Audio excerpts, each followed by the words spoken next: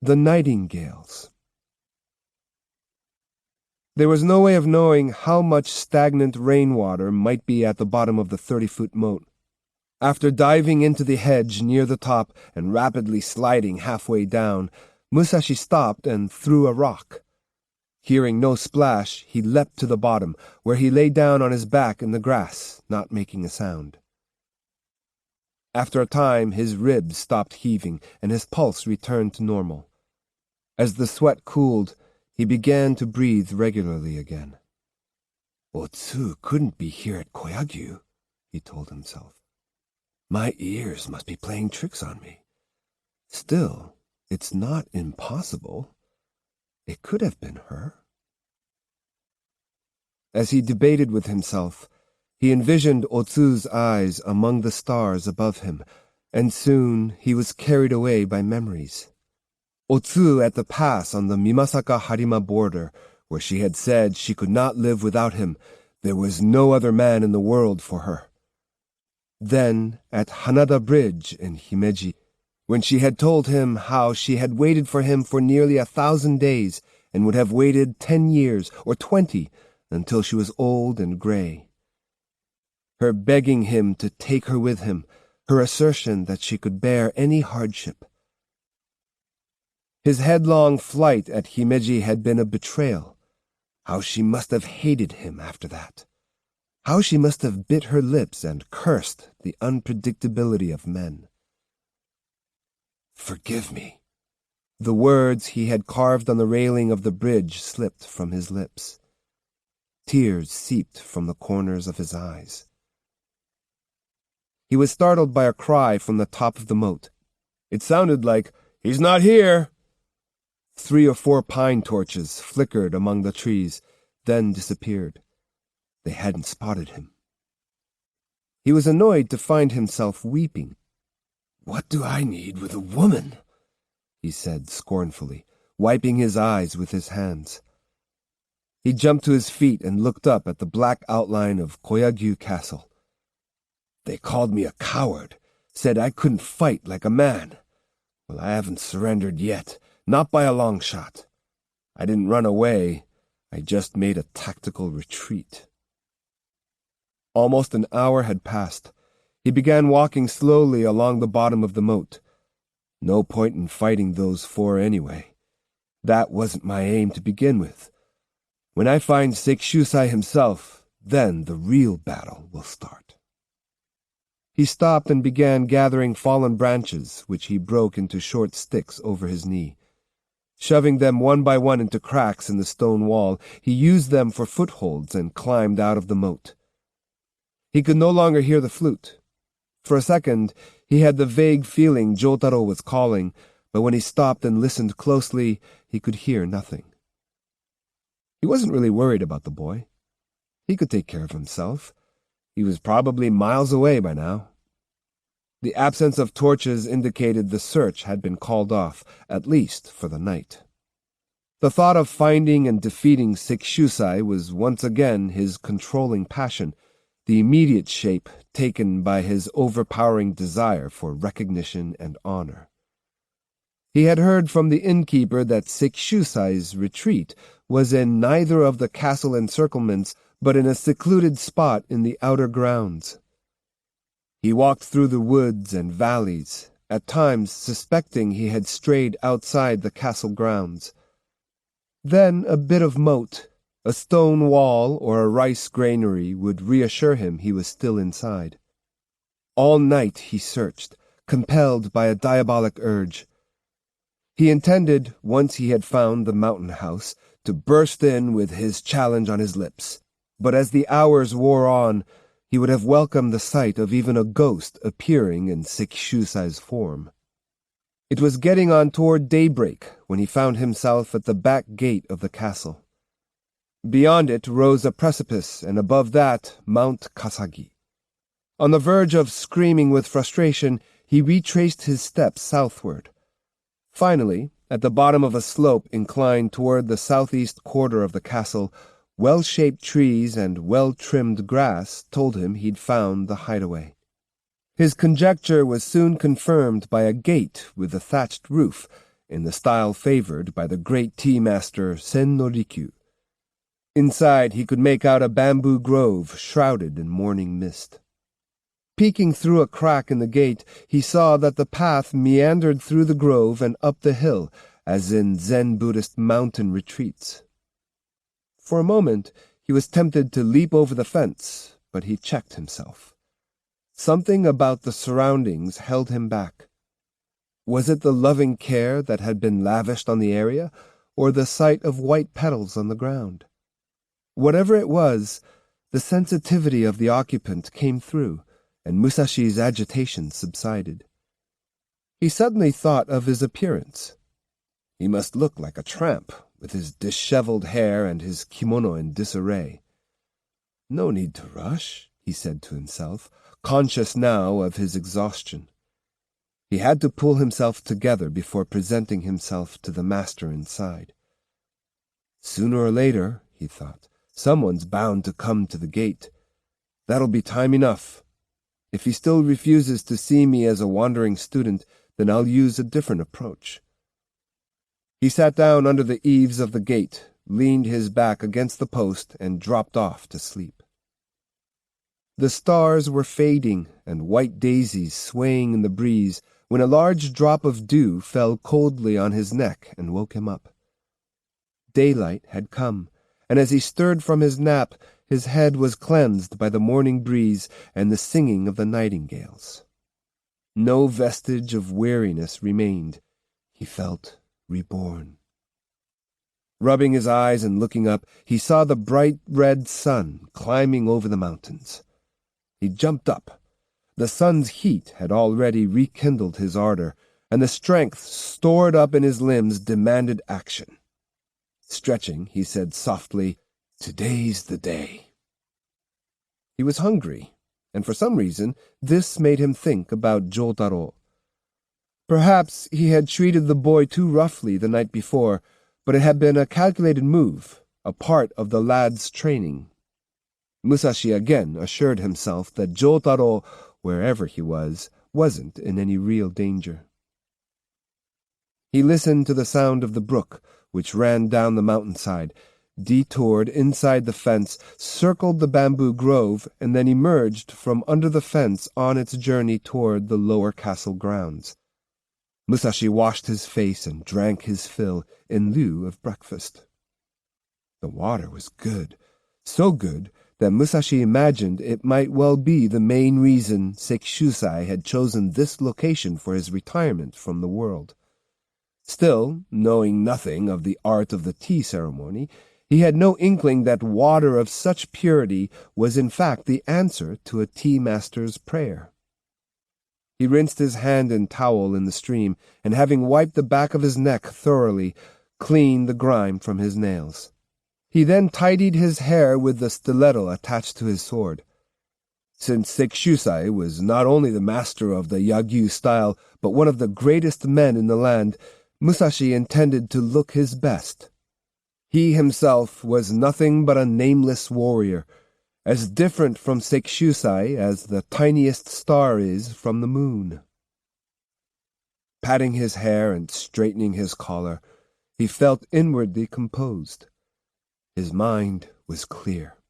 He was resolved to knock at the gate like any legitimate caller. The house was quite a way up the hill, and it wasn't likely an ordinary knock would be heard. Looking around for a clapper of some kind, he saw a pair of plaques, one on either side of the gate. They were beautifully inscribed, and the carved writing had been filled in with a bluish clay which gave off a bronze-like patina. On the right were the words, "Be not suspicious, ye scribes, of one who likes his castle closed." And on the left, "No swordsman will you find here, only the young nightingales in the fields." The poem was addressed to the scribes, referring to the officials of the castle, but its meaning was deeper. The old man had not shut his gate merely to wandering students, but to all the affairs of this world, to its honors as well as its tribulations. He had put behind him worldly desire, both his own and that of others. "I'm still young," thought Musashi. "Too young. This man is completely beyond my reach." The desire to knock on the gate evaporated. Indeed, the idea of barging in on the ancient recluse now seemed barbarian, and he felt totally ashamed of himself. Only flowers and birds, the wind and the moon, should enter this gate. Sekishusai was no longer the greatest swordsman in the land, no longer the lord of a fief, but a man who had returned to nature, renouncing the vanity of human life. To upset his household would be a sacrilege. And what honor, what distinction could possibly be derived from defeating a man to whom honor and distinction had become meaningless? "It's a good thing I read this," Musashi said to himself. "If I hadn't, I'd have made a perfect fool of myself." With the sun now fairly high in the sky, the nightingale's singing had subsided. From a distance up the hill came the sound of rapid footsteps. Apparently frightened by the clatter, a flock of little birds arced up into the sky. Musashi peeped through the gate to see who was coming. It was Otsu. So it had been her flute he had heard. Should he wait and meet her? Go away? I want to talk with her, he thought. I must. Indecision seized him. His heart palpitated and his self-confidence fled. Otsu ran down the path to a point a few feet from where he stood. Then she stopped and turned back, uttering a little cry of surprise. "I thought he was right behind me," she murmured, looking all around. Then she ran back up the hill, calling, "Jotaro, where are you?" Hearing her voice, Musashi flushed with embarrassment and began to sweat. His lack of confidence disgusted him. He couldn't move from his hiding place in the shadow of the trees. After a short interval, Otsu called again, and this time there was an answer. "I'm here! Where are you?" shouted Jotaro from the upper part of the grove. "Over here!" she replied. "I told you not to wander off like that." Jotaro came running toward her. "Oh, is this where you are?" he exclaimed. "Didn't I tell you to follow me?" "Well, I did, but then I saw a pheasant, so I chased it." "Of all things, chasing after a pheasant? Did you forget you have to go look for somebody important this morning?" "Oh, I'm not worried about him. He's not the kind to get hurt." "Well, that's not the way it was last night when you came running to my room. You were ready to burst into tears." "I was not. It just happened so fast I didn't know what to do." "I didn't either, especially after you told me your teacher's name." "But how do you know Musashi?" "We come from the same village." "Is that all?" "Of course that's all." "That's funny. I don't see why you should start crying just because somebody from the same village turned up here." "Was I crying that much?" "How can you remember everything I did when you can't remember what you did yourself? Anyway, I guess I was pretty scared. If it had just been a matter of 4 ordinary men against my teacher, I wouldn't have worried, but they say all of them are experts. When I heard the flute, I remembered you were here in the castle, so I thought maybe if I could apologize to his lordship." "If you heard me playing, Musashi must have heard it too. He may have even known it was me." Her voice softened. "I was thinking of him as I played." "I don't see what difference that makes. Anyway, I could tell from the sound of the flute where you were. And that was quite a performance, storming into the house and screaming about a battle going on somewhere. His lordship was pretty shocked. But he's a nice man. When I told him I'd killed Taro, he didn't get mad like all the others." Suddenly realizing she was wasting time, Otsu hurried toward the gate. "We can talk later," she said. "Right now, there are more important things to do. We've got to find Musashi. Sekishusai even broke his own rule by saying he'd like to meet the man who'd done what you said." Otsu looked as cheerful as a flower. In the bright sun of early summer, Her cheeks shone like ripening fruit. She sniffed at the young leaves and felt their freshness fill her lungs. Musashi, hidden in the trees, watched her intently, marveling at how healthy she looked. The Otsu he saw now was very different from the girl who had sat dejectedly on the porch of the Shippoji, looking out at the world with vacant eyes. The difference was that then Otsu had had no one to love, or at least such love as she had felt had been vague and difficult to pin down. She had been a sentimental child, self-conscious about being an orphan and somewhat resentful of the fact. Coming to know Musashi, having him to look up to, had given birth to the love that now dwelt inside her and gave meaning to her life. During the long year she'd spent wandering around in search of him, body and mind had developed the courage to face anything fate might fling at her. Quickly perceiving her new vitality and how beautiful it made her, Musashi yearned to take her somewhere where they could be alone and tell her everything, how he longed for her, how he needed her physically. He wanted to reveal that hidden in his heart of steel was a weakness. He wanted to retract the words he had carved on Hanada Bridge. If no one were to know, he could show her how tender he could be. He would tell her he felt the same love for her that she felt for him. He could hug her, rub his cheek against hers, cry the tears he wanted to cry. He was strong enough now to admit to himself that these feelings were real. Things Otsu had said to him in the past came back to him, and he saw how cruel and ugly it was for him to reject the simple, straightforward love she had offered. He was miserable. Yet there was something in him that couldn't surrender to these feelings, something that told him it was wrong. He was two different men, one longing to call out to Otsu, the other telling him he was a fool. He couldn't be sure which was his real self. Staring from behind the tree, lost in indecision, he seemed to see two paths ahead, one of light and another of darkness. Otsu, unaware of his presence, walked a few paces out from the gate. Looking back, she saw Jotaro stooping to pick something up. "Jotaro, what on earth are you doing? Hurry up!" "Wait!" he cried excitedly. "Look at this!" "It's nothing but a dirty old rag. What do you want that for?" "It belongs to Musashi." "To Musashi?" she exclaimed, running back to him. "Yes, it's his," replied Jotaro, as he held the hand towel up by the corners for her to see.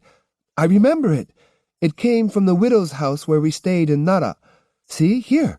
There's a maple leaf design dyed on it, and a character reading Ling. That's the name of the owner of the dumpling restaurant there." "Do you think Musashi was right here?" Otsu cried, looking frantically around. Jotaro drew himself up almost to the girl's height, and at the top of his voice yelled, "Sensei!" In the grove there was a rustling sound. With a gasp, Otsu spun around and darted toward the trees, the boy chasing after her. "Where are you going?" he called. "Musashi just ran away." "Which way?" "That way. I don't see him. Over there, in the trees." She had caught a glimpse of Musashi's figure, but the momentary joy she experienced was immediately replaced by apprehension, for he was rapidly increasing the distance between them. She ran after him with all the strength her legs possessed. Jotaro ran along with her, not really believing she'd seen Musashi. "You're wrong!" he shouted. "It must be somebody else. Why would Musashi run away?" "Just look!" "Where?" "There!"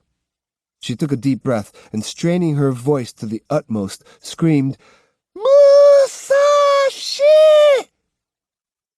But no more had the frantic cry come from her lips than she stumbled and fell. As Jotaro helped her up, she cried, "Why don't you call him too? Call him! Call him!" Instead of doing as she said, he froze in shock and stared at her face. He had seen that face before, with its bloodshot eyes, its needle-like eyebrows, its waxen nose and jaw. It was the face of the mask. The madwoman's mask the widow in Nara had given him. Otsu's face lacked the curiously curved mouth, but otherwise the likeness was the same. He quickly withdrew his hands and recoiled in fright. Otsu continued her scolding. "We can't give up! He'll never come back if we let him get away now! Call him! Get him to come back!" Something inside Jotaro resisted, but the look on Otsu's face told him it was useless to try to reason with her. They started running again, and he too began to shout for all he was worth. Beyond the woods was a low hill, along the bottom of which ran the back road from Tsukigase to Iga. "It is Musashi!" cried Jotaro. Having reached the road, the boy could see his master clearly, but Musashi was too far ahead of them to hear their shouts. Otsu and Jotaro ran as far as their legs would carry them, shouting themselves hoarse. Their screams echoed through the fields. At the edge of the valley they lost sight of Musashi, who ran straight into the heavily wooded foothills. They stopped and stood there, forlorn as deserted children. White clouds stretched out emptily above them, while the murmuring of a stream accented their loneliness. "He's crazy! He's out of his mind! How could he leave me like this?" Jotaro cried, stamping the ground. Otsu leaned against a large chestnut tree and let the tears gush forth.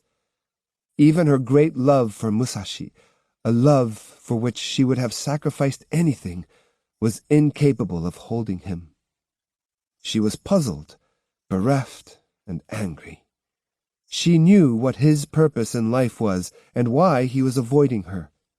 She had known since that day at Hanada Bridge. Still, she could not comprehend why he considered her a barrier between him and his goal. Why should his determination be weakened by her presence? Or was that just an excuse? Was the real reason that he didn't like her enough? It would make more sense, perhaps. And yet, Otsu had come to understand Musashi when she had seen him tied up in the tree at the Shippoji. She could not believe him to be the sort who would lie to a woman. If he didn't care about her, he would say so. But in fact he had told her at Hanada Bridge that he did like her very much. She recalled his words with sadness.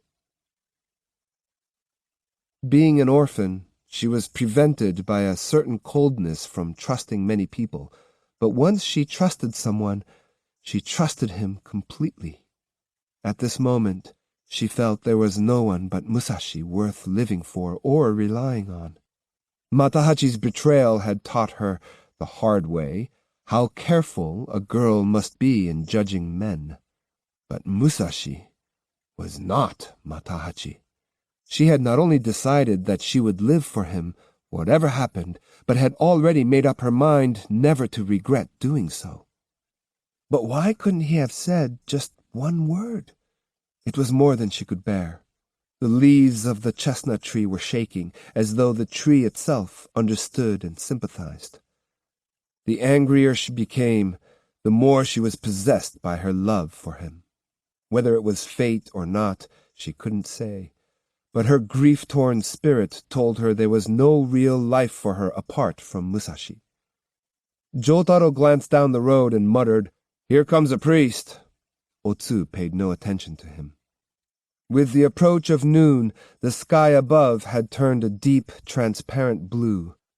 The monk descending the slope in the distance had the look of having stepped down from the clouds, of having no connection whatever with this earth. As he neared the chestnut tree, he looked toward it and saw Otsu. "What's all this?" he exclaimed, and at the sound of his voice, Otsu looked up. Her swollen eyes wide with astonishment, she cried, "Takuan!" In her present condition, she saw Takuan Soho as a savior. She wondered if she was dreaming. Although the sight of Takuan was a shock to Otsu, the discovery of Otsu was for Takuan no more than confirmation of something he had suspected. As it happened, his arrival was neither accident nor miracle. Takuan had been on friendly terms with the Yagyu family for a long time, his acquaintance with them going back to the days when, as a young monk at the Sangen-in in the Daitokuji, his duties had included cleaning the kitchen and making bean paste. In those days, the Sangen-in, then known as the North Sector of the Daitokuji, had been famous as a gathering place for unusual samurai, which is to say, samurai who were given to thinking philosophically about the meaning of life and death. Men who felt the need to study affairs of the spirit as well as the technical skills of the martial arts. Samurai flocked there in greater numbers than did Zen monks, and one result of this was that the temple became known as a breeding ground for revolt. Among the samurai who came frequently were Suzuki Ihaku, the brother of Lord Koizumi of Ise, Yagyu Gorozaemon, the heir of the House of Yagyu, and Gorozaemon's brother Munenori. Munenori had quickly taken a liking to Takuan, and the two had remained friends ever since. In the course of a number of visits to Koyagyu Castle, Takuan had met Sekishusai and had acquired great respect for the older man. Sekishusai had also taken a liking to the young monk, who struck him as having a great deal of promise. Recently, Takuan had stopped for a time at the Nansoji in Izumi Province, and from there had sent a letter to inquire after the health of Sekishusai and Munenori. He had received a long reply from Sekishusai, saying in part, "I have been very fortunate lately. Munenori has taken a post with the Tokugawas in Edo, and my grandson, who left the service of Lord Kato of Higo and went out to study on his own, is making progress. I myself have in my service a beautiful young girl who not only plays the flute well, but talks with me, and together we have tea, arrange flowers, and compose poems. She is the delight of my old age, a flower blooming in what might otherwise be a cold, withered old hut. Since she says that she comes from Mimasaka, which is near your birthplace, and was brought up in a temple called the Shippoji, I imagine that you and she have much in common. It is unusually pleasant to drink one's evening sake to the accompaniment of a flute well played, and since you are so close to here, I hope you will come and enjoy this treat with me." It would have been difficult for Takuan to refuse the invitation under any circumstances, but the certainty that the girl described in the letter was Otsu made him all the more eager to accept. As the three of them walked toward Sekishusai's house, Takuan asked Otsu many questions, which she answered without reservation. She told him what she'd been doing since last seeing him in Himeji, what had happened that morning, and how she felt about Musashi. Nodding patiently, he heard out her tearful story. When she was finished, he said, "I guess women are able to choose ways of life that would not be possible for men. You want me, I take it, to advise you on the path that you should follow in the future." "Oh, no." "Well, I've already decided what I'm going to do." Takuan scrutinized her closely. She had stopped walking and was looking at the ground. She seemed to be in the depths of despair, yet there was a certain strength in the tone of her voice that forced Takuan to a reappraisal. "If I'd had any doubts, if I'd thought I'd give up," she said, "I'd never have left the Shippoji. I'm still determined to meet Musashi. The only question in my mind is whether this will cause him trouble, whether my continuing to live will bring him unhappiness. If it does, I'll have to do something about it." "Just what does that mean?" "I can't tell you." "Be careful, Otsu." "Of what?" "Under this bright, cheerful sun, the god of death is tugging at you." I don't know what you mean." "I don't suppose you would. But that's because the god of death is lending you strength.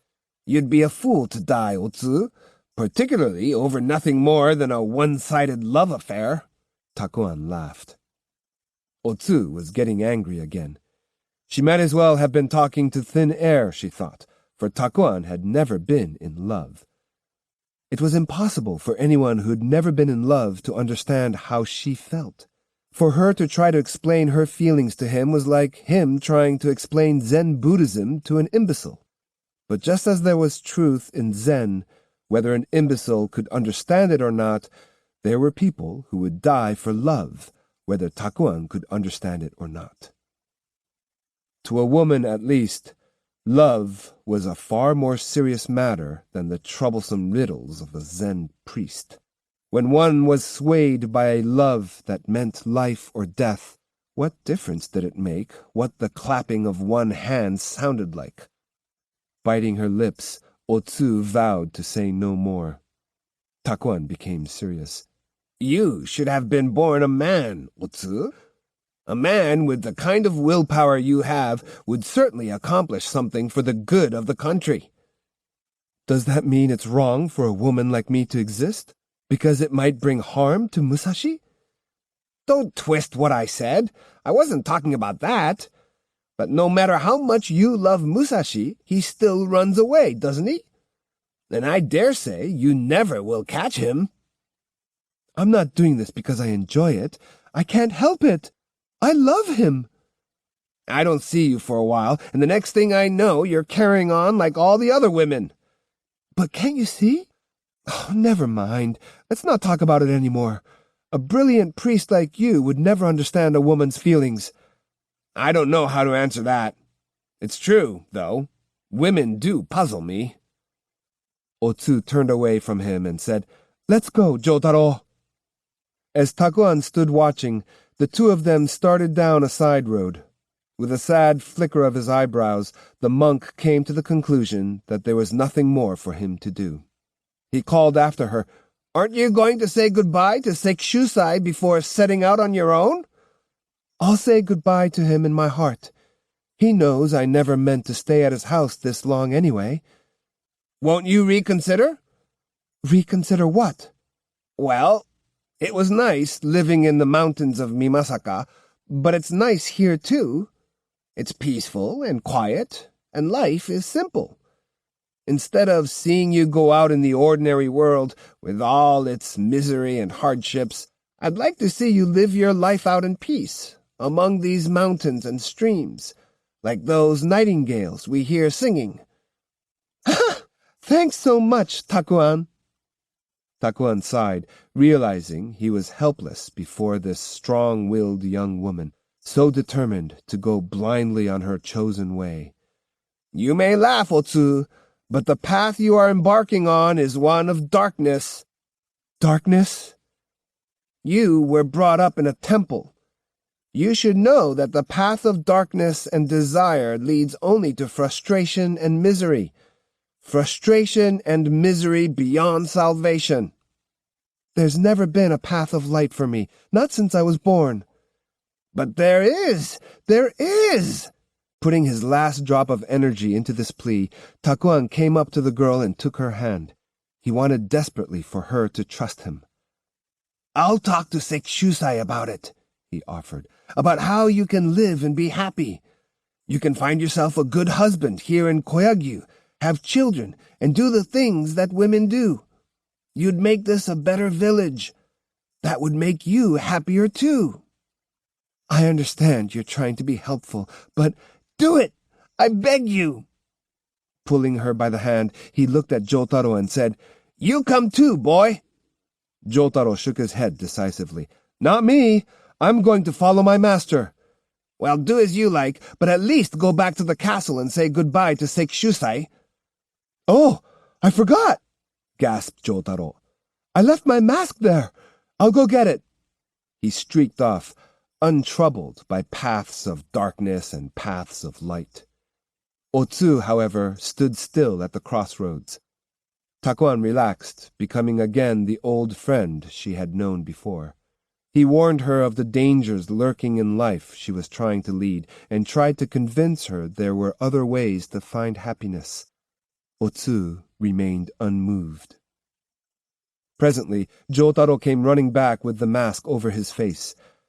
Takuan froze when he saw it, instinctively feeling that this was the future face of Otsu, the one he would see after she had suffered on her long journey along the path of darkness.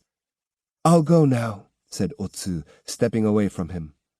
Jotaro, clinging to her sleeve, said, "Yes, let's go, now!" Takuan lifted his eyes to the white clouds, lamenting his failure. "There's nothing more I can do," he said. "The Buddha himself despaired of saving women." "Goodbye, Takuan," said Otsu. "I'm bowing here to Sekishusai, but would you also tell him thank you and goodbye for me?"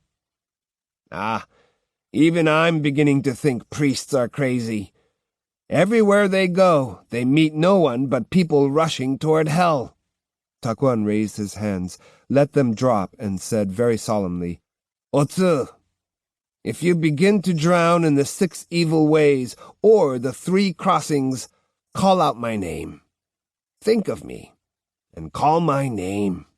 Until then, all I can say is, travel on as far as you can, and try to be careful."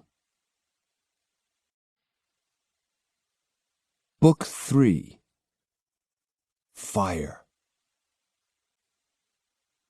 Sasaki Kojiro.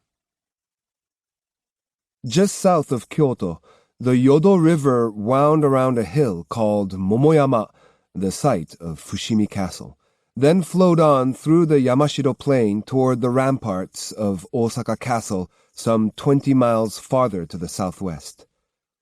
Partly owing to this direct water link, each political ripple in the Kyoto area produced immediate repercussions in Osaka, while in Fushimi it seemed that every word spoken by an Osaka samurai, let alone an Osaka general, was reported as a portent of the future. Around Momoyama, a great upheaval was in progress, for Tokugawa Ieyasu had decided to transform the way of life that had flourished under Hideyoshi. Osaka Castle, occupied by Hideyori and his mother, Yodogimi, still clung desperately to the vestiges of its faded authority, as the setting sun holds fast to its vanishing beauty, but real power resided at Fushimi, where Ieyasu had chosen to live during his extended trips to the Kansai region. The clash between old and new was visible everywhere. It could be discerned in the boats plying the river, in the deportment of the people on the highways, in popular songs, and in the faces of the displaced samurai searching for work. The castle at Fushimi was under repair, and the rocks disgorged from the boats onto the riverbank formed a virtual mountain. Most of them were huge boulders, at least 6 feet square and 3 or 4 feet high. They fairly sizzled under a boiling sun. Though it was autumn by the calendar, the sweltering heat was reminiscent of the dog days immediately following the early summer rainy season. Willow trees near the bridge shimmered with a whitish glint, and a large cicada zigzagged crazily from the river into a small house near the bank.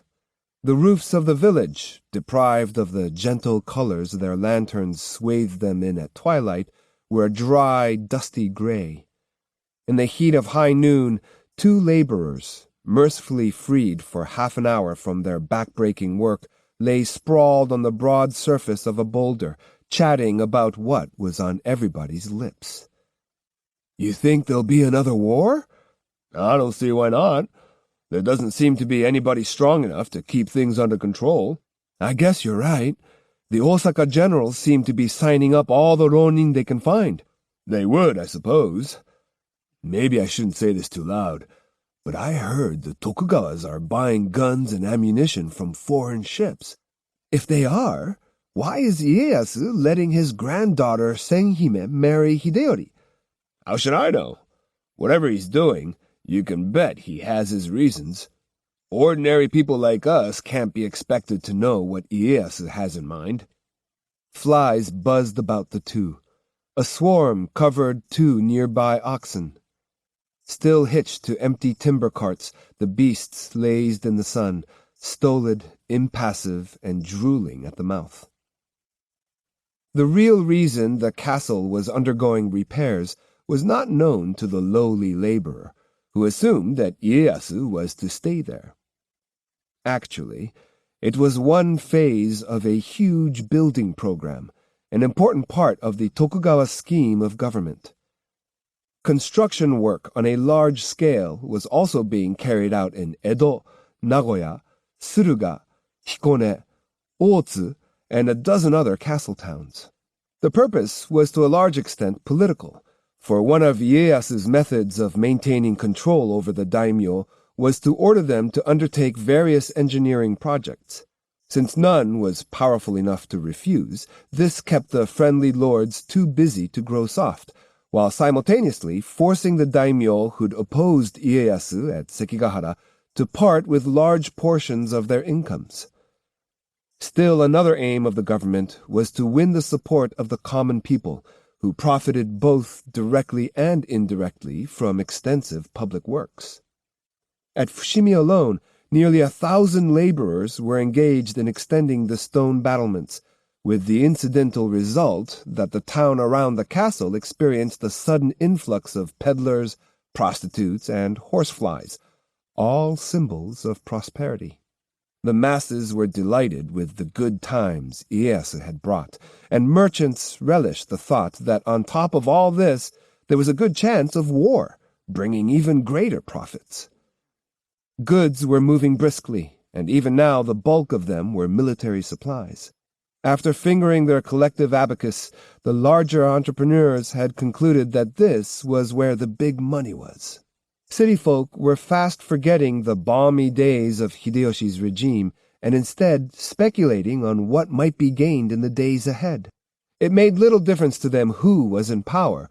So long as they could satisfy their own petty wants, they saw no reason to complain. Nor did Ieyasu disappoint them in this respect, for he contrived to scatter money as he might pass out candy to children. Not his own money, to be sure, but that of his potential enemies. In agriculture, too, he was insisting a new system of control. No longer were local magnates allowed to govern as they pleased or to conscript farmers at will for outside labor. From now on, the peasants were to be permitted to farm their lands, but to do very little else. They were to be kept ignorant of politics and taught to rely on the powers that be.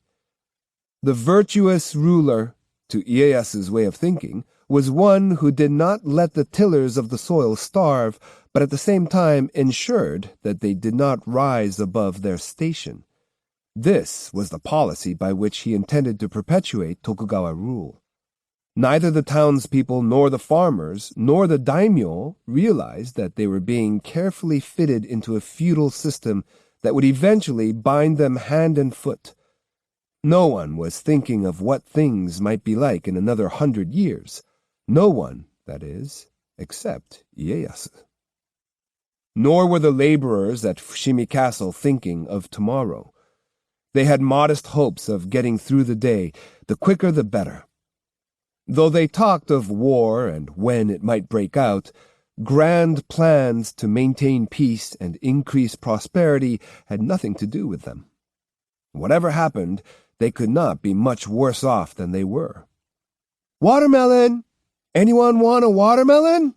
called a farmer's daughter, who came around at this time every day. Almost as soon as she appeared, she managed to make a sale to some men matching coins in the shadow of a large rock. Jauntily, she went on from group to group, calling, "Won't you buy my melons?" "You crazy? You think we've got money for watermelons?" "Over here. I'll be glad to eat one if it's free." Disappointed because her initial luck had been deceptive, the girl approached a young worker sitting between 2 boulders, his back propped against one, his feet against the other, and his arms around his knees. "Watermelon?" she asked, not very hopefully. He was thin, his eyes sunken, and his skin ruddily sunburned. A shroud of fatigue dimmed his obvious youth. Still, his closer friends would have recognized him as Hongiden Matahachi. Wearily, he counted some grimy coins into the palm of his hand and gave them to the girl. When he leaned back against the rock again, his head drooped morosely. The slight effort had exhausted him.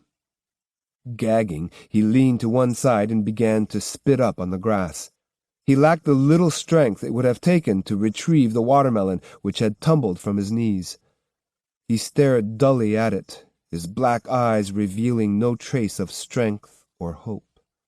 "The swine," he mumbled weakly. He meant the people he would like to strike back at. Oko, with her whitened face. Takezo, with his wooden sword. His first mistake had been to go to Sekigahara, his second to succumb to the lascivious widow. He had come to believe that but for these two events, he would be at home in Miyamoto now, the head of the Hongiden family, a husband with a beautiful wife, and the envy of the village. "I suppose Otsu must hate me now, although I wonder what she's doing." In his present circumstances, thinking occasionally of his former fiancée was his only comfort. When Oko's true nature had finally sunk in, he had begun to long for Otsu again. He had thought of her more and more since the day he'd had the good sense to break loose from the Yomogi tea house. On the night of his departure, he had discovered that the Miyamoto Musashi, who was acquiring a reputation as a swordsman in the capital, was his old friend Takezo. This severe shock was followed almost immediately by strong waves of jealousy. With Otsu in mind, he had stopped drinking and attempted to slough off his laziness and his bad habits. But at first he was unable to find any suitable work. He cursed himself for having been out of the swim of things for 5 years, while an older woman supported him. For a time it appeared as though it was too late to change. "Not too late," he'd assured himself. "I'm only 22. I can do whatever I want if I try." While anyone might experience this sentiment, in Matahachi's case it meant shutting his eyes, leaping over an abyss of 5 years, and hiring himself out as a day laborer at Fushimi. Here he had worked hard, slaving steadily day after day, while the sun beat down on him from summer into fall. He was rather proud of himself for sticking to it. "I'll show them all," he was thinking now, despite his queasiness.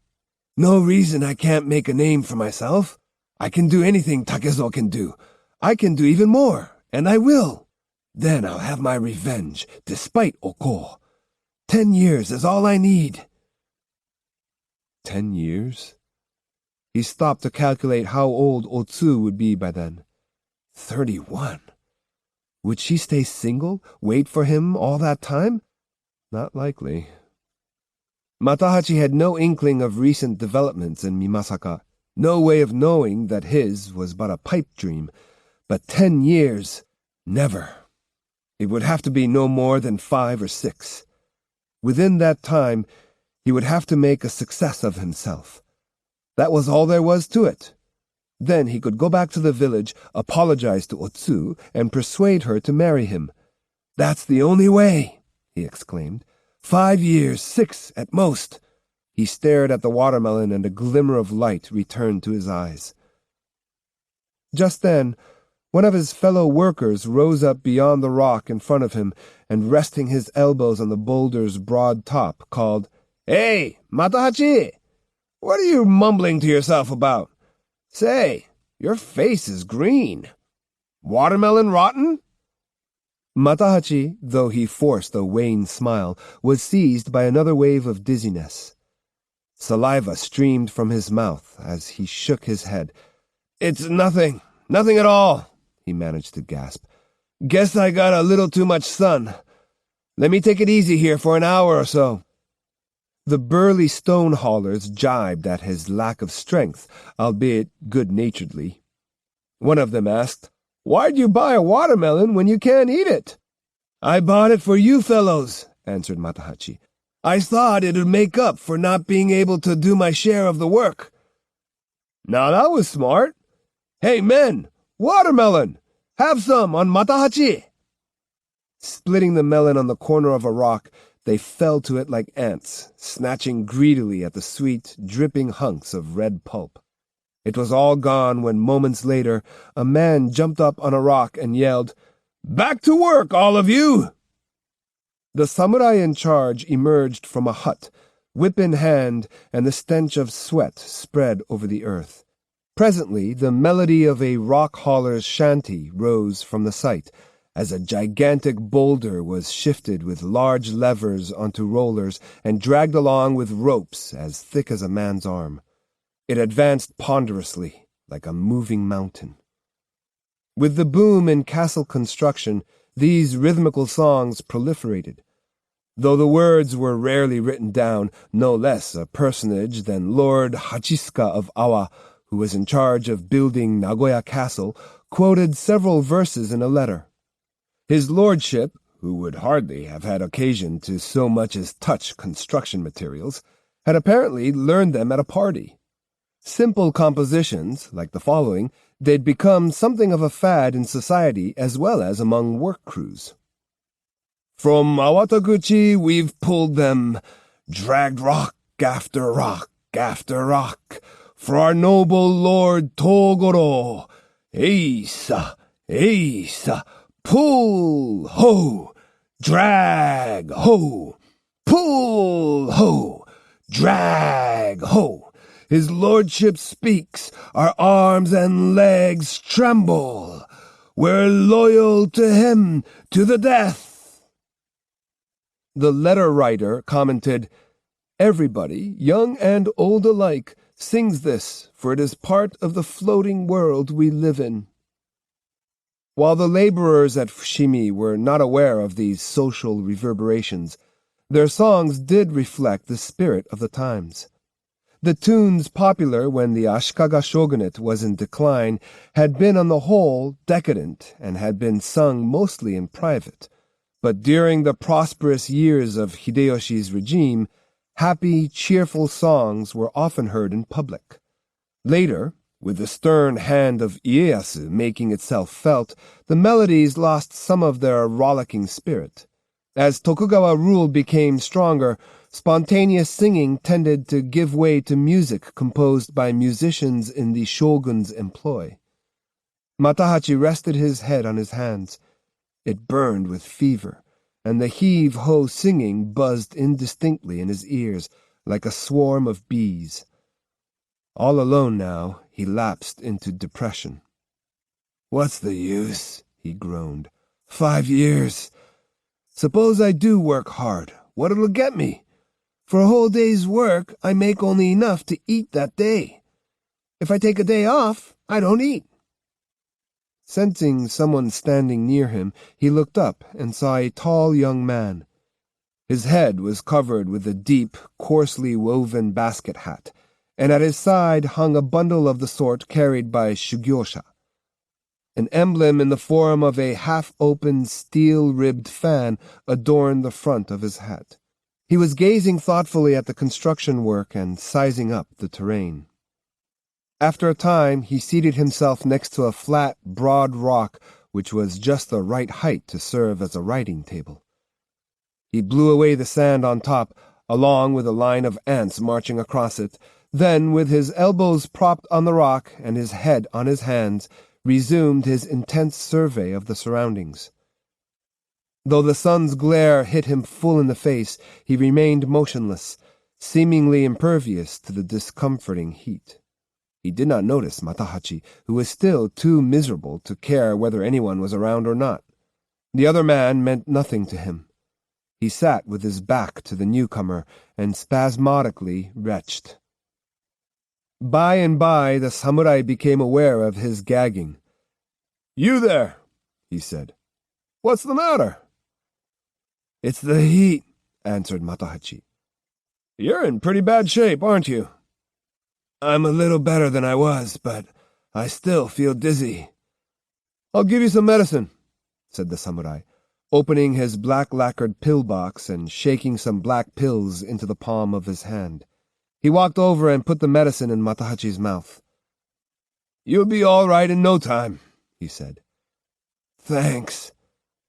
Do you plan to rest here for a while longer? Yes. Then do me a favor. Let me know if anybody comes. Throw a pebble or something. He went back to his own rock, sat down and took a brush from his writing kit and a notebook from his kimono. He opened the pad on the rock and began to draw.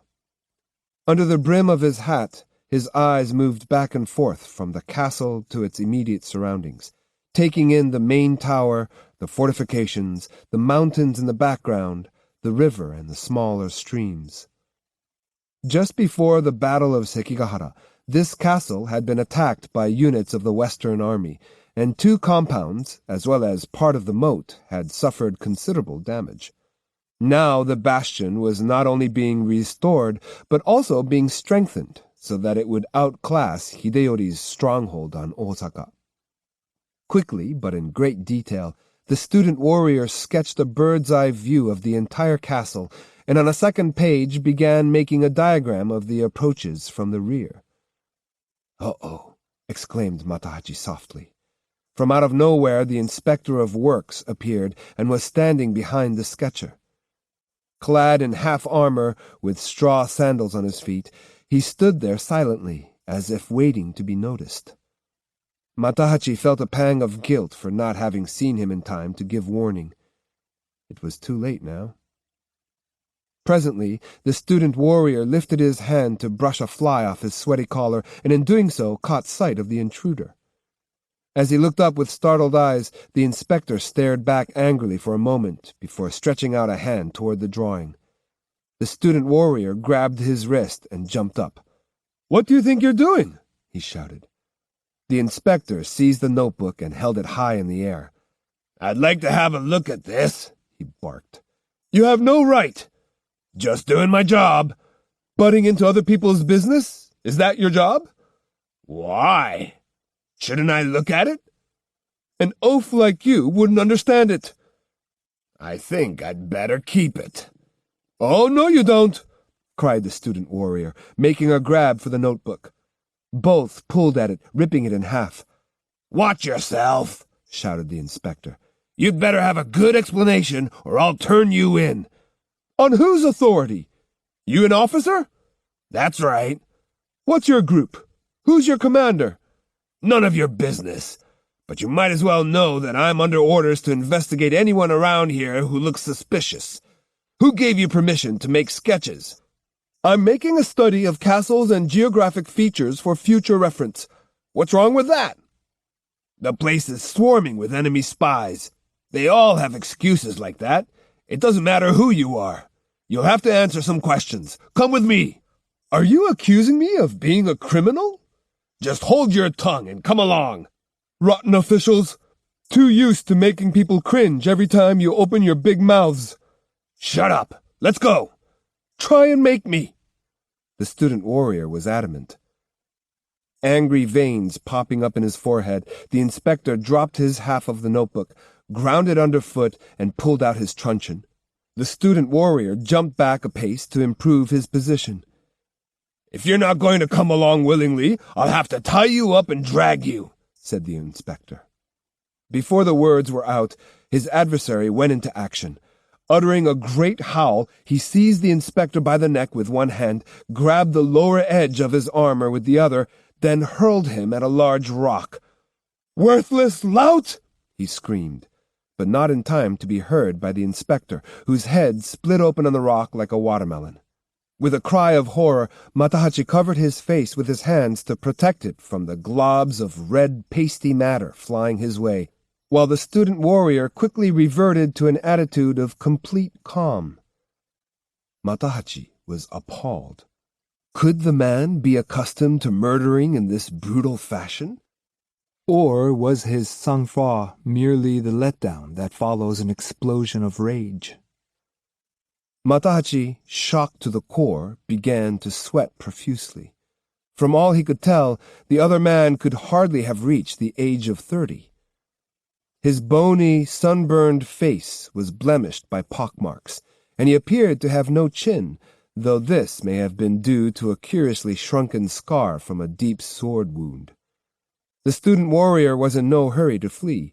He gathered up the torn fragments of his notebook.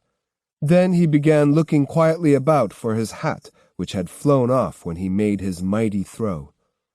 After finding it, he placed it with care upon his head, once again concealing his eerie face from view. At a brisk pace, he took his leave, gathering speed until he seemed to be flying on the wind. The whole incident had happened so fast that neither the hundreds of laborers in the vicinity nor their overseers had noticed it. The workmen continued to toil like drones as the supervisors, armed with whips and truncheons, bellowed orders at their sweating backs. But one particular pair of eyes had seen it all.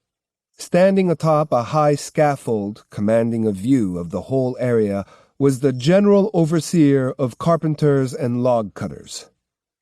Seeing that the student warrior was escaping, he roared out a command, setting into motion a group of foot soldiers who had been drinking tea below the scaffold. "What happened? Another fight?" Others heard the call to arms and soon stirred up a cloud of yellow dust near the wooden gate of the stockade, which divided the construction site from the village.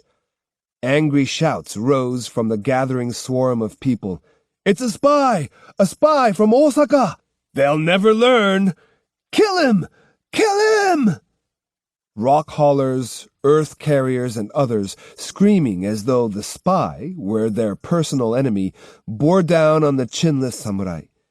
He darted behind an ox cart shambling through the gate and tried to slip out, but a sentinel caught sight of him and tripped him with a nail-studded staff.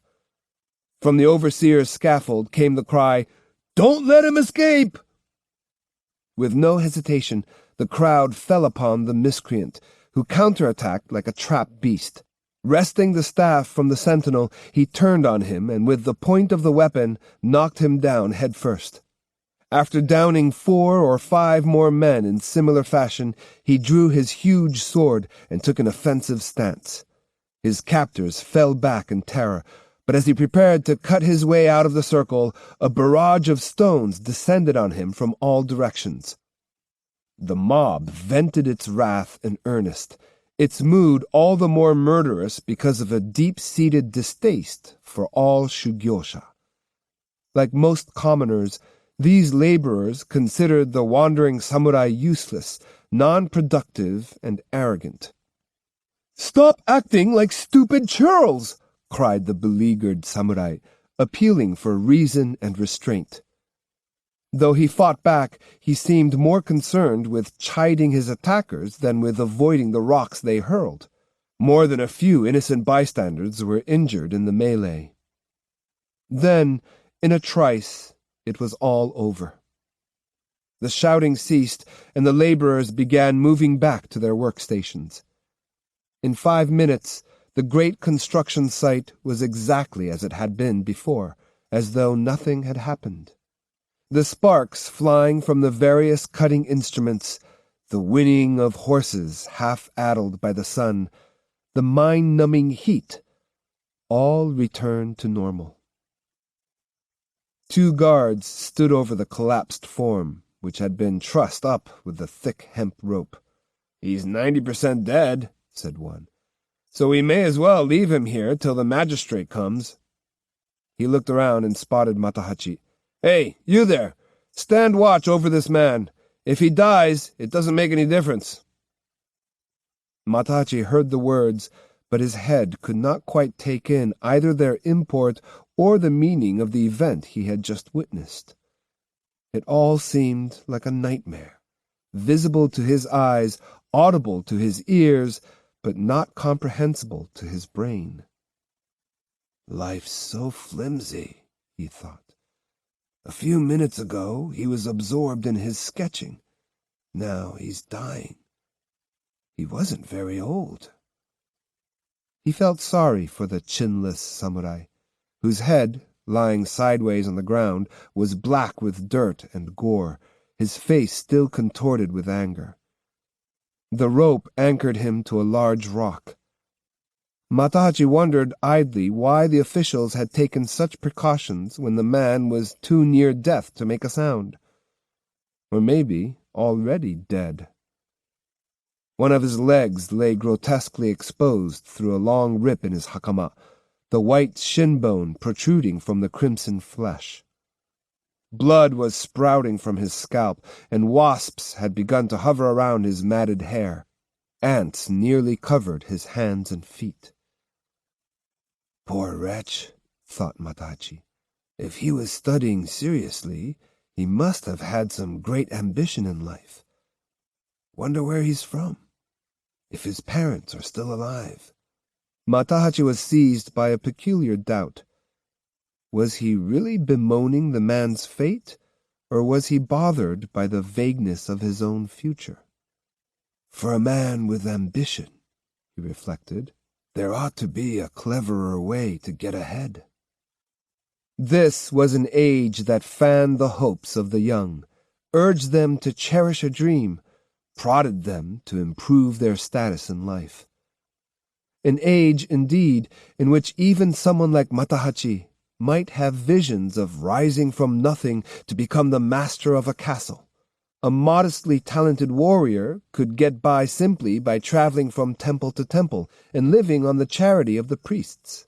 If he was lucky, he might be taken in by one of the provincial gentry, and if he was still more fortunate, might receive a stipend from a daimyo. Still, of all the young men who set out with high hopes, only 1 in 1,000 actually ended up finding a position with an acceptable income. The rest had to be content with what satisfaction they could derive from the knowledge that theirs was a difficult and dangerous calling. As Matahachi contemplated the samurai lying before him, the whole idea began to seem utterly stupid. Where could the path Musashi was following possibly lead? Matahachi's desire to equal or surpass his boyhood friend hadn't abated, but the sight of the bloodied warrior made the way of the sword seem vain and foolish. Horror-stricken, he realized that the warrior was moving, and his train of thought stopped short. The man's hand reached out like a turtle's flipper and clawed at the ground. Feebly he lifted his torso, raised his head, and pulled the rope taut. Matahachi could hardly believe his eyes. As the man inched along the ground, he dragged behind him the 400-pound rock securing his rope. 1 foot, 2 feet. It was a display of superhuman strength. No muscle man on any rock-hauling crew could have done it, though many boasted of the strength of 10 or 20 men. The samurai lying on the threshold of death was possessed by some demonic force, which enabled him to far surpass the power of an ordinary mortal. A gurgle came from the dying man's throat. He was trying desperately to speak, but his tongue had turned black and dry, making it impossible for him to form the words. Breath came in cracked, hollow hisses. Eyes popping from their sockets stared imploringly at Matahachi.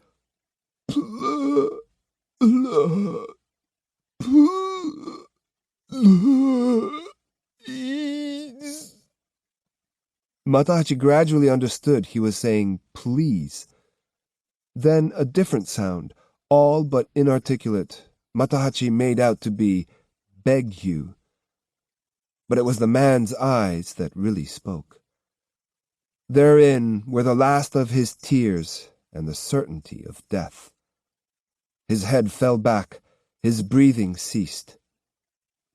As more ants started coming out of the grass to explore the dust-whitened hair, a few even entering a blood-caked nostril, Matahachi could see the skin under his kimono collar take on a blackish-blue cast. What had the man wanted him to do? Matahachi felt haunted by the thought that he had incurred an obligation. The samurai had come upon him when he was sick and had had the kindness to give him medicine. Why had fate blinded Matahachi when he should have been warning the man of the inspector's approach? Was this destined to have occurred?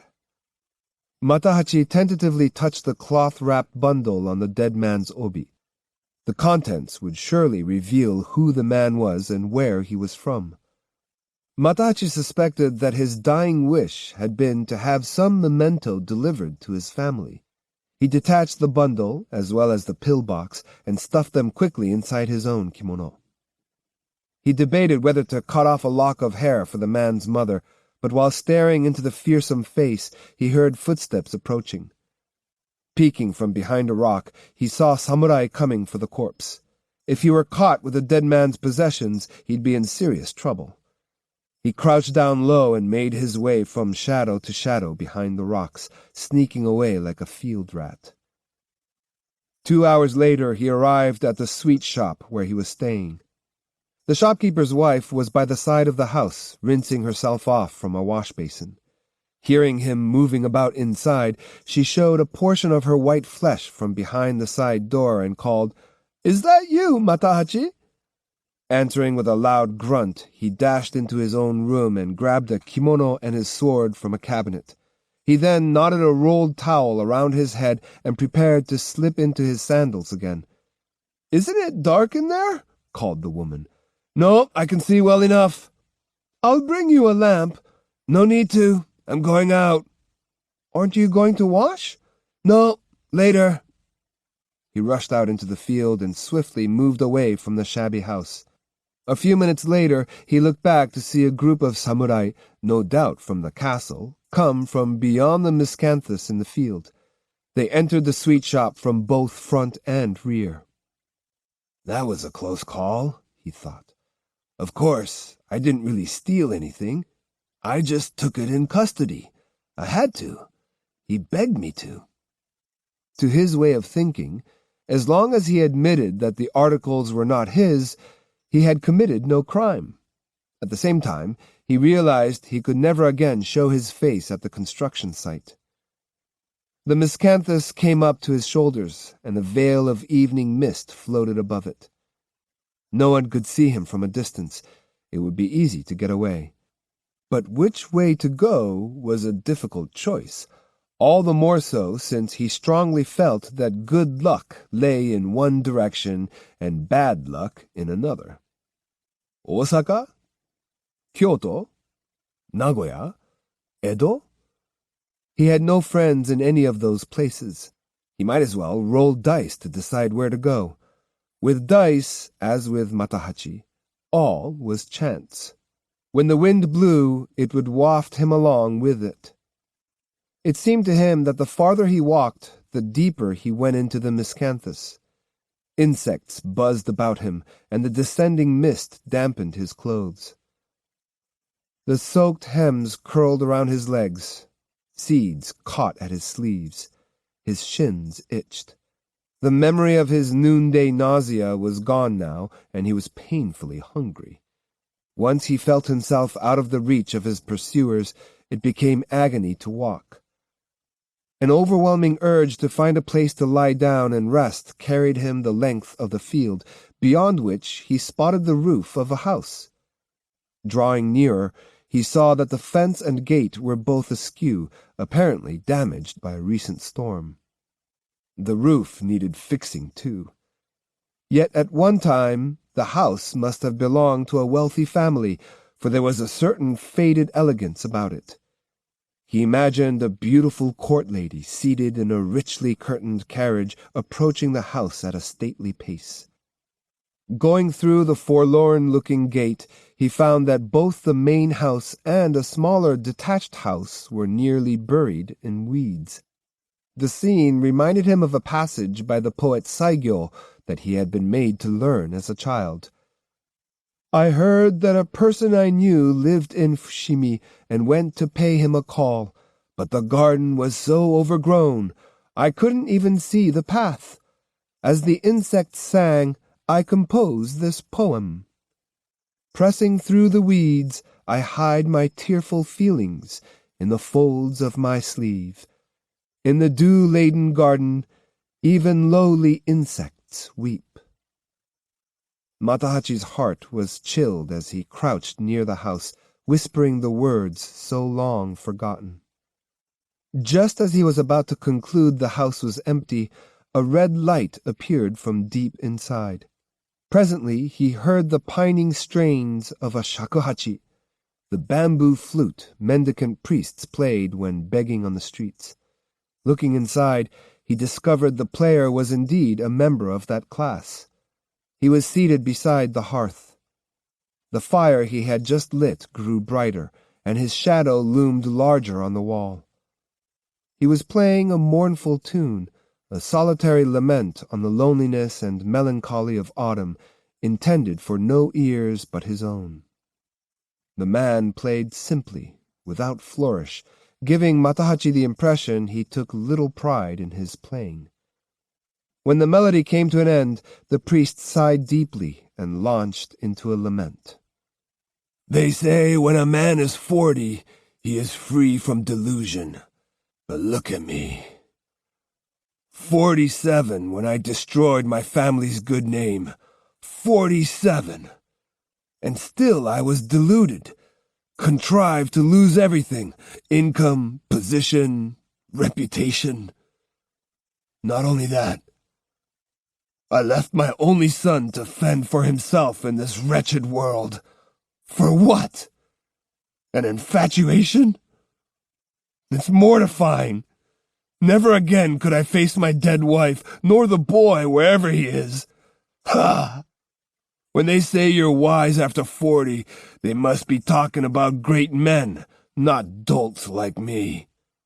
Instead of thinking myself wise because of my years, I should have been more careful than ever. It's madness not to, where women are concerned. Standing his shakuhachi on end in front of him, and propping both hands on the mouthpiece, he went on. When that business with Otsu came up, nobody would forgive me any longer. It's too late. Too late. Matahachi had crept into the next room. He listened, but was repelled by what he saw. The priest's cheeks were sunken, his shoulders had a pointed, stray dog air, and his hair was sheenless. Matahachi crouched in silence. In the flickering firelight, the man's form summoned up visions of demons of the night. Oh, what am I to do? Moaned the priest, lifting his sunken eyes to the ceiling. His kimono was plain and dingy, but he also wore a black cassock, indicating he was a follower of the Chinese Zen master Pu Hua. The reed matting on which he sat, and which he rolled up and carried with him wherever he went, was probably his only household possession, his bed, his curtain, and in bad weather, his roof. Talking won't bring back what I've lost, he said. Why wasn't I more careful? I thought I understood life. I understood nothing. Let my status go to my head. I behaved shamelessly toward a woman. No wonder the gods deserted me. What could be more humiliating? The priest lowered his head as though apologizing to someone, then lowered it still farther. I don't care about myself. The life I have now is good enough for me. It's only right I should do penance and have to survive without outside help. But what have I done to Jotaro? He'll suffer more for my misconduct than I. If I were still in Lord Ikeda's service, he'd now be the only son of a samurai with an income of 5,000 bushels. But because of my stupidity, he's nothing. What's worse, one day, when he's grown, he'll learn the truth. For a time he sat with his hands covering his face, then suddenly stood up. I must stop this, feeling sorry for myself again. The moon's out. I'll go walk in the field, rid myself of these old grievances and ghosts. The priest picked up his shakuhachi and shuffled listlessly out of the house. Matahachi thought he saw a hint of a stringy mustache under the emaciated nose. What a strange person, he thought. He's not really old, but he's so unsteady on his feet. Suspecting the man might be a little insane, he felt a tinge of pity for him. Fanned by the evening breeze, the flames from the broken kindling were beginning to scorch the floor. Entering the empty room, Matahachi found a pitcher of water and poured some on the fire, reflecting as he did so on the priest's carelessness. It wouldn't matter much if this old deserted house burned to the ground, but what if instead it were an ancient temple of the Asuka or Kamakura period? Matahachi felt a rare spasm of indignation. It's because of people like him that the ancient temples in Nara and on Mount Koya are destroyed so often, he thought. These crazy vagabond priests have no property, no family of their own. They don't give a thought to how dangerous fire is. They'll light one in the main hall of an old monastery, right next to the murals, just to warm their own carcasses, which are of no use to anyone. Now there's something interesting, he mumbled, turning his eyes toward the alcove. It wasn't the graceful design of the room, nor the remains of a valuable vase that had attracted his attention, but a blackened metal pot, beside which stood a sake jar with a chipped mouth. In the pot was some rice gruel, and when he shook the jar, it made a cheerful gurgling sound. He smiled broadly, grateful for his good fortune and oblivious, as any hungry man might be, to the property rights of others. He promptly drained off the sake in a couple of long swallows, emptied the rice pot, and congratulated himself on the fullness of his belly. Nodding sleepily beside the hearth, he became conscious of the rain-like buzz of insects coming from the dark field outside, not only from the field, but from the walls, the ceiling, and the rotting tatami mats. Just before drifting off to sleep, he remembered the bundle he had taken from the dying warrior. He roused himself and untied it. The cloth was a soiled piece of crepe dyed with a dark red sappanwood dye. It contained a washed and bleached undergarment, together with the usual articles travelers carry. Unfolding the garment, he found an object the size and shape of a letter scroll, wrapped with great care in oil paper. There was also a purse, which fell with a loud clink from a fold in the fabric. Made of purple-dyed leather, it contained enough gold and silver to make Matahachi's hand shake with fear. "This is someone else's money, not mine," he reminded himself. Undoing the oil paper around the longer object revealed a scroll, wound on a Chinese quince roller, with a gold brocade end-cloth. He immediately sensed that it contained some important secret, and with great curiosity put the scroll down in front of him and slowly unrolled it. It said, "Certificate. On sacred oath, I swear that I have transmitted to Sasaki Kojiro the following 7 secret methods of the Chujo style of swordsmanship: overt lightning style, wheel style, rounded style, floating boat style, secret, the diamond, the edification, the infinite. Issued in the village of Jokyoji in the Usaka domain of Echizen province on the blank day of the blank month. Kanemaki Jisai, disciple of Toda Seigen." On a piece of paper that seemed to have been attached later, there followed a poem. "The moon shining on the waters not present, in an undug well yields forth a man with neither shadow nor form." Matahachi realized he was holding a diploma given to a disciple who had learned all his master had to teach, but the name Kanemaki Jisai meant nothing to him. He would have recognized the name of Ito Yagoro, who, under the name Itosai, had created a famous and highly admired style of swordsmanship. He did not know that Jisai was Ito's teacher. Nor did he know that Jisai was a samurai of splendid character, who had mastered the true style of Toda Seigen and had retired to a remote village to pass his old age in obscurity, thereafter transmitting Seigen's method to only a few select students. Matahachi's eyes went back to the first name. This Sasaki Kojiro must have been the samurai who was killed at Fushimi today, he thought. He must have been quite a swordsman to be awarded a certificate in the Chujo style, whatever that is. Shame he had to die. But now I'm sure of it. It's just as I suspected.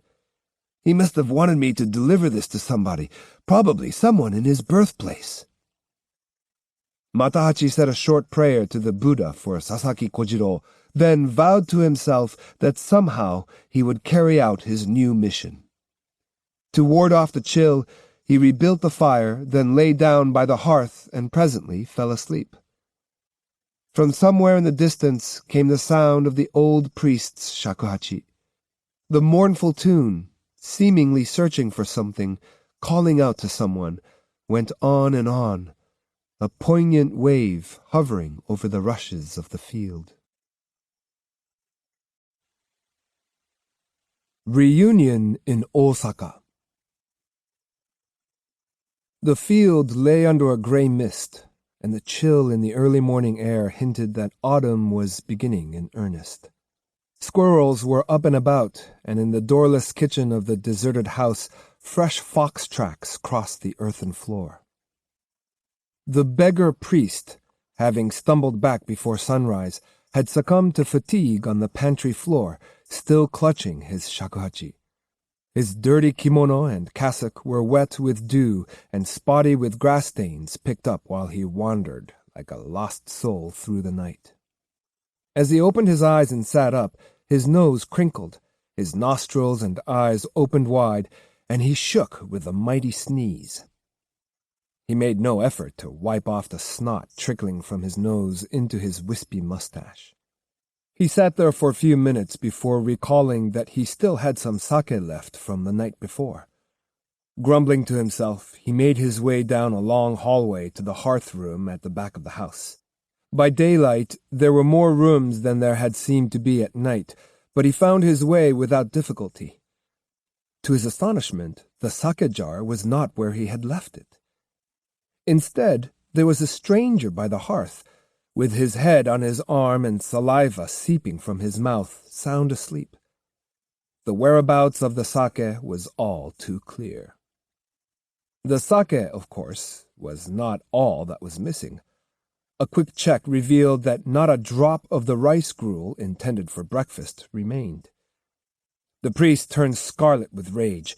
He could get by without the sake, but rice was a matter of life and death. With a fierce yelp, he kicked the sleeper with all his might, but Matahachi grunted sleepily, took his arm from underneath him, and lazily raised his head. You, sputtered the priest, giving him another kick. What are you doing? Cried Matahachi. The veins popped out on his sleepy face as he jumped to his feet. You can't kick me like that. Kicking's not good enough for you. Who told you could come in here and steal my rice and sake? Oh, were they yours? Of course they were. Sorry. You're sorry? What good does that do me? I apologize. You'll have to do more than that. What do you expect me to do? Give them back. They're already inside me. They kept me alive for a night. Can't get them back now. I have to live too, don't I? The most I ever get for going around and playing music at people's gates is a few grains of rice or a couple of drops of sake, you imbecile.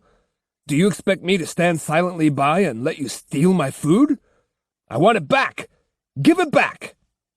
His tone, as he made his irrational demand, was imperious, and his voice sounded to Matahachi like that of a hungry devil straight from hell. Don't be so stingy, said Matahachi disparagingly. What's there to get so upset about? A little rice and less than half a jar of third-rate sake. You ass! Maybe you turn your nose up at leftover rice, but for me, it's a day's food, a day's life. The priest grunted and grabbed Matahachi's wrist. I won't let you get away with this. Don't be a fool, countered Matahachi. Wresting his arm free and seizing the old man by his thin hair, he tried to throw him down with a quick yank. To his surprise, the starved cat body didn't budge. The priest got a firm grip on Matahachi's neck and clung to it. "You bastard!" barked Matahachi, reassessing his opponent's fighting power. He was too late. The priest, planting his feet solidly on the floor, sent Matahachi stumbling backward with a single push. It was a skillful move, utilizing Matahachi's own strength, and Matahachi did not stop until he banged against the plastered wall on the far side of the adjacent room. The posts and lathing being rotten, a good part of the wall collapsed, showering him with dirt. Spitting out a mouthful, he jumped up, drew his sword, and lunged at the old man. The latter prepared to parry the attack with his shakuhachi, but he was already gasping for air. "Now see what you've got yourself into!" yelled Matahachi as he swung. He missed, but went on swinging relentlessly, giving the priest no chance to catch his breath. The old man's face took on a ghostly look. He jumped back time and again, but there was no spring in his step. He appeared to be on the verge of collapse. Each time he dodged, he let out a plaintive cry, like the whimper of a dying man. Still, his constant shifting made it impossible for Matahachi to connect with his sword. Eventually, Matahachi was undone by his own carelessness.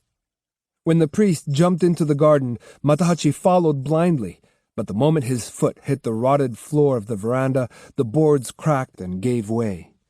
He landed on his backside, one leg dangling through a hole. The priest leaped to the attack. Grabbing the front of Matahachi's kimono, he started beating him on the head, the temples, the body, anywhere his shakuhachi happened to fall, grunting loudly with each whack. With his leg caught, Matahachi was helpless. His head seemed ready to swell to the size of a barrel, but luck was with him, for at this point, pieces of gold and silver began dropping from his kimono. Each new blow was followed by the happy tinkling of coins falling on the floor. "What's this?" gasped the priest, letting go of his victim. Matahachi hastily freed his leg and jumped clear, but the old man had already vented his anger. His aching fist and labored breathing didn't stop him from staring in wonder at the money. Matahachi, hands on his throbbing head, shouted, "See, you old fool! There was no reason to get excited over a little bit of rice and sake. I've got money to throw away. Take it if you want it. But in return, you're going to get back the beating you gave me. Stick out your silly head, and I'll pay you with interest for your rice and booze." Instead of responding to this abuse, the priest put his face to the floor and began weeping. Matahachi's wrath abated somewhat, but he said venomously, "Look at you. The minute you see money, you fall apart." "How shameful of me!" wailed the priest. "Why am I such a fool?" Like the strength with which he had so lately fought, his self-reproach was more violent than that of an ordinary man. "What an ass I am," he continued. "Haven't I come to my senses yet? Not even at my age. Not even after being cast out of society and sinking as low as a man can sink." He turned toward the black column beside him and started beating his head against it, all the time moaning to himself, "Why do I play this shakuhachi? Isn't it to expel through its 5 openings my delusions, my stupidity, my lust, my selfishness, my evil passions? How could I possibly have allowed myself to get into a life-and-death struggle over a bit of food and drink, and with a man young enough to be my son?" Matahachi had never seen anyone like this. The old man would weep for a moment, then ram his head against the column again. He seemed intent on beating his forehead until it split in two. More numerous by far were his inflictions on himself than the blows he had dealt Matahachi. Presently, blood began to flow from his brow. Matahachi felt obliged to prevent him from torturing himself further. "Look now," he said. "Stop that. You don't know what you're doing." "Leave me alone," pleaded the priest. "But what's wrong with you?" "Nothing's wrong." "There must be something. Are you sick?" "No." "Then what is it?" "I'm disgusted with myself. I'd like to beat this evil body of mine to death and feed it to the crows, but I don't want to die a stupid fool.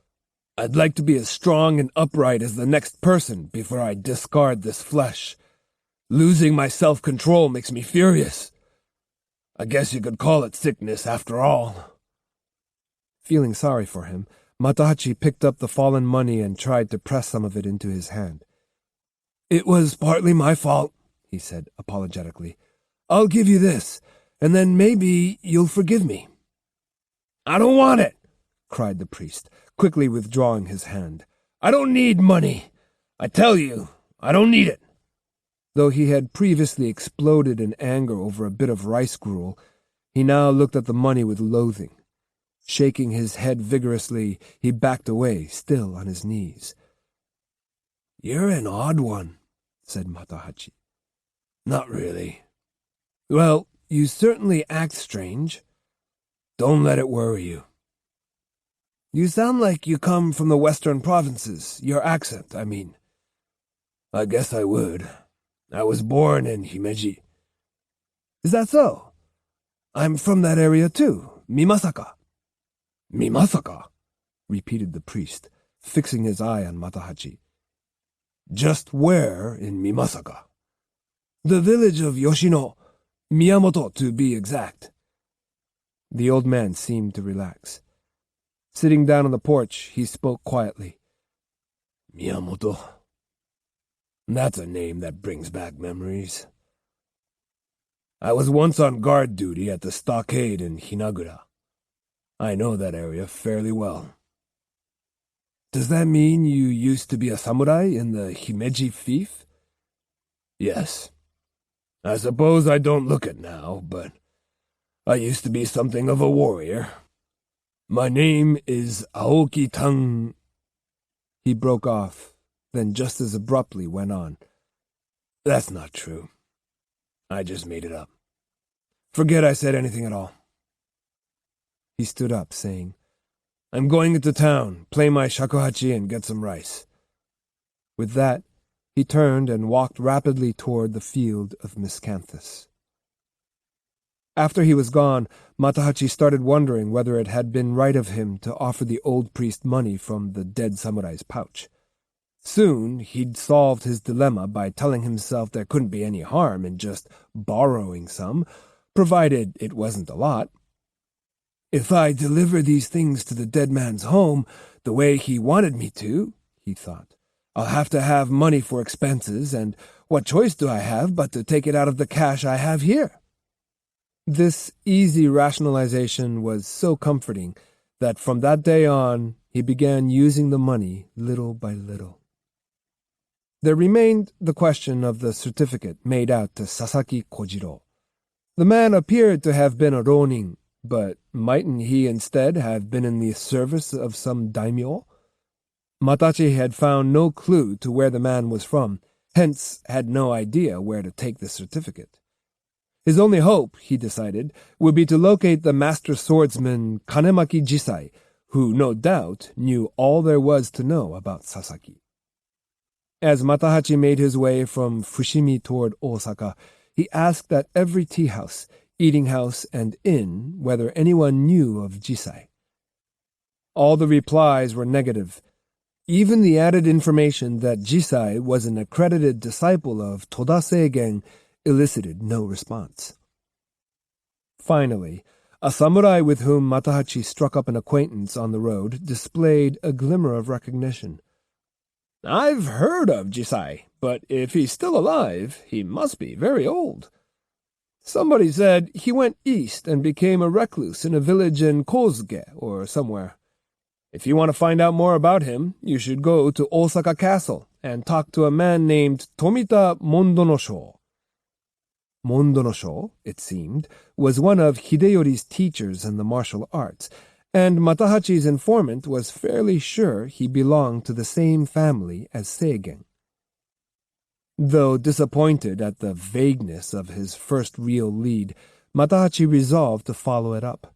Upon his arrival in Osaka, he took a room at a cheap inn on one of the busier streets, and as soon as he was settled in, asked the innkeeper whether he knew of a man named Tomita Mondonosho at Osaka Castle. "Yes, I've heard the name," replied the innkeeper. "I believe he's the grandson of Toda Seigen. He's not Lord Hideyori's personal instructor, but he does teach swordsmanship to some of the samurai in the castle. Or, at least he used to. I think he might have gone back to Echizen some years ago. Yes, that's what he did. You could go to Echizen and look for him, but there's no guarantee he's still there. Instead of taking such a long trip on a hunch, wouldn't it be easier to look up Ito Itosai? I'm pretty sure he studied the Chujo style under Jisai before developing his own style." The innkeeper's suggestion seemed sensible, but when Matahachi began looking for Itosai, he found himself in another blind alley. As far as he could learn, the man had until recently been living in a small hut in Shirakawa, just east of Kyoto, but he was no longer there and hadn't been seen in Kyoto or Osaka for some time. Before long, Matahachi's resolution flagged, and he was ready to drop the whole business. The bustle and excitement of the city rekindled his ambition and stirred his youthful soul. In a wide-open town like this, why should he spend his time looking for a dead man's family? There were plenty of things to do here. People were looking for young men like him. At Fushimi Castle, the authorities had been single-mindedly implementing the policies of the Tokugawa government. Here, however, the generals running Osaka Castle were searching out Ronin to build up an army. Not publicly, of course, but openly enough so that it was common knowledge. It was a fact that Ronin were more welcome and could live better here than in any other castle town in the country. Heady rumors circulated among the townspeople. It was said, for instance, that Hideyori was quietly providing funds for such fugitive daimyo as Goto Matabe, Sanada Yukimura, Akashi Kamon, and even the dangerous Chosokabe Morichika, who now lived in a rented house in a narrow street on the outskirts of town. Chosokabe had, despite his youth, shaved his head like a Buddhist priest and changed his name to Ichimusai, the man of a single dream. It was a declaration that the affairs of this floating world no longer concerned him, and ostensibly he passed his time in elegant frivolities. It was widely known, however, that he had in his service 700 or 800 ronin, all of them firm in their confidence that when the proper time came, he would rise up and vindicate his late benefactor Hideyoshi. It was rumored that his living expenses, including the pay for his ronin, all came from Hideyori's private purse. For 2 months, Matahachi wandered about Osaka, increasingly confident that this was the place for him. Here was where he would catch the straw that would lead to success. For the first time in years, he felt as brave and dauntless as when he'd gone off to war. He was healthy and alive again, unperturbed by the gradual depletion of the dead samurai's money, for he believed luck was finally turning his way. Every day was a joy, a delight. He was sure he was about to stumble over a rock and come up covered with money. Good fortune was on the verge of finding him. New clothes! That was what he needed. And so he bought himself a complete new outfit, carefully choosing material that would be suitable in the cold of approaching winter. Then, having decided living in an inn was too expensive, he rented a small room belonging to a saddle maker in the vicinity of the Junkei Moat and began taking his meals out. He went to see what he wanted to see, came home when he felt like it, and stayed out all night from time to time, as the spirit moved him. While basking in his happy-go-lucky existence, he remained on the lookout for a friend, a connection who would lead him to a good-paying position in the service of a great daimyo. It required a certain amount of self-restraint for Matahachi to live within his means, but he felt he was behaving himself better than ever before.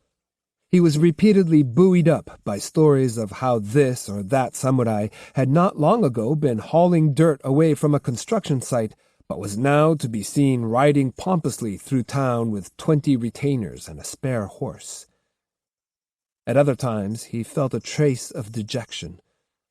"The world's a stone wall," he would think, "and they've put the rocks so close together there's not a chink where anybody can get in." But this frustration always eddied away. "What am I talking about? It just looks that way when you still haven't seen your chance. It's always difficult to break in, but once I find an opening—" When he asked the saddle-maker whether he knew of a position, the latter replied optimistically, "You're young and strong. If you apply at the castle, they're sure to find a place for you." But finding the right work was not as easy as that. The last month of the year found Matahachi still unemployed, his money diminished by half. Under the wintry sun of the busiest month of the year, the hordes of people milling about the streets looked surprisingly unrushed. In the center of town there were empty lots, where in early morning the grass was white with frost. As the day progressed, the streets became muddy, and the feeling of winter was driven away by the sound of merchants hawking their goods with clanging gongs and booming drums. 7 or 8 stalls, surrounded by shabby straw matting to keep outsiders from looking in, beckoned with paper flags and lances decorated with feathers to advertise shows being presented inside. Barkers competed stridently to lure idle passers-by into their flimsy theaters. The smell of cheap soy sauce permeated the air. In the shops, hairy-legged men, skewers of food stuffed in their mouths, whinnied like horses, and at twilight long-sleeved women with whitened faces simpered like ewes, walking together in flocks and munching on parched bean tidbits. One evening, a fight broke out among the customers of a man who had set up a sake shop by placing some stools on the side of the street. Before anyone could tell who had won, the combatants turned tail and ran off down the street, leaving a trail of dripping blood behind them. "Thank you, sir," said the sake vendor to Matahachi, whose glaring presence had caused the fighting townsmen to flee. "If you hadn't been here, they would have broken all my dishes." The man bowed several times, then served Matahachi another jar of sake, which he said he trusted was warmed to just the right temperature. He also presented some snacks as a token of his appreciation. Matahachi was pleased with himself. The brawl had erupted between 2 workmen, and when he had scowled at them, threatening to kill them both if they did any damage to the stall, they had fled. "Lots of people around, aren't there?" he remarked amiably. "It's the end of the year. They stay a while and move on, but others keep coming. Nice that the weather's holding up." Matahachi's face was red from drink. As he lifted his cup, he remembered having sworn off before he went to work at Fushimi, and vaguely wondered how he had started again. "Well, what of it?" he thought. "If a man can't have a drink now and then—" "Bring me another, old boy," he said aloud. The man sitting quietly on the stool next to Matahachi's was also a ronin. His long and short swords were impressive. Townsmen would be inclined to steer clear of him, even though he wore no cloak over his kimono, which was quite dirty around the neck. "Hey, bring me another one too, and make it quick," he shouted. Propping his right leg on his left knee, he scrutinized Matahachi from the feet up. When his eyes came to the face, he smiled and said, "Hello." "Hello," said Matahachi. "Have a sip of mine while yours is being heated." "Thanks," said the man, holding out his cup. "It's humiliating to be a drinker, isn't it? I saw you sitting here with your sake, and then this nice aroma floated through the air and pulled me over here. By the sleeve, sort of." He drained his cup in one gulp. Matahachi liked his style. He seemed friendly, and there was something dashing about him. He could drink, too. He put down 5 jars in the next few minutes, while Matahachi was taking his time over one. Yet he was still sober. "How much do you usually drink?" asked Matahachi. "Oh, I don't know," replied the man offhandedly. 10 or 12 jars when I feel like it." They fell to talking about the political situation, and after a time the Ronin straightened up his shoulders and said, "Who's Ieyasu anyway? What kind of nonsense is it for him to ignore Hideyori's claims and go around calling himself the Great Overlord? Without Honda Masazumi and some of his other old supporters, what have you got? Cold-bloodedness, foxiness, and a little political ability. I mean, all he has is a certain flair for politics that you usually don't find in military men. Personally, I wish Ishida Mitsunari had won at Sekigahara, but he was too high-minded to organize the daimyo, and his status wasn't high enough." Having delivered himself of this appraisal, he suddenly asked, "If Osaka were to clash with Edo again, which side would you be on?" Not without hesitation, Matahachi replied, "Osaka." "Good." The man stood up with his sake jar in his hand. "You're one of us. Let's drink to that. What fief do you— Oh, I guess I shouldn't ask that until I tell you who I am. My name is Akakabe Yasoma. I'm from Gamo. Perhaps you've heard of Ban Danemon. I'm a good friend of his. We'll be together again one of these days. I'm also a friend of Susukida Hayato Kanesuke, the distinguished general at Osaka Castle. We traveled together when he was still a ronin. I've also met Ono Shurinosuke 3 or 4 times, but he's too gloomy for me, even if he does have more political influence than Kanesuke." He stepped back, paused for a moment, seemingly having second thoughts about talking too much, then asked, "Who are you?" Matahachi, though he did not believe everything the man had said, felt somehow that he had been put up temporarily in the shade. "Do you know of Toda Seigen?" he asked. "The man who originated the Tomita style?" "I've heard the name." "Well, my teacher was the great and selfless hermit Kanemaki Jisai, who received the true Tomita style from Seigen and then developed the Chujo style." "Then you must be a real swordsman." "That's right," replied Matahachi. He was beginning to enjoy the game. "You know," said Yasoma, "I've been thinking that's what you must be. Your body looks disciplined, and there's an air of capability about you. What were you called when you were training under Jisai? I mean, if I'm not being too bold in asking." "My name is Sasaki Kojiro," said Matahachi with a straight face. "Ito Yagoro, the creator of the Ito style, is a senior disciple from the same school." "Is that a fact?" said Yasoma with astonishment. For a jittery moment, Matahachi thought of retracting everything, but it was too late. Yasoma had already knelt on the ground and was making a deep bow. There was no turning back. "Forgive me," he said several times. "I've often heard Sasaki Kojiro was a splendid swordsman, and I must apologize for not having spoken more politely. I had no way of knowing who you were." Matahachi was vastly relieved. If Yasoma had happened to be a friend or acquaintance of Kojiro, he would have had to fight for his life. "You needn't bow like that," said Matahachi magnanimously. "If you insist on standing on formalities, we won't be able to talk as friends." "But you must have been annoyed by my spouting off so." "Why? I have no particular status or position. I'm only a young man who doesn't know much about the ways of the world." "Yes, but you're a great swordsman. I've heard your name many times. Now that I think about it, I can see you must be Sasaki Kojiro." He stared intently at Matahachi. "What's more, I don't think it's right that you should have no official position."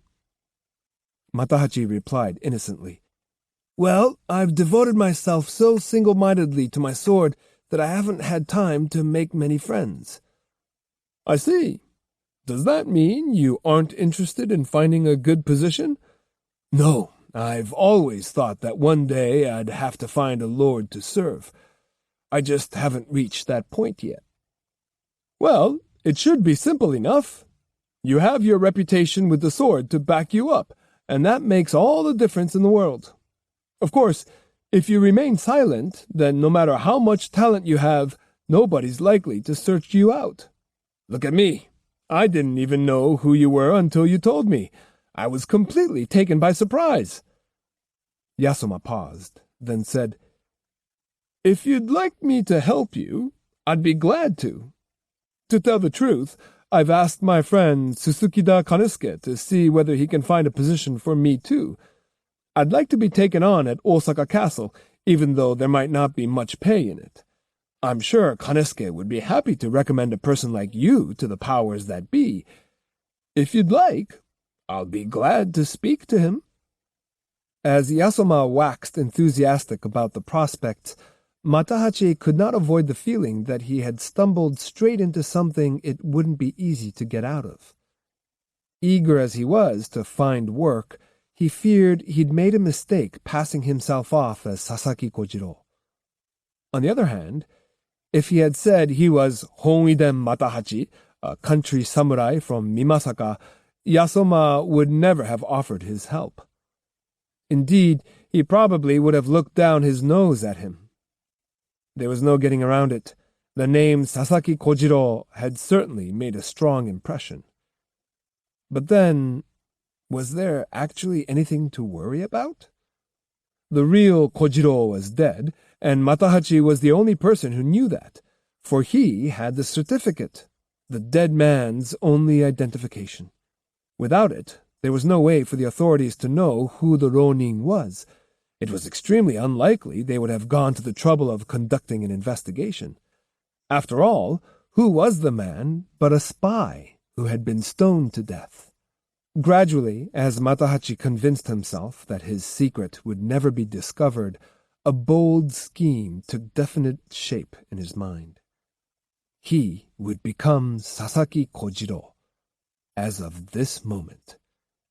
"Bring the bill," he called, taking some coins from his money pouch.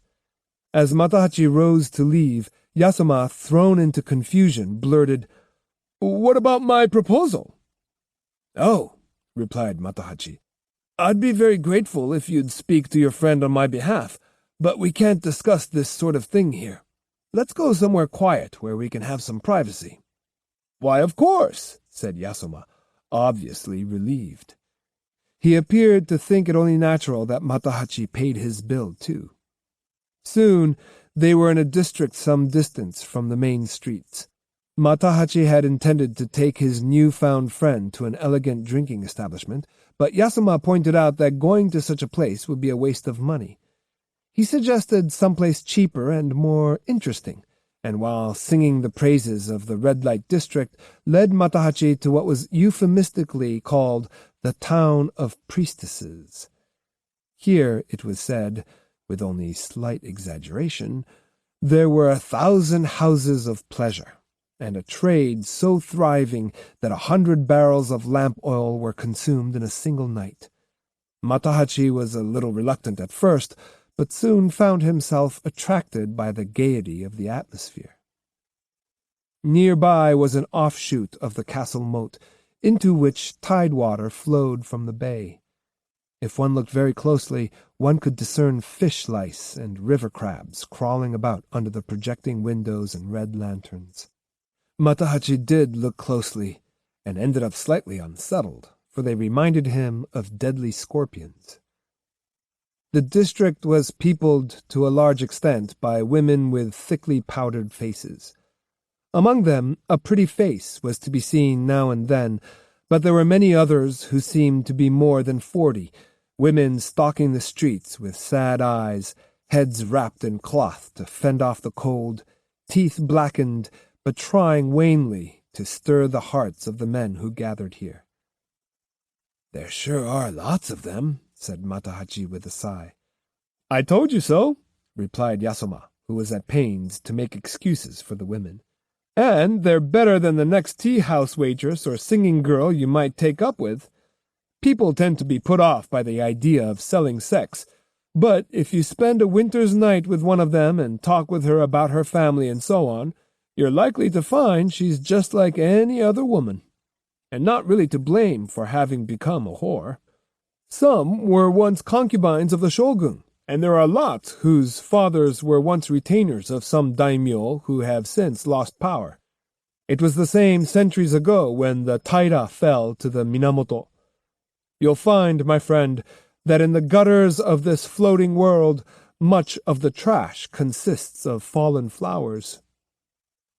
They went into a house, and Matahachi left everything to Yasoma, who seemed to be quite experienced. He knew how to order the sake, how to deal with the girls. He was flawless. Matahachi found the experience quite entertaining. They spent the night, and even at noon on the next day, Yasoma showed no sign of tiring. Matahachi felt recompensed to some extent for all those times he had been pushed off into a back room at the yomogi, but he was beginning to run down. Finally, admitting he'd had enough, he said, "I don't want any more to drink. Let's go." Yasoma did not budge. "Stay with me until evening," he said. "What happens then?" "I have an appointment to see Susukida Kanesuke. It's too early to go to his house now, and anyway, I won't be able to discuss your situation until I have a better idea of what you want." "I guess I shouldn't ask for too large an allowance at first." "There's no point in selling yourself cheap. A samurai of your caliber should be able to command any figure he names. If you say you'll settle for any old position, you'll be demeaning yourself. Why don't I tell him you want an allowance of 2,500 bushels? A samurai with self-confidence is always better paid and treated. You shouldn't give the impression you'd be satisfied with just anything." As evening approached, the streets in this area, lying as they did in the immense shadow of Osaka Castle, darkened early. Having left the brothel, Matahachi and Yasoma made their way through the town to one of the more exclusive samurai residential areas. They stood with their backs to the moat, the cold wind driving away the effects of the sake they'd been pouring into themselves all day. "That's Susukida's house there," said Yasoma. "The one with the bracketed roof over the gate?" "No, the corner house next to it." Big, isn't it?" "Kanesuke's made a name for himself. Until he was 30 or so, nobody had ever heard of him. But now—" Matahachi pretended to pay no attention to what Yasoma was saying. Not that he did not believe it. On the contrary, he had come to trust Yasoma so thoroughly that he no longer questioned what the man said. He felt, however, that he should remain nonchalant. As he gazed at the mansions of the daimyo which ringed the great castle, his still youthful ambition told him, "I'll live in a place like that too, one of these days." "Now," said Yasoma, "I'll see Kanesuke and talk him into hiring you. But before that, what about the money?" "Oh, sure," said Matahachi, aware that a bribe was in order. Taking the money pouch from his breast, he realized that it had shrunk to about a third of its original bulk. Pouring it all out in his hand, he said, "This is all I have. Is it enough?" "Oh, sure, quite enough." "You'll want to wrap it up in something, won't you?" No. Kanesuke is not the only man around here who takes a fee for finding somebody a position. They all do it, and very openly. There's nothing to be embarrassed about." Matahachi kept back a little of the cash, but after handing over the rest began to feel uneasy. When Yasuma walked away, he followed for a few steps. "Do the best you can," he implored. "Don't worry. If it looks as though he's going to be difficult, all I have to do is keep the money and return it to you. He's not the only influential man in Osaka. I could just as easily ask help from Ono or Goto. I've got lots of contacts." "When will I get an answer?" "Let's see. You could wait for me, but you wouldn't want to stand here in this wind, would you? Anyway, people might suspect you were up to no good. Let's meet again tomorrow." "Where?" Come to that vacant lot where they're holding sideshows. All right. The surest way would be for you to wait at that sake vendor's where we first met. After they settled on the time, Yasuma waved his hand and walked grandly through the gate to the mansion, swinging his shoulders and showing not the slightest hesitation. Matahachi, duly impressed, felt Yasuma must indeed have known Kanesuke since his less prosperous days. Confidence swept over him, and that night he dreamed pleasant dreams of his future. At the appointed time, Matahachi was walking through the melting frost on the open lot. As on the previous day, the wind was cold, and there were a lot of people about. He waited until sundown, but saw no sign of Akakabe Yasuma. The day after that, Matahachi went again. Something must have detained him, he thought charitably, as he sat staring at the faces of the passing crowd. He'll show up today. But again, the sun set without Yasuma's appearing. On the third day, Matahachi said to the sake vendor, somewhat timidly, I'm here again. Are you waiting for someone? Yes. I'm supposed to meet a man named Akakabe Yasuma. I met him here the other day. Matahachi went on to explain the situation in detail. That scoundrel? Gasped the sake vendor. Do you mean he told you he'd find you a good position and then stole your money? He didn't steal it. I gave him some money to give to a man named Susukida Kanesuke. I'm waiting here to find out what happened. You poor man. You can wait 100 years, but I dare say you won't see him again. What? Why do you say that? Why, he's a notorious crook. This area's full of parasites like him. If they see anybody who looks a little innocent, they pounce on him. I thought of warning you, but I didn't want to interfere. I thought you'd know from the way he looked and acted what sort of character he was. Now you've gone and lost your money. Too bad. The man was all sympathy. He tried to assure Matahachi that it was no disgrace to be taken in by the thieves operating here. But it wasn't embarrassment that troubled Matahachi.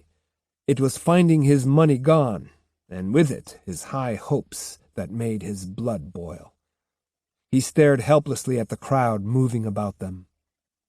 I doubt it'll do any good, said the sake vendor, but you might try asking over there at the magician's stall. The local vermin often gather behind there to gamble. If Yasuma came by some money, he may be trying to build it into something bigger. Thanks, said Matahachi, jumping up excitedly. Which is the magician's stall? The enclosure to which the man pointed was surrounded by a fence of pointed bamboo stakes.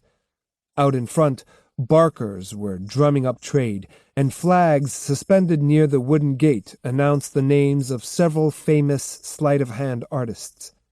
From within the curtains and strips of straw matting lining the fence came the sound of strange music, mingled with the loud, rapid patter of the performers and the applause of the audience.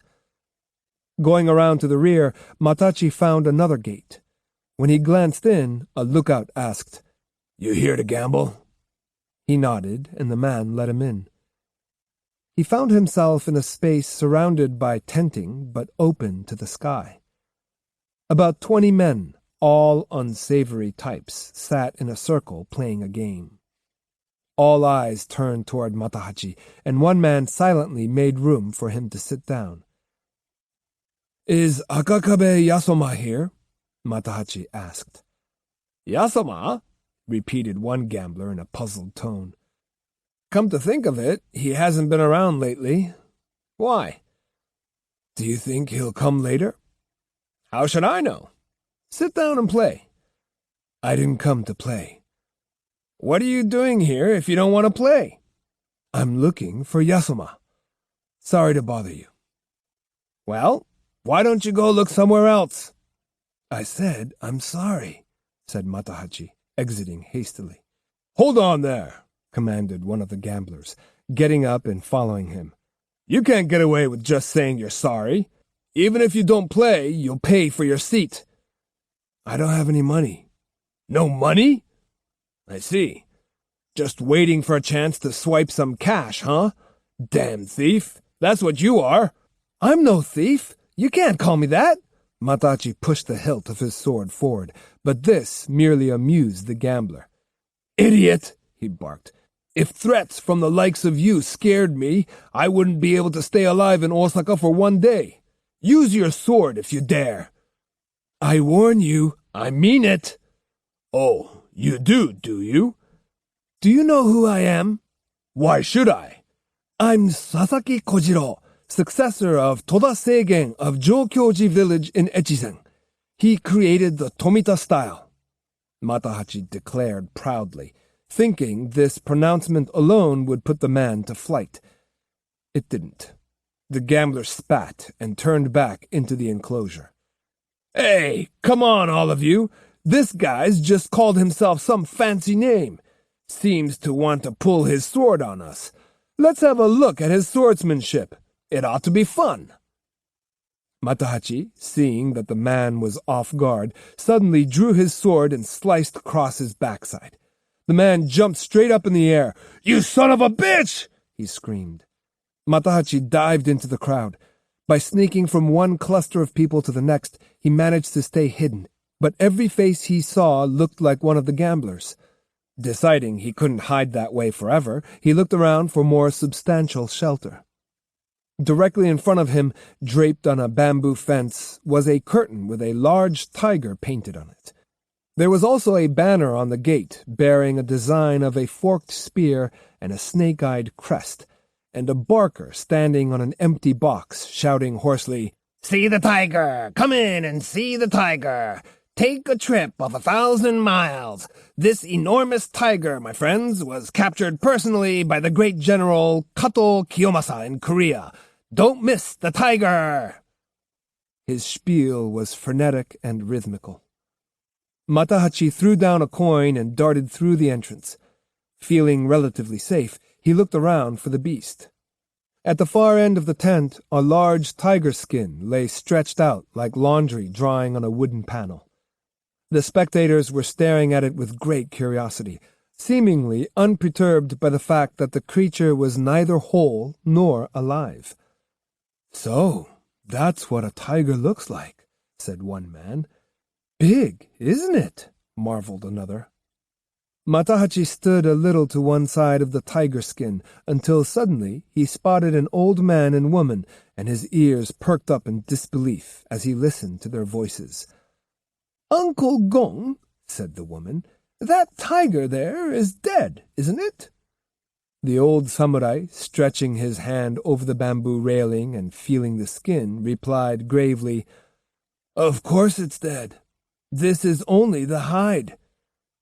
But that man outside was talking as though it was alive. Well, maybe that's what they mean by a fast talker, he said with a little laugh. Osugi didn't take it so lightly. Pursing her lips, she protested, Don't be silly. If it's not real, the sign outside should say so. If all I was going to see was a tiger's skin, I'd just as soon see a picture. Let's go out and get our money back. Don't make a fuss, Granny. People will laugh at you. That's all right. I'm not too proud. If you don't want to go, I'll go myself. As she started pushing her way back through the spectators, Matahachi ducked, but too late. Uncle Gong had already seen him. Hey there, Matahachi! Is that you? He shouted. Osugi, whose eyes were not too good, stammered, What's that you said, Uncle Gong? Didn't you see? Matahachi was standing there, just behind you. Impossible! He was there, but he ran away. Where? Which way? The two scampered out the wooden gate into the crowd, already veiled in the hues of evening. Matahachi kept bumping into people, but disentangled himself and ran on. Wait, son! Wait! Cried Osugi. Matahachi glanced behind him and saw his mother chasing him like a madwoman. Uncle Gon, too, was waving his hands frantically. Matahachi! He cried. Why are you running away? What's wrong with you? Matahachi! Matahachi! Seeing she was not going to be able to catch him, Otsugi stuck her wrinkled neck forward and at the top of her lungs screamed, "Stop! Thief! Robber! Catch him!" Immediately, a throng of bystanders took up the chase, and those in the forefront soon fell upon Matahachi with bamboo poles. "Keep him there! The scoundrel! Give him a good beating!" The mob had Matahachi cornered, and some even spat on him. Arriving with Uncle Gon, Otsugi quickly took in the scene and turned furiously on Matahachi's attackers. Pushing them away, she seized the hilt of her short sword and bared her teeth. "What are you doing?" she cried. "Why are you attacking this man?" "He's a thief." "He is not. He's my son." "Your son?" "Yes, he's my son, the son of a samurai, and you have no business beating him. You're nothing but common townspeople. If you touch him again, I'll take you all on." "Are you joking? Who shouted thief a minute ago?" "That was me, all right. I don't deny it. I'm a devoted mother, and I thought if I cried thief, my son would stop running. But who asked you stupid oafs to hit him? It's outrageous." Startled by her volte-face, yet admiring her mettle, the crowd slowly dispersed. Otsugi seized her wayward son by the collar and dragged him to the grounds of a nearby shrine. After standing and looking on from the shrine gate for a few minutes, Uncle Gon came forward and said, "Granny, you don't have to treat Matahachi like that. He's not a child." He tried to pull her hand away from Matahachi's collar, but the old woman elbowed him roughly out of the way. "You stay out of this. He's my son, and I'll punish him as I see fit, with no help from you. Just keep quiet and mind your own business." "Matahachi, you ungrateful! I'll show you!" It is said that the older people grow, the simpler and more direct they become, and watching Otsugi, one could not help but agree. At a time when other mothers might have been weeping for joy, Otsugi was seething with rage. She forced Matahachi to the ground and beat his head against it. "The very idea! Running away from your own mother! You weren't born from the fork of a tree, you lout! You're my son!" She began spanking him as though he were still a child. "I didn't think you could possibly be alive, and here you are loafing around Osaka. It's shameful! You brazen good-for-nothing! Why didn't you come home and pay the proper respects to your ancestors? Why didn't you so much as show your face just once to your old mother? Didn't you know all your relatives were worried sick about you?" "Please, Mama," begged Matahachi, crying like a baby. "Forgive me. Please forgive me. I'm sorry. I know what I did was wrong. It was because I knew I'd failed you that I couldn't go home. I didn't really mean to run away from you. I was so surprised to see you, I started running without thinking. I was so ashamed of the way I'd been living. I couldn't face you and Uncle Gon." He covered his face with his hands. Otsugi's nose crinkled, and she, too, started to bawl, but almost immediately she stopped herself. Too proud to show weakness, she renewed her attack, saying sarcastically, "If you're so ashamed of yourself and feel you've disgraced your ancestors, then you really must have been up to no good all this time." Uncle Gon, unable to restrain himself, pleaded, "That's enough. If you keep on like that, it'll surely twist his nature." "I told you to keep your advice to yourself. You're a man. You shouldn't be so soft. As his mother, I have to be just as stern as his father would be if he were still alive. I'll do the punishing, and I'm not finished yet. Matahachi, sit up straight. Look me in the face." She sat down formally on the ground and pointed to the place where he was to sit. "Yes, Mama," he said obediently, lifting his dirt-stained shoulders and getting into a kneeling position. He was afraid of his mother. She could, on occasion, be an indulgent parent, but her readiness to raise the subject of his duty to his ancestors made him uncomfortable. "I absolutely forbid you to hide anything from me," said Otsugi. "Now, what exactly have you been doing since you ran off to Sekigahara? Start explaining, and don't stop till I've heard all I want to hear." "Don't worry, I won't hold anything back," he began, having lost the desire to fight. True to his word, he blurted out the whole story in detail. About escaping from Sekigahara, hiding at Ibuki, becoming involved with Oko, living off her, though hating it for several years, and how he now sincerely regretted what he'd done. It was a relief, like throwing up bile from his stomach, and he felt much better after he'd confessed. Mumbled Uncle Gon from time to time. Otsugi clicked her tongue, saying, "I'm shocked at your conduct. And what are you doing now? You seem to be able to dress well. Have you found a position that pays adequately?" "Yes," said Matahachi. The answer slipped out without forethought, and he hastened to correct himself. "I mean, no, I don't have a position." "Then where do you get money to live on?" "My sword. I teach swordsmanship." There was the ring of truth in the way he said this, and it had the desired effect. "Is that so?"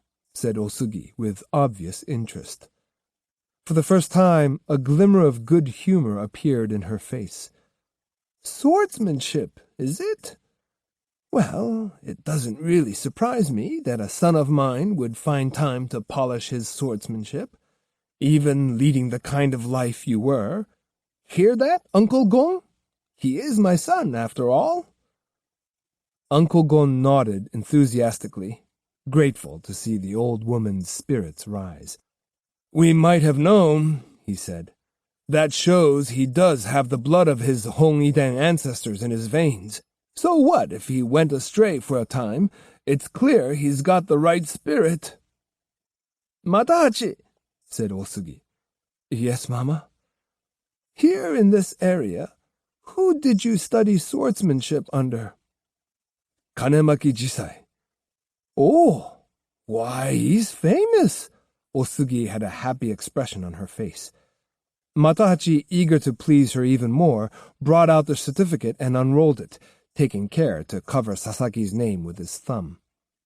"Look at this," he said. "Let me see," said Otsugi. She reached for the scroll, but Matahachi kept a firm grip on it. "See, Mama?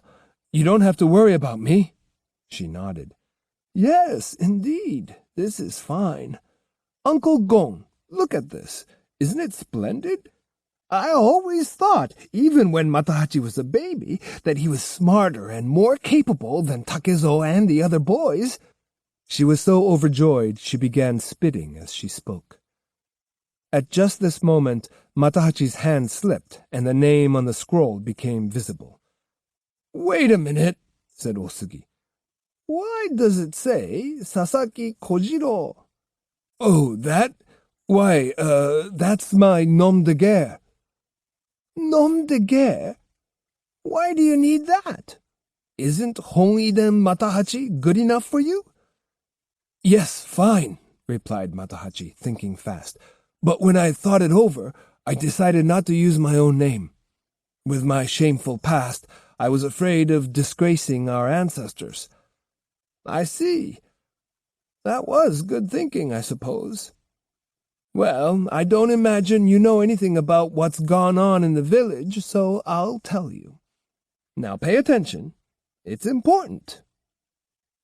Otsugi launched into a spirited account of the incident that had occurred in Miyamoto, choosing her words in a way calculated to spur Matahachi to action. She explained how the Hongiden family had been insulted, how she and Uncle Gon had been searching for years for Otsu and Takezo. Although she tried not to get emotional, she did get carried away with her story. Her eyes moistened and her voice thickened. Matahachi, listening with bowed head, was struck by the vividness of her narrative. At times like this, He found it easy to be a good and obedient son, but whereas his mother's main concern was family honor and the samurai spirit, he was most deeply moved by something else. If what she was saying was true, Otsu didn't love him anymore. This was the first time he had actually heard this. "Is that really true?" he asked. Osugi, seeing his face change color, drew the mistaken conclusion that her lecture on honor and spirit was taking effect. "If you think I'm lying," she said, "ask Uncle Gong. That trollop abandoned you and ran off with Takezo. To put it another way, you could say Takezo, knowing you wouldn't be back for some time, lured Otsu into going away with him. Isn't that right, Uncle Gong?" "Yes. When Takezo was tied up in the tree, he got Otsu to help him escape, and the two made off together. Everybody said there must have been something going on between them." This brought out the worst in Matahachi and inspired a new revulsion against his boyhood friend. Sensing this, his mother fanned the spark. "Do you see now, Matahachi? Do you understand why Uncle Gon and I left the village? We're going to have our revenge on those two. Unless I kill them, I can't ever show my face in the village again or stand before the memorial tablets of our ancestors." "I understand." "And do you see that unless we avenge ourselves, you can't return to Miyamoto either?" "I won't go back. I'll never go back." "That's not the point. You've got to kill those two. They're our mortal enemies." "Yeah, I guess so." "You don't sound very enthusiastic. What's the matter? Don't you think you're strong enough to kill Takezo?" "Of course I am," he protested. Uncle Gon spoke up. "Don't worry, Matahachi. I'll stick by you." "And your old mother will too," added Osugi. "Let's take their heads back to the village as souvenirs for the people. Isn't that a good idea, son? If we do, then you can go ahead and find yourself a wife and settle down. You'll vindicate yourself as a samurai and earn a fine reputation as well. There's no better name in the whole Yoshino area than Hongiden, and you will have proved that to everyone beyond a doubt. Can you do it, Matahachi? Will you do it?" "Yes, Mama." "That's a good son. Uncle Gon, don't just stand there. Congratulate the boy. He's sworn to take revenge on Takezo and Otsu." Seemingly satisfied at last, she started to rise from the ground with visible difficulty. "Oh, that hurts," she cried. "What's the matter?" asked Uncle Gon. "The ground is freezing. My stomach and hips ache." "That's not so good. Are you coming down with piles again?" Matahachi, in a show of filial devotion, said, "Climb on my back, Mama." "Oh, you want to carry me? Isn't that nice?" Grasping his shoulders, she shed tears of joy. "How many years has it been? Look, Uncle Gon, Matahachi's going to carry me on his back." As her tears fell on his neck, Matahachi himself felt strangely pleased. "Uncle Gon, where are you staying?" he asked. "We still have to find an inn, but any will do. Let's go look for one." "All right." Matahachi bounced his mother lightly on his back as he walked. "Say, Mama, you're light. Very light. Much lighter than a rock." The Handsome Young Man. Gradually obscured by the wintry noonday mist, the sunlit island of Awaji faded into the distance. The flapping of the great sail in the wind drowned out the sound of the waves. The boat, which plied several times each month between Osaka and Awa Province and Shikoku, was crossing the inland sea on its way to Osaka. Although its cargo consisted mostly of paper and indigo dye, A distinctive odor betrayed it was carrying contraband in the form of tobacco, which the Tokugawa government had forbidden the people to smoke, sniff, or chew.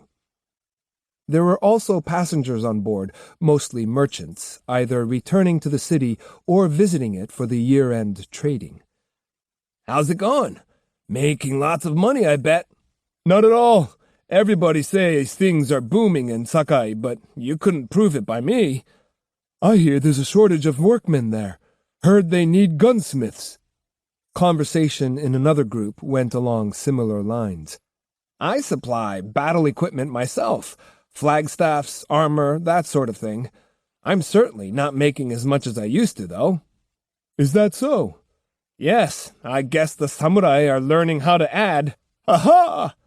It used to be that when the freebooters brought in their loot, you could re-dye or repaint things and sell them right back to the armies. Then, after the next battle, the stuff would come back, and you could fix it up and sell it again." One man was gazing out over the ocean and extolling the riches of the countries beyond it. "You can't make money at home anymore. If you want real profits, you have to do what Naya Luzon Skezaemon or Chaya Skejiro did. Go into foreign trade. It's risky, but if you're lucky, it can really pay off." "Well," said another man, "even if things aren't so good for us these days, from the samurai's viewpoint, we're doing very well. Most of them don't even know what good food tastes like. We talk about the luxuries the daimyo enjoy, but sooner or later, they have to put on their leather and steel and go out and get killed. I feel sorry for them. They're so busy thinking about their honor and the warrior's code, they can't ever sit back and enjoy life." "Isn't that the truth?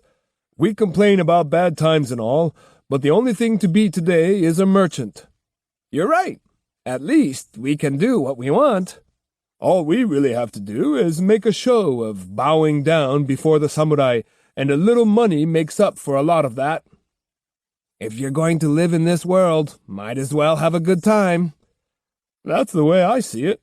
Sometimes I feel like asking the samurai what they're getting out of life." The woolen carpet this group had spread for themselves to sit on was imported, evidence that they were better off than other elements of the population. After Hideyoshi's death, the luxuries of the Momoyama period had passed largely into the hands of the merchants, rather than samurai, and these days the richer townspeople were the ones with elegant sake-serving sets and beautiful, expensive travel equipment. Even a small businessman was normally better off than a samurai with an allowance of 5,000 bushels of rice per year, which was considered a princely income by most samurai. "Never much to do on these trips, is there?" "No. Why don't we have a little card game to pass the time?" "Why not?" A curtain was hung, mistresses and underlings brought sake, and the men began playing sumo, a game recently introduced by Portuguese traders for unbelievable stakes. The gold on the table could have saved whole villages from famine, but the players tossed it about like gravel. Among the passengers were several people the rich merchants might well have questioned as to what they were getting out of life.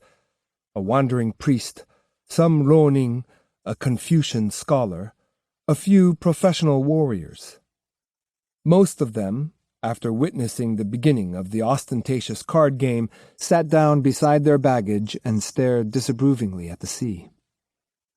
One young man was holding something round and furry in his lap, telling it from time to time to sit still. "What a nice little monkey you have! Is it trained?" asked another passenger. "Yes." "You've had him for some time, then?" "No. I found him not long ago in the mountains between Tosa and Awa." "Oh, you caught him yourself?" "Yes, but the older monkeys almost scratched me to pieces before I got away." As he talked, the young man concentrated intently on picking fleas off the animal. Even without the monkey, he would have attracted attention, for both his kimono and the short red cloak he wore over it were decidedly fancy. His front hair wasn't shaved, and his top knot was tied with an unusual purple band. His clothing suggested he was still a boy, but these days it wasn't as easy as it used to be to tell a person's age from his apparel. With the rise of Hideyoshi, clothing in general had become more colorful. It was not unknown for men of 25 or so to continue to dress like boys of 15 or 16 and leave their forelocks uncut. His skin glowed with youth, his lips were a healthy red, and his eyes were bright. On the other hand, he was solidly built, and there was a certain adult severity about his thick eyebrows and the upward curve at the corners of his eyes. "Why do you keep squirming?" he said impatiently, rapping the monkey sharply on the head. The innocence with which he was picking off the fleas added to the impression of youthfulness. His social status was also difficult to ascertain.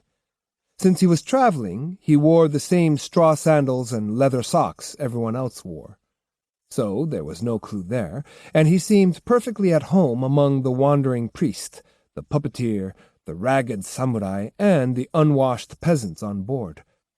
He could easily be taken for a ronin, yet there was something that hinted at a higher status, namely the weapon slung slantwise across his back on a leather strap. It was a long, straight battle sword, large and splendidly made. Nearly everyone who spoke to the youth remarked on its fineness. Gion Toji, standing some distance away, was impressed by the weapon. Yawning and thinking that not even in Kyoto were swords of such high quality often seen, he grew curious as to its owner's background. Toji was bored. His trip, which had lasted 14 days, had been vexing, tiring, and fruitless, and he longed to be once again among people he knew. "I wonder if the runner arrived in time," he mused. "If he did, she'll certainly be at the dock in Osaka to meet me." He tried, by conjuring up Oko's face, to alleviate his boredom.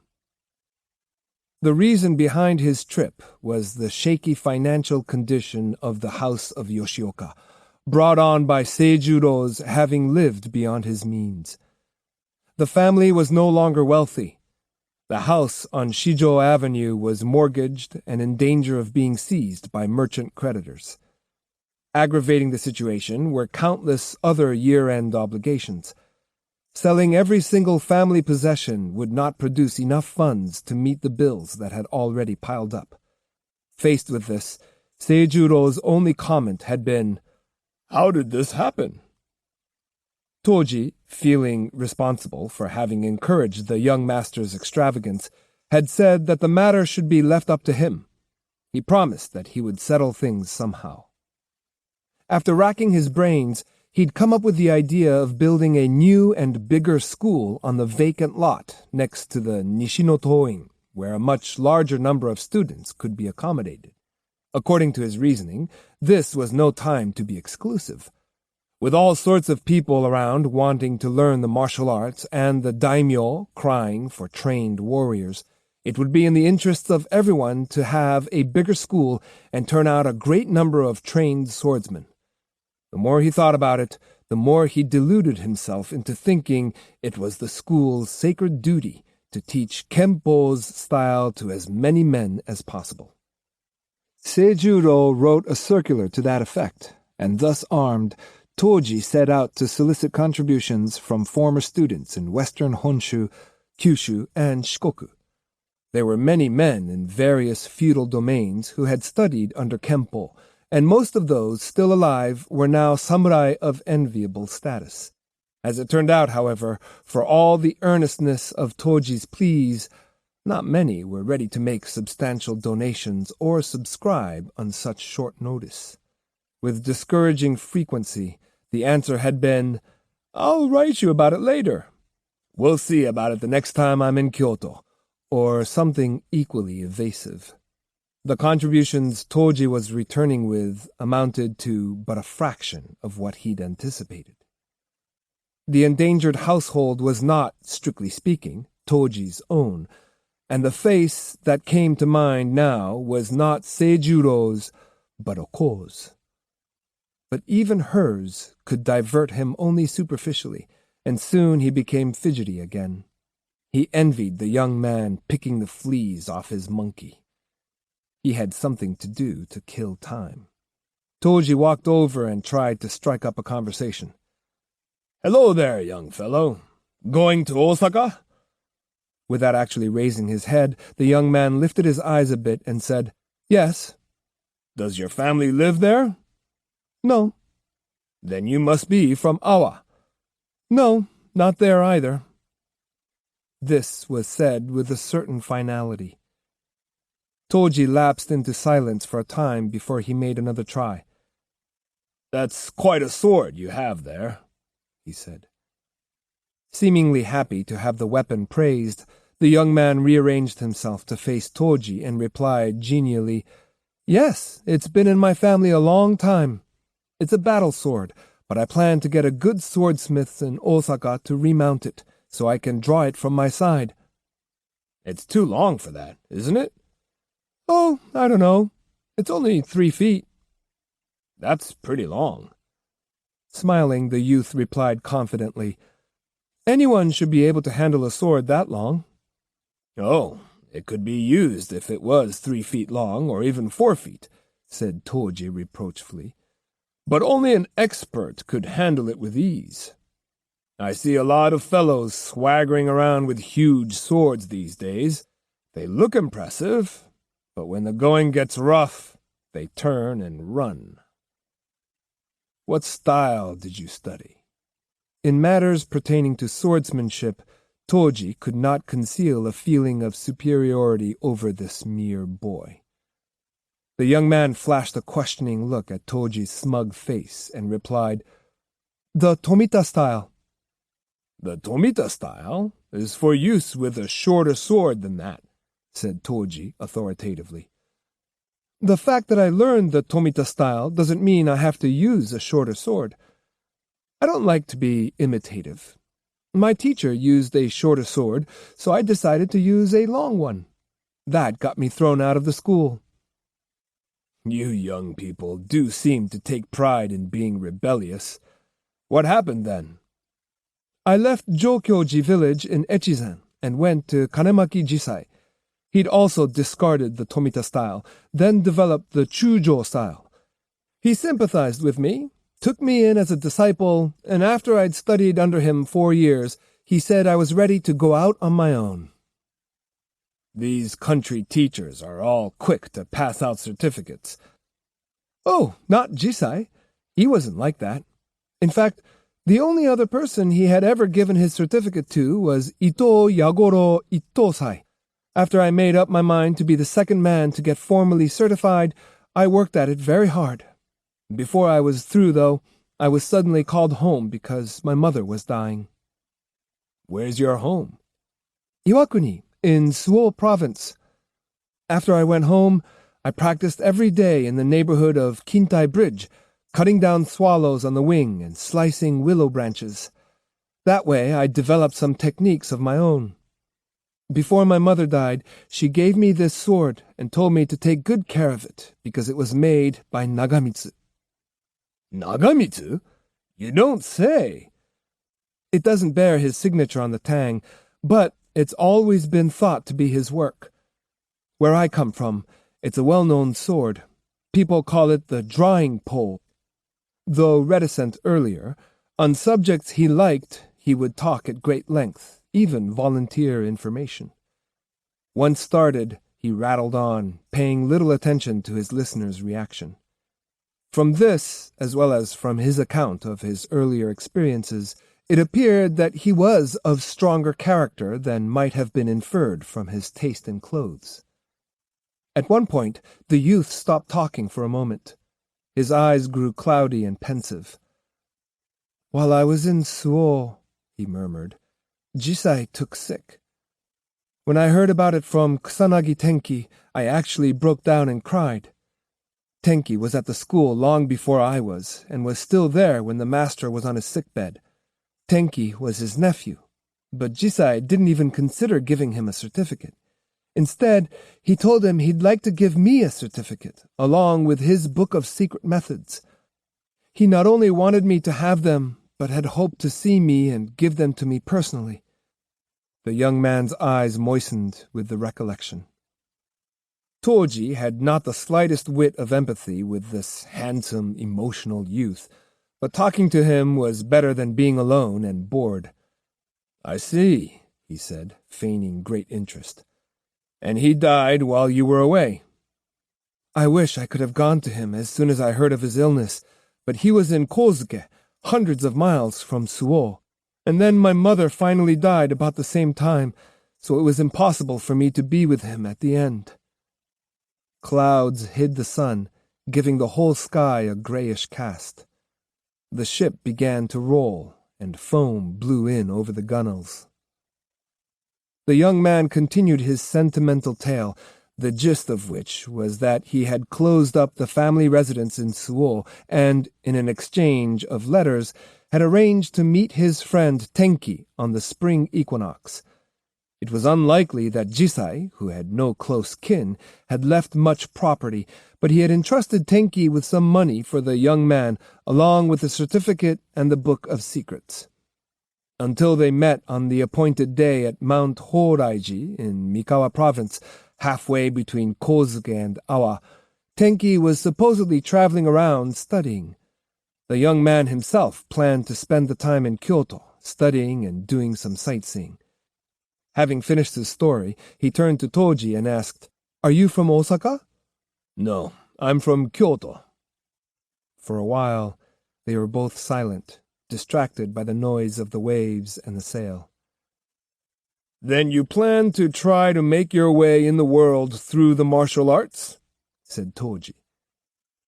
While the remark was innocent enough in itself, the look on Toji's face revealed condescension bordering on contempt.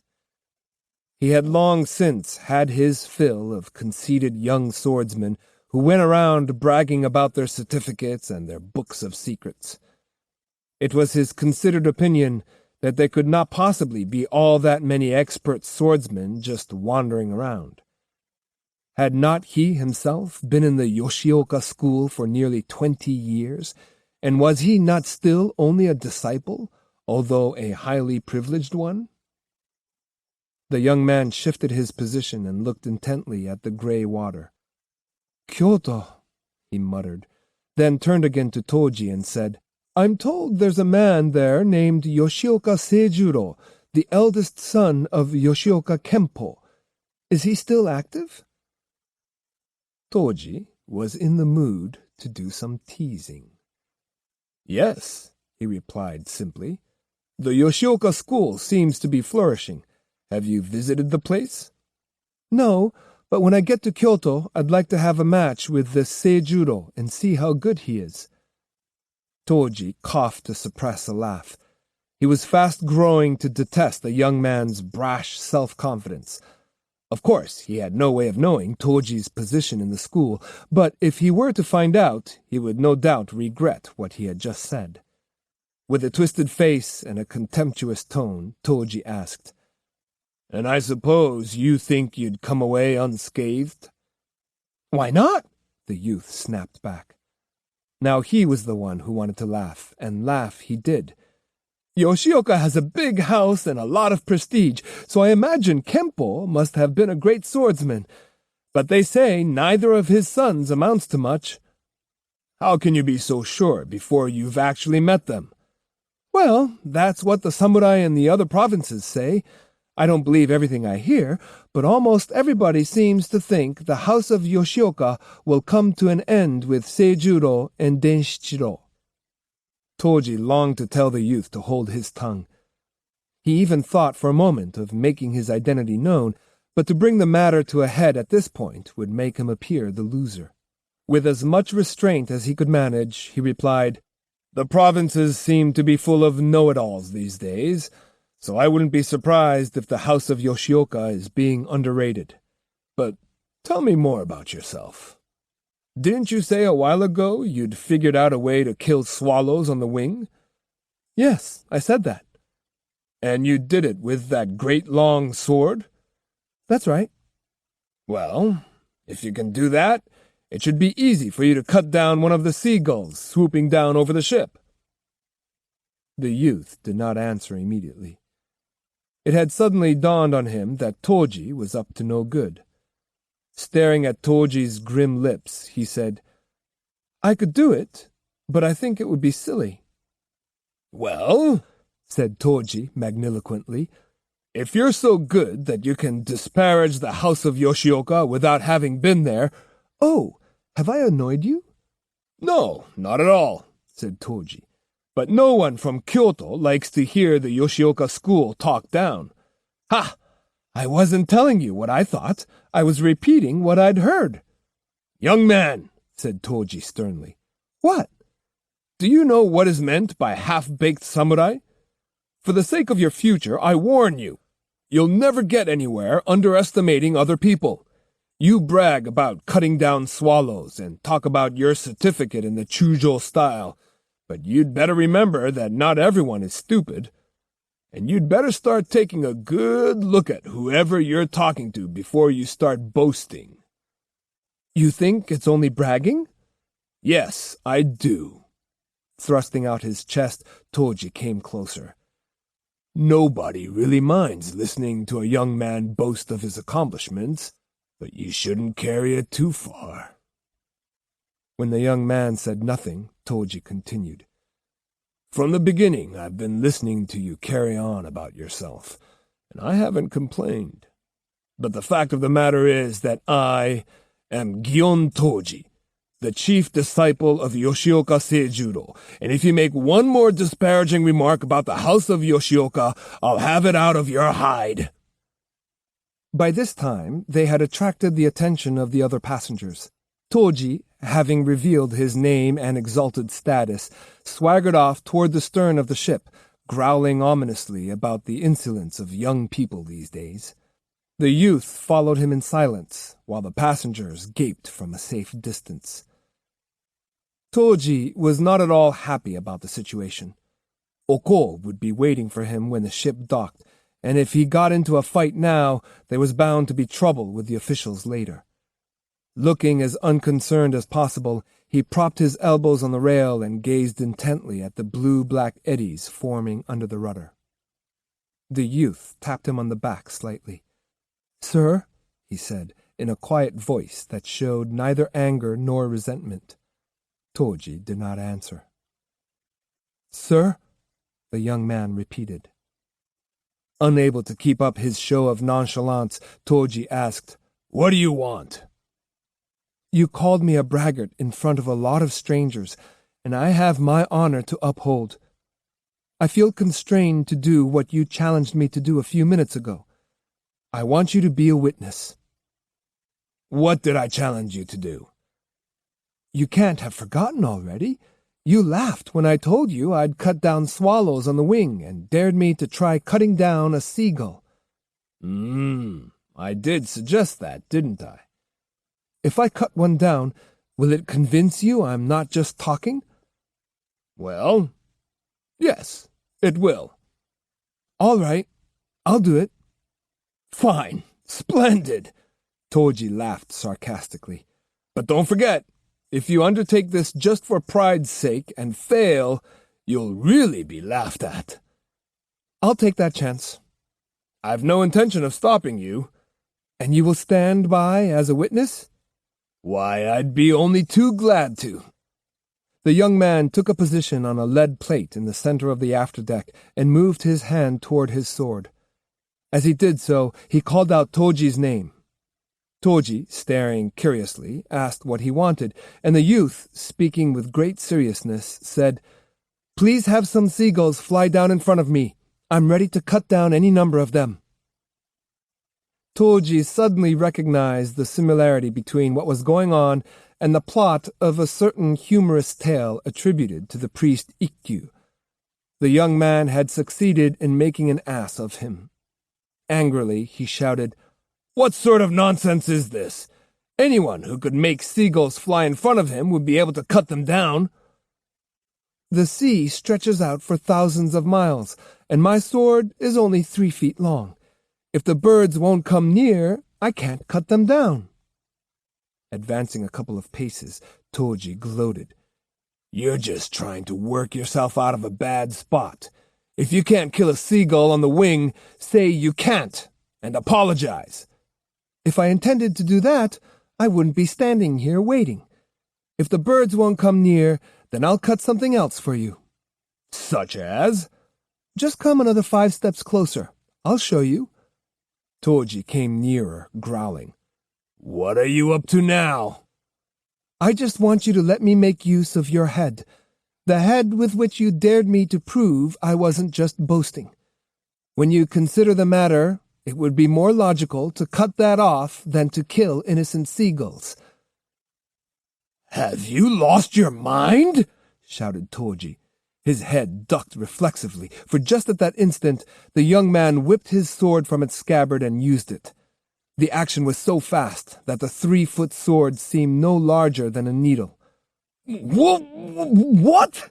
cried Toji, as he staggered backward and put his hands to his collar.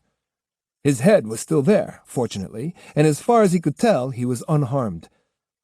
"Do you understand now?" asked the youth, turning his back and walking off between the piles of baggage.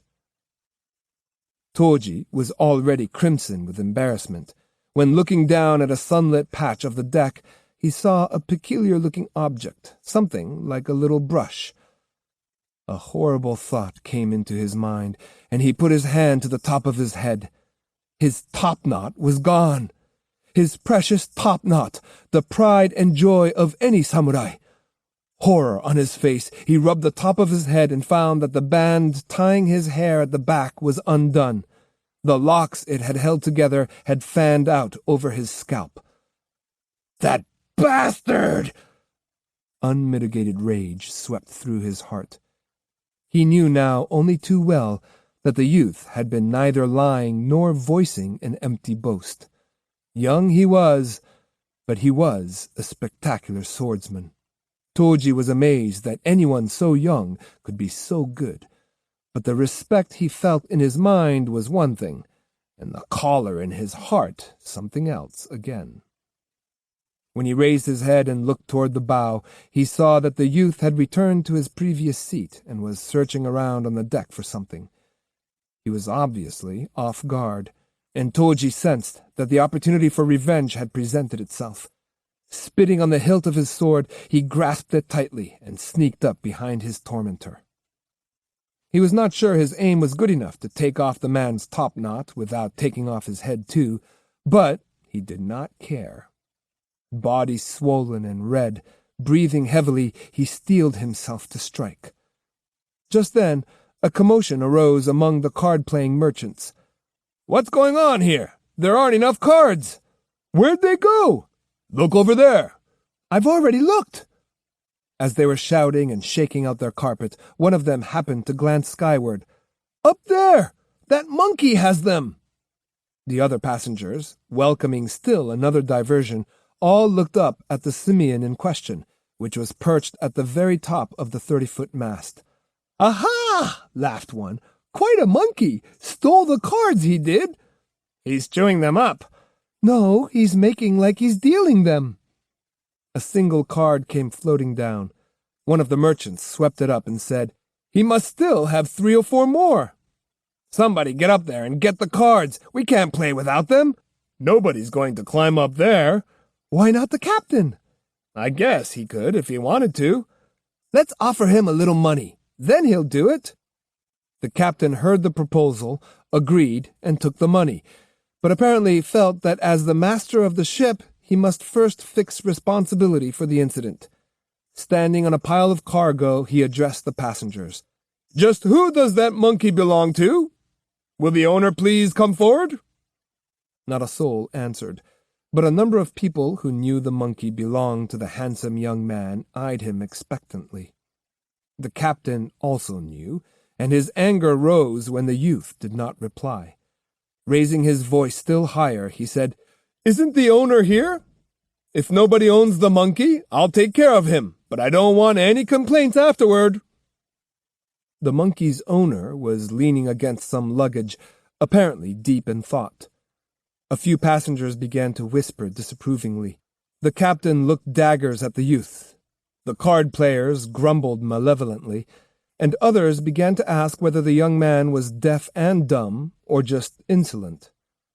The youth, however, merely shifted his position a little to the side and acted as though nothing had happened. The captain spoke again. "It appears that monkeys thrive on sea as well as on land. As you can see, one has wandered in on us. Since it is ownerless, I suppose we can do whatever we wish with it. Passengers, be my witness. As captain, I have appealed to the owner to make himself known, but he hasn't done so.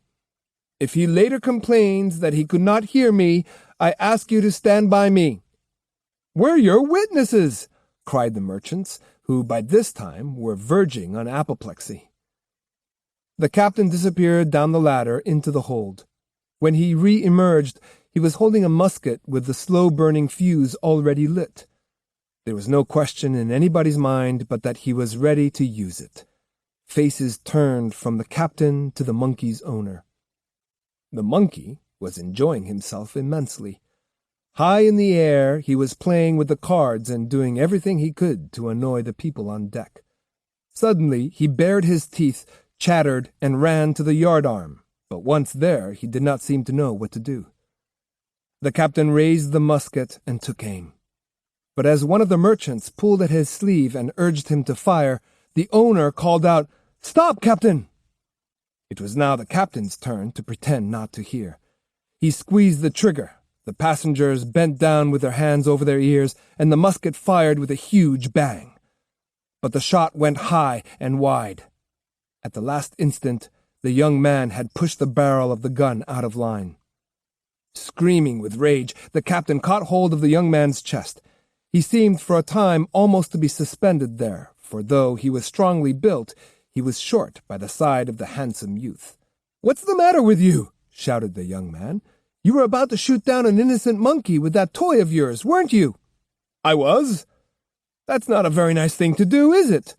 I gave fair warning." "And just how did you do that? Don't you have eyes and ears?" "Shut up! I'm a passenger on this ship. What's more, I'm a samurai. Do you expect me to answer when a mere ship's captain stands up before his customers and bellows as though he were their lord and master?" "Don't be impertinent. I repeated my warning 3 times. You must have heard me. Even if you didn't like the way I said it, you could have shown some consideration for the people who were inconvenienced by your monkey." "What people?" "Oh, you mean that bunch of tradesmen who've been gambling behind their curtain? Don't talk so big. They paid 3 times as much fare as the others. That doesn't make them anything but what they are, low-class, irresponsible merchants throwing around their gold where everybody can see it, drinking their sake and acting as though they owned the ship. I've been watching them, and I don't like them at all. What if the monkey did run away with their cards? I didn't tell him to. He was just imitating what they themselves were doing. I see no need for me to apologize." The young man looked fixedly at the rich merchants and directed a loud, sardonic laugh their way. The Seashell of Forgetfulness. It was evening when the ship entered the harbor at Kizugawa, where it was met by the all-pervading odor of fish. Reddish lights twinkled on shore, and the waves hummed steadily in the background. Little by little, the distance between the raised voices coming from the ship and those issuing from the shore closed up. With a white splash, the anchor was dropped, ropes were cast, and the gangplank was moved into place. A flurry of excited cries filled the air. "Is the son of the priest at the Sumiyoshi shrine aboard?" "Is there a runner around?" "Master, here we are. Over here!"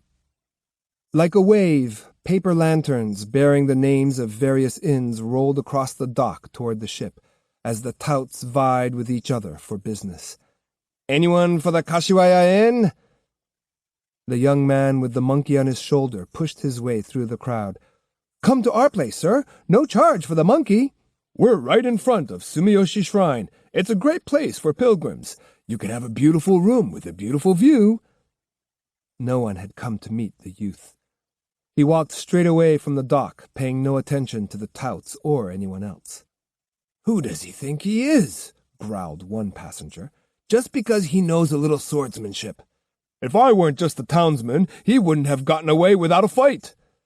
"Oh, calm down. Let the warriors think they're better than anybody else. As long as they're strutting around like kings, they're happy.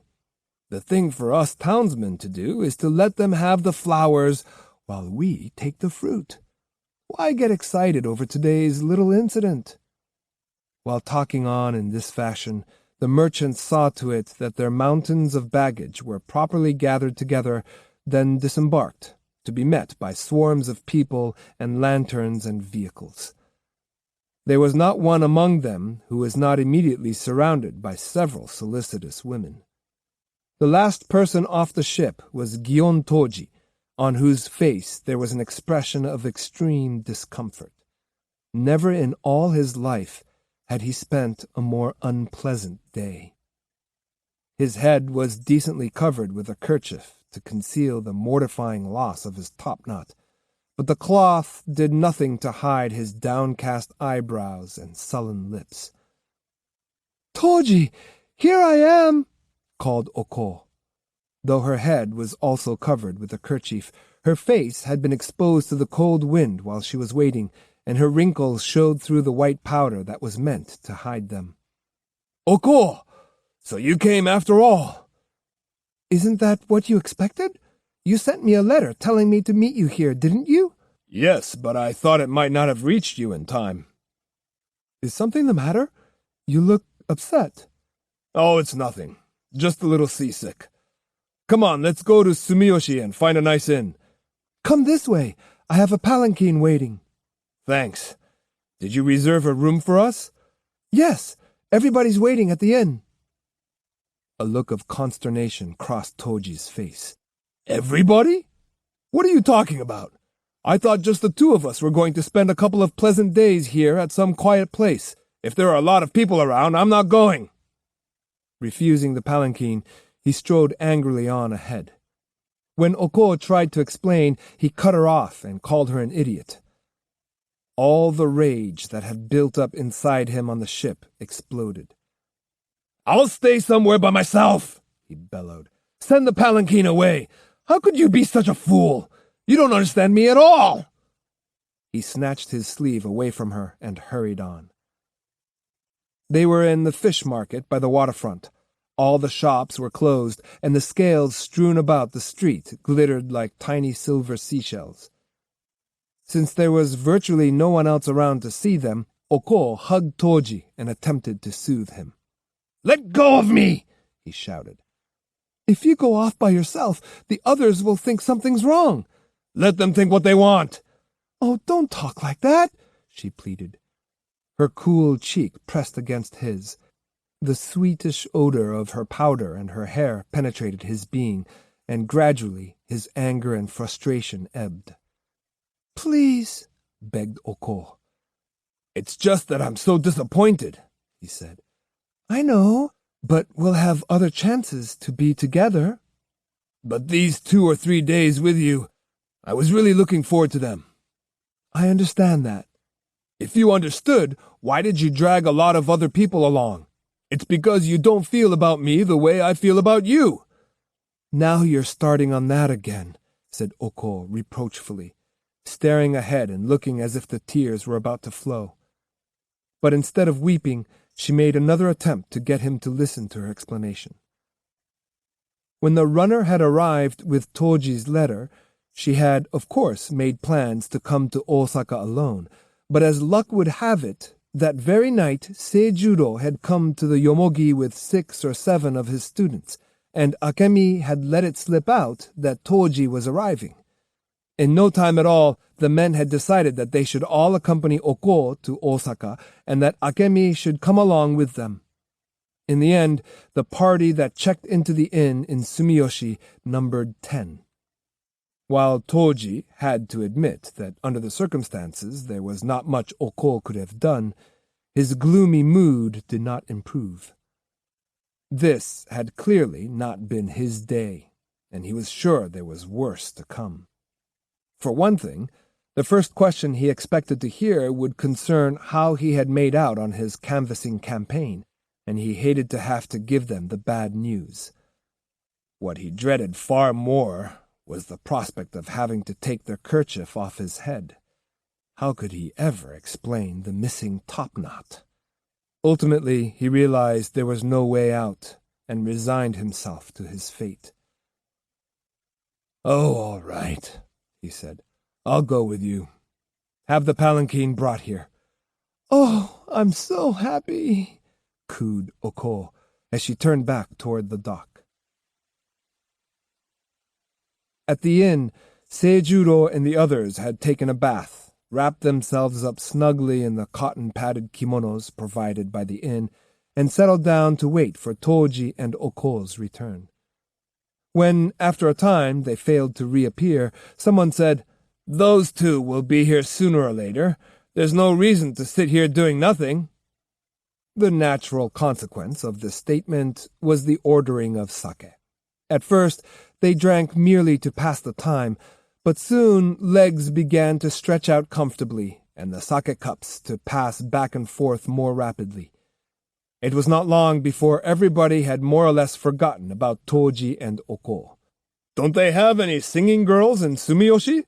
"Say, that's a good idea. Why don't we call in 3 or 4 nice girls?"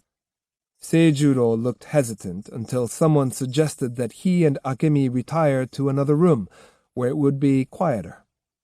The none-too-subtle move to get rid of him brought a wistful smile to his face, but he was nevertheless happy to leave.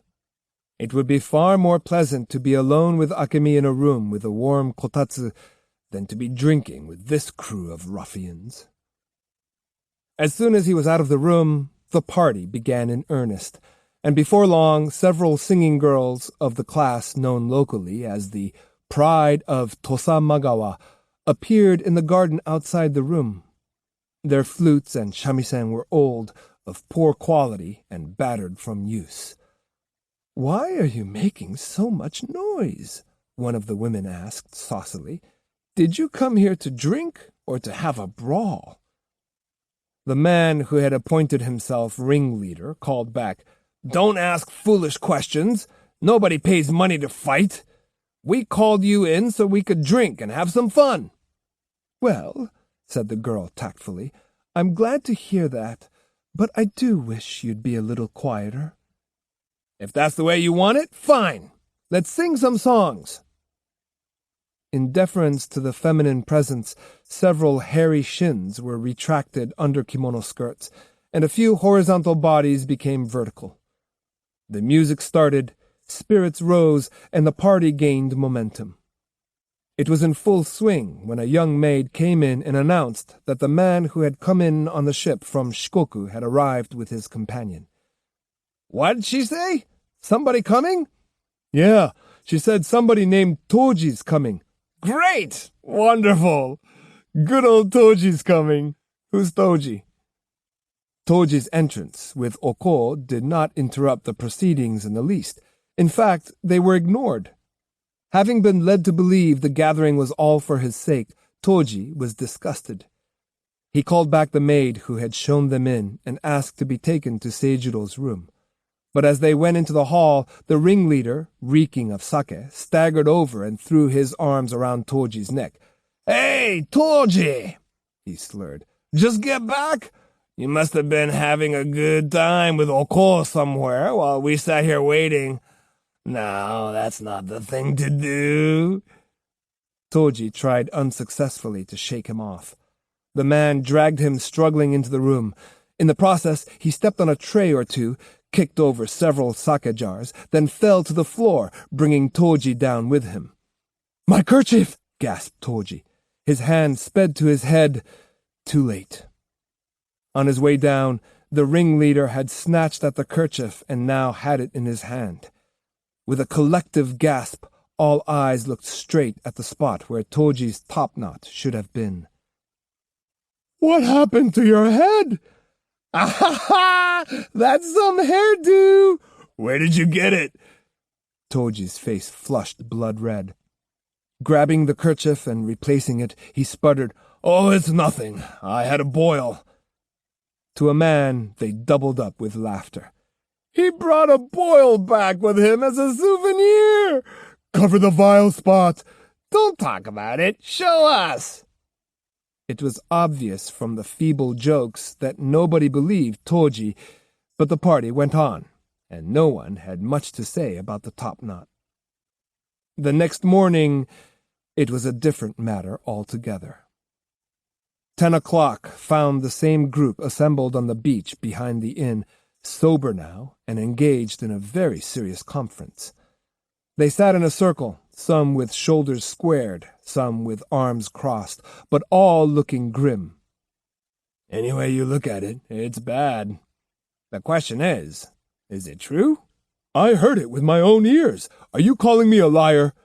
"We can't let it pass without doing anything. The honor of the Yoshioka school is at stake. We have to act." "Of course. But what do we do?"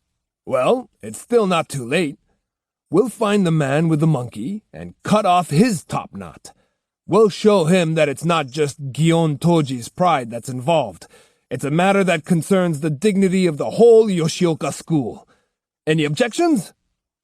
The drunken ringleader of the night before was now a gallant lieutenant, spurring his men on to battle.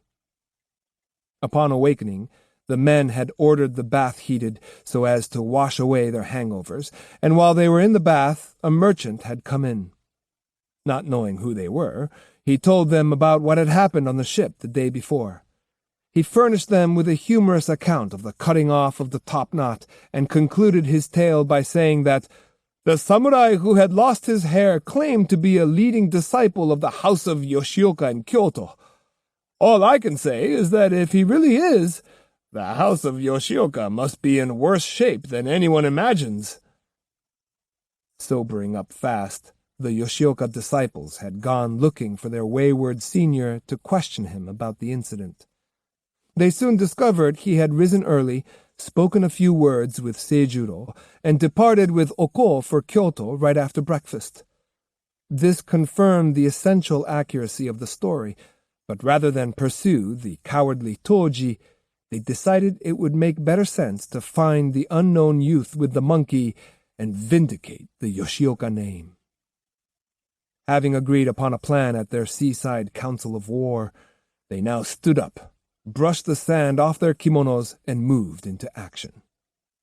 A short distance away, Akemi, bare-legged, had been playing at the edge of the water, picking up seashells one by one, then discarding them almost immediately. Even though it was winter, the sun was shining warmly, and the smell of the sea rose from the froth of the breakers, which stretched out like chains of white roses as far as the eye could see. Akemi, wide-eyed with curiosity, watched the Yoshioka men as they all ran off in different directions, the tips of their scabbards in the air. When the last of them passed her, she called out to him, "Where are you all going?" "Oh, it's you," he said. "Why don't you come search with me? Everybody's been assigned a territory to cover." "What are you looking for?" "A young samurai with a long forelock. He is carrying a monkey." "What did he do?" "Something that will disgrace the young master's name unless we act fast."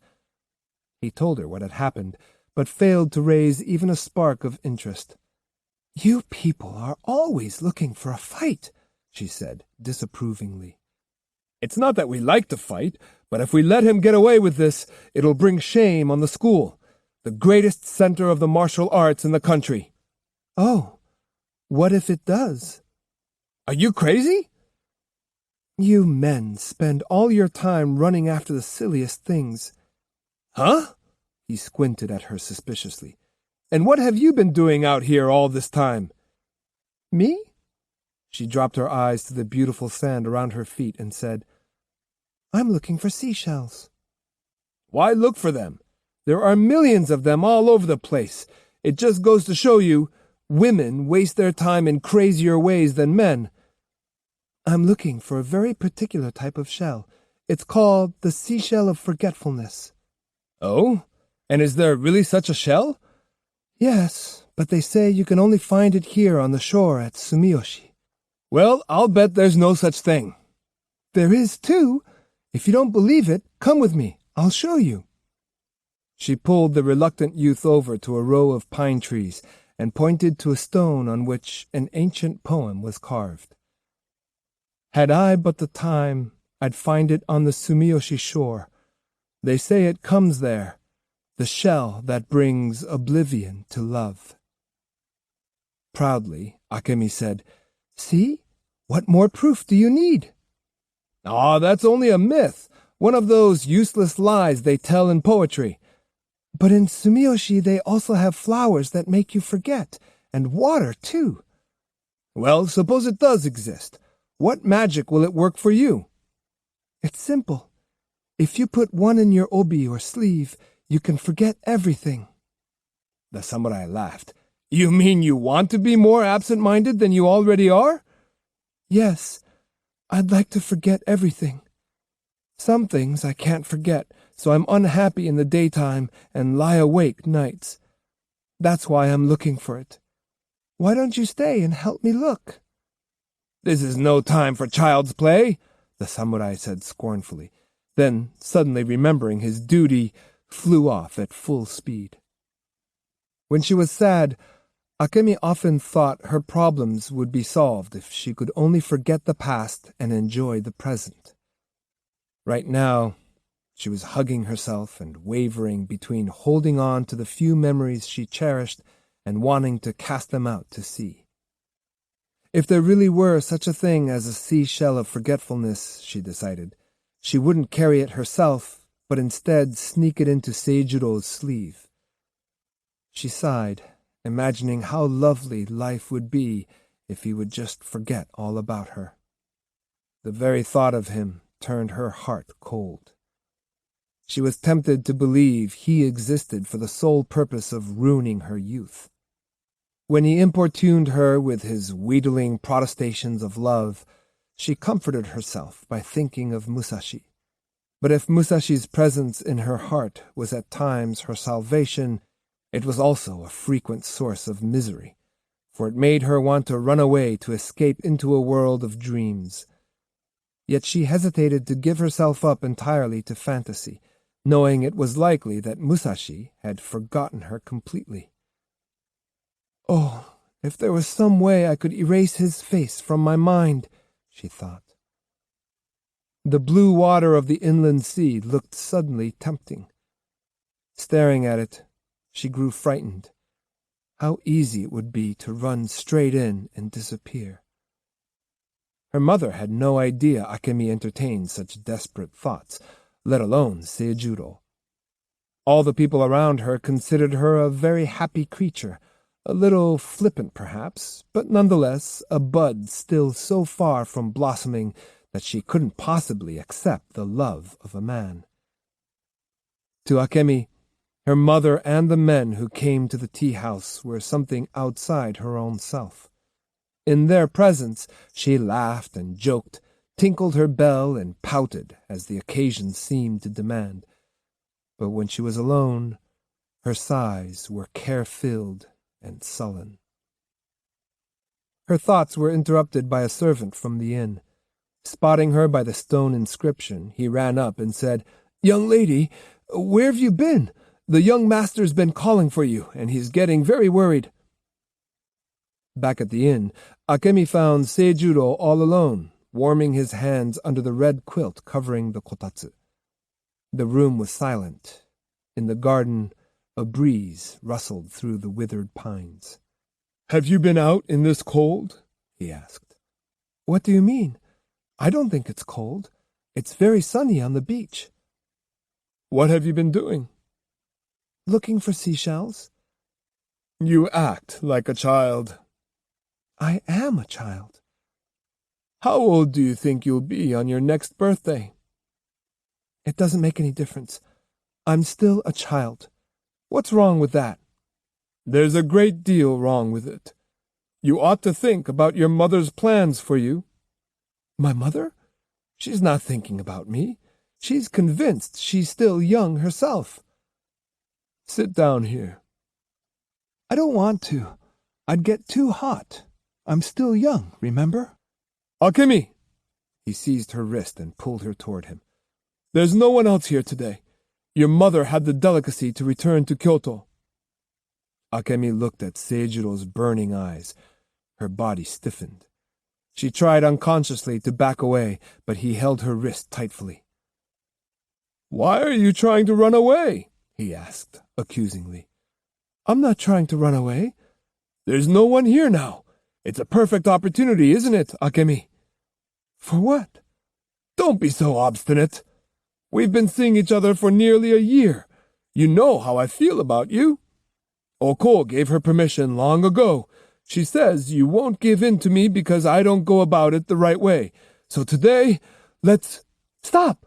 Let go of my arm! Let go, I tell you! Akemi suddenly bent over and lowered her head in embarrassment. You won't have me? Whatever happens? Stop! Let go! Though her arm had turned red under his grasp, he still refused to release her, and the girl was hardly strong enough to resist the military techniques of the Kyohachi style. Seijuro was different today from his usual self.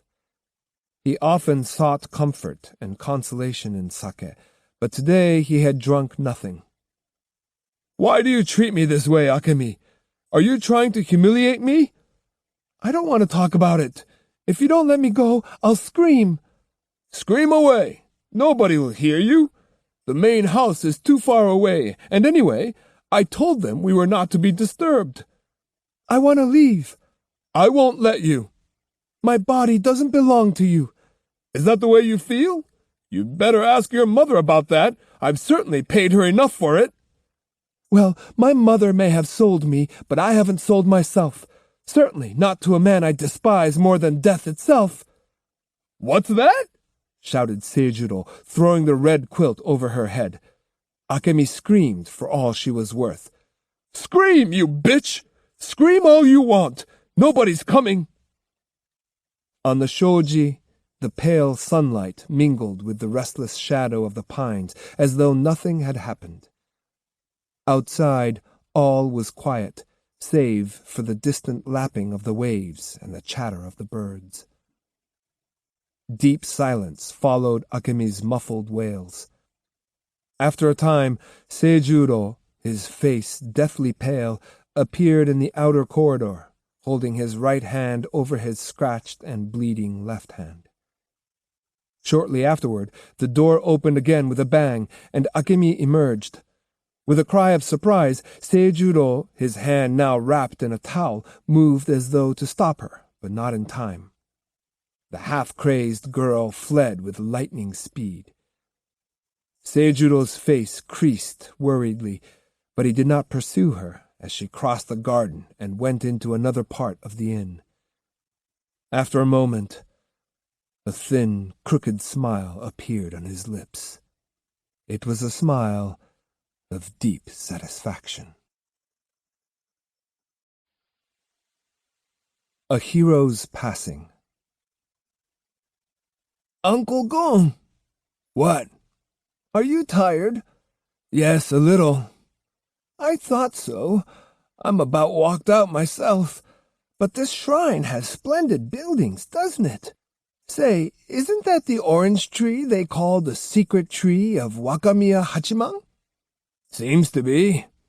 It's supposed to be the first item in the 80 shiploads of tribute presented by the King of Silla to Empress Jingu when she conquered Korea.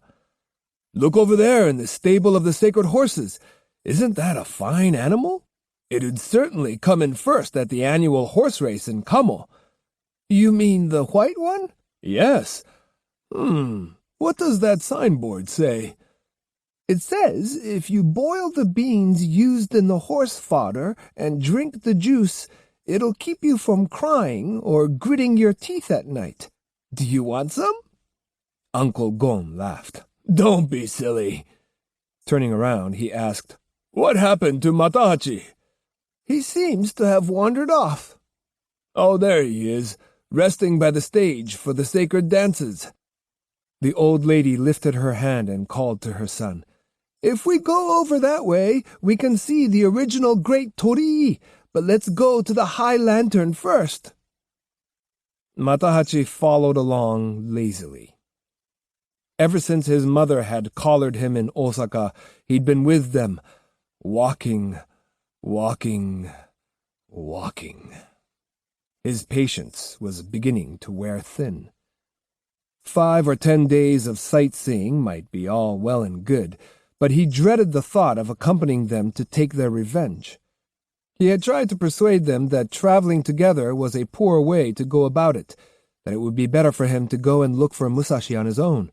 His mother wouldn't hear of it. "It'll be New Year's soon," she pointed out, "and I want you to spend it with me. We haven't been together to celebrate the New Year holiday for a long time, and this may be our last chance." Though Matahachi knew he couldn't refuse her, he had made up his mind to leave them a couple of days after the first of the year. Otsugi and Uncle Gon, possibly fearing they hadn't long to live, had become so wrapped up in religion they stopped at every shrine or temple possible, leaving offerings and making long supplications to the gods and Buddhas. They had spent nearly all of the present day at Sumiyoshi Shrine. Matahachi, bored stiff, was dragging his feet and pouting. "Can't you walk faster?" Otsugi asked in a testy voice. Matahachi's pace did not change. Fully as annoyed with his mother as she was with him, he grumbled, "You hurry me along and make me wait. Hurry and wait. Hurry and wait. What am I to do with a son like you? When people come to a sacred place, it's only proper to stop and pray to the gods. I've never seen you bow before either a god or a Buddha, and mark my words, you'll live to regret it. Besides, if you prayed with us, you wouldn't have to wait so long." "What a nuisance," growled Matahachi. "Who's a nuisance?" cried Otsugi indignantly. For the first 2 or 3 days, everything had been as sweet as honey between them, but once Matahachi had got used to his mother again, he began to take exception to everything she did and said, and to make fun of her every chance he got. When night came and they returned to the inn, she would make him sit down in front of her and give him a sermon, which served to put him in worse humor than before. "What a pair!" Uncle Gon lamented to himself, trying to figure out a way to soothe the old woman's pique and restore a measure of calmness to his nephew's scowling face. Sensing yet another sermon in the making, he moved to head it off. "Oh," he called cheerily, "I thought I smelled something good. They're selling broiled clams at that tea-house over by the beach. Let's stop in and have some." Neither mother nor son displayed much enthusiasm, but Uncle Gong managed to steer them to the seaside shop, which was sheltered with thin reed blinds. While the other two got comfortable on a bench outside, he went in and came back with some sake. Offering a cup to Otsugi, he said amiably, "This will cheer Matahachi up a little. Maybe you're being a little hard on him." Otsugi looked away and snapped, "I don't want anything to drink." Uncle Gon, caught in his own web, offered the cup to Matahachi, who, though still grumpy, proceeded to empty 3 jars as fast as he could, knowing full well this would make his mother livid. When he asked Uncle Gon for a 4th, Otsugi had had all she could take. "You've had enough," she scolded.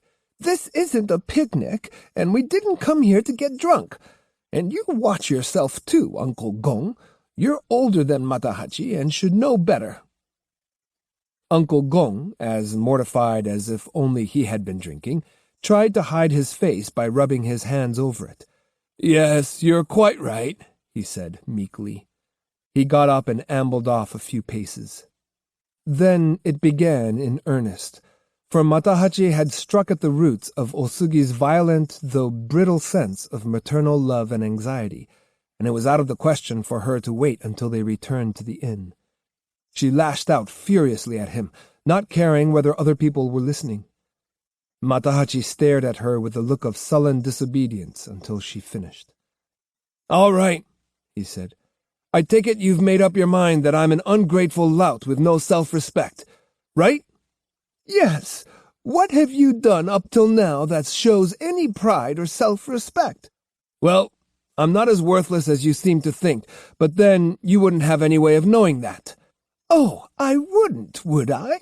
Well, nobody knows a child better than his parents, and I think the day you were born was a bad day for the house of Hongiden. You just wait and see. I'm still young. One day, when you're dead and buried, you'll be sorry you said that. Ha! I wish that were so, but I doubt that would happen in 100 years. It's so sad when you think of it. Well, if it makes you so terribly sad to have a son like me, there's not much use in my hanging around any longer. I'm leaving. Steaming with rage, he stood up and walked away in long, determined strides. Taken by surprise, the old woman tried in a pitifully trembling voice to call him back. Matahachi paid no heed. Uncle Gon, who could have run and tried to stop him, stood looking intently toward the sea, his mind apparently occupied with other thoughts. Osugi got up, then sat back down again.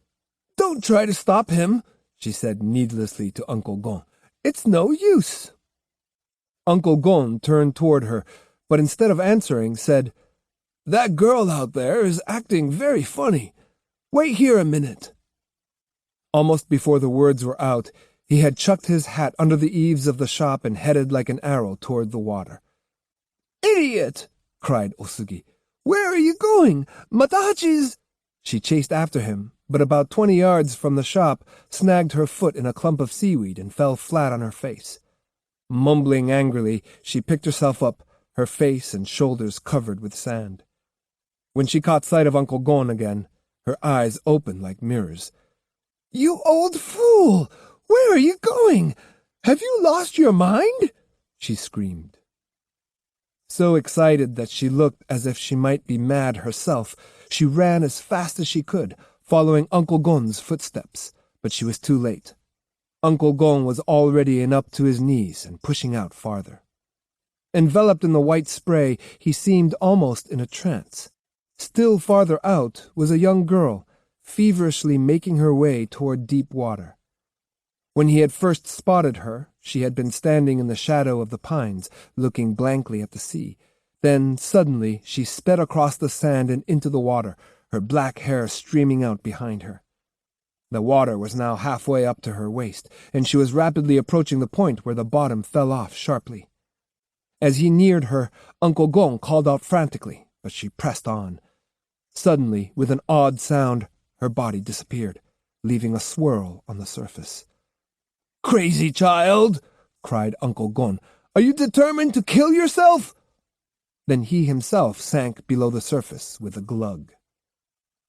Osugi was running back and forth along the edge of the water. When she saw the two go down, her screaming turned to strident calls for help. Waving her hands, running, stumbling, she ordered the people on the beach to the rescue, as though they were the cause of the accident. "Save them, you idiots! Hurry, or they'll drown!"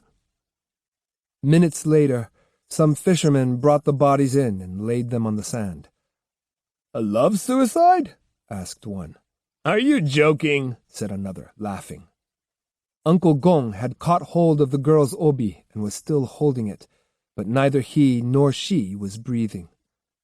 The girl presented a strange appearance, for though her hair was matted and messy, her powder and lipstick had not washed away, and she looked as if she were alive. Even with her teeth still biting her lower lip, her purple mouth bore the suggestion of a laugh. "I've seen her before somewhere," somebody said. "Isn't she the girl who was looking for shells on the beach a while ago?" "Yes, that's right. She was staying at the inn over there." From the direction of the inn, 4 or 5 men were already approaching, among them Seijuro, who breathlessly pushed his way through the crowd. "Akemi!" he cried. His face went pale, but he stood perfectly still. "Is she a friend of yours?" asked one of the fishermen. Yes. "You'd better try and get the water out of her fast." "Can we save her?" "Not if you just stand there gaping." The fishermen loosened Uncle Gon's grip, laid the bodies side by side, and began slapping them on the back and pressing them in the abdomen. Akemi regained her breathing fairly rapidly, and Seijuro, eager to escape the stares of the bystanders, had the men from the inn carry her back. "Uncle Gon! Uncle Gon!" Osugi had her mouth to the old man's ear and was calling to him through her tears. Akemi had come back to life because she was young, but Uncle Gon... Not only was he old, but he had had a fair amount of sake in him when he went to the rescue. His breath was stilled forever. No amount of urging on Osugi's part would open his eyes again. The fisherman, giving up, said, "The old man's gone." Osugi stopped crying long enough to turn on them, as though they were enemies rather than people trying to help. "What do you mean? Why should he die when that young girl was saved?" Her attitude suggested she was ready to attack them physically. She pushed the men aside and said firmly, "I'll bring him back to life myself. I'll show you." She set to work on Uncle Gon, putting to use every method she could think of. Her determination brought tears to the eyes of the onlookers, a few of whom stayed to help her. Far from being appreciative, however, she ordered them around like hired help, complained that they were not pressing the right way, told them that what they were doing would not work, ordered them to build a fire, send them off for medicine. Everything she did it in the surliest fashion imaginable. To the men on the shore, she was neither a relative nor a friend, but just a stranger, and eventually, even the most sympathetic became angry. "Who is this old hag anyway?" growled one. "Can't tell the difference between somebody who's unconscious and somebody who's dead. If she can bring him back, let her do it." Before long, Osugi found herself alone with the body. In the gathering darkness, mist rose from the sea, and all that remained of the day was a strip of orange clouds near the horizon. Building a fire and sitting down beside it, she held Uncle Gon's body close to her. "Uncle Gon! Oh, Uncle Gon!" she wailed. The waves darkened. She tried and tried to bring warmth back to his body. The look on her face said that she expected him at any minute to open his mouth and speak to her. She chewed up pills from the medicine box in his obi and transferred them to his mouth. She held him close and rocked him. "Open your eyes, Uncle Gon," she pleaded. "Say something. You can't go away and leave me alone. We still haven't killed Musashi or punished that hussy Otsu." Inside the inn, Akemi lay in a fretful sleep. When Seijuro attempted to adjust her feverish head on the pillow, she mumbled deliriously. For a time, he sat by her side in utter stillness, his face paler than hers. As he observed the agony he himself had heaped on her, he suffered too. It was he himself who, by animal force, had preyed on her and satisfied his own lust. Now he sat gravely and stiffly beside her, worrying about her pulse and her breathing, praying that the life that had for a time left her would be safely restored. In one short day, he had been both a beast and a man of compassion. But to Seijuro, given as he was to extremes, his conduct didn't seem inconsistent. His eyes were sad, the set of his mouth humble. He stared at her and murmured, "Try to be calm, Akemi. It's not just me. Most other men are the same way. You'll soon come to understand, though you must have been shocked by the violence of my love." Whether this speech was actually directed toward the girl or was intended to quiet his own spirit would have been difficult to judge, but he kept voicing the same sentiment over and over. The gloom in the room was like ink. The paper-covered shoji muffled the sound of the wind and waves. Akemi stirred, and her white arms slipped out from under the covers. When Seijuro tried to replace the quilt, she mumbled, "What's the date?" What? How many days till New Year's?" It's only 7 days now. You'll be well by then, and we'll be back in Kyoto. He lowered his face toward hers, but she pushed it away with the palm of her hand. "Stop! Go away. I don't like you." He drew back, but the half-crazed words poured from her lips. "Fool! Beast!" Seijuro remained silent. "You're a beast! I don't want to look at you." Forgive me, Akemi. Please. "Go away! Don't talk to me!" Her hand waved nervously in the dark. Seijuro swallowed sadly, but continued to stare at her. What's the date?" This time he did not answer. "Isn't it New Year's yet? Between New Year's and the 7th, every day, he said he'd be on the bridge. The message from Musashi, every day. Gojo Avenue Bridge. It's so long till New Year's. I must go back to Kyoto. If I go to the bridge, he'll be there." "Musashi," said Seijuro in wonderment. The delirious girl was silent. This Musashi. Miyamoto Musashi? Seijuro peered into her face, but Akemi said no more.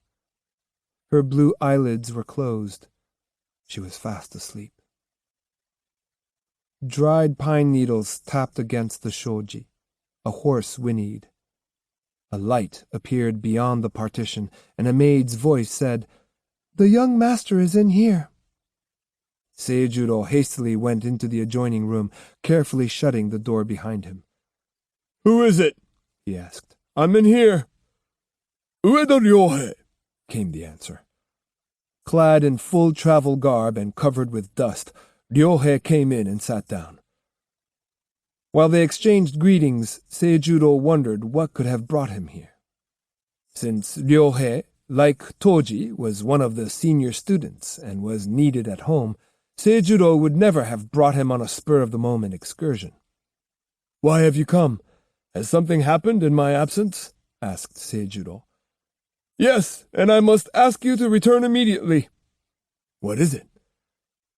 As Ryohei put both hands into his kimono and felt around, Akemi's voice came from the next room. "I don't like you! Beast! Go away!" The clearly spoken words were filled with fear. Anyone would have thought she was awake and in real danger. Startled, Ryohei asked, "Who's that?" "Oh, that. Akemi took sick after she got here. She's feverish. Every once in a while she gets a little delirious." "That's Akemi?" "Yes, but never mind. I want to hear why you came." From the stomach wrapper under his kimono, Ryohei finally extracted a letter and presented it to Seijuro. "It's this," he said, without further explanation, then moved the lamp the maid had left over to Seijuro's side. It's from Miyamoto Musashi." "Yes," said Ryohei with force. "Have you opened it?" "Yes. I talked it over with the others, and we decided it might be important, so we opened and read it." Instead of seeing for himself what was in the letter, Seijuro asked somewhat hesitantly, "What does it say?" Though nobody had dared mention the subject to him, Musashi had remained in the back of Seijuro's mind. Even so, he had nearly convinced himself he'd never run into the man again. The sudden arrival of the letter right after Akemi had spoken Musashi's name sent chills up and down his spine. Ryohei bit his lip angrily. "It's finally come! When he went away talking so big last spring, I was sure he'd never set foot in Kyoto again, but can you imagine the conceit? Go on, look at it. It's a challenge, and he has the gall to address it to the entire house of Yoshioka, signing it with only his own name. He thinks he can take us all on himself." Musashi hadn't written any return address, nor was there any clue to his whereabouts in the letter. But he had not forgotten the promise he had written to Seijuro and his disciples, and with this second letter the die was cast. He was declaring war on the house of Yoshioka. The battle would have to be fought, and it would be a fight to the finish, one in which samurai struggled to the death to preserve their honor and vindicate their skill with the sword. Musashi was laying his life on the line and challenging the Yoshioka school to do the same. When the time came, words and clever technical ploys would count for little. That Seijuro still did not grasp this fact was the greatest source of danger to him. He did not see that the day of reckoning was at hand, that this was no time to be idling away his days on empty pleasures. When the letter had arrived in Kyoto, some of the stauncher disciples, disgusted with the young master's undisciplined way of life, had grumbled angrily over his absence at so crucial a moment. Riled by the insult from this lone ronin, they lamented that Kempo was no longer alive. After much discussion, they had agreed to inform Seijuro of the situation and make sure he returned to Kyoto immediately. Yet now that the letter had been delivered, Seijuro merely put it on his knees and made no move to open it. With obvious irritation, Ryohei asked, "Don't you think you ought to read it?" "What?" "Oh, this," said Seijuro vacantly. He unrolled the letter and read it. His fingers began to tremble beyond his control, an unsteadiness caused not by the strong language and tone of Musashi's challenge, but by his own feeling of weakness and vulnerability. Akemi's harsh words of rejection had already destroyed his composure and upset his pride as a samurai.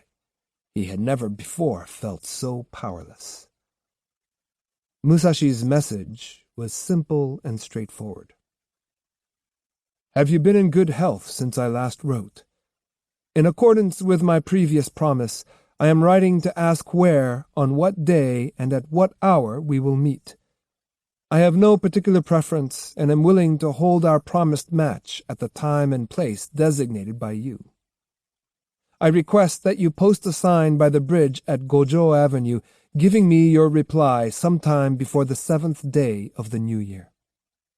I trust that you have been polishing your swordsmanship as usual. I myself feel that I have improved to a certain small extent. Shinmen Miyamoto Musashi." Seijuro stuffed the letter into his kimono and stood up. "I'll return to Kyoto now," he said. This was said less out of resolution than because his emotions were so tangled he couldn't bear to remain where he was a moment longer. He had to get away and put the whole dreadful day behind him as soon as possible. With much commotion, the innkeeper was called and requested to take care of Akemi, a task he accepted only with reluctance, despite the money Seijuro pressed on him. "I'll use your horse," he said summarily to Ryohei. Like a fleeing bandit, he jumped into the saddle and rode rapidly away through the dark rows of trees, leaving Ryohei to follow along at a dead run. The drawing pole. "A guy with a monkey? Yes, he came by a while ago." "Did you notice which way he went?" "That way, toward Nojin Bridge. Didn't cross it, though. Looked like he went into the swordsmith's shop down there." After conferring briefly, the Yoshioka students stormed off, leaving their informant gaping in wonder at what the fuss was all about.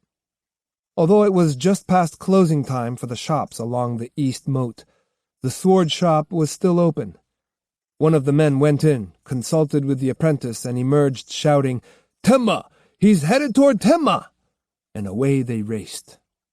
The apprentice had said that just as he was about to hang the shutters for the night, a samurai with a long forelock had thrown a monkey down near the front door, seated himself on a stool, and asked to see the master. Told he was out, The samurai had said that he wanted to have his sword sharpened, but that it was much too valuable to entrust to anyone but the master himself. He had also insisted on seeing samples of the swordsmith's work. The apprentice had politely shown him some blades, but the samurai, after looking them over, showed nothing but disgust. "It seems all you handle here are ordinary weapons," he said dryly. "I don't think I'd better give you mine. It's much too good, the work of a bizen master. It's called the drawing pole. See? It's perfect."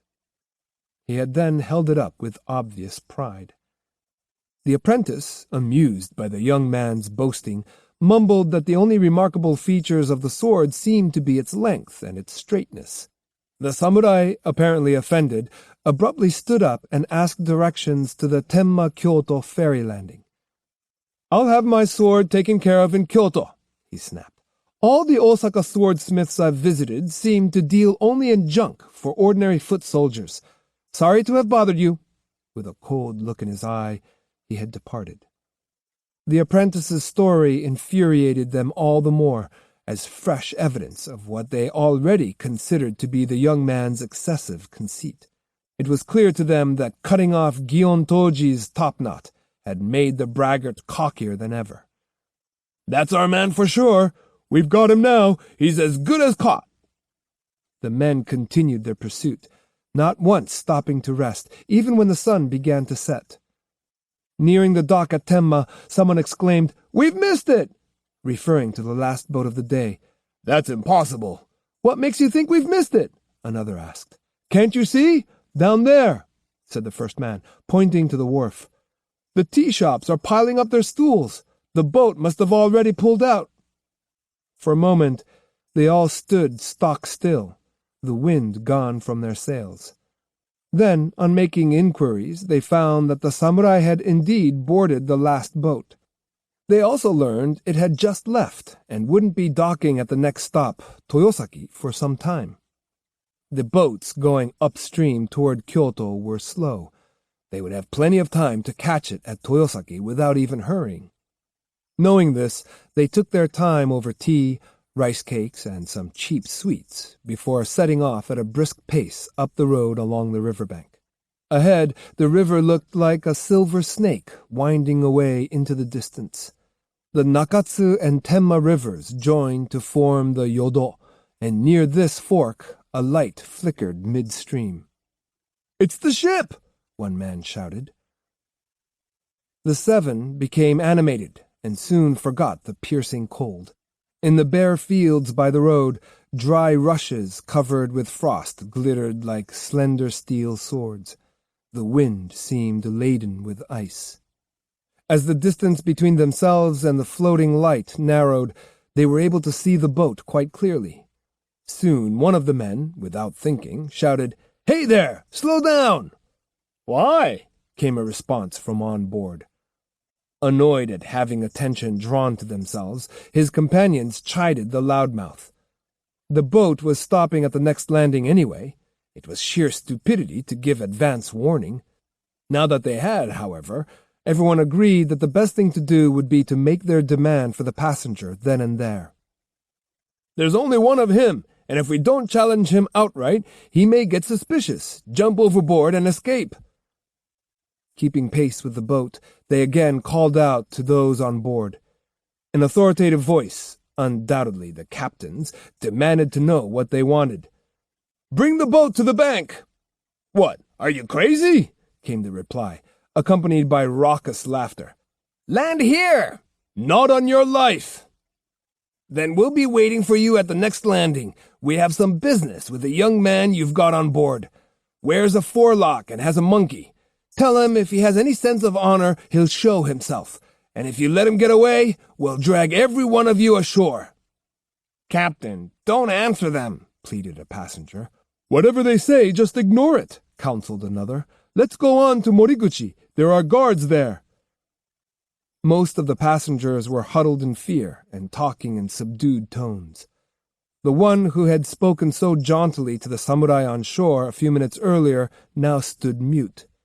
For him, as well as the others, safety lay in keeping some distance between the boat and the riverbank. The 7 men, sleeves hitched up and hands on their swords, stayed with the boat. Once they stopped and listened, apparently expecting an answer to their challenge, but heard none. "Are you deaf?" one of them shouted.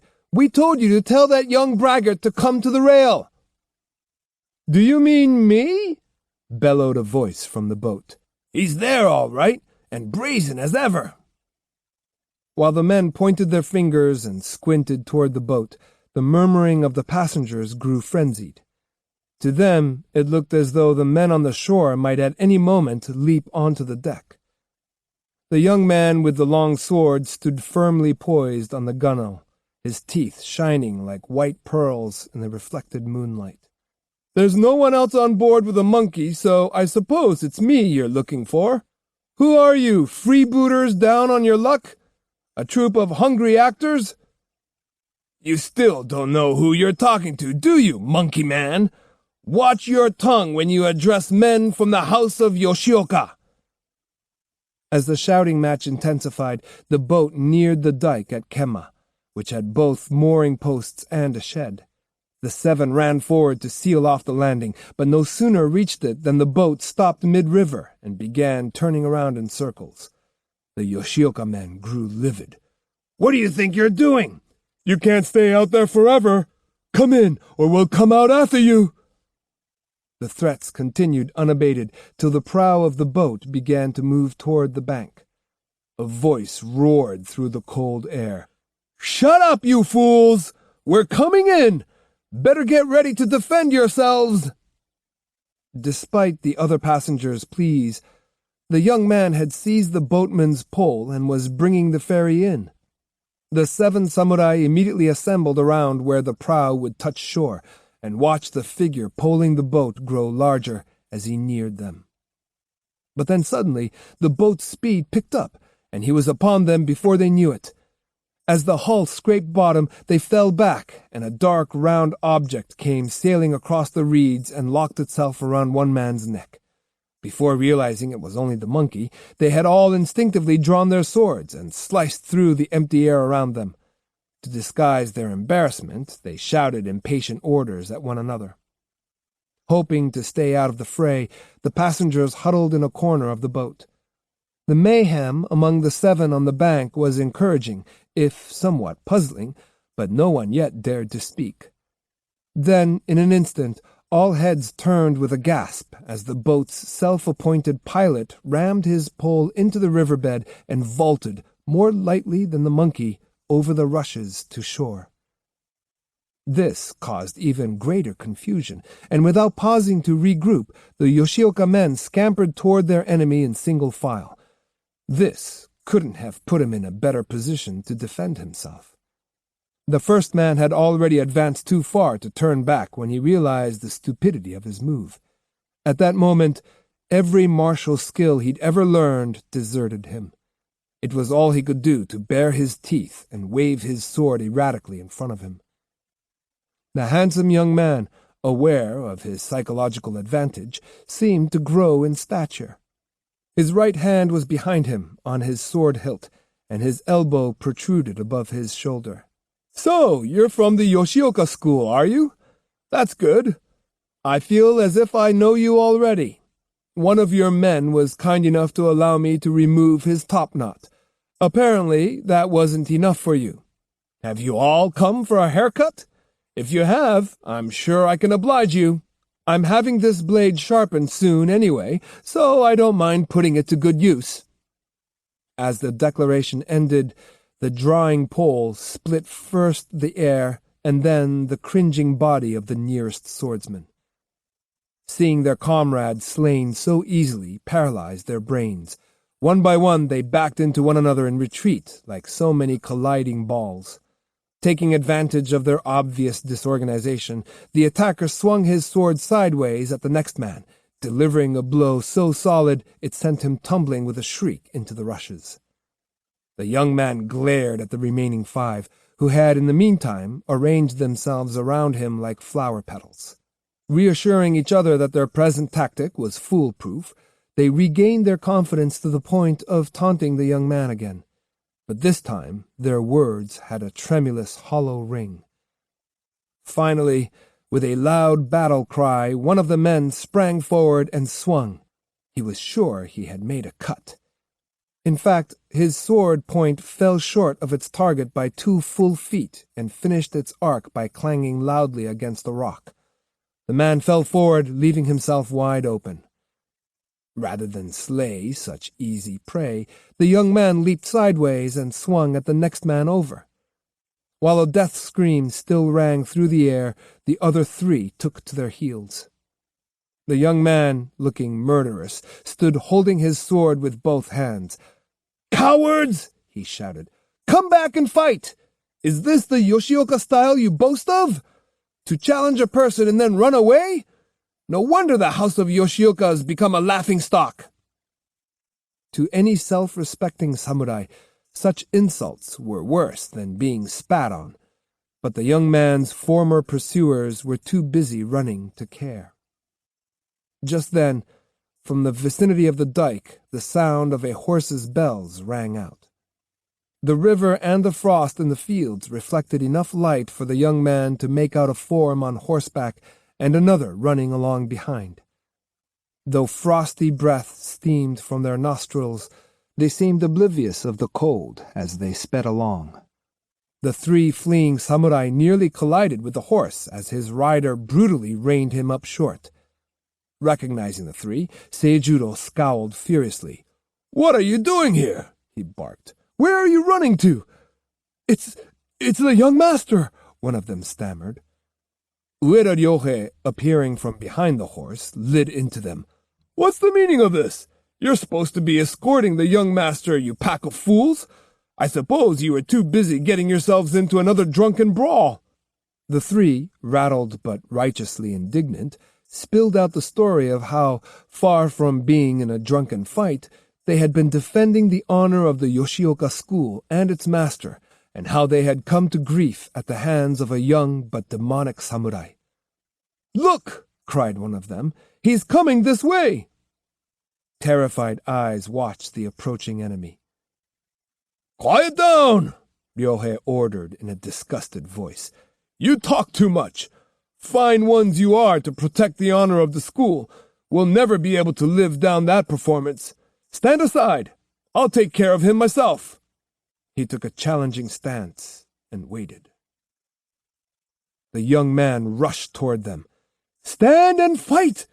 he was shouting. "Is running away the Yoshioka version of the art of war?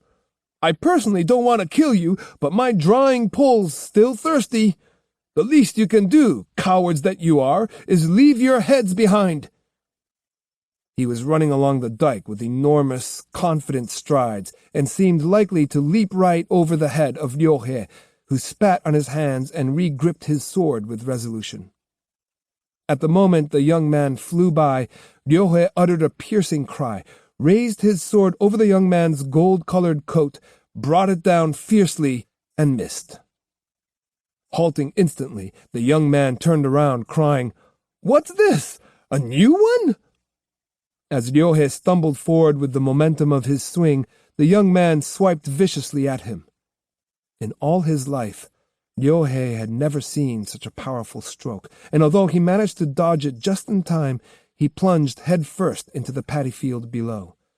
Luckily for him, the dike was fairly low and the field frozen over, but he lost his weapon as well as his confidence when he fell. When he clambered back up, the young man was moving with the strength and speed of an enraged tiger, scattering the 3 disciples with a flash of his sword and making for Seijuro. Seijuro hadn't yet felt any fear. He had thought it would be all over before he himself became involved, but now danger was rushing directly at him in the form of a rapacious sword. Moved by a sudden inspiration, Seijuro cried, "Gunryu, wait!" He disengaged 1 foot from its stirrup, put it on the saddle, and stood straight up. As the horse sprang forward over the young man's head, Seijuro flew backward through the air and landed on his feet about 3 paces away. "What a feat!" cried the young man in genuine admiration as he moved in on Seijuro. "Even if you are my enemy, that was really magnificent. You must be Seijuro himself. On guard! The blade of the long sword became the embodiment of the young man's fighting spirit. It loomed ever closer to Seijuro, but Seijuro, for all his failings, was Kempo's son, and he was able to face the danger calmly.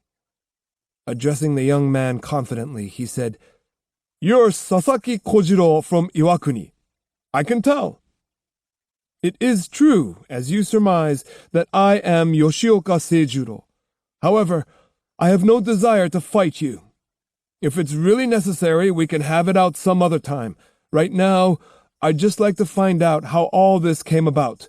Put your sword away." When Seijuro had called him Gandyu, the young man had apparently not heard. Now, being addressed as Sasaki Kojiro startled him. "How did you know who I am?" he asked. Seijuro slapped his thigh.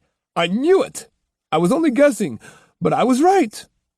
Then he came forward and said, "It's a pleasure to meet you. I've heard a good deal about you." "Who from?" asked Kojiro. "From your senior, Ito Yagoro." "Oh, are you a friend of his?" "Yes. Until last fall, he had a hermitage on Kagura Hill in Shirakawa, and I often visited him there. He came to my house a number of times, too." Kojiro smiled. "Well, then, this is not exactly like meeting for the first time, is it?" "No. Ito-sai mentioned you rather often. He said there was a man from Iwakuni named Sasaki who had learned the style of Toda Seigen and then studied under Kanemaki Jisai. He told me this Sasaki was the youngest man in Jisai's school, but would one day be the only swordsman who could challenge Ito-sai." "I still don't see how you knew so quickly." "Well, you're young, and you fit the description. Seeing you wield that long sword reminded me that you're also called Gandyu, the willow on the river bank. I had a feeling it must be you, and I was right." "That's amazing. It really is." As Kojiro chuckled with delight, his eyes dropped to his bloody sword, which reminded him that there had been a fight, and made him wonder how they would straighten everything out. As it happened, however, he and Seijuro hit it off so well that an understanding was soon reached, and after a few minutes they were walking along the dike shoulder to shoulder, like old friends. Behind them were Ryohei and the 3 dejected disciples. The little group headed toward Kyoto. Kojiro was saying, "From the beginning, I couldn't see what the fight was all about. I had nothing against them." Seijuro's thoughts were on Gion Toji's recent conduct. "I'm disgusted with Toji," he said. "When I get back, I'll call him to account. Please don't think I have any grudge against you. I'm simply mortified to find that the men in my school aren't better disciplined." "Well, you can see what sort of man I am," Kojiro replied. "I talk too big, and I'm always ready to fight anybody. Your disciples weren't the only ones to blame. In fact, I think you should give them some credit for trying to defend your school's good name. It's unfortunate they're not much as fighters, but at least they tried. I feel a little sorry for them." "I'm the one to blame," Seijuro said simply. The expression on his face was one of genuine pain. "Let's just forget the whole thing." "Nothing would please me more." The sight of the two making up came as a relief to the others. Who would have thought this handsome, overgrown boy was the great Sasaki Kojiro, whose praises Ito-sai had sung? "The prodigy of Iwakuni," were his actual words. No wonder Toji, in his ignorance, had been tempted to do some teasing, and no wonder he had ended up looking ridiculous. It made Ryohei and the other 3 shiver to think how close they had come to being mowed down by the drawing pole. Now that their eyes had been opened, the sight of Kojiro's broad shoulders and sturdy back made them wonder how they could have been so stupid as to underestimate him in the first place. After a time, they came again to the landing. The corpses were already frozen, and the 3 were assigned to bury them, while Ryohei went to find the horse. Kojiro went about whistling for his monkey, which suddenly appeared out of nowhere and jumped on his master's shoulder. Seijuro not only urged Kojiro to come along to the school on Shijo Avenue and stay a while, but even proffered his horse. Kojiro refused.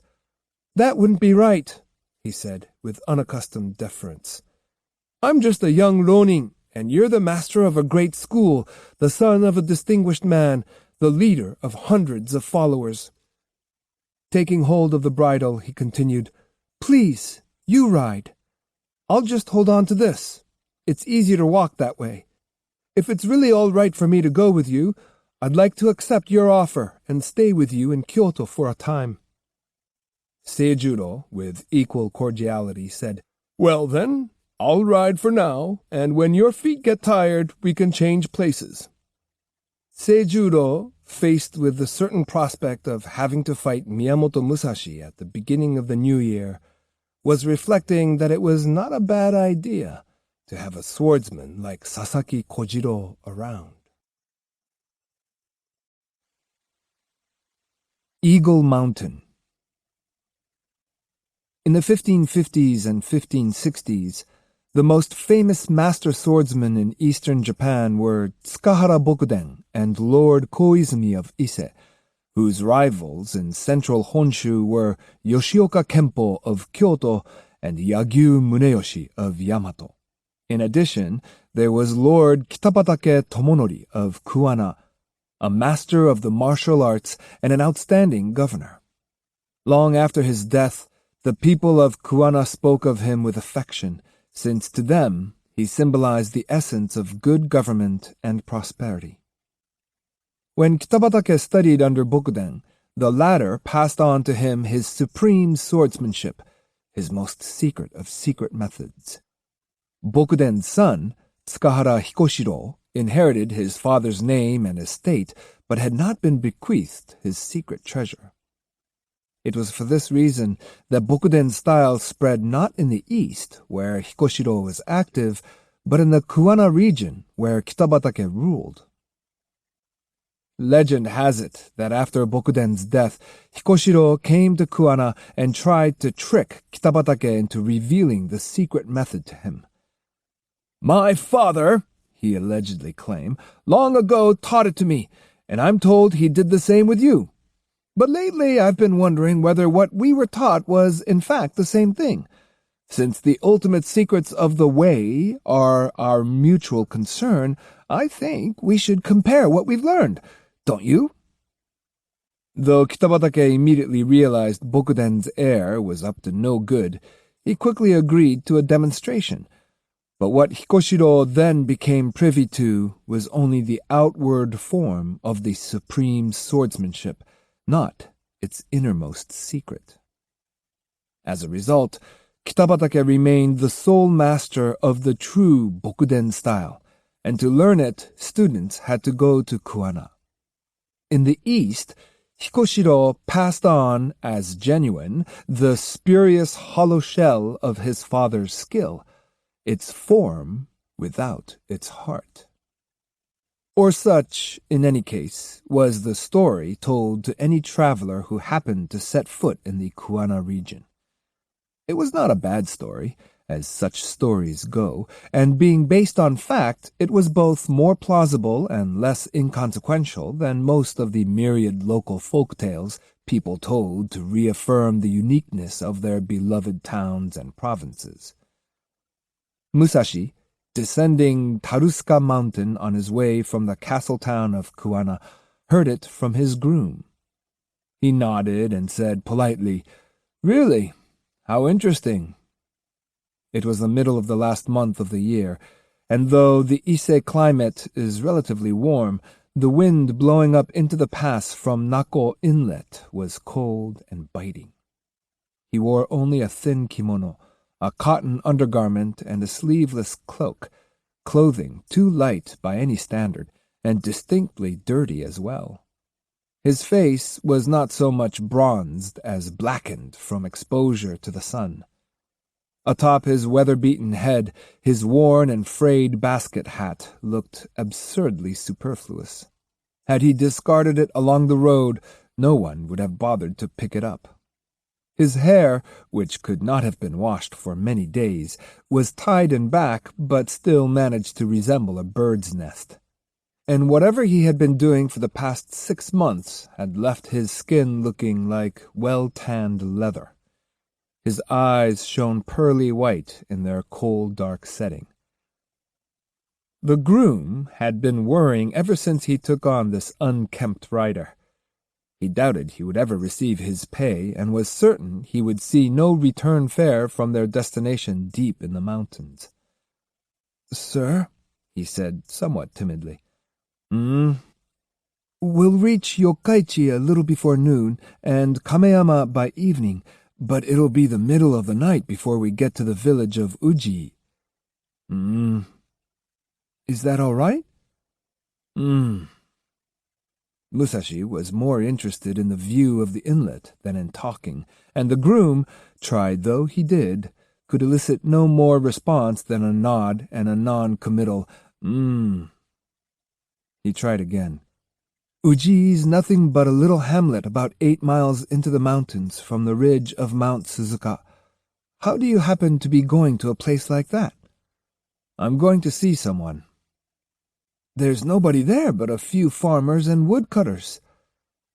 "In Kuwana I heard there's a man there who's very good with the chain-ball sickle." "I guess that would be Shishido." "That's the man. His name is Shishido something or other." "Shishido Baikan?" "Yes." "He's a blacksmith, makes scythes. I remember hearing how good he is with that weapon. Are you studying the martial arts?" Well, in that case, instead of going to see Baikan, I'd suggest you go to Matsuzaka. Some of the best swordsmen in Ise province are there." "Who, for instance?" "Well, there's Mikogami Tenzen, for one." Musashi nodded. "Yes, I've heard of him."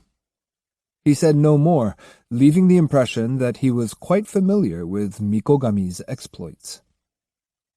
When they reached the little town of Yokkaichi, he limped painfully to a stall, ordered a box lunch, and sat down to eat. One of his feet was bandaged around the instep because of a festering wound on the sole, which explained why he had chosen to rent a horse rather than walk. Despite his usual habit of taking good care of his body, a few days earlier in the crowded port town of Narumi, he had stepped on a board with a nail in it. His red and swollen foot looked like a pickled persimmon, and since the day before he had had a fever. To his way of thinking, he had had a battle with a nail, and the nail had won. As a student of the martial arts, he was humiliated at having let himself be taken unawares. "Is there no way to resist an enemy of this sort?" he asked himself several times. The nail was pointed upward and plainly visible. I stepped on it because I was half asleep. No, blind, because my spirit is not yet active throughout my whole body. What's more, I let the nail penetrate deep, proof my reflexes are slow. If I'd been in perfect control, I would have noticed the nail as soon as the bottom of my sandal touched it. His trouble, he concluded, was immaturity. His body and his sword were still not one. Though his arms grew stronger every day, his spirit and the rest of his body were not in tune. It felt to him, in his self-critical frame of mind, like a crippling deformity. Still, he did not feel like he'd entirely wasted the past 6 months. After fleeing from Yagyu, he had gone first to Iga, then up the Omi High Road, then through the provinces of Mino and Owari. At every town, in every mountain ravine, he had sought to master the true way of the sword. At times he felt he had brushed up against it, but its secret remained elusive, something not to be found lurking in either town or ravine. He couldn't remember how many warriors he had clashed with. There had been dozens of them, all well-trained, superior swordsmen. It was not hard to find able swordsmen. What was hard to find was a real man. While the world was full of people, all too full, finding a genuine human being was not easy. In his travels, Musashi had come to believe this very deeply, to the point of pain, and it discouraged him. But then his mind always turned to Takuan, for there, without doubt, was an authentic, unique individual. I guess I'm lucky, thought Musashi. At least I've had the good fortune to know one genuine man. I must make sure the experience of having known him bears fruit. Whenever Musashi thought of Takuan, a certain physical pain spread from his wrists throughout his body. It was a strange feeling, a physiological memory of the time when he had been bound fast to the cryptomeria branch. "Just wait," vowed Musashi. "One of these days I'll tie Takuan up in that tree, and I'll sit on the ground and preach the true way of life to him." It was not that he resented Takuan or had any desire for revenge. He simply wanted to show that the state of being one could attain through the way of the sword was higher than anyone could reach by practicing Zen. It made Musashi smile to think he might someday turn the tables on the eccentric monk. It could happen, of course, that things would not go exactly as planned, but supposing he did make great progress, and supposing he was eventually in a position to tie Takuan up in the tree and lecture him, what would Takuan be able to say then? Surely he would cry out for joy and proclaim, "It's magnificent! I'm happy now!" But no, Takuan would never be that direct. Being Takuan, he would laugh and say, "Stupid! You're improving, but you're still stupid." The actual words wouldn't really matter. The point was that Musashi felt, in a curious way, that hitting Takuan over the head with his personal superiority was something he owed to the monk, a kind of debt. The fantasy was innocent enough.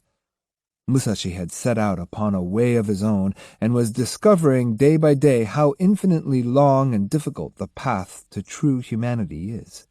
When the practical side of his nature reminded him of how much farther along that path Takuan was than he, the fantasy vanished. It unsettled him even more to consider how immature and inept he was compared to Sekishusei. Thinking of the old Yagyu master both maddened and saddened him, making him keenly aware of his own incompetence to speak of the way, the art of war, or anything else with any confidence. At times like this, the world, which he had once thought so full of stupid people, seemed frighteningly large. But then life, Musashi would tell himself, is not a matter of logic. The sword is not logic. What was important was not talk or speculation, but action. There may be other people much greater than he right now, but he, too, could be great. When self-doubt threatened to overwhelm him, it was Musashi's habit to make straight for the mountains, in whose seclusion he could live to himself. His style of life there was evident from his appearance on returning to civilization, his cheeks hollow as a deer's, his body covered with scratches and bruises, his hair dry and stiff from long hours under a cold waterfall. He would be so dirty from sleeping on the ground that the whiteness of his teeth seemed unearthly, but these were mere superficialities. Inside, he would be burning with a confidence, verging on arrogance, and bursting with eagerness to take on a worthy adversary. And it was this search for a test of mettle that always brought him down from the mountains. He was on the road now because he wondered whether the chain ball sickle expert of Kuwana might do. In the 10 days left before his appointment in Kyoto, he had time to go and find out whether Shishido Baiken was that rare entity a real man, or just another of the multitude of rice-eating worms who inhabit the earth. It was late at night before he reached his destination deep in the mountains. After thanking the groom, he told him he was free to leave, but the groom said that since it was so late, he would prefer to accompany Musashi to the house he was looking for and spend the night under the eaves. The next morning he could go down from Suzuka Pass and, if he was lucky, pick up a return fare on the way. Anyhow, it was too cold and dark to try making his way back before sunup. Musashi sympathized with him. They were in a valley enclosed on 3 sides, and any way the groom went, he'd have to climb the mountains knee-deep in snow. "In that case," said Musashi, "come with me." "To Shishido Baiken's house?" "Yes." "Thank you, sir. Let's see if we can find it." Since Baiken ran a smithy, any of the local farmers would have been able to direct them to his place, but at this hour of the night the whole village was in bed. The only sign of life was the steady thud of a mallet beating on a fulling block. Walking through the frigid air toward the sound, they eventually spied a light. It turned out to be the blacksmith's house. In front was a pile of old metal, and the underside of the eaves was smoke-stained. At Musashi's command, the groom pushed open the door and went in. There was a fire in the forge, and a woman with her back to the flames was pounding cloth. "Good evening, ma'am. Oh, you've got a fire. That's wonderful." The groom made straight for the forge. The woman jumped at the sudden intrusion and dropped her work. "Who in the world are you?" she asked. "Just a moment, I'll explain," he said, warming his hands. "I've brought a man from a long way off who wants to meet your husband. We just got here. I'm a groom from Kuwana." "Well, of all—" The woman looked sourly in Musashi's direction. The frown on her face made it evident that she had seen more than enough shugyosha and had learned how to handle them. With a touch of arrogance, she said to him, as though to a child, "Shut the door! The baby will catch cold with all that freezing air blowing in." Musashi bowed and complied. Then, taking a seat on a tree stump beside the forge, he surveyed his surroundings, from the blackened foundry area to the 3-room living space. On a board nailed to one section of the wall hung about 10 chain-ball sickle weapons. He assumed that was what they were, since, if the truth be told, he'd never laid eyes on the device. As a matter of fact, another reason for his having made the journey here was that he thought a student like himself should become acquainted with every type of weapon. His eyes sparkled with curiosity. The woman, who was about 30 and rather pretty, put down her mallet and went back into the living area. Musashi thought perhaps she would bring some tea, but instead she went to a mat where a small child was sleeping, picked him up and began to suckle him. To Musashi she said, "I suppose you're one of those young samurai who come here to get bloodied up by my husband. If you are, you're in luck. He's off on a trip, so you don't have to worry about getting killed." She laughed merrily. Musashi did not laugh with her. He was thoroughly annoyed. He had not come to this out-of-the-way village to be made fun of by a woman, all of whom, he mused, tended to overestimate their husband's status absurdly. This wife was worse than most. She seemed to think her spouse the greatest man on earth. Not wanting to give offense, Musashi said, "I'm disappointed to learn that your husband's away. Where did he go?" "To the Arakida house." "Where's that?" "Ah, you've come to Ise and you don't even know the Arakida family?" The baby at her breast began to fret, and the woman, forgetting about her guests, started to sing a lullaby in the local dialect. "Go to sleep, go to sleep. Sleeping babies are sweet. Babies who wake and cry are naughty, and they make their mothers cry too." Thinking he might at least learn something by taking a look at the blacksmith's weapons, Musashi asked, "Are those the weapons your husband wields so well?" The woman grunted, and when he asked to examine them, she nodded and grunted again. He took one down from its hook. "So this is what they're like," he said, half to himself. "I've heard people are using them a good deal these days." The weapon in his hand consisted of a metal bar about 1.5 feet long, easily carried in one's obi, with a ring at one end to which a long chain was attached. At the other end of the chain was a heavy metal ball, quite substantial enough to crack a person's skull. In a deep groove on one side of the bar, Musashi could see the back of a blade. As he pulled at it with his fingernails, it snapped out sideways, like the blade of a sickle. With this, it would be a simple matter to cut off an opponent's head. "I suppose you hold it like this?" said Musashi, taking the sickle in his left hand and the chain in his right. Imagining an enemy in front of him, he assumed a stance and considered what movements would be necessary. The woman, who had turned her eyes from the baby's bed to watch, chided him. "Not that way! That's terrible!" Stuffing her breast back in her kimono, she came over to where he was standing. "If you do that, anyone with a sword can cut you down with no trouble at all. Hold it this way." She snatched the weapon from his hands and showed him how to stand. It made him queasy to see a woman take a battle stance with such a brutal-looking weapon. He stared with open mouth. While nursing the baby, she had appeared distinctly bovine, but now, ready for combat, she looked handsome, dignified, and yes, beautiful. As Musashi watched, he saw that on the blade, which was blackish-blue like the back of a mackerel, there was an inscription reading, "Style of Shishido Yaegaki." She kept the stance only momentarily. "Well, anyway, it's something like that," she said, folding the blade back into the handle and hanging the weapon on its hook. Musashi would have liked to see her handle the device again, but she obviously had no intention of doing so.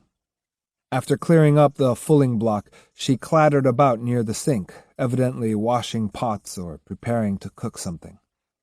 If this woman can take a stance as imposing as that, thought Musashi, her husband must really be something to see. By this time, he was nearly sick with the desire to meet Baikan, and quietly asked the groom about the arakidas. The groom, leaning against the wall and baking in the warmth of the fire, mumbled that they were the family charged with guarding Ise's shrine. If this was true, Musashi thought, they would not be difficult to locate. He resolved to do just that, then curled up on a mat by the fire and went to sleep. In the early morning, the blacksmith's apprentice got up and opened the outside door to the smithy. Musashi got up too and asked the groom to take him to Yamada, the town nearest Ise's shrine.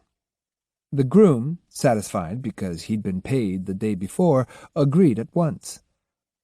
By evening they had reached the long, tree-lined road that led to the shrine.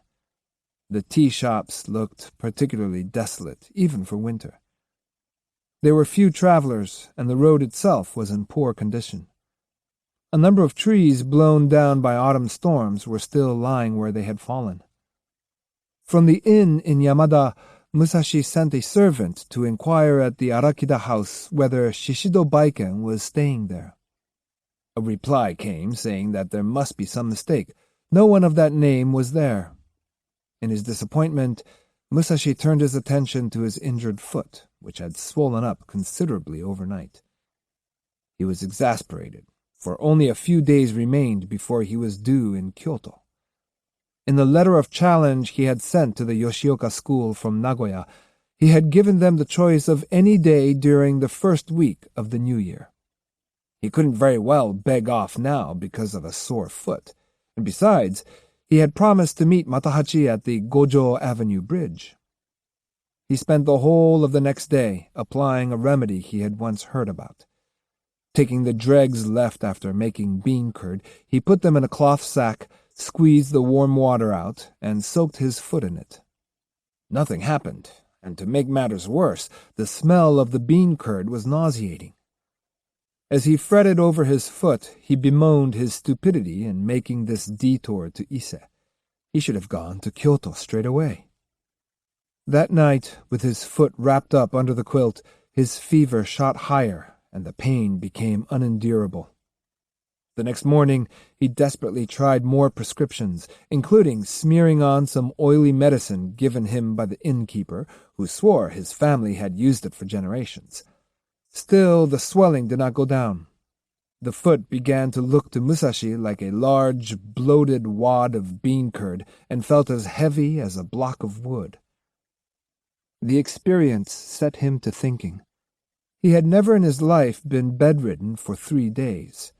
Aside from having a carbuncle on his head as a child, he couldn't remember ever having been ill. Sickness is the worst kind of enemy, he reflected. Yet I'm powerless in its grip. Until now, he had assumed his adversaries would be coming at him from without, and the fact of being immobilized by a foe within was both novel and thought-provoking. How many more days are there in the year? He wondered. I can't just stay here doing nothing. As he lay there chafing, his ribs seemed to press in on his heart, and his chest felt constricted. He kicked the quilt off his swollen foot. If I can't even beat this, how can I hope to overcome the whole house of Yoshikawa? Thinking he would pin down and stifle the demon inside him, he forced himself to sit on his haunches in formal style.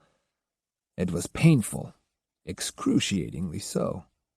He nearly fainted. He faced the window, but closed his eyes, and quite some time passed before the violent redness in his face began to subside and his head to cool a bit. He wondered if the demon was yielding to his unflinching tenacity. Opening his eyes, he saw before him the forest around Ise Shrine. Beyond the trees he could see Mount Mae, and a little to the east Mount Asama.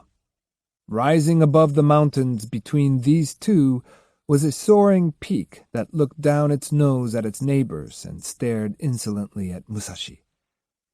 It's an eagle, he thought, not knowing its name actually was Eagle Mountain. The peak's arrogant appearance offended him. Its haughty pose taunted him until his fighting spirit was once again stirred. He could not help thinking of Yagyu Sekishusai, the old swordsman who resembled this proud peak, and as time passed, it began to seem the peak was Sekishusai, looking down at him from above the clouds and laughing at his weakness and insignificance. Staring at the mountain, he became for a time oblivious of his foot, but presently the pain reasserted its claim on his consciousness. Had he rammed his leg into the fire of the blacksmith's forge, it couldn't have hurt any more, he thought bitterly. Involuntarily, he drew the big round thing out from under him and glared at it, unable to accept the fact that it was really a part of him. In a loud voice, he summoned the maid. When she did not appear promptly, he beat on the tatami with his fist. "Where is everybody?" he shouted. "I'm leaving! Bring the bill! Fix me some food, some fried rice, and get me 3 pairs of heavy straw sandals." Soon he was out on the street, limping through the old marketplace, where the famous warrior Taira no Tadakio, the hero of the story of the Hogen War, was supposed to have been born. But now little about it suggested a birthplace of heroes. It was more like an open-air brothel, lined with tea stalls and teeming with women. More temptresses than trees stood along the lane, calling out to travelers and latching on to the sleeves of passing prospects as they flirted, coaxed, and teased. To get to the shrine, Musashi had to literally push his way through them, scowling and avoiding their impertinent stares. "What happened to your foot? Shall I make it feel better? Here, let me rub it for you." They pulled at his clothing, grabbed at his hands, grasped his wrists. "A good-looking man won't get anywhere frowning like that." Musashi reddened and stumbled along blindly.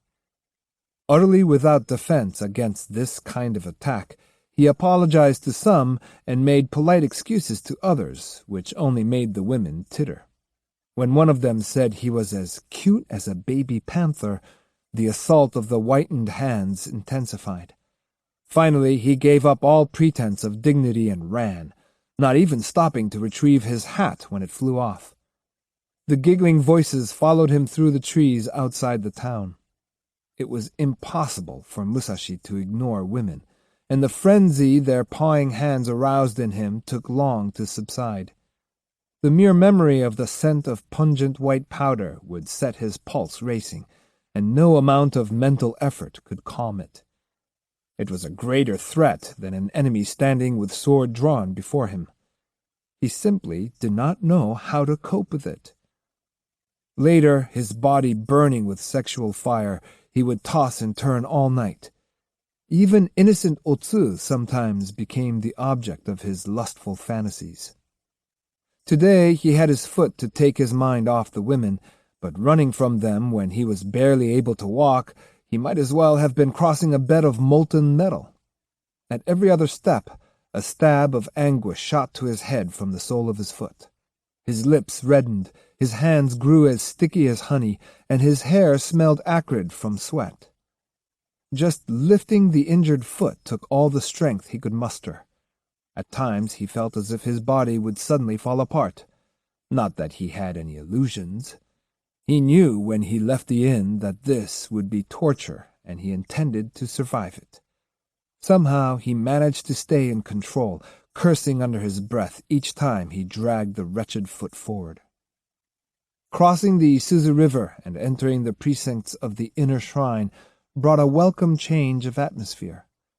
He sensed a sacred presence, sensed it in the plants, in the trees, even in the voices of the birds. What it was, he could not say, but it was there. He groaned and collapsed on the roots of a great cryptomeria, whimpering softly with pain and holding his foot in both hands. For a long time he sat there, motionless as a rock, his body aflame with fever, even as his skin was bitten by the cold wind. Why had he suddenly risen from his bed and fled the inn? Any normal person would have stayed there quietly until the foot healed. Was it not childish, even imbecilic, for an adult to allow impatience to overcome him? But it was not impatience only that had moved him. It was a spiritual need, and a very deep one. For all the pain, all the physical torment, his spirit was tense and throbbing with vitality. He lifted his head and with keen eyes regarded the nothingness around him. Through the bleak, ceaseless moaning of the great trees in the sacred forest, Musashi's ear caught another sound. Somewhere, not far away, flutes and reeds were giving voice to the strains of ancient music, music dedicated to the gods, while ethereal children's voices sang a holy invocation. Drawn by this peaceful sound, Musashi tried to stand. Biting his lips, he forced himself up, his unwilling body resisting every move. Reaching the dirt wall of a shrine building, he grasped it with both hands and worked his way along with an awkward, crab-like movement. The heavenly music was coming from a building a little farther on, where a light shone through a latticed window. This, the House of Virgins, was occupied by young girls in the service of the deity. Here they practiced playing ancient musical instruments and learned to perform sacred dances devised centuries earlier. Musashi made his way to the rear entrance of the building. He paused and looked in, but saw no one. Relieved at not having to explain himself, he removed his swords and the pack on his back, tied them together, and hung them on a peg on the inside wall. Thus unencumbered, he put his hands on his hips and began hobbling back toward the Isuzu River. An hour or so later, completely naked, he broke the ice on the surface and plunged into the frigid waters. And there he stayed, splashing and bathing, dunking his head, purifying himself. Fortunately, no one was about. Any passing priest would have thought him insane and driven him away. According to Ise legend, an archer named Nikki Yoshinaga had, long ago, attacked and occupied a part of the Ise shrine territory. Once ensconced, he fished in the sacred Isuzu River and used falcons to catch small birds in the sacred forest. In the course of these sacrilegious plunderings, the legend said, he went totally insane, and Musashi, acting as he was, could easily have been taken for the madman's ghost. When finally he leapt onto a boulder, it was with the lightness of a small bird. While he was drying himself and putting on his clothes, the strands of hair along his forehead stiffened into slivers of ice. To Musashi, the icy plunge into the sacred stream was necessary. If his body could not withstand the cold, how could it survive in the face of life's more threatening obstacles? And at this moment, it was not a matter of some abstract future contingency, but one of taking on the very real Yoshioka Seijuro and his entire school. They would hurl every bit of strength they had at him. They had to save face. They knew they had no alternative but to kill him, and Musashi knew just saving his skin was going to be tricky. Faced with this prospect, the typical samurai would invariably talk about fighting with all his might, or being prepared to face death. But to Musashi's way of thinking, this was a lot of nonsense. To fight a life-or-death struggle with all one's might was no more than animal instinct.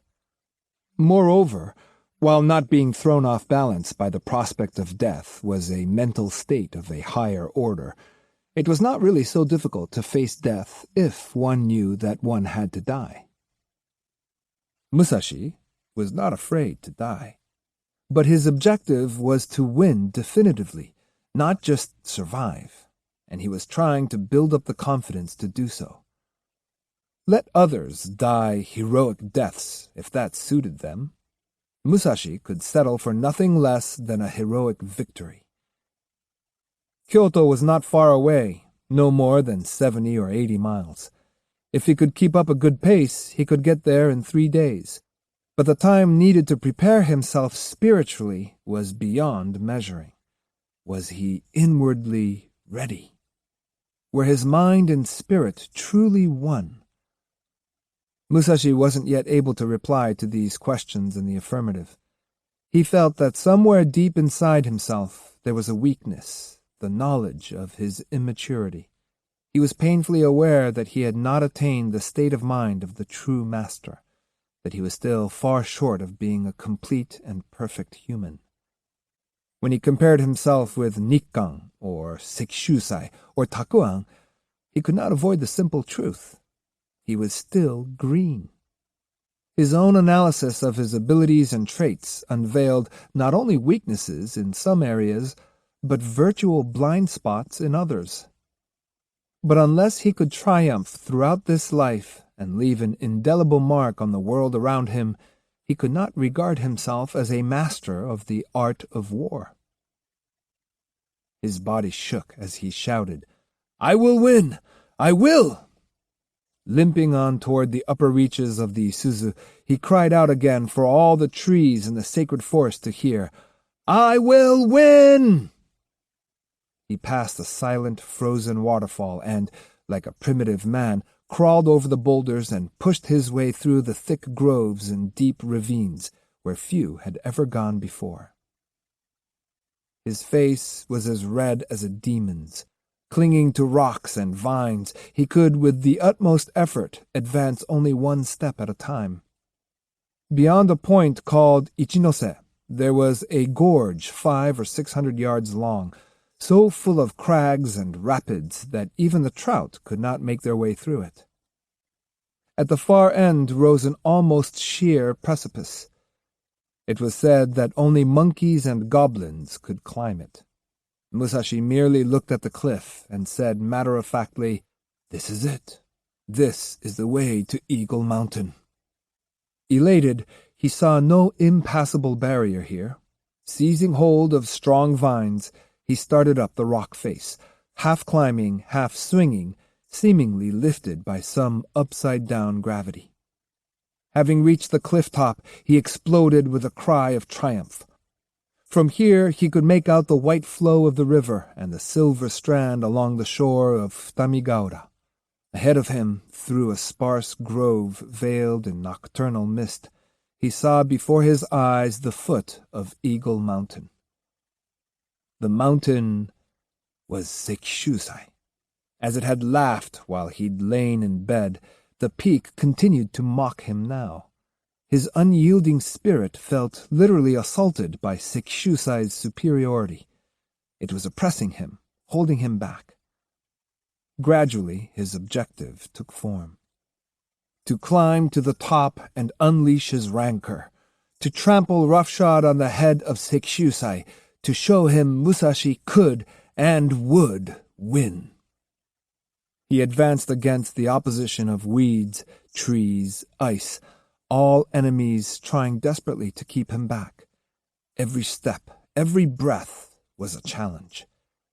His recently chilled blood boiled, and his body steamed as the sweat from his pores met the frosty air. Musashi hugged the red surface of the peak, groping for footholds. Each time he felt for a footing, he had to struggle, and small rocks would go crashing down to the grove below.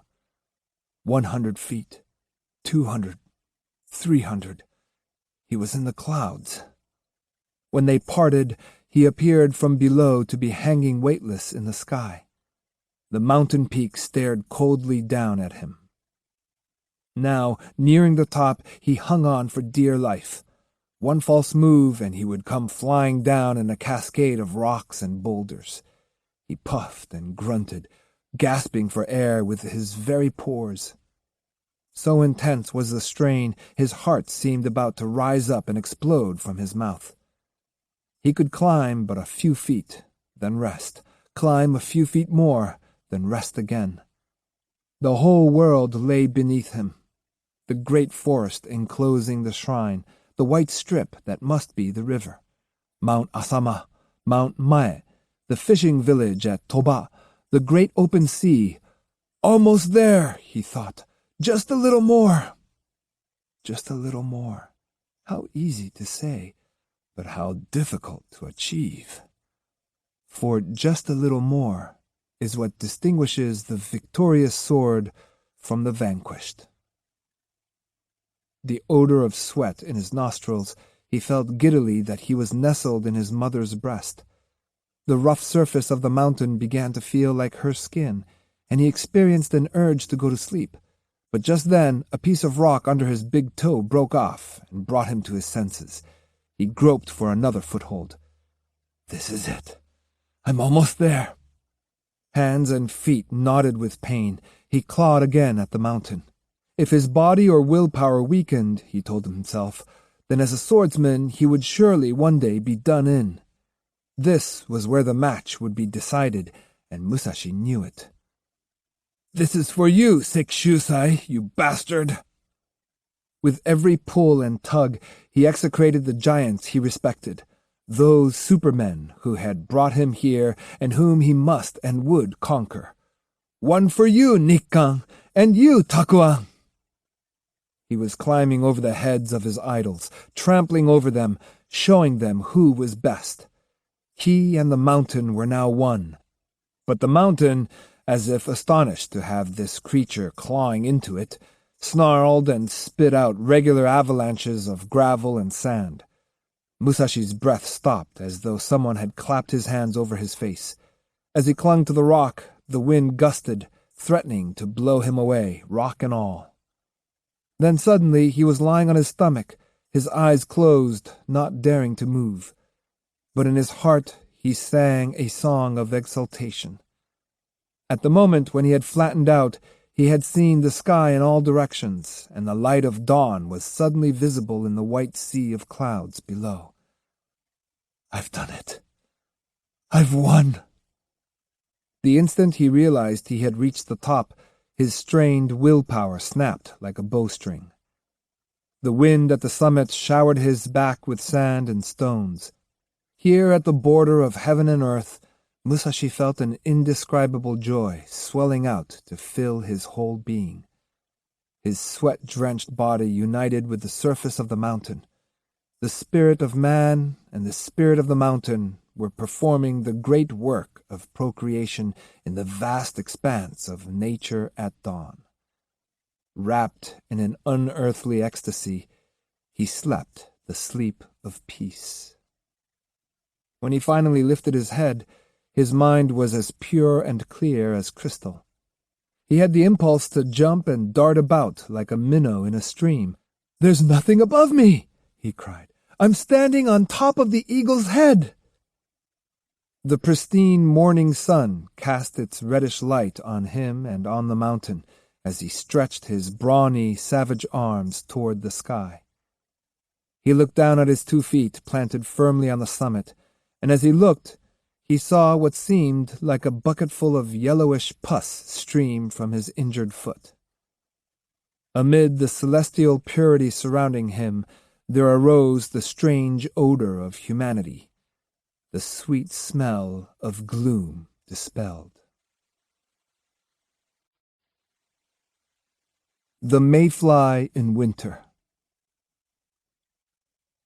Every morning after finishing their shrine duties, the maidens living in the House of Virgins went, books in hand, to the schoolroom at the Arakida house, where they studied grammar and practiced writing poems. For their performances of religious dances, they dressed in white silk kimono with crimson, widely flared trousers called hakama, but now they had on the short-sleeved kimono and white cotton hakama they wore while studying or doing household chores. A group of them was streaming out the back door when one exclaimed, "What's that?" She was pointing to the pack with the swords tied to it, hung up there by Musashi the night before. "Whose do you think it is?" "It must be a samurai's." "Isn't that obvious?" "No, it could have been left here by a thief." They looked wide-eyed at each other and gulped, as though they had come across the robber himself, leather-bandanaed and taking his noonday nap. "Perhaps we should tell Otsu about it," one of them suggested, and by common consent they all ran back to the dormitory and called up from beneath the railing outside Otsu's room. "Sensei! Sensei! There's something strange down here. Come and look!" Otsu put her writing brush down on her desk and stuck her head out the window. "What is it?" she asked. "A thief left his swords and a bundle behind. They're over there, hanging on the back wall." "Really? You'd better take them over to the Arakida house." "Oh, we can't. We're afraid to touch them." "Aren't you making a big fuss over nothing? Run along to your lessons now, and don't waste any more time." By the time Otsu came down from her room, the girls had gone. The only people in the dormitory were the old woman who did the cooking and one of the maidens who had taken ill. "Whose things are those hanging up here?" Otsu asked the cook. The woman did not know, of course. "I'll take them over to the Arakida house," Otsu said. When she took the pack and swords down, she nearly dropped them, they were so heavy. Lugging them with both hands, she wondered how men could walk about carrying so much weight. Otsu and Jotaro had come here 2 months earlier, after traveling up and down the Iga, Omi, and Mino high roads in search of Musashi. Upon their arrival in Ise, they had decided to settle down for the winter, since it would be difficult to make their way through the mountains in the snow. At first, Otsu had given flute lessons in the Toba district, but then she had come to the attention of the head of the Arakida family, who, being the official ritualist, ranked second only to the chief priest. When Arakida asked Otsu to come to the shrine to teach the maidens, she had consented, not so much out of a desire to teach as out of her interest in learning the ancient sacred music. Then, too, the peacefulness of the shrine's forest had appealed to her, as had the idea of living for a while with the shrine maidens, the youngest of whom was 13 or 14, and the oldest around 20. Jotaro had stood in the way of her taking the position, for it was forbidden to have a male, even of his age, living in the same dormitory as the maidens. The arrangement they arrived at was that Jotaro could sweep the sacred gardens in the daytime and spend his nights in the Arakida's woodshed. As Otsu passed through the shrine gardens, a forbidding, unearthly breeze whistled through the leafless trees. One thin column of smoke rose from a distant grove, and Otsu thought of Jotaro, who was probably there cleaning the grounds with his bamboo broom. She stopped and smiled, pleased that Jotaro, the incorrigible, was minding very well these days, applying himself dutifully to his chores at just the age when young boys think of nothing but playing and amusing themselves. The loud cracking noise she heard sounded like a branch breaking off a tree. It came a second time, and clutching her load, she ran down the path through the grove, calling, "Jotaro! Jotaro!" "Yes?" came the lusty reply. In no time she heard his running footsteps, but when he drew up before her, he said merely, "Oh, it's you."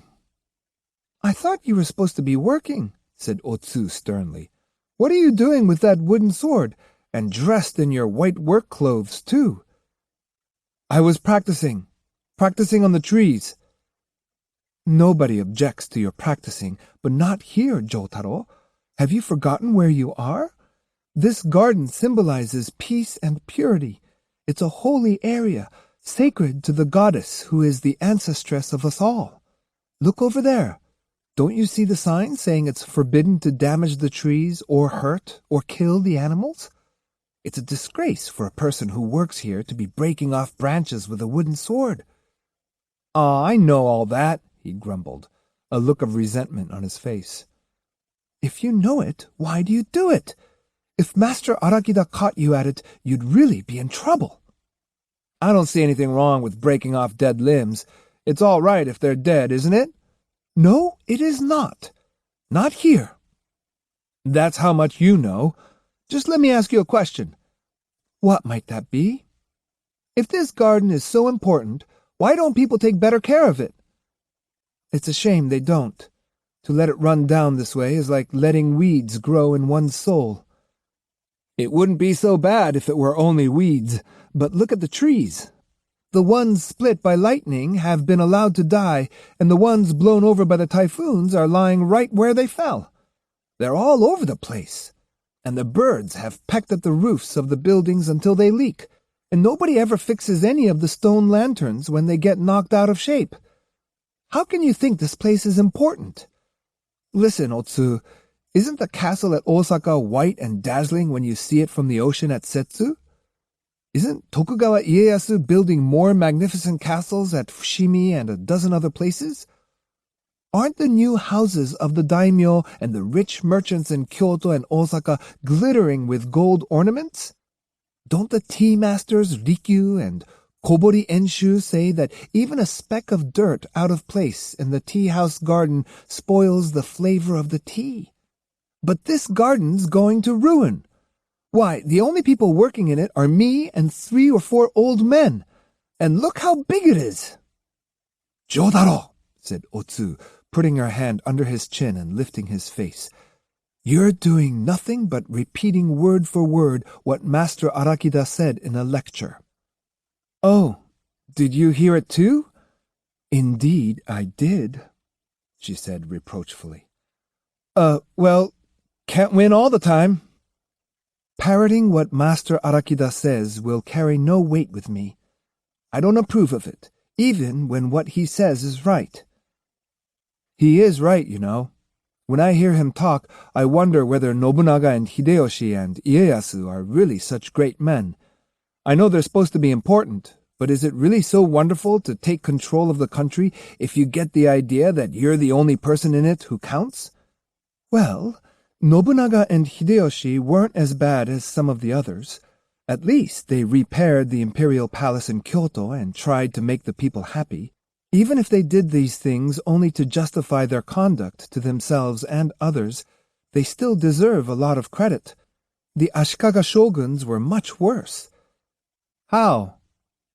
"You've heard about the Onin War, haven't you?" "The Ashikaga shogunate was so incompetent. There was constant civil war. Warriors fighting other warriors all the time to gain more territory for themselves. The ordinary people didn't get a moment's peace, and nobody had any real concern for the country as a whole. You mean those famous battles between the Yamanas and the Hosokawas? Yes, it was during those days, over 100 years ago, that Arakida Ujitsune became the chief priest of the Ise shrine, and there wasn't even enough money to continue the ancient ceremonies and sacred rites.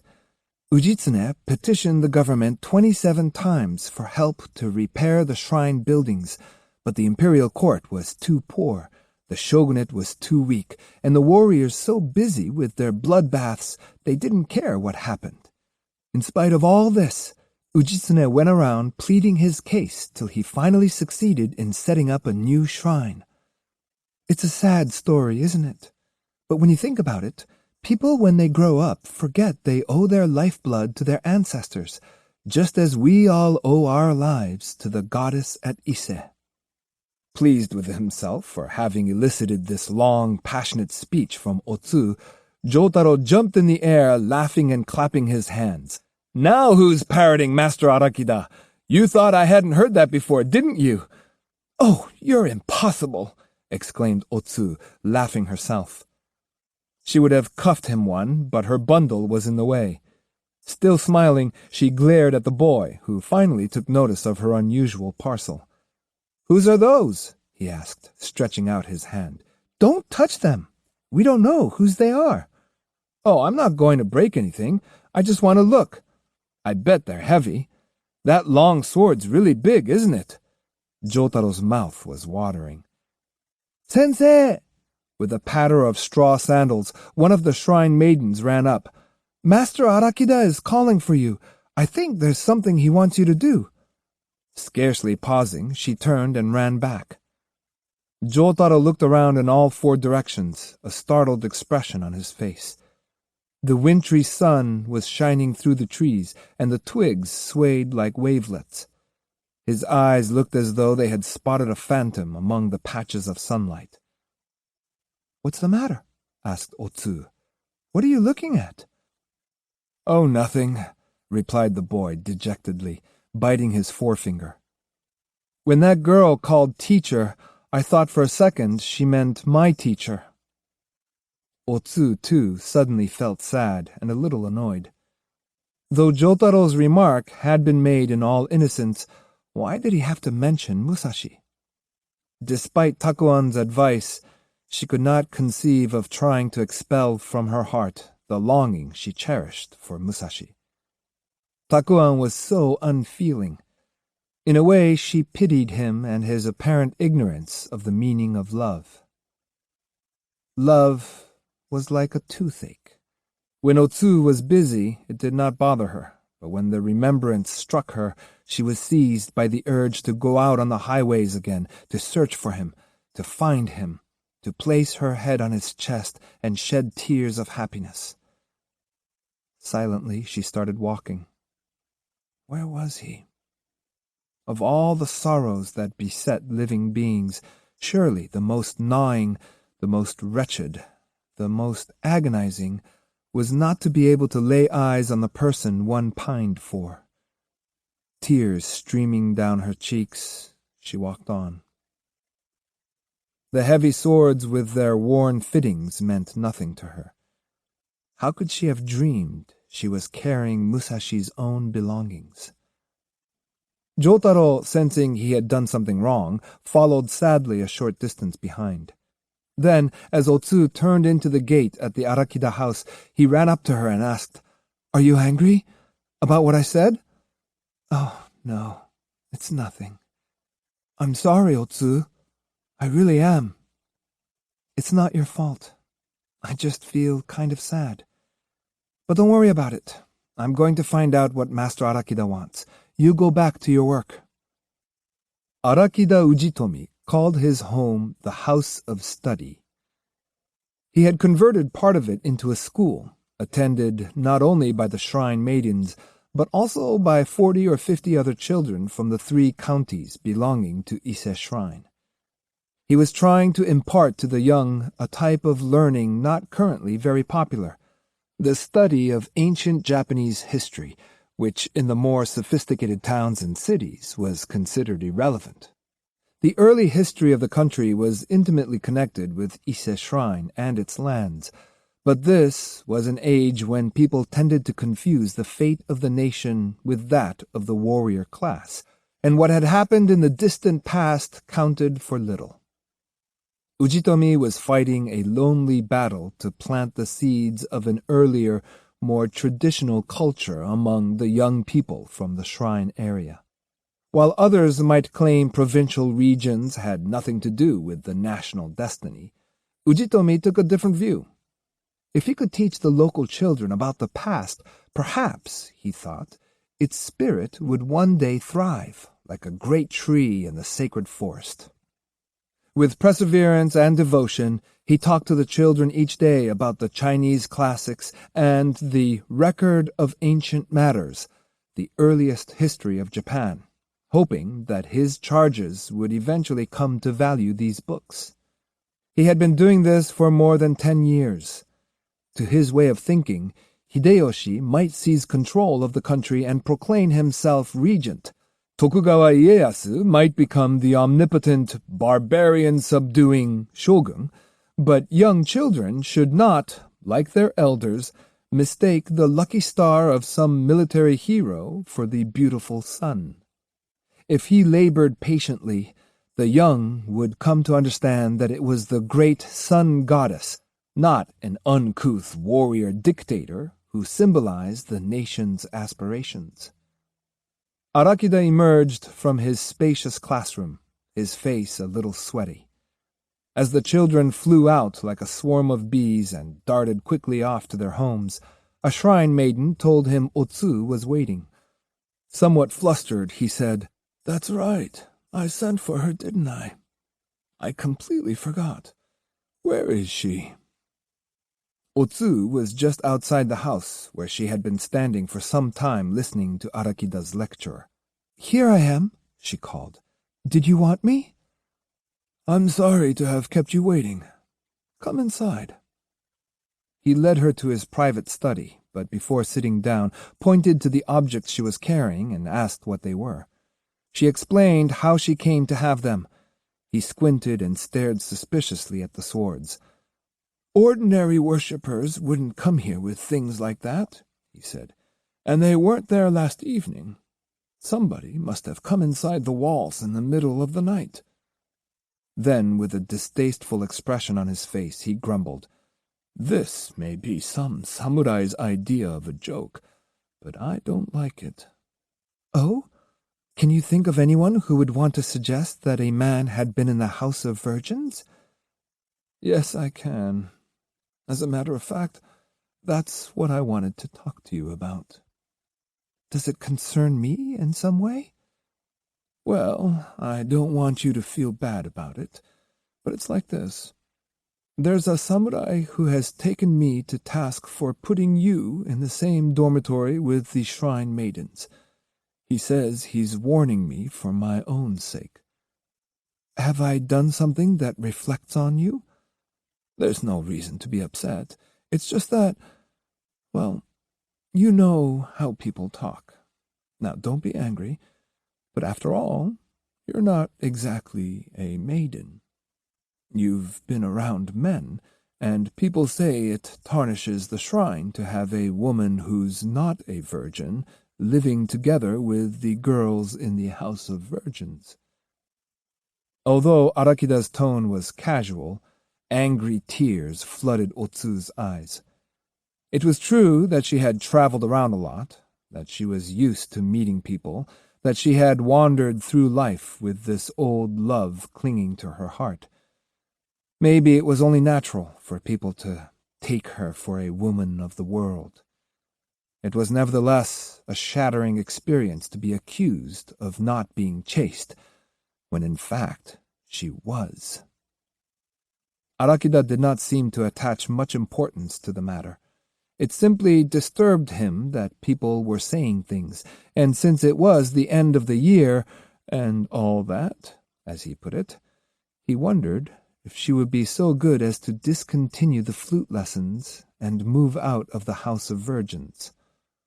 Otsu consented quickly, not as an admission of guilt, but because she had not planned to stay on and did not want to cause trouble, especially to Master Arakida. Notwithstanding her resentment at the falseness of the gossip, she promptly thanked him for his kindnesses during her stay and said that she would leave within the day. "Oh, it's not all that urgent," he assured her, reaching out to his small bookcase and taking out some money, which he wrapped in paper. Jotaro, who had followed Otsu, chose this moment to put his head in from the veranda and whisper, "If you're going to leave, I'll go with you. I'm tired of sweeping their old garden anyway." "Here's a little gift," said Arakida. "It's not much, but take it and use it for travel money." He held out the packet containing a few gold coins. Otsu refused to touch it. With a shocked look on her face, she told him she deserved no pay for merely giving flute lessons to the girls. Rather, it was she who should be paying for her food and lodging. "No," he replied, "I couldn't possibly take money from you, but there is something I'd like you to do for me in case you happen to be going to Kyoto. You can think of this money as payment for a favor." "I'll be glad to do anything you ask, but your kindness is payment enough." Arakida turned to Jotaro and said, "Why don't I give him the money? He can buy things for you along the way." "Thank you," said Jotaro, promptly extending his hand and accepting the packet.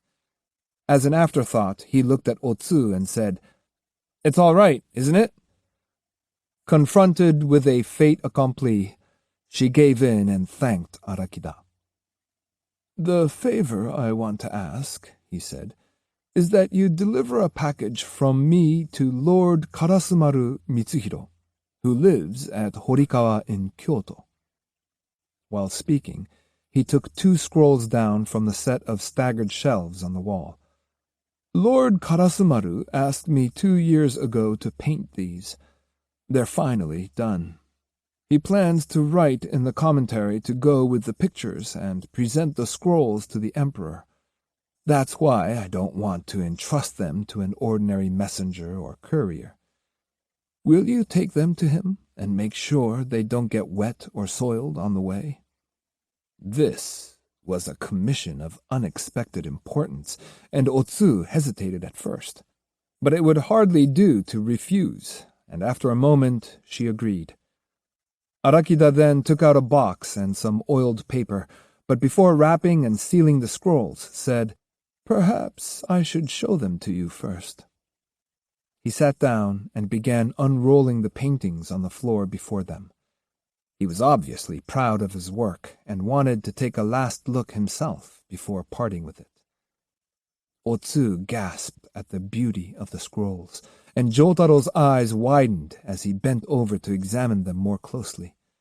Since the commentary had not yet been written in, neither of them knew what story was depicted, but as Arakida unrolled scene after scene, they saw before them a picture of life at the ancient imperial court, fastidiously executed in magnificent colors with touches of powdered gold. The paintings were in the Tosa style, which was derived from classic Japanese art. Though Jotaro had never been taught anything about art, he was dazzled by what he saw. "Look at the fire there!" he exclaimed. "It looks like it's really burning, doesn't it?" "Don't touch the painting," admonished Otsu. "Just look." While they gazed in admiration, a servant entered and said something in a very low voice to Arakida, who nodded and replied, "I see. I suppose it's all right. Just in case, though, you'd better have the man make out a receipt."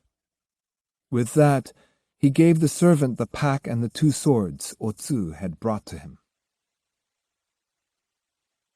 Upon learning that their flute teacher was leaving, the girls in the House of Virgins were disconsolate. In the 2 months she had been with them, they had come to regard her as an elder sister, and their faces, as they gathered about her, were full of gloom. "Is it true? Are you really going away? Won't you ever come back?" From beyond the dormitory, Jotaro shouted, I'm ready. What's taking you so long? He had doffed his white robe and was once again dressed in his usual short kimono, his wooden sword at his side. The cloth-wrapped box containing the scrolls was suspended diagonally across his back. From the window, Otsu called back, "My, that was fast." "I'm always fast," retorted Jotaro. "Aren't you ready yet? Why does it take women so long to dress and pack?" He was sunning himself in the yard, yawning lazily. But being impatient by nature, he quickly grew bored. "Aren't you finished yet?" he called again. "I'll be there in a minute," Otsu replied. She'd already finished packing, but the girls wouldn't let her go. Attempting to break away, Otsu said soothingly, "Don't be sad. I'll come to visit one of these days. Till then, take good care of yourselves." She had the uncomfortable feeling that this was not true, for in view of what had happened, it seemed unlikely that she would ever return. Perhaps the girls suspected this. Several were crying. Finally, someone suggested that they all see Otsu as far as the Holy Bridge across the Isuzu River. They thereupon crowded around her and escorted her out of the house. They didn't see Jotaro immediately, so they cupped their hands around their mouths and called his name, but got no reply. Otsu, too used to his ways to be disturbed, said he probably got tired of waiting and went on ahead. "What a disagreeable little boy!" exclaimed one of the girls. Another suddenly looked up at Otsu and asked, "Is he your son?" "My son? How on earth could you think that? I won't even be 21 till next year. Do I look old enough to have a child that big?" "No, but somebody said he was yours." Recalling her conversation with Arakida, Otsu blushed, then comforted herself with the thought that it made no real difference what people said, as long as Musashi had faith in her. Just then, Jotaro came running up to them. "Hey, what's going on?" he said with a pout. "First you keep me waiting for ages, now you start off without me." "But you weren't where you're supposed to be," Otsu pointed out. "You could have looked for me, couldn't you? I saw a man over there on the Toba High Road who looked a little like my teacher. I ran over to see whether it was really him." "Someone who looked like Musashi?" "Yes, but it wasn't him. I went as far as that row of trees and got a good look at the man from behind, but it couldn't have been Musashi. Whoever it was had a limp." It was always like this when Otsu and Jotaro were traveling. Not a day passed without their experiencing a glimmer of hope, followed by disappointment. Everywhere they went, they saw someone who reminded them of Musashi, the man passing by the window, the samurai in the boat that had just left, the ronin on horseback, the dimly seen passenger in a palanquin. Hopes soaring, they would rush to make sure, only to find themselves looking dejectedly at each other. It had happened dozens of times. For this reason, Otsu was not as upset now as she might have been, though Jotaro was crestfallen. Laughing the incident off, she said, "Too bad you were wrong, but don't get mad at me for going on ahead. I thought I'd find you at the bridge. You know, everybody says that if you start out on a journey in a bad mood, you'll stay angry all the way. Come now, let's make up." Though seemingly satisfied, Jotaro turned and cast a rude look at the girls trailing along behind. "What are they all doing here? Are they coming with us?" "Of course not. They're just sorry to see me leave, so they're sweet enough to escort us to the bridge." "Why, that's so very kind of them," said Jotaro, mimicking Otsu's speech and throwing everyone into fits of laughter. Now that he had joined the group, the anguish of parting subsided, and the girls recovered their good spirits. "Otsu," called one of them, "you're turning the wrong way. That's not the path to the bridge." "I know," said Otsu quietly. She had turned toward the Tamaguchi gate to pay her respects to the inner shrine. Clapping her hands together once, she bowed her head toward the sanctum and remained in an attitude of silent prayer for a few moments. "Oh, I see," murmured Jotaro. "She doesn't think she should leave without saying goodbye to the goddess." He was content to watch from a distance, but the girls started poking him in the back and asking him why he did not follow Otsu's example. "Me?" asked the boy incredulously. "I don't want to bow before any old shrine." "You shouldn't say that. You'll be punished for that someday." "I'd feel silly bowing like that." "What's silly about showing your respect to the sun goddess? She's not like one of those minor deities they worship in the cities." "I know that." "Well, then, why don't you pay your respects?" "Because I don't want to." "Contrary, aren't you?" "Shut up, you crazy females, all of you." "Oh, my!" chorused the girls, dismayed at his rudeness. "What a monster!" exclaimed one. By this time, Otsu had finished her obeisance and was coming back toward them. "What happened?" she asked. "You look upset."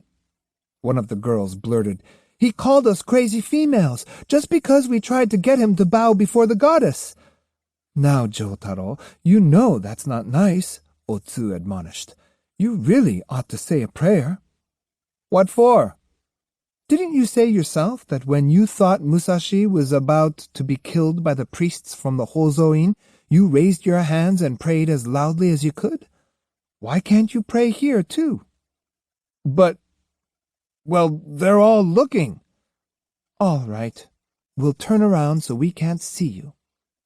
They all turned their backs to the boy, but Otsu stole a look behind her. He was running dutifully toward the Tamaguchi gate. When he reached it, he faced the shrine and in very boyish fashion made a deep, lightning-quick bow. The Pinwheel. Musashi sat on the narrow veranda of a little seafood shop facing the sea. The shop's specialty was sea snails, served boiling in their shells.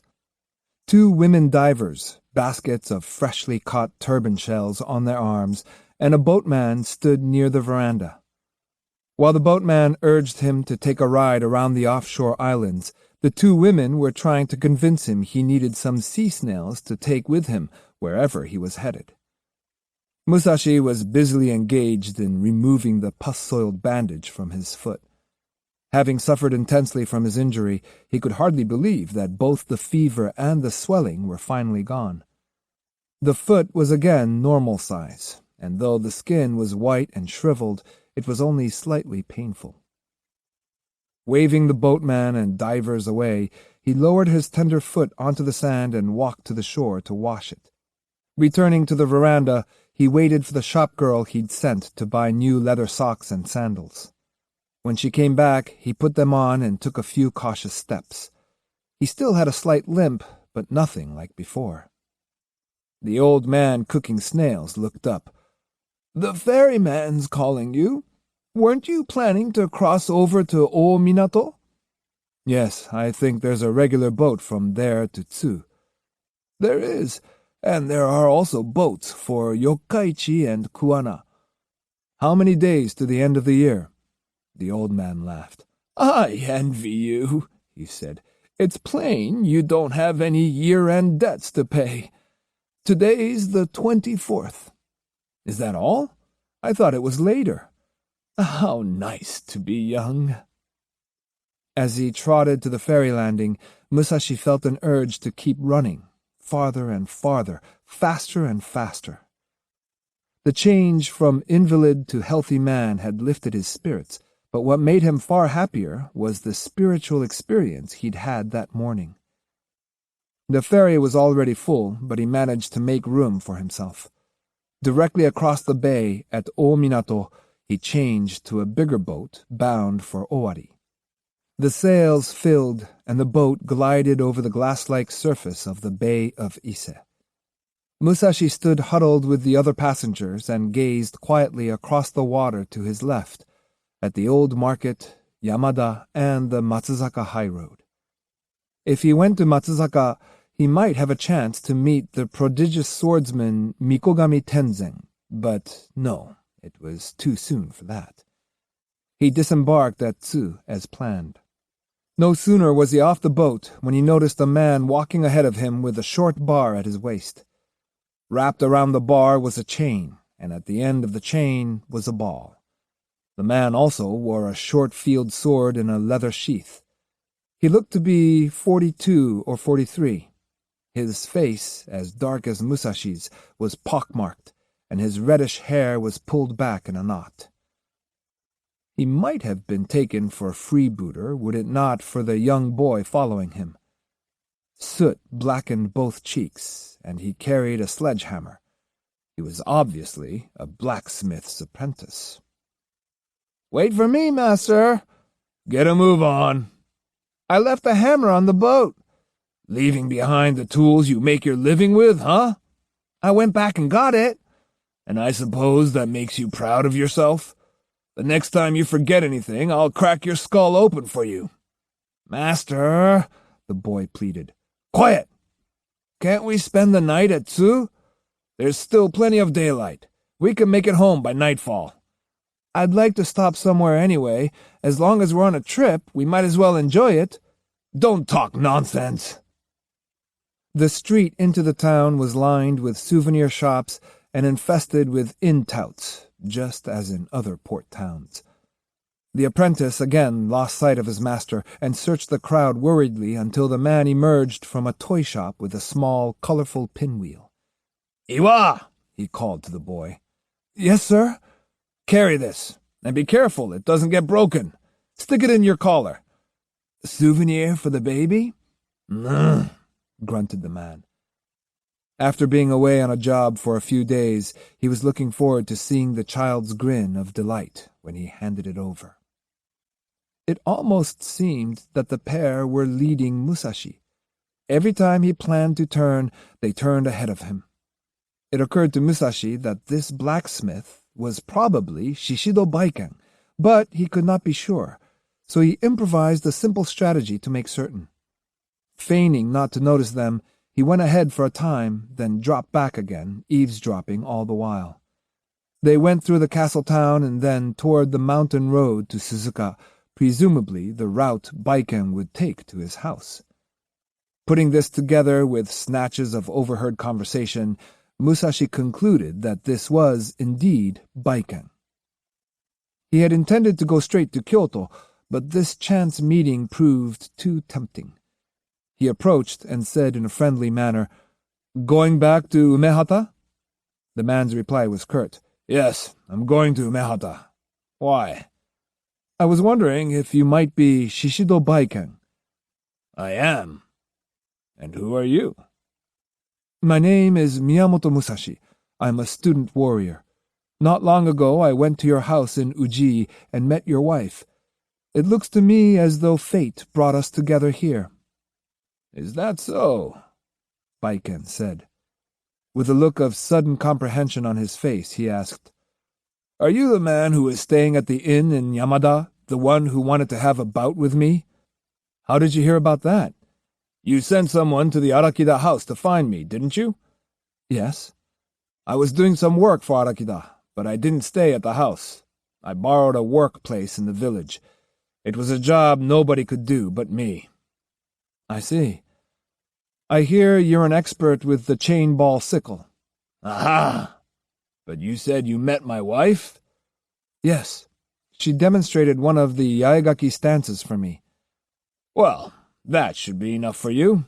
There's no reason to be following along after me. Oh, of course, I could show you a great deal more than she did, but the minute you saw it, you'd be on your way to a different world." Musashi's impression of the wife had been that she was pretty overbearing, but here was real arrogance.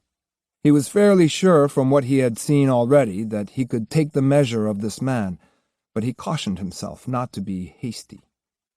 Takuan had taught him life's first lesson, namely that there are a lot of people in the world who may very well be one's betters. The lesson had been reinforced by his experiences at the Hozoin and at Koyagyu Castle. Before letting his pride and confidence betray him into underestimating an adversary, he wanted to size him up from every possible angle. While laying his groundwork, he would remain sociable, even if at times this might strike his opponent as being cowardly or subservient. In reply to Baiken's contemptuous remark, he said, with an air of respect befitting his youth. "I see. I did indeed learn a good deal from your wife, but since I've had the good fortune to meet you, I'd be grateful if you'd tell me more about the weapon you use." "If all you want to do is talk, fine. Are you planning to stay overnight at the inn by the barrier?" "That's what I had in mind, unless you'd be kind enough to put me up for another night." "You're welcome to stay, if you're willing to sleep in the smithy with Iwa. But I don't run an inn, and we don't have extra bedding." At sunset they reached the foot of Mount Suzuka.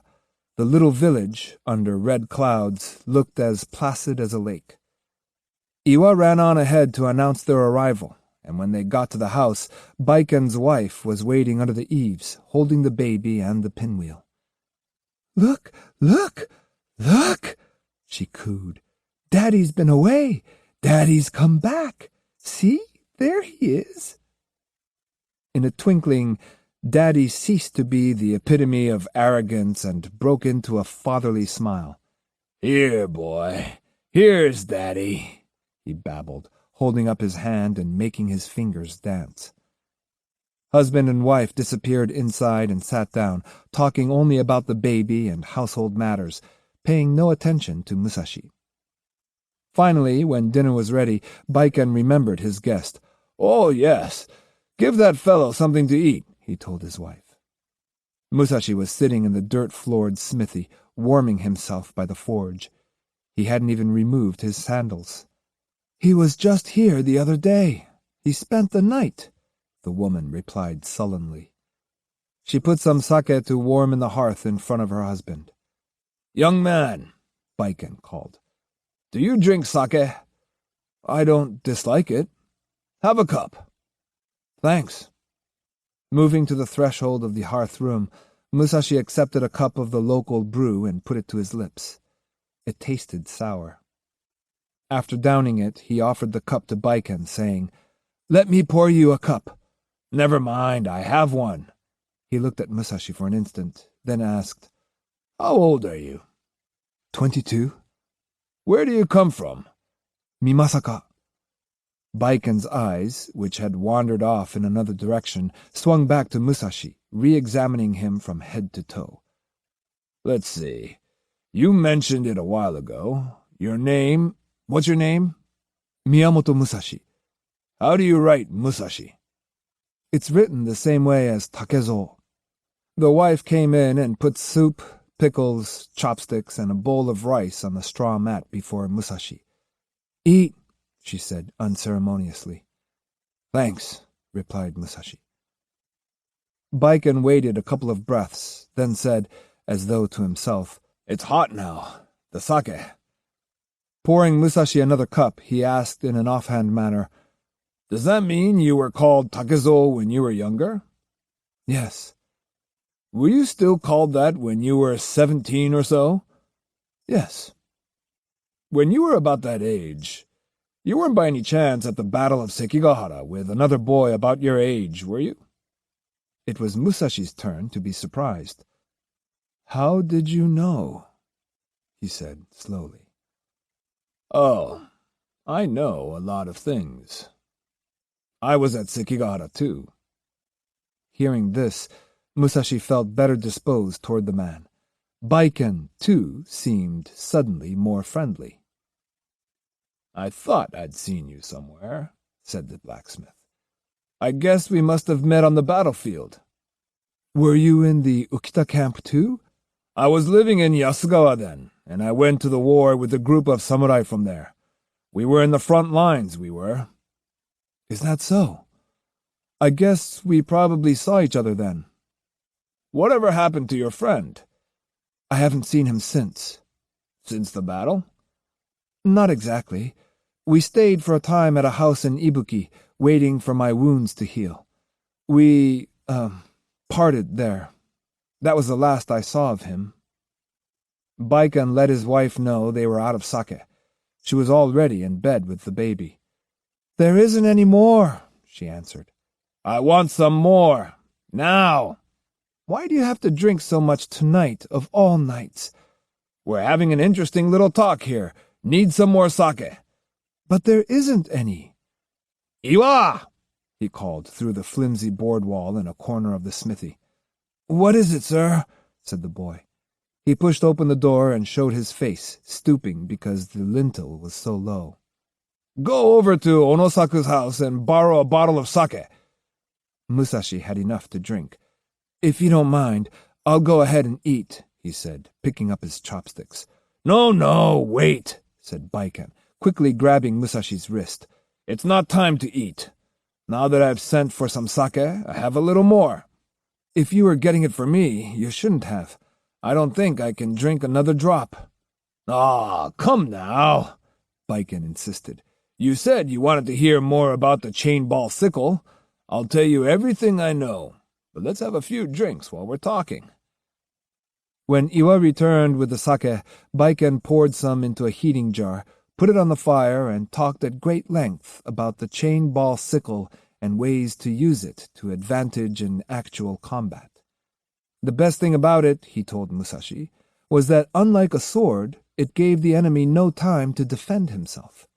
Also, before attacking the enemy directly, it was possible to snatch his weapon away from him with the chain.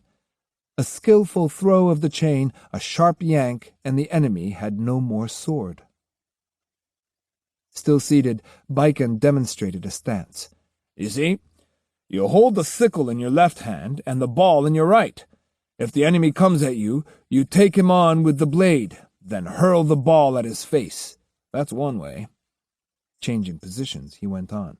"Now, in this case, when there's some space between you and the enemy, you take his weapon away with the chain. It doesn't make any difference what kind of weapon it is, sword, lance, wooden staff, or whatever." Baiken went on, telling Musashi about ways of throwing the ball, about the 10 or more oral traditions concerning the weapon, about how the chain was like a snake, about how it was possible, by cleverly alternating the movements of the chain and the sickle, to create optical illusions and cause the enemy's defense to work to his own detriment, about all the secret ways of using the weapon. Musashi was fascinated. When he heard talk like this, he listened with his whole body, eager to absorb every detail. The chain, the sickle, 2 hands. As he listened, the seeds of other thoughts formed in his mind. The sword can be used with 1 hand, but a man has 2 hands. The second bottle of sake was empty.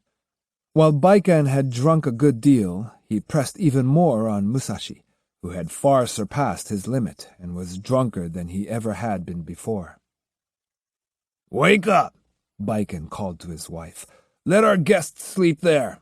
You and I can sleep in the back room. Go spread some bedding."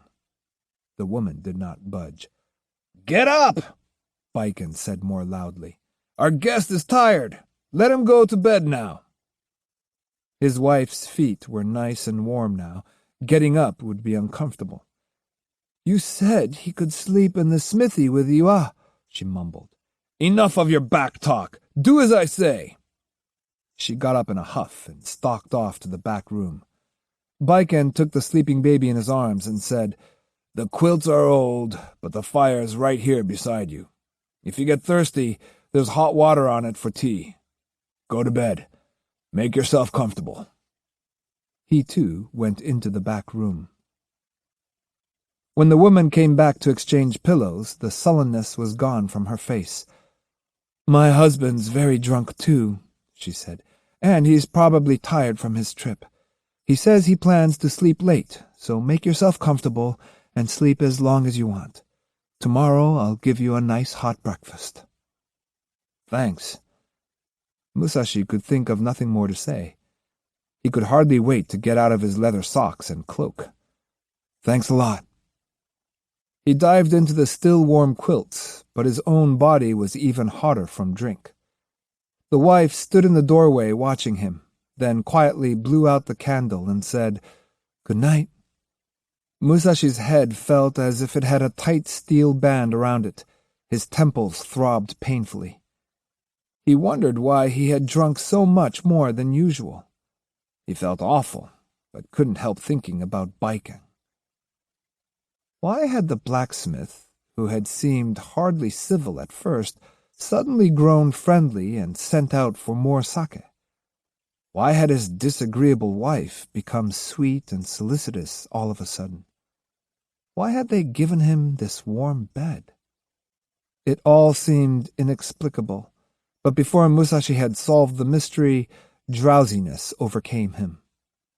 He closed his eyes, took a few deep breaths, and pulled the covers up. Only his forehead remained exposed, lit up by occasional sparks from the hearth. By and by, there was the sound of deep, steady breathing. Baiken's wife retreated stealthily into the back room, the pit and pat of her feet moving stickily across the tatami. Musashi had a dream, or rather the fragment of one, which kept repeating itself. A childhood memory flitted about his sleeping brain like an insect, trying, it seemed, to write something in luminescent letters. He heard the words of a lullaby. Go to sleep, go to sleep. Sleeping babies are sweet. He was back home in Mimasaka, hearing the lullaby the blacksmith's wife had sung in the Ise dialect. He was a baby in the arms of a light-skinned woman of about 30, his mother. This woman must be his mother. At his mother's breast, he looked up at her white face. Naughty, and they make their mothers cry too. Cradling him in her arms, his mother sang softly. Her thin, well-bred face looked faintly bluish, like a pear blossom. There was a wall, a long stone wall, on which there was liverwort, and a dirt wall above which branches darkened in the approaching night. Light from a lamp streamed from the house. Tears glistened on his mother's cheeks. The baby looked in wonder at the tears. "Go away! Go back to your home!" It was the forbidding voice of Munisai, coming from inside the house, and it was a command. Musashi's mother arose slowly. She ran along a long stone embankment. Weeping, she ran into the river and waded toward the center. Unable to talk, the baby squirmed in his mother's arms, tried to tell her there was danger ahead. The more he fretted, the more tightly she held him. Her moistened cheek rubbed against his. "Takezo," she said, "are you your father's child or your mother's?" Munisai shouted from the bank. His mother sank beneath the water. The baby was cast up on the pebbly bank, where he lay wailing at the top of his lungs amid blooming primroses. Musashi opened his eyes. When he started to doze off again, a woman, his mother, someone else, intruded into his dream and woke him again. Musashi could not remember his mother's appearance. He thought of her often, but he couldn't have drawn her face. Whenever he saw another mother, he thought perhaps his own mother had looked the same. Why tonight? He thought. The sake had worn off. He opened his eyes and gazed at the ceiling. Amid the blackness of the soot was a reddish light, the reflection from the embers in the hearth. His gaze came to rest on the pinwheel suspended from the ceiling above him. He noticed, too, that the smell of mother and child still clung to the bed covers. With a vague feeling of nostalgia, he lay half asleep, staring at the pinwheel. The pinwheel started slowly to revolve. There was nothing strange about this. It was made to turn. But not unless there was a breeze. Musashi started to get up, then stopped and listened closely. There was the sound of a door being slid quietly shut. The pinwheel stopped turning. Musashi quietly put his head back on the pillow and tried to fathom what was going on in the house. He was like an insect under a leaf, attempting to divine the weather above. His whole body was attuned to the slightest change in his surroundings, his sensitive nerves absolutely taut. Musashi knew that his life was in danger. But why? Is it a den of robbers? He asked himself at first. But no, If they were professional thieves, they'd know he had nothing worth stealing. Has he got a grudge against me?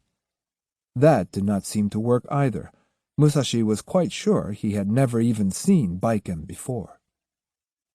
Without being able to figure out a motive, he could feel in his skin and bones that someone or something was threatening his very life. He also knew that whatever it was very near. He had to decide quickly whether to lie and wait for it to come or get out of the way ahead of time. Slipping his hand over the threshold into the smithy, he groped for his sandals. He slipped first one, then the other, under the cover and down to the foot of the bedding. The pinwheel started to whirl again. In the light of the fire, it turned like a bewitched flower. Footsteps were faintly audible both inside and outside the house, as Musashi quietly wadded the bedding together into the rough shape of a human body.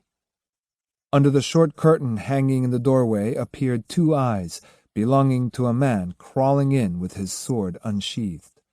Another, carrying a lance and clinging closely to the wall, crept around to the foot of the bed. The 2 stared at the bedclothes, listening for the sleeper's breathing. Then, like a cloud of smoke, a 3rd man jumped forward. It was Baiken, holding the sickle in his left hand and the ball in his right. The men's eyes met, and they synchronized their breathing. The man at the head of the bed kicked the pillow into the air, and the man at the foot, jumping down into the smithy, aimed his lance at the reclining form. Keeping the sickle behind him, Baiken shouted, "Up, Musashi!" Neither answer nor movement came from the bedding. The man with the lance threw back the covers. "He's not here!" he shouted. Baiken, casting a confused look around the room, caught sight of the rapidly whirling pinwheel. "There's a door open somewhere!" he shouted. Soon another man cried out angrily. The door from the smithy onto a path that went around to the back of the house was open about 3 feet, and a biting wind was blowing in. "He got out through here!" "What are those fools doing?" Baiken screamed, running outside. From under the eaves and out of the shadows, black forms came forward. "Master, did it go all right?" asked a low voice excitedly. Baiken glowered with rage. "What do you mean, you idiot? Why do you think I put you out here to keep watch? He's gone! He must have come this way." "Gone? How could he get out?" "You're asking me, you thick-headed ass?" Baiken went back inside and stamped around nervously. "There are only 2 ways he could have gone. He either went up to Suzuka Ford or back to the Tsu Highway. Whichever it was, he couldn't have gone far. Go get him!" "Which way do you think he went?" "Ugh! I'll go toward Suzuka. You cover the lower road." The men inside joined forces with the men outside, making a motley group of about 10, all armed. One of them, carrying a musket, looked like a hunter. Another, with a short-fielded sword, was probably a woodcutter.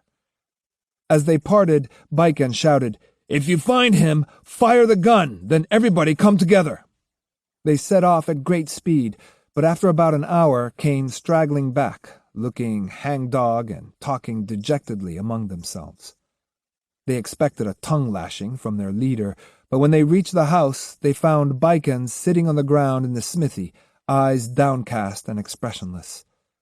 When they tried to cheer him up, he said, "No use crying about it now." Searching about for a way to vent his wrath, he seized a piece of charred wood and broke it sharply over his knee. "Bring some sake! I want a drink!" He stirred up the fire again and threw on more kindling. Baiken's wife, trying to quiet the baby, reminded him there was no more sake. One of the men volunteered to bring some from his house, which he did with dispatch. Soon the brew was warm, and the cups were being passed around. The conversation was sporadic and gloomy. "It makes me mad. The rotten little bastard! He leads a charmed life, I'll say that for him." "Don't worry about it, master. You did everything you could. The men outside fell down on their job." Those referred to apologized shamefacedly. They tried to get Baiken drunk so he would go to sleep, but he just sat there, frowning at the bitterness of the sake, but taking no one to task for the failure. Finally, he said, I shouldn't have made such a big thing out of it, getting so many of you to help. I could have handled him all by myself, but I thought I'd better be careful. After all, he did kill my brother, and Tsujikaze Tenma was no mean fighter. Could that Ronin really be the boy who was hiding in Oko's house 4 years ago? He must be. My dead brother's spirit brought him here, I'm sure. At first the thought never crossed my mind, but then he told me he'd been at Sekigahara, and his name used to be Takezo. He's the right age and the right type of person to have killed my brother. I know it was him. Come on, Master. Don't think about it any more tonight. Lie down. Get some sleep. They all helped him to bed. Someone picked up the pillow that had been kicked aside and put it under his head. The instant Baiken's eyes were closed, the anger that had filled him was replaced by loud snoring. The men nodded to each other and drifted off, dispersing into the mist of early morning. They were all riffraff, underlings of freebooters like Tsujikaze Tenma of Ibuki and Tsujikaze Kohei of Yasugawa, who now called himself Shishido Baiken. Or else they were hangers-on at the bottom of the ladder in open society. Driven by the changing times, they had become farmers or artisans or hunters, but they still had teeth, which were only too ready to bite honest people when the opportunity arose. The only sounds in the house were those made by the sleeping inhabitants and the gnawing of a field rat. In the corner of the passageway connecting the workroom and kitchen, next to a large earthen oven, stood a stack of firewood. Above this hung an umbrella and heavy straw rain-capes. In the shadows between the oven and the wall, one of the rain-capes moved, slowly and quietly inching up the wall until it hung on a nail. The smoky figure of a man suddenly seemed to come out of the wall itself. Musashi had never gone a step away from the house. After slipping out from under the covers, he had opened the outer door and then merged with the firewood, drawing the rain-cape down over him. He walked silently across the smithy and looked at Baiken. Adenoids, thought Musashi, for the snoring was thunderous. The situation struck him as humorous, and his face twisted into a grin. He stood there for a moment, thinking. To all intents and purposes, he had won his bout with Baiken. It had been a clear-cut victory. Still, this man lying here was the brother of Tsujikaze Tenma, and had tried to murder him to comfort the spirit of his dead brother, an admirable sentiment for a mere freebooter. Should Musashi kill him? If he left him alive, he would go on looking for an opportunity to take his revenge, and the safe course was doubtless to do away with him here and now. But there remained the question of whether he was worth killing. Musashi pondered for a time before hitting on what seemed exactly the right solution. Going to the wall by Baiken's feet, he took down one of the blacksmith's own weapons. While he eased the blade from its groove, he examined the sleeping face. Then, wrapping a piece of damp paper around the blade, he carefully laid it across Baiken's neck. He stepped back and admired his handiwork. The pinwheel was sleeping too. If it were not for the paper wrapping, thought Musashi, the wheel might wake in the morning and turn wildly at the sight of its master's head fallen from the pillow. When Musashi had killed Tsujikaze Tenma, he had had a reason, and, anyway, he had still been burning with the fever of battle. But he had nothing to gain from taking the blacksmith's life, and who could tell? If he did kill him, the infant owner of the pinwheel might spend his life seeking to avenge his father's murder. It was a night on which Musashi had thought time and again of his own father and mother. He felt a little envious as he stood here by the sleeping family, sensing the faint sweet scent of mother's milk about him. He even felt a little reluctant to take his leave. In his heart, he spoke to them. "I'm sorry to have troubled you. Sleep well." He quietly opened the outer door and went out. The Flying Horse. Otsu and Jotaro arrived at the barrier late at night, stopped over at an inn, and resumed their journey before the morning mist cleared. From Mount Fudeste they walked to Yonkenjaya, where they first felt the warmth of the rising sun on their backs. "How beautiful!" exclaimed Otsu, pausing to look at the great golden orb. She seemed full of hope and cheer. It was one of those wonderful moments when all living things, even plants and animals, must feel satisfaction and pride in their existence here on earth. Jotaro said with obvious pleasure, "We're the very first people on the road, not a soul ahead of us." "You sound boastful. What difference does it make?" "It makes a lot of difference to me." "Do you think it'll make the road shorter?" "Oh, it's not that. It just feels good to be first, even on the road. You have to admit it's better than following along behind palanquins or horses." "That's true. When no one else is on the road I'm on, I have the feeling it belongs to me." "In that case, why don't you pretend you're a great samurai on horseback, surveying your vast estates? I'll be your attendant." She picked up a bamboo stick and, waving it ceremoniously, called out in sing-song fashion, "Bow down, all! Bow down for his lordship!" A man looked out inquiringly from under the eaves of a tea-house. Caught playing like a child, she blushed and walked rapidly on. "You can't do that," Jotaro protested. "You mustn't run away from your master. If you do, I'll have to put you to death." "I don't want to play any more." "You're the one who was playing, not me." "Yes, but you started it." "Oh my, the man at the tea-house is still staring at us. He must think we're silly." "Let's go back there." "What for?" "I'm hungry." "Already? Couldn't we eat half of the rice balls we brought for lunch now?" "Be patient. We haven't covered 2 miles yet. If I let you, you'd eat 5 meals a day." "Maybe, but you don't see me riding in palanquins or hiring horses the way you do." "That was only last night, and then only because it was getting dark and we had to hurry. If you feel that way about it, I'll walk the whole way today." "It should be my turn to ride today." "Children don't need to ride." "But I want to try riding a horse. Can't I? Please?" "Well, maybe, but only for today." "I saw a horse tied up at the tea-house. We could hire it." "No, it's still too early in the day." "Then you didn't mean it when you said I could ride." "I did, but you're not even tired yet. It'd be a waste of money to rent a horse." "You know perfectly well I never get tired."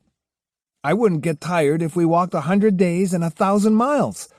If I have to wait till I'm worn out, I'll never get to ride a horse. Come on, Otsu, let's rent the horse now, while there aren't any people ahead of us. It'll be a lot safer than when the road is crowded. Please."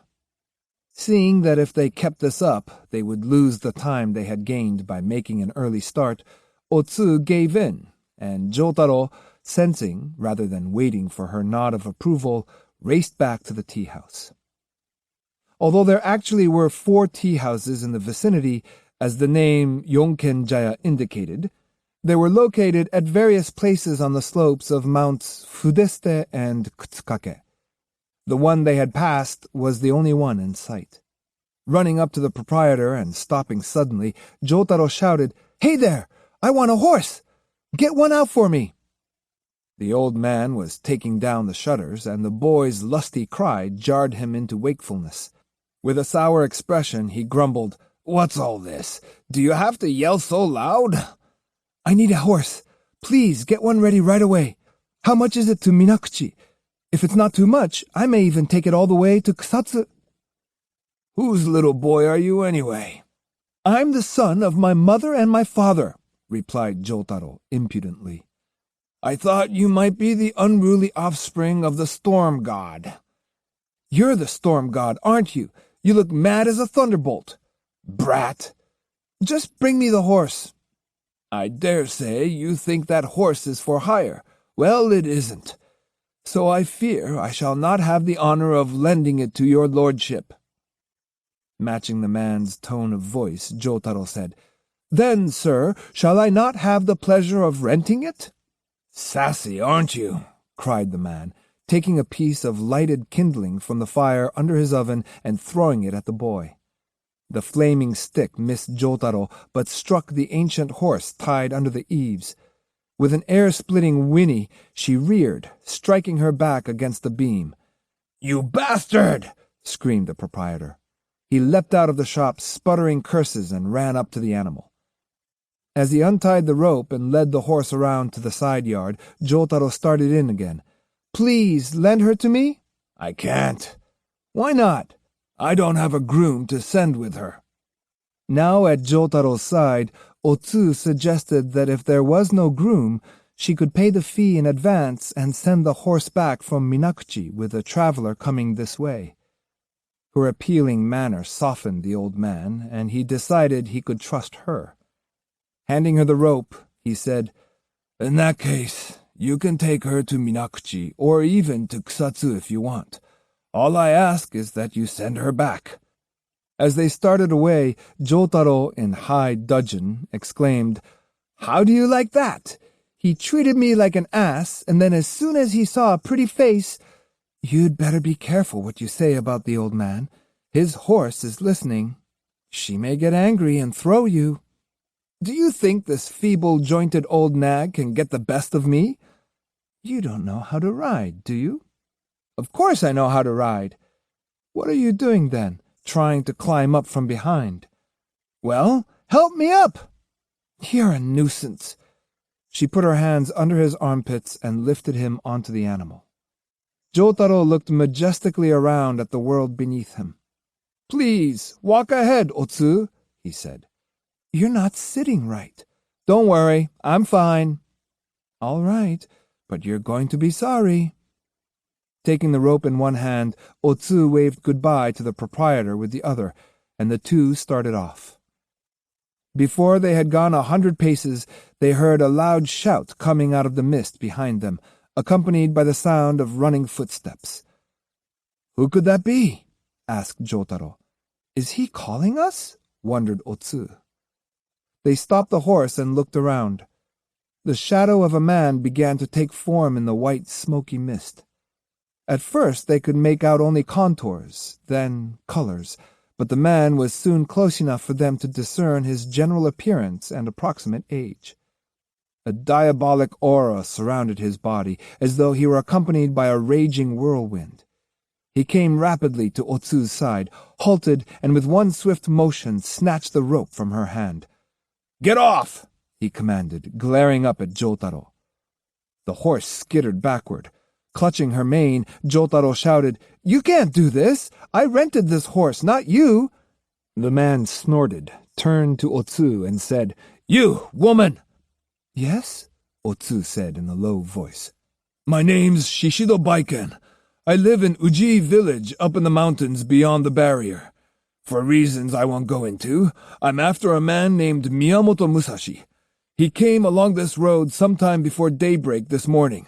Probably passed here hours ago, so I've got to move fast if I'm going to catch him in Yasugawa on the Omi border. Let me have your horse."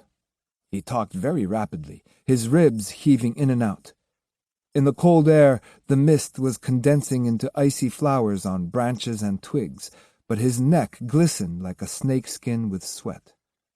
Otsu stood very still, her face deathly white, as though the earth beneath her had drained all the blood from her body. Her lips quivering, she wanted desperately to ask and make sure that she had heard correctly. She couldn't utter a word. "You said Musashi?" Jotaro blurted out. He was still clutching the horse's mane, but his arms and legs were trembling. Baiken was in too much of a hurry to notice their shocked reaction. "Come on now," he ordered. "Off the horse, and be quick about it, or I'll give you a thrashing." He brandished the end of the rope like a whip. Jotaro shook his head adamantly. "I won't!" "What do you mean you won't?" "It's my horse. You can't have it. I don't care how much of a hurry you're in." "Watch it. I've been very nice and explained everything because you're only a woman and a child traveling alone. But "Isn't that right, Otsu?" Jotaro interrupted. "We don't have to let him have the horse, do we?" Otsu could have hugged the boy. As far as she was concerned, it was not so much a question of the horse as it was of preventing this monster from progressing any faster. "That's true," she said. "I'm sure you're in a hurry, sir, but so are we. You can hire one of the horses that travel up and down the mountain regularly. Just as the boy says, it's unfair to try to take our horse away from us." "I won't get off," Jotaro repeated. "I'll die before I do." "You've set your mind on not letting me have the horse?" Baiken asked gruffly. "You should have known we wouldn't to begin with," replied Jotaro gravely. "Son of a bitch!" shouted Baiken, infuriated by the boy's tone. Jotaro, tightening his grip on the horse's mane, looked little bigger than a flea. Baiken reached up, took hold of his leg, and started to pull him off. Now, of all times, was the moment for Jotaro to put his wooden sword to use, but in his confusion he forgot all about the weapon. Faced with an enemy so much stronger than himself, the only defense that came to mind was to spit in Baiken's face, which he did again and again. Otsu was filled with grim terror. The fear of being injured or killed by this man brought an acid, dry taste to her mouth. But there was no question of giving in and letting him have the horse. Musashi was being pursued. The longer she could delay this fiend, the more time Musashi would have to flee. It didn't matter to her that the distance between him and herself would also be increased, just at a time when she knew at least that they were on the same road. Biting her lip, then screaming, "You can't do this!"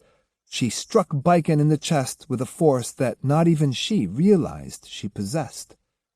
Baiken, still wiping the spit off his face, was thrown off balance, and in that instant Otsu's hand caught the hilt of his sword. "Bitch!" he barked, grabbing for her wrist. Then he howled with pain, for the sword was already partly out of its scabbard, and instead of Otsu's arm, he'd squeezed his hand around the blade. The tips of 2 fingers on his right hand dropped to the ground. Holding his bleeding hand, he sprang back, unintentionally pulling the sword from its scabbard. The brilliant glitter of steel extending from Otsu's hand scratched across the ground, coming to rest behind her. Baiken had blundered even worse than the night before. Cursing himself for his lack of caution, he struggled to regain his footing. Otsu, now afraid of nothing, swung the blade sideways at him. But it was a great wide-bladed weapon, nearly 3 feet long, which not every man would have been able to handle easily. When Baiken dodged, her hands wobbled, and she staggered forward. She felt a quick wrenching of her wrists, and reddish-black blood spurted into her face. After a moment of dizziness, she realized the sword had cut into the rump of the horse. The wound was not deep, but the horse let out a fearsome noise, rearing and kicking wildly. Baiken, yelling unintelligibly, got hold of Otsu's wrist and tried to recover his sword, but at that moment the horse kicked them both into the air. Then, rising on her hind legs, she whinnied loudly and shot off down the road like an arrow from a bow, Jotaro clinging grimly to her back and blood spewing out behind. Baiken stumbled around in the dust-laden air. He knew he couldn't catch the crazed beast, so his enraged eyes turned toward the place where Otsu had been. She wasn't there. After a moment, he spotted his sword at the foot of a larch tree, and with a lunge retrieved it. As he straightened up, something clicked in his mind. There must be some connection between this woman and Musashi, and if she was Musashi's friend, she would make excellent bait. At the very least, she would know where he was going. Half running, half sliding down the embankment next to the road, he strode around a thatched farmhouse, peering under the floor and into the storehouse, while an old woman stooped like a hunchback behind a spinning wheel inside the house looked on in terror. Then he caught sight of Otsu racing through a thick grove of cryptomeria trees toward the valley beyond, where there were patches of late snow. Thundering down the hill with the force of a landslide, he soon closed the distance between them. "Bitch!" he cried, stretching out his left hand and touching her hair. Otsu dropped to the ground and caught hold of the roots of a tree, but her foot slipped, and her body fell over the edge of the cliff, where it swayed like a pendulum. Dirt and pebbles fell into her face as she looked up at Baiken's large eyes and his gleaming sword. "Fool!" he said contemptuously. "Do you think you can get away now?" Otsu glanced downward. 50 or 60 feet below, a stream cut through the floor of the valley. Curiously, she was not afraid, for she saw the valley as her salvation. At any moment she chose, she could escape simply by letting go of the tree and throwing herself on the mercy of the open space below. She felt death was near, but rather than dwell on that, her mind focused on a single image, Musashi. She seemed to see him now, his face like a full moon in a stormy sky. Baiken quickly seized her wrists and, hoisting her up, dragged her well clear of the edge. Just then one of his henchmen called to him from the road. "What are you doing down there? We'd better move fast. The old man at the tea-house back there said a samurai woke him up before dawn this morning, ordered a box lunch, then ran off toward Kaga Valley." "Kaga Valley?" "That's what he said. But whether he goes that way or crosses Mount Tsuchi to Minakuchi doesn't matter. The roads come together at Ishibe. If we make good time to Yasugawa, we should be able to catch him there." Baiken's back was turned to the man, his eyes fastened on Otsu, who crouched before him, seemingly trapped by his fierce glare.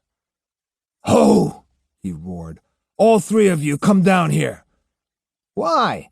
Get down here fast." "If we waste time, Musashi will beat us to Yasugawa." "Never mind that." The three men were among those who had been engaged in the fruitless search the night before. Used to making their way through the mountains, they stormed down the incline with the speed of so many boars. As they reached the ledge where Baiken was standing, they caught sight of Otsu. Their leader rapidly explained the situation to them. "All right now, tie her up and bring her along," said Baiken, before darting off through the woods. They tied her up, but they couldn't help feeling sorry for her. She lay helpless on the ground, face turned to the side. They stole embarrassed looks at her pale profile. Baiken was already in Kaga Valley. He stopped, looked back at the cliff, and shouted, "We'll meet in Yasugawa. I'll take a shortcut, but you stay on the highway, and keep your eyes peeled." "Yes, sir," they chorused back. Baiken, running between the rocks like a mountain goat, was soon out of sight. Jotaro was hurtling down the high road. Despite her age, the horse was so maddened there was no stopping her with a mere rope, even if Jotaro had known how to go about it. The raw wound burning like a torch, she sped blindly ahead, up hill, down dale, through villages. It was only through sheer luck that Jotaro avoided being thrown off. "Watch out! Watch out! Watch out!" he screamed repeatedly. The words had become a litany. No longer able to stay on by clinging to the mane, he had his arms locked tightly around the horse's neck. His eyes were closed. When the beast's rump rose in the air, so did Jotaro's. As it became increasingly apparent that his shouts were not working, his pleas gradually gave way to a distressed wail. When he had begged Otsu to let him ride a horse just once, he had been thinking how grand it would be to go galloping about at will on a splendid steed. But after a few minutes of this hair-raising ride, he had had his fill. Jotaro hoped that someone, anyone, would bravely volunteer to seize the flying rope and bring the horse to a halt. In this he was over-optimistic, for neither travelers nor villagers wanted to risk being hurt in an affair that was no concern of theirs. Far from helping, everyone made for the safety of the roadside and shouted abuse at what appeared to them to be an irresponsible horseman. In no time he'd passed the village of Mikumo and reached the inn town of Natsumi. If he had been an expert rider and perfect control of his mount, he could have shaded his eyes and calmly looked out over the beautiful mountains and valleys of Iga, the peaks of Nunobiki, the Yokota River, and, in the distance, the mirror-like waters of Lake Biwa. "Stop! Stop! Stop!" The words of his litany had changed. His tone was more distraught. As they started down Koji Hill, his cry abruptly changed again. "Help!" he screamed. The horse charged on down the precipitous incline, Jotaro bouncing like a ball on her back. About a third of the way down, a large oak projected from a cliff on the left, one of its smaller branches extending across the road.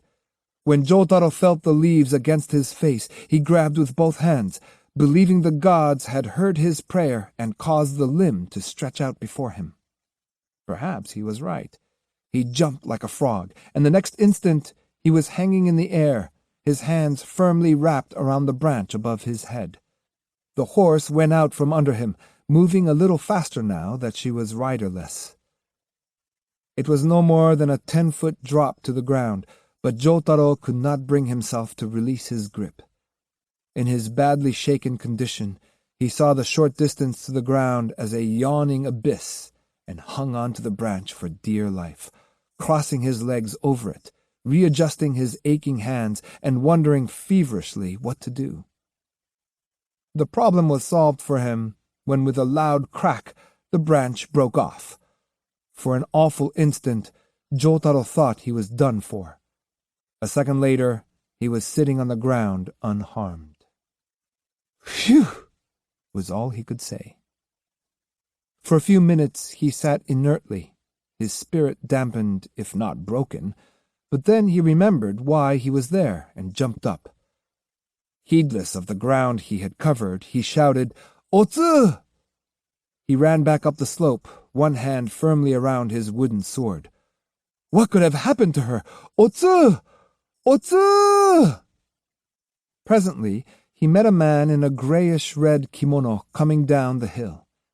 The stranger wore a leather hakama and carried 2 swords, but had on no cloak.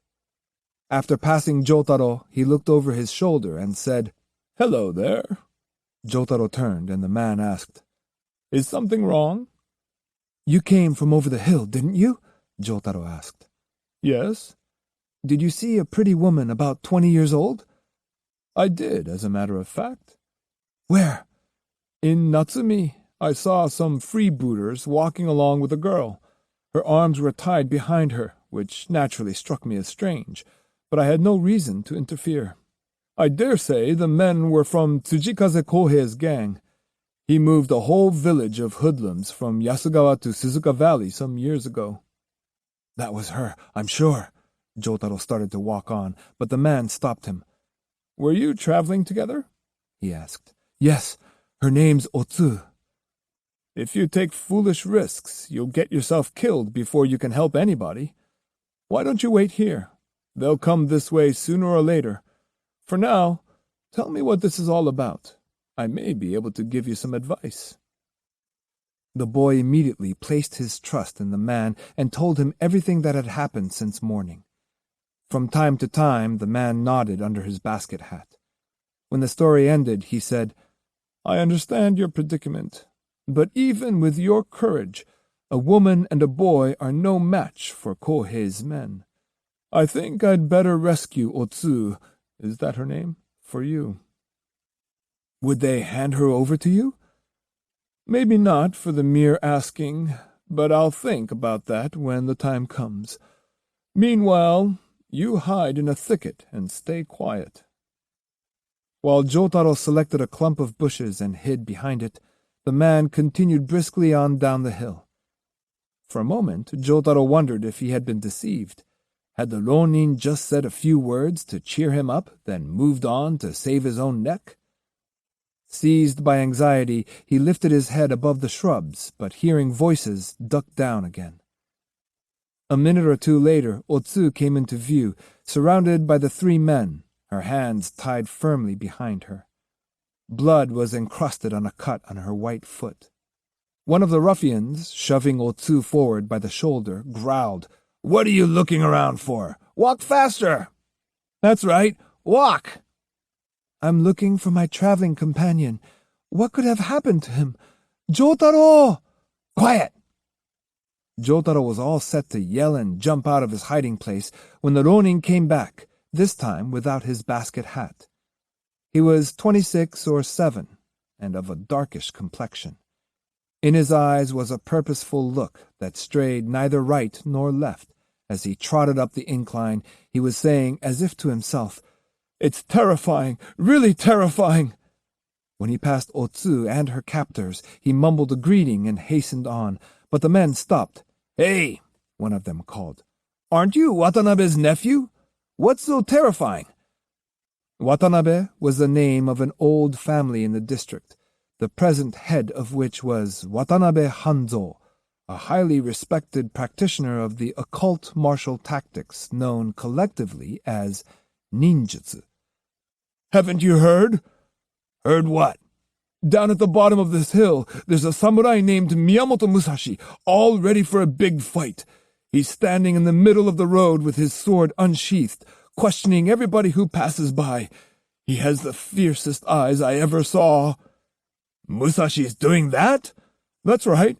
He came straight up to me and asked my name, so I told him that I was Tsuge Sannojo, the nephew of Watanabe Hanzo, and that I came from Iga. He apologized and let me by. He was very polite, in fact, said as long as I wasn't connected with Tsujikaze Kohei, it was all right." "Oh?" I asked him what had happened. He said Kohei was on the road with his henchmen, out to catch him and kill him. He decided to entrench himself where he was and meet the attack there. He seemed prepared to fight to the finish. "Are you telling the truth, Sannojo?" "Of course I am. Why would I lie to you?" The faces of the three grew pale. They looked at each other nervously, uncertain as to their next move. "You'd better be careful," said Sannojo, ostensibly resuming his trip up the hill. "Sannojo!" "What?" "I don't know what we should do. Even our boss said this Musashi is unusually strong." "Well, he does seem to have a lot of confidence in himself. When he came up to me with that sword, I certainly didn't feel like taking him on." "What do you think we should do?" "We're taking this woman to Yasugawa on the boss's orders." "I don't see that has anything to do with me." "Don't be like that. Lend us a hand." "Not on your life. If I helped you and my uncle found out about it, he'd disown me. I could, of course, give you a bit of advice." "Well, speak up. What do you think we should do?" For one thing, you could tie that woman up to a tree and leave her. That way you could move faster." "Anything else?" "You shouldn't take this road. It's a little farther, but you could go up the valley road to Yasugawa and let people there know about all this. Then you could surround Musashi and gradually hem him in." "That's not a bad idea. But be very, very careful. Musashi will be fighting for his life, and he'll take quite a few souls with him when he goes. You'd rather avoid that, wouldn't you?" Quickly agreeing with Sannojo's suggestion, they dragged Otsu to a grove and tied her rope to a tree. Then they left, but after a few minutes returned to tie a gag in her mouth. "That should do it," said one. "Let's get going." They dived into the woods. Jotaro, squatting behind his leafy screen, waited judiciously before raising his head for a look around. He saw no one, no travelers, no freebooters, no Sannojo. "Otsu!" he called, prancing out of the thicket. Quickly finding her, he undid her bonds and took her hand. They ran to the road. "Let's get away from here," he urged. "What were you doing, hiding in the bushes?" "Never mind, let's go." "Just a minute," said Otsu, stopping to pat her hair, straighten her collar, and rearrange her obi. Jotaro clicked his tongue. "This is no time for primping," he wailed. "Can't you fix your hair later?" "But that Ronin said Musashi was at the bottom of the hill. Is that why you have to stop and make yourself pretty?" "No, of course not," said Otsu, defending herself with almost comic seriousness. But if Musashi is so near, we don't have anything to worry about. And since our troubles are as good as over, I feel calm and safe enough to think of my appearance. Do you believe that Ronin really saw Musashi? Of course. By the way, where is he? He just disappeared. He's sort of strange, isn't he? Shall we go now? Said Otsu. Sure you're pretty enough? Jotaro! Just teasing. You look so happy. You look happy too. I am, and I don't try to hide it the way you do. I'll shout it so everybody can hear. I'm happy! He did a little dance, waving his arms and kicking his legs, then said, It'll be very disappointing if Musashi isn't there, won't it? I think I'll run on ahead and see. Otsu took her time. Her heart had already flown to the bottom of the slope faster than Jotaro could ever have run. I look frightful, she thought, as she surveyed her injured foot and the dirt and leaves stuck to her sleeves. Come on, called Jotaro. Why are you poking along? From the lilt in his voice, Otsu felt certain that he had spotted Musashi. At last, she thought. Until now, she'd had to seek comfort within herself, and she was tired of it. She felt a measure of pride, both in herself and toward the gods, for having remained true to her purpose. Now that she was about to see Musashi again, her spirit was dancing with joy. This elation, she knew, was that of anticipation. She could not predict whether Musashi would accept her devotion. Her joy at the prospect of meeting him was only slightly tarnished by a gnawing premonition that the encounter might bring sadness. On the shady slope of Koji Hill, the ground was frozen, but at the tea shop near the bottom, it was so warm flies were flying around. This was an inn town, so of course the shop sold tea to travelers. It also carried a line of miscellaneous goods required by the farmers of the district, from cheap sweets to straw boots for oxen. Jotaro stood in front of the shop, a small boy in a large and noisy crowd. Where's Musashi? She looked around searchingly. He's not here, replied Jotaro dispiritedly. Not here? He must be. Well, I can't find him anywhere, and the shopkeeper said he hasn't seen a samurai like that around. There must have been some mistake. Jotaro, though disappointed, was not despondent. Otsu would have readily admitted that she had no reason on earth to expect as much as she had, but the nonchalance of Jotaro's reply annoyed her. Shocked and a little angry at his lack of concern, she said, Did you look for him over there? Yes. How about behind the Koshin milepost? I looked. He's not there. Behind the tea shop? I told you he isn't here. Otsu turned her face away from him. Are you crying? He asked. It's none of your business, she said sharply. I don't understand you. You seem to be sensible most of the time, but sometimes you act like a baby. How could we know if Sannojo's story was true or not? You decided all by yourself that it was, and now that you find it wasn't, you burst into tears. Women are crazy, Jotaro exclaimed, bursting into laughter. Otsu felt like sitting down right there and giving up. In an instant, the light had gone out of her life. She felt as bereft of hope as before. No, more so. The decaying milk teeth in Jotaro's laughing mouth disgusted her. Angrily, she asked herself why she had to drag a child like this around with her anyway. The urge swept over her to abandon him right there. True, he was also searching for Musashi, but he loved him only as a teacher. To her, Musashi was life itself. Jotaro could laugh everything off and return to his normal, cheerful self in no time, but Otsu would for days be deprived of the energy to go on. Somewhere in Jotaro's youthful mind there was the blithe certainty that one day, sooner or later, he'd find Musashi again. Otsu had no such belief in a happy ending. Having been too optimistic about seeing Musashi today, she was now swinging toward the opposite extreme, asking herself if life would go on like this forever, without her ever again seeing or talking to the man she loved. Those who love seek a philosophy and, because of this, are fond of solitude. In Otsu's case, orphan that she was, there was also the keen sense of isolation from others. In response to Jotaro's indifference, she frowned and marched silently away from the tea shop. "Otsu!" The voice was Sannojo's. He emerged from behind the Koshin milepost and came toward her through the withered underbrush. His scabbards were damp. "You weren't telling the truth," Jotaro said accusingly. "What do you mean?" "You said Musashi was waiting at the bottom of the hill. You lied!"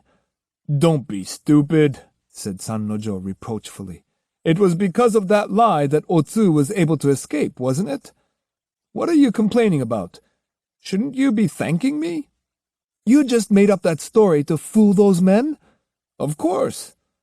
Turning triumphantly to Otsu, Jotaro said, "See? Didn't I tell you?" Otsu felt she had a perfect right to be angry with Jotaro, but there was no reason to nurse a grudge against Sannojo. She bowed to him several times and thanked him profusely for having saved her. "Those hoodlums from Suzuka are a lot tamer than they used to be," said Sannojo. "But if they're out to waylay somebody, he's not likely to get over this road safely. Still, from what I hear about this Musashi you're so worried about, it sounds to me like he's too smart to stumble into one of their traps." "Are there other roads besides this one to Omi?" asked Otsu. "There are," replied Sannojo, raising his eyes toward the mountain peaks, sparkling dazzlingly in the midday sun.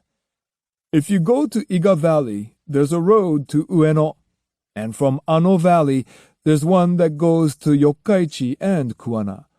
There must be 3 or 4 other mountain paths and shortcuts. My guess is Musashi left the high road early on." "Then you think he's still safe?" "Most likely. At least safer than the 2 of you. You've been rescued once today, but if you stay on this highway, Tsujikaze's men will catch you again at Yasugawa. If you can stand a rather steep climb, come with me, and I'll show you a path practically nobody knows." They quickly assented. Sannojo guided them up above Kaga village to Makado Pass, from which a path led down to Seto in Otsu.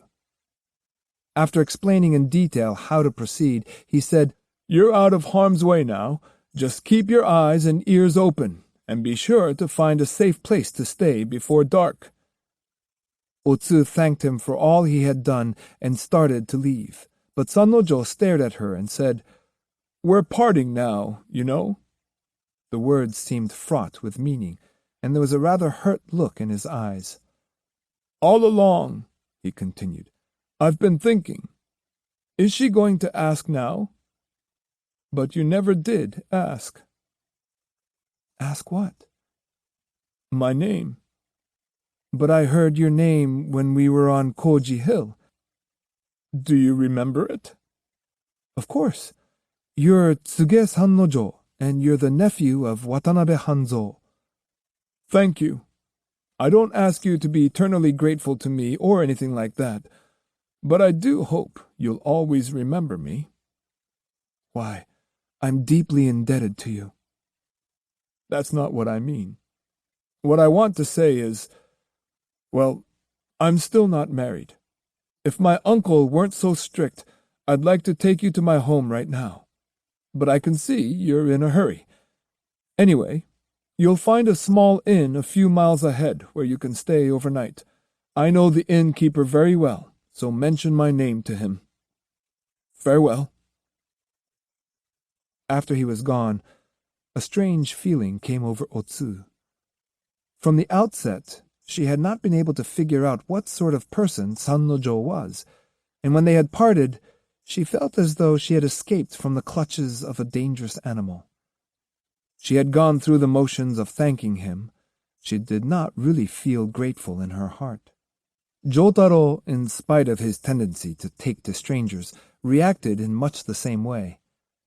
As they started down from the pass, he said, "I don't like that man."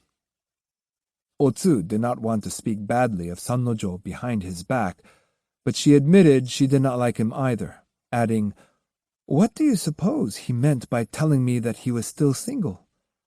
"Oh, he's hinting that one day he's going to ask you to marry him." "Why, that's absurd." The two made their way to Kyoto without incident, albeit disappointed at not finding Musashi at any of the places where they had hoped to, neither on the lakeside in Omi, nor at the Kara Bridge in Seta, nor at the barrier in Osaka. From Keage, they plunged into the year-end crowds near the Sanjo Avenue entrance to the city. In the capital, the house fronts were adorned with the pine branch decorations traditional during the New Year season. The sight of the decorations cheered Otsu, who, instead of lamenting the lost chances of the past, resolved to look forward to the future and the opportunities it held for finding Musashi. The great bridge at Gojo Avenue. The first day of the New Year. If he did not show up that morning, then the second, or the third. He had said he would certainly be there, as she had learned from Jotaro. Even though he wasn't coming to meet her, just to be able to see him and talk to him again would be enough. The possibility that she might run into Matahachi was the darkest cloud shadowing her dream. According to Jotaro, Musashi's message had been delivered only to Akemi. Matahachi might never have received it.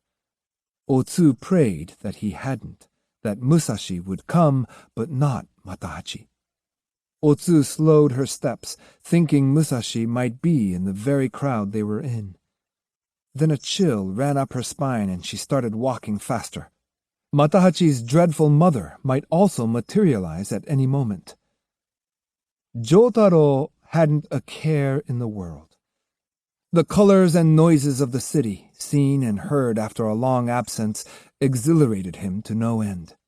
"Are we going straight to an inn?" he asked apprehensively. "No, not yet." "Good. It'll be dull being indoors while it's still light out. Let's walk around some more. It looks like there's a market over there."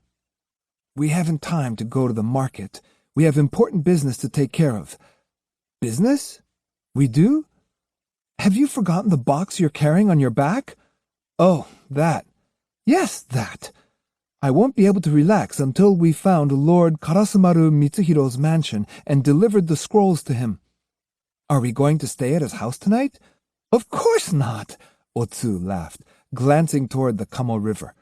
"Do you think a great nobleman like that would let a dirty little boy like you sleep under his roof, lice and all?" The Butterfly in Winter. Akemi slipped out of the inn at Sumiyoshi without telling anybody. She felt like a bird freed from its cage, but was still not sufficiently recovered from her brush with death to fly too high. The scars left by Seijiro's violence would not heal quickly. He had shattered her cherished dream of giving herself unblemished to the man she really loved. On the boat up the Yodo to Kyoto, she felt that all the waters of the river would not equal the tears she wanted to shed. As other boats, loaded with ornaments and supplies for the New Year celebration, rowed busily past, she stared at them and thought, "Now, even if I do find Musashi..." Her troubled eyes filled and overflowed. No one could ever know how eagerly she had anticipated the New Year's morning when she would find him on the great bridge at Gojo Avenue. Her longing for Musashi had grown deeper and stronger. The thread of love had lengthened, and she had wound it up into a ball inside her breast. Through all the years, she had gone on spinning the thread from distant memories and bits of hearsay and winding it around the ball to make it larger and larger. Until only a few days earlier, she had treasured her girlish sentiments and carried them with her like a fresh wildflower from the slopes of Mount Ibuki. Now the blossom inside her was crushed. Though it was unlikely anyone was aware of what had occurred, She imagined everybody was looking at her with knowing eyes. In Kyoto, in the fading light of evening, Akemi walked among the leafless willows and miniature pagodas in Teramachi, near Gojo Avenue, looking as cold and forlorn as a butterfly in winter. "Hey, beautiful," said a man. "Your obi cord is loose. Don't you want me to tie it for you?" He was thin, shabbily clothed, and uncouth of speech, but he wore the two swords of a samurai. Akemi had never seen him before, but habitués of the drinking places nearby could have told her that his name was Akakabe Yasoma, and that he hung around the back streets on winter nights doing nothing. His worn straw sandals flapped as he ran up behind Akemi and picked up the loose end of obi cord. "What are you doing all by yourself in this deserted place? I don't suppose you're one of those mad women who appear in the Kyogen plays, are you? You've got a pretty face. Why don't you fix your hair up a little and stroll about like the other girls?" Akemi walked on, pretending to have no ears, but Yasoma mistook this for shyness. "You look like a city girl. What did you do? Run away from home? Or do you have a husband you're trying to escape from?" Akemi made no reply. "You should be careful, a pretty girl like you, wandering around in a daze, looking as though you're in trouble or something. You can't tell what might happen. We don't have the kind of thieves and ruffians who used to hang around Rashomon, but there are plenty of freebooters, and their mouths water at the sight of a woman. And vagrants, too. And people who buy and sell women." Although Akemi said not a word, Yasoma persisted, answering his own questions when necessary. "It's really quite dangerous. They say women from Kyoto are being sold for very high prices in Edo now. A long time ago, they used to take women from here up to Hiraizumi in the northeast, but now it's Edo. That's because the second shogun, Hidetada, is building up the city as fast as he can. The brothels in Kyoto are all opening up branches there now." Akemi said nothing. "You'd stand out anywhere, so you should be careful. If you don't watch out, you might get involved with some scoundrel. It's terribly dangerous." Akemi had had enough. Throwing her sleeves up on her shoulders in anger, she turned and hissed loudly at him. Yasoma just laughed. "You know," he said, "I think you really are crazy. Shut up and go away." "Well, aren't you?" "You're the crazy one." "Ha ha ha! That as much as proves it. You're crazy. I feel sorry for you. If you don't get out of here, I'll throw a rock at you." "Aw, you don't want to do that, do you?" "Go away, you beast!" The proud front she was putting up masked the terror she actually felt. She screamed at Yasoma and ran into a field of miscanthus, where once had stood Lord Komatsu's mansion and its garden filled with stone lanterns. She seemed to swim through the swaying plants. "Wait!" cried Yasoma, going after her like a hunting dog. Above Toribe Hill rose the evening moon, looking like the wild grin of a she-demon. There was no one in the immediate vicinity. The nearest people were about 300 yards away, in a group slowly descending a hill, but they wouldn't have come to her rescue, even if they had heard her shouts, for they were returning from a funeral. Clad in formal white clothing and hats tied with white ribbons, they carried their prayer beads in their hands. A few of them were still weeping. Suddenly Akemi, pushed sharply from behind, stumbled and fell. "Oh, I'm sorry," said Yasoma. He fell on top of her, apologizing all the while. "Did it hurt?" he asked solicitously, hugging her to him. Seething with anger, Akemi slapped his bearded face, but this did not faze him. Indeed, he seemed to like it. He merely squinted and grinned as she struck. Then he hugged her more closely and rubbed his cheek against hers. His beard felt like 1,000 needles sticking into her skin. She could barely breathe. As she scratched desperately at him, One of her fingernails clawed the inside of his nose, bringing forth a stream of blood. Still, Yasuma did not relax the tight hold he had on her. The bell at the Amida Hall on Toribe Hill was tolling a dirge, a lamentation on the impermanence of all things and the vanity of life. But it made no impression on the two struggling mortals. The withered miscanthus waved violently with their movements. "Calm down, stop fighting," he pleaded. "There's nothing to be afraid of. I'll make you my bride." "You'd like that, wouldn't you?" Akemi screamed. "I just want to die!" The misery in her voice startled Yasuma. "Why? What's the matter?" he stammered. Akemi's crouching position, with her hands, knees, and chest drawn tightly together, resembled the bud of a sasanqua flower. Yasuma began to comfort and cajole, hoping to soothe her into surrender. This did not seem to be the first time he had encountered a situation of this sort. On the contrary, it would appear that this was something he liked, for his face shone with pleasure without losing its menacing quality. He was in no hurry. Like a cat, he enjoyed playing with his victim. "Don't cry," he said. "There's nothing to cry about, is there?" Giving her a kiss on the ear, he went on. "You must have been with a man before. At your age, you couldn't be innocent." "Seijuro." Akemi recalled how stifled and miserable she had been before, how the framework of the shoji had blurred before her eyes. "Wait," she said. "Wait? All right. I'll wait," he said, mistaking the warmth of her feverish body for passion. "But don't try to run away, or I'll really get rough."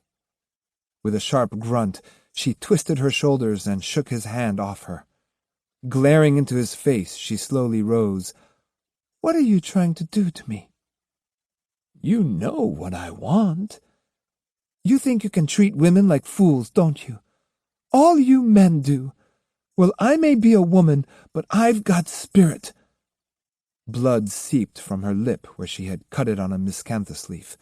Biting the lip, she burst into fresh tears. "You say the strangest things," he said. "What else can you be but crazy?" "I'll say whatever I please," she screamed. Pushing his chest away from her with all her might, she scrambled away through the miscanthus, which stretched as far as she could see in the moonlight. "Murder! Help! Murder!" Yasuma lunged after her. Before she had gone 10 steps, he caught her and threw her down again. Her white legs visible beneath her kimono, her hair falling around her face, she lay with her cheek pressed against the ground. Her kimono was half open, and her white breasts felt the cold wind. Just as Yasuma was about to leap on her, something very hard landed in the vicinity of his ear. Blood rushed to his head, and he screamed out in pain. As he took to look, the hard object came crashing down on the crown of his head. This time there could hardly have been any pain, for he immediately fell over unconscious, his head shaking emptily like a paper tiger's. As he lay there with his mouth slack, his assailant, a mendicant priest, stood over him, holding the shakuhachi with which he had dealt the blows. "The evil brute," he said, "but he went down easier than I expected." The priest looked at Yasuma for a time, debating whether it would be kinder to kill him outright. The chances were that even if he recovered consciousness, he would never be sane again.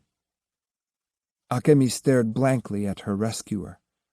Apart from the shakuhachi, there was nothing to identify him as a priest. To judge from his dirty clothes and the sword hanging at his side, he might have been a poverty-stricken samurai, or even a beggar. "It's all right now," he said. "You don't have to worry anymore." Recovering from her daze, Akemi thanked him and began straightening her hair and her kimono, but she peered into the darkness around her with eyes still full of fright. "Where do you live?" asked the priest. "Huh? Live? Do you mean, where's my house?" she said, covering her face with her hands. Through her sobs, she tried to answer his questions, but she found herself unable to be honest with him. Part of what she told him was true. Her mother was different from her. Her mother was trying to exchange her body for money. She had fled here from Sumiyoshi, but the rest was made up on the spur of the moment. "I'd rather die than go back home," she wailed. "I've had to put up with so much from my mother. I've been shamed in so many ways. Why, even when I was a little girl, I had to go out on the battlefield and steal things from the bodies of dead soldiers." Her loathing for her mother made her bones tremble. Aoki Tanzaemon helped her along to a little hollow, where it was quiet and the wind less chilly. Coming to a small, dilapidated temple, he flashed a toothy grin and said, "This is where I live. It's not much, but I like it." Though aware that it was a little rude, Akemi could not help saying, "Do you really live here?" Tanzaemon pushed open a grill door and motioned for her to enter. Akemi hesitated. "It's warmer inside than you'd think," he said.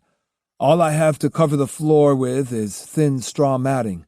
Still, that's better than nothing.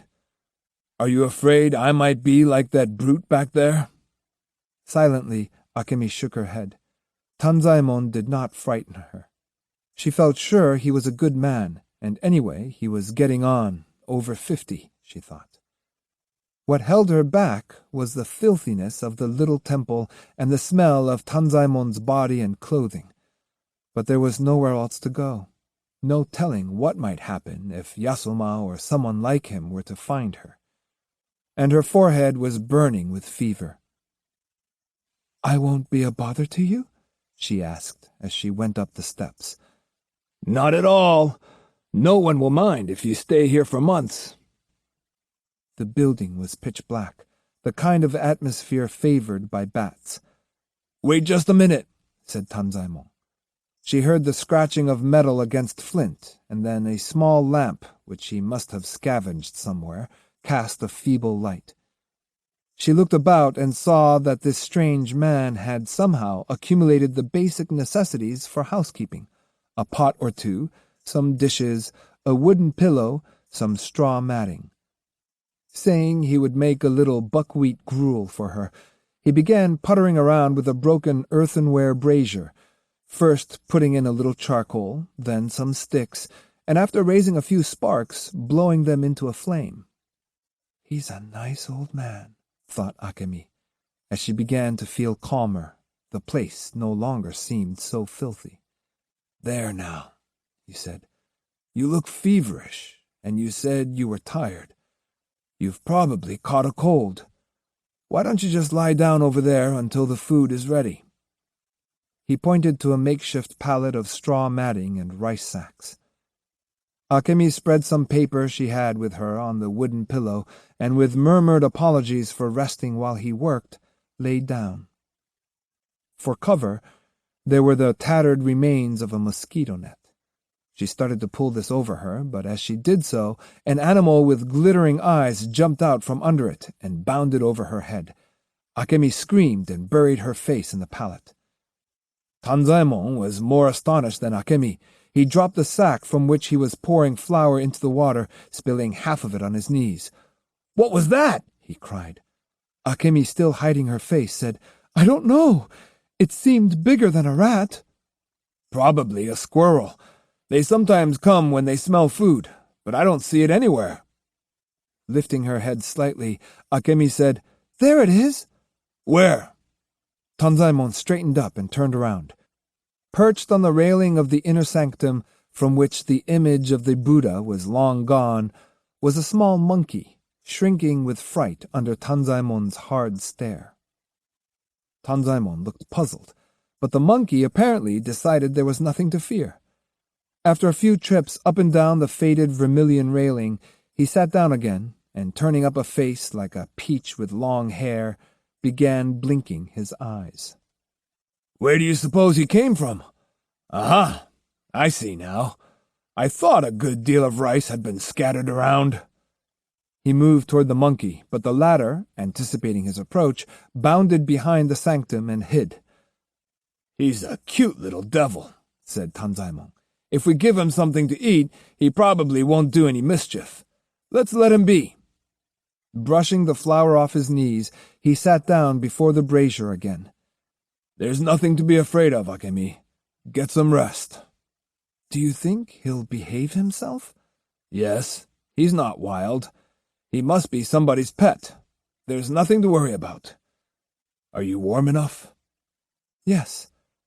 "Then get some sleep. That's the best cure for a cold." He put more flour in the water and stirred the gruel with chopsticks. The fire was burning briskly now, and while the mixture was heating up, he began chopping some scallions.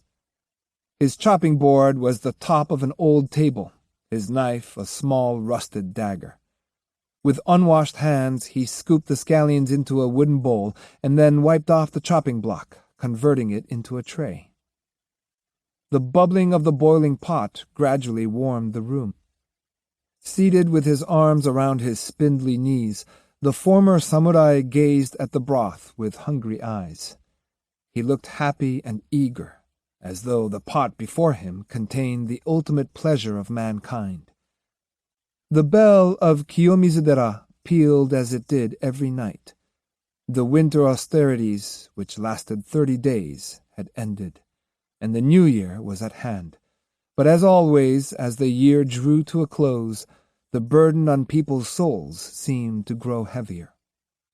Far into the night, supplicants were sounding the tinny gong above the temple entrance as they bowed to pray, and wailing chants invoking the Buddha's aid droned on monotonously. While Tanzaemon slowly stirred the gruel to keep it from scorching, he turned reflective. "I myself am receiving my punishment and atoning for my sins, but what has happened to Jotaro?" "The child did nothing blameworthy." "Oh, blessed Kannon, I beg you to punish the parent for his sins, but cast the eye of generous compassion on the son—" A scream suddenly punctuated his prayer. "You beast!" Her eyes still closed in sleep, her face pressed hard against the wooden pillow. Akemi was weeping bitterly. She ranted on until the sound of her own voice woke her. "Was I talking in my sleep?" she asked. "Yes, you startled me," said Tanzaemon, coming to her bedside and wiping her forehead with a cool rag. "You're sweating terribly. Must be the fever." What did I say?" "Oh, a lot of things." "What sort of things?" Akemi's feverish face grew redder from embarrassment. She pulled the cover up over it. Without answering directly, Tanzaemon said, "Akemi, there's a man you'd like to put a curse on, isn't there?" "Did I say that?" What happened? Did he desert you?" "No." "I see," he said, jumping to his own conclusion. Akemi, pushing herself up into a half-sitting position, said, "Oh, what should I do now? Tell me, what?" She had vowed she would reveal her secret shame to no one, but the anger and sadness, the sense of loss pent up inside her, were too much to bear alone. She sprawled on Tanzaemon's knee and blurted out the whole story, sobbing and moaning throughout. "Oh," she wailed finally, "I want to die! Die! Let me die!" Tanzaemon's breath grew hot. It had been a long time since he had been this close to a woman. Her odor burned his nostrils, his eyes. Desires of the flesh, which he thought he had overcome, began to swell as from an influx of warm blood, and his body, until now no more vibrant than a barren, withered tree, took on new life. He was reminded, for a change, that there were lungs and a heart underneath his ribs. He muttered. "So that's the kind of man Yoshioka Seijuro is." Bitter hatred for Seijuro welled up in him. Nor was it only indignation. A kind of jealousy moved him to tighten his shoulders, as though it were a daughter of his own who had been violated. As Akemi writhed in tears on his knee, he experienced a feeling of intimacy, and a look of perplexity crept into his face. "Now there, don't cry. Your heart is still chaste. It's not as if you'd permitted this man to make love to you, nor did you return his love. What's important to a woman is not her body, but her heart, and chastity itself is a matter of the inner being. Even when a woman doesn't give herself to a man, if she regards him with lust, she becomes, at least as long as the feeling lasts, unchaste and unclean." Akemi was not comforted by these abstract words.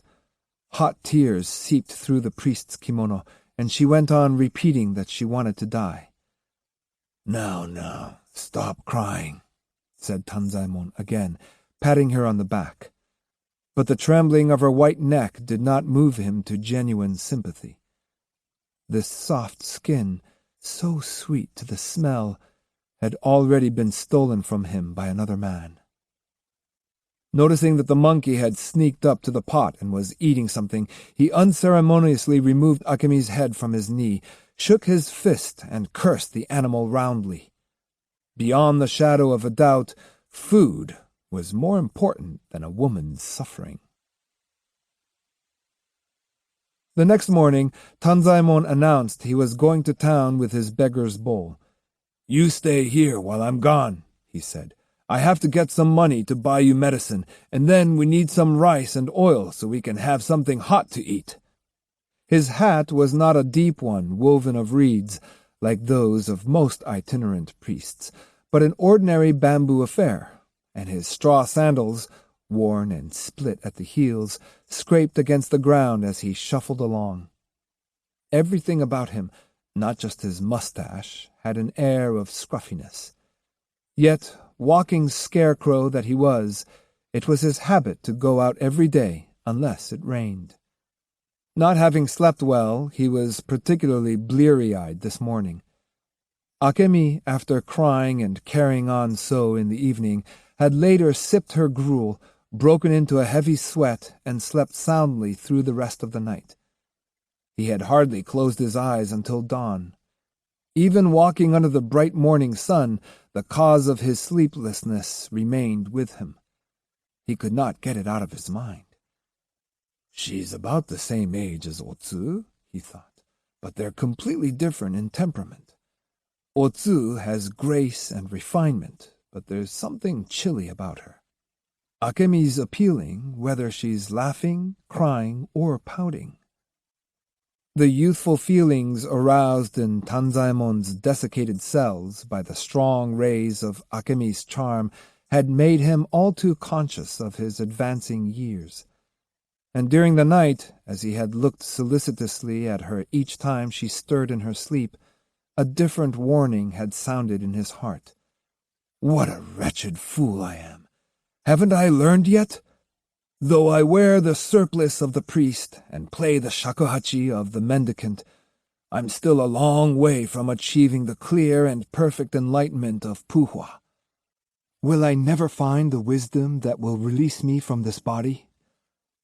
After castigating himself at length, he had forced his sad eyes shut and tried to sleep, but to no avail. As dawn broke, he had again resolved, I must put evil thoughts behind me. But Akemi was a charming girl. She had suffered so. He must try to comfort her. He had to show her that not all the men in the world were demons of lust. Besides the medicine, he was wondering what sort of present he could bring her when he came back in the evening. Throughout the day's alms-seeking, his spirit would be bolstered by this desire to do something to make Akemi a little happier. That would suffice. He cherished no greater desire. At about the time he recovered his composure and the color returned to his face, he heard the flapping of wings above the cliff beside him. The shadow of a large falcon skimmed past, and Tanzaemon watched a gray feather from a small bird flutter down from an oak branch in the leafless grove above him. Holding the bird in its claws, the falcon rose straight up, exposing the undersides of its wings. Nearby, a man's voice said, "Success!" and the falconer whistled to his bird. Seconds later, Tanzaemon saw two men in hunting outfits coming down the hill behind the Ennenji. The falcon was perched on the left fist of one of them, who carried a net bag for the catch on the side opposite his two swords. An intelligent-looking brown hunting dog trotted along behind. Kojiro stopped and took in the surroundings. "It happened somewhere along here yesterday evening," he was saying. "My monkey was scrapping with the dog, and the dog bit his tail. He hid somewhere and never came out. I wonder if he's up in one of those trees." Seijuro, looking rather disgruntled, sat down on a rock. "Why would he still be here? He's got legs, too. Anyway, I can't see why you bring a monkey along when you go hunting with falcons." Kojiro made himself comfortable on the root of a tree. "I didn't bring him, but I can't keep him from tagging along, and I'm so used to him, I miss him when he's not around." "I thought only women and people of leisure like to have monkeys and lapdogs for pets, but I guess I was wrong. It's hard to imagine a student warrior like you being so attached to a monkey." Having seen Kojiro in action on the dike at Kenma, Seijuro had a healthy respect for his swordsmanship, but his tastes and his general way of life seemed all too boyish. Just living in the same house with him these past few days had convinced Seijuro that maturity came only with age. While he found it difficult to respect Kojiro as a person, this, in a way, made it easier to associate with him. Kojiro replied laughingly, "It's because I'm so young. One of these days I'll learn to like women, and then I'll probably forget all about the monkey." Kojiro chatted idly in a light vein, but Seijuro's face seemed increasingly preoccupied. There was a nervous look in his eyes not unlike that of the falcon perched on his hand. All at once he said irritably, "What's that beggar priest over there doing? He's been standing there staring at us ever since we got here." Seijuro glared suspiciously at Tanzaemon, and Kojiro turned around to have a look. Tanzaemon turned his back and trudged off. Seijuro stood up abruptly. "Kojiro," he said, "I want to go home. Any way you look at it, this is no time to be out hunting. It's already the 29th of the month." Laughing, with a touch of scorn, Kojiro said, "We came out to hunt, didn't we? We've only got one turtle dove and a couple of thrushes to show for it. We should try farther up the hill." "No, let's call it a day. I don't feel like hunting, and when I don't feel like it, the falcon doesn't fly right. Let's go back to the house and practice." He added, as though talking to himself, "That's what I need to do. Practice." "Well, if you must go back, I'll go with you." He walked along beside Seijuro, but did not seem very happy about it. "I guess I was wrong to suggest it." "Suggest what?" "Going hunting yesterday and today." "Don't worry about it. I know you meant well. It's just that it's the end of the year, and the showdown with Musashi is creeping up on us fast." "That's why I thought it'd be good for you to do some hunting. You could relax, get yourself into the proper spirit. I guess you're not the type who can do that." The more I hear about Musashi, the more I think it's just as well not to underrate him." "Isn't that all the more reason to avoid getting excited or panicky? You should discipline your spirit." "I'm not panicky. The first lesson in the art of war is not to make light of your enemy, and I think it's only common sense to try to get in plenty of practice before the fight. If I should lose, then at least I'd know I'd done my best. If the man's better than I am, well—" Though he appreciated Seijuro's honesty, Kojiro sensed in him a smallness of spirit that would make it very difficult for Seijuro to uphold the reputation of the Yoshioka school. Because Seijuro lacked the personal vision needed to follow in his father's footsteps and run the huge school properly, Kojiro felt sorry for him. In his opinion, the younger brother, Denshiro, had more strength of character, but Denshiro was also an incorrigible playboy. And though he was a more capable swordsman than Seijuro, he had no stake in the Yoshioka name. Kojiro wanted Seijuro to forget about the impending bout with Musashi, for this, he believed, would be the best possible preparation for him. The question he wanted to ask, but didn't, was what could he hope to learn between now and the time for the match? Well, he thought with resignation, that's the way he is, so I suppose I can't be of much help to him. The dog had run off and was barking ferociously in the distance. That means he's found some game, said Kojiro, his eyes brightening. Let him go. He'll catch up with us later. I'll go have a look. You wait here. Kojiro sprinted off in the direction of the barking and, after a minute or two, spotted the dog on the veranda of an ancient ramshackle temple. The animal leaped against the dilapidated grill door and fell back. After a few trials, he began scratching at the worn, red-lacquered posts and walls of the building. Wondering what he could possibly be so excited about, Kojiro went to another door. Peering through the grill was like looking into a black lacquer vase. The rattle of the door as he pulled it open brought the dog running to his heels, wagging his tail. Kojiro kicked the dog away, but to little effect. As he entered the building, the dog streaked in past him. The woman's screams were ear-splitting, the kind of screams that shatter glass. Then the dog started howling, and there was a battle of lung power between him and the shrieking woman. Kojiro wondered if the beams would split. Running forward, he discovered Akemi lying under the mosquito net and the monkey, which had jumped in the window to escape the dog, hiding behind her. Akemi was between the dog and the monkey, blocking the dog's way, so he attacked her. As she rolled to one side, the howl of the dog reached a crescendo.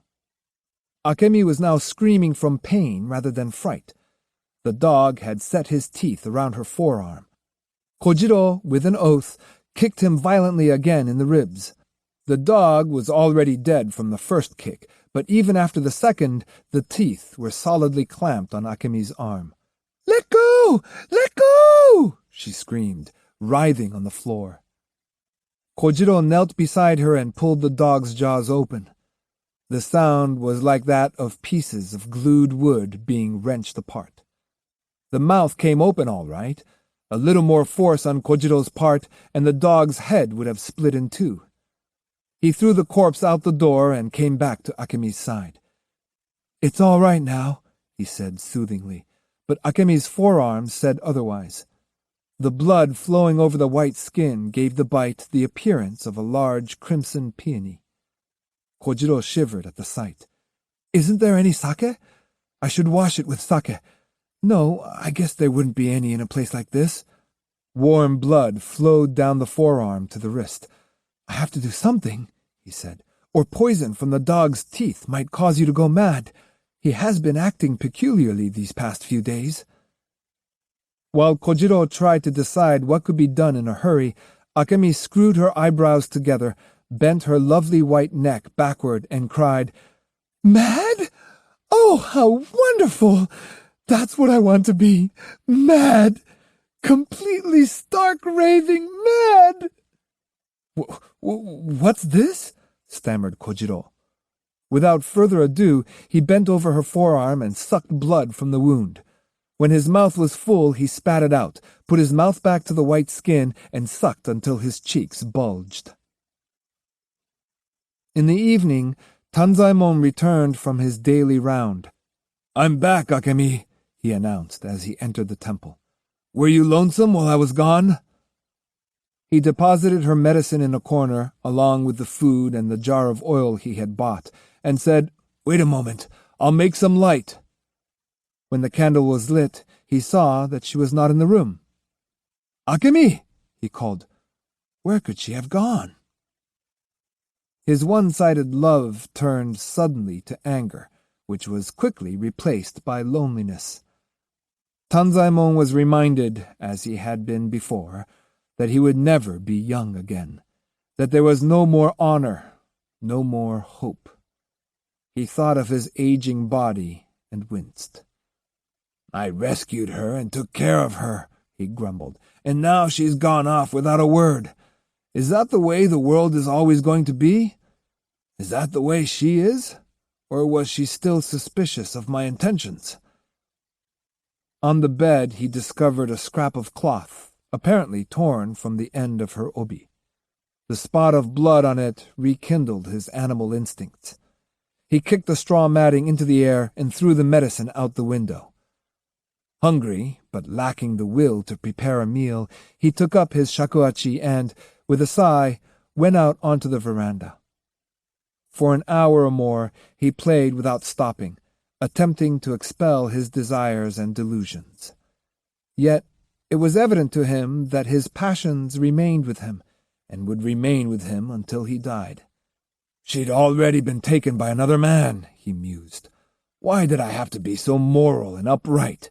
There was no need for me to lie there alone, pining all night."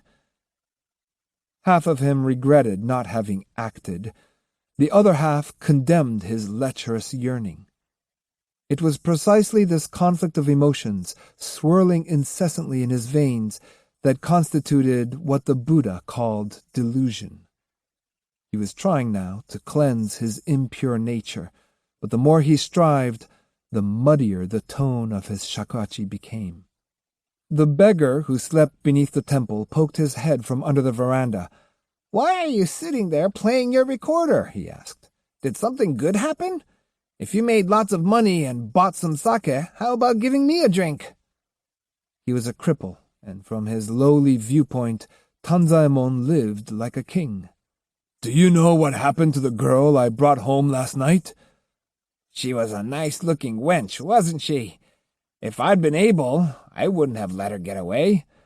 Not long after you left this morning, a young samurai with a long forelock and a huge sword on his back came and took her away. The monkey, too. He had one of them on one shoulder, one on the other." "Samurai? Forelock?" "Ugh, and what a handsome fellow he was. Handsomer by far than you and me."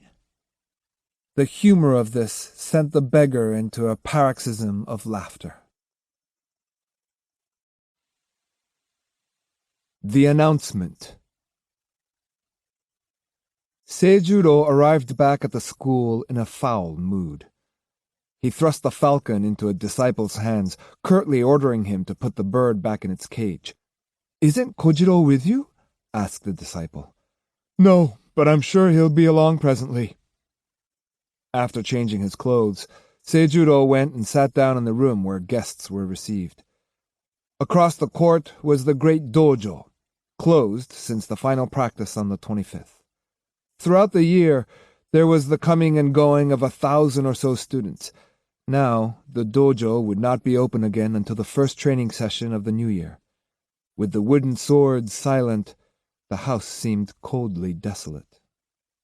Desperate to have Kojiro as a sparring partner, Seijuro inquired of the disciple repeatedly whether he had returned. But Kojiro did not come back, neither that evening nor the following day. Other callers came in force, however, it being the last day of the year, the day to settle up all accounts. For those in business, it was a question of collecting now or waiting until the Bon festival of the following summer, and by noon the front room was full of bill collectors. Normally, these men wore an air of complete subservience in the presence of samurai, but now, their patience exhausted, they were making their feelings known in no uncertain terms. "Can't you pay at least part of what you owe?" "You've been saying the man in charge is out, or the master is away, for months now. Do you think you can keep putting us off forever?" "How many times do we have to come here?" "The old master was a good customer. I wouldn't say a word if it were only the last half year, but you didn't pay at mid-year either. Why, I've even got unpaid bills from last year." A couple of them impatiently tapped on their account books and stuck them under the nose of the disciple. There were carpenters, plasterers, the rice man, the sake dealer, clothiers, and sundry suppliers of everyday goods. Swelling their ranks were the proprietors of various tea-houses where Seijuro ate and drank on credit. And these were the small fry, whose bills could hardly be compared to those of the usurers from whom Denshiro, unknown to his brother, had borrowed cash. Half a dozen of these men sat down and refused to budge. "We want to talk with Master Seijuro himself. It's a waste of time to talk to disciples." Seijuro kept to himself in the back of the house, his only words being, "Tell them I'm out." And Denshiro, of course, would not have come near the house on a day like this. The face most conspicuously absent was that of the man in charge of the school's books and the household accounts, Gion Toji. Several days earlier, he had decamped with Oko and all the money he had collected on his trip west. Presently, 6 or 7 men swaggered in, led by Ueda Ryohei, who even in such humiliating circumstances was swollen with pride at being one of the 10 swordsmen of the house of Yoshioka. With a menacing look, he asked, "What's going on here?" The disciple, while contriving to make it plain that he considered no explanation necessary, gave a brief rundown of the situation. "Is that all?" Ryohei said scornfully. "Just a bunch of money grubbers? What difference does it make as long as the bills are eventually paid?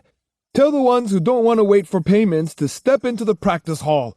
I'll discuss it with them in my own language." In the face of this threat, the bill collectors grew sulky. Owing to Yoshioka Kempo's uprightness in money matters, not to mention his position as a military instructor to the Ashikaga shoguns, they had bowed before the Yoshioka household, groveled, lent them goods, lent them anything, come whenever summoned, left when they were told, and said yes to anything and everything. But there was a limit to how long they could kowtow to these vain warriors. The day they allowed themselves to be intimidated by threats like Ryohei's was the day the merchant class would go out of business, and without them, what would the samurai do? Did they imagine for a moment they could run things by themselves? As they stood around grumbling, Ryohei made it perfectly clear that he regarded them as so much dirt. "All right now, go on home.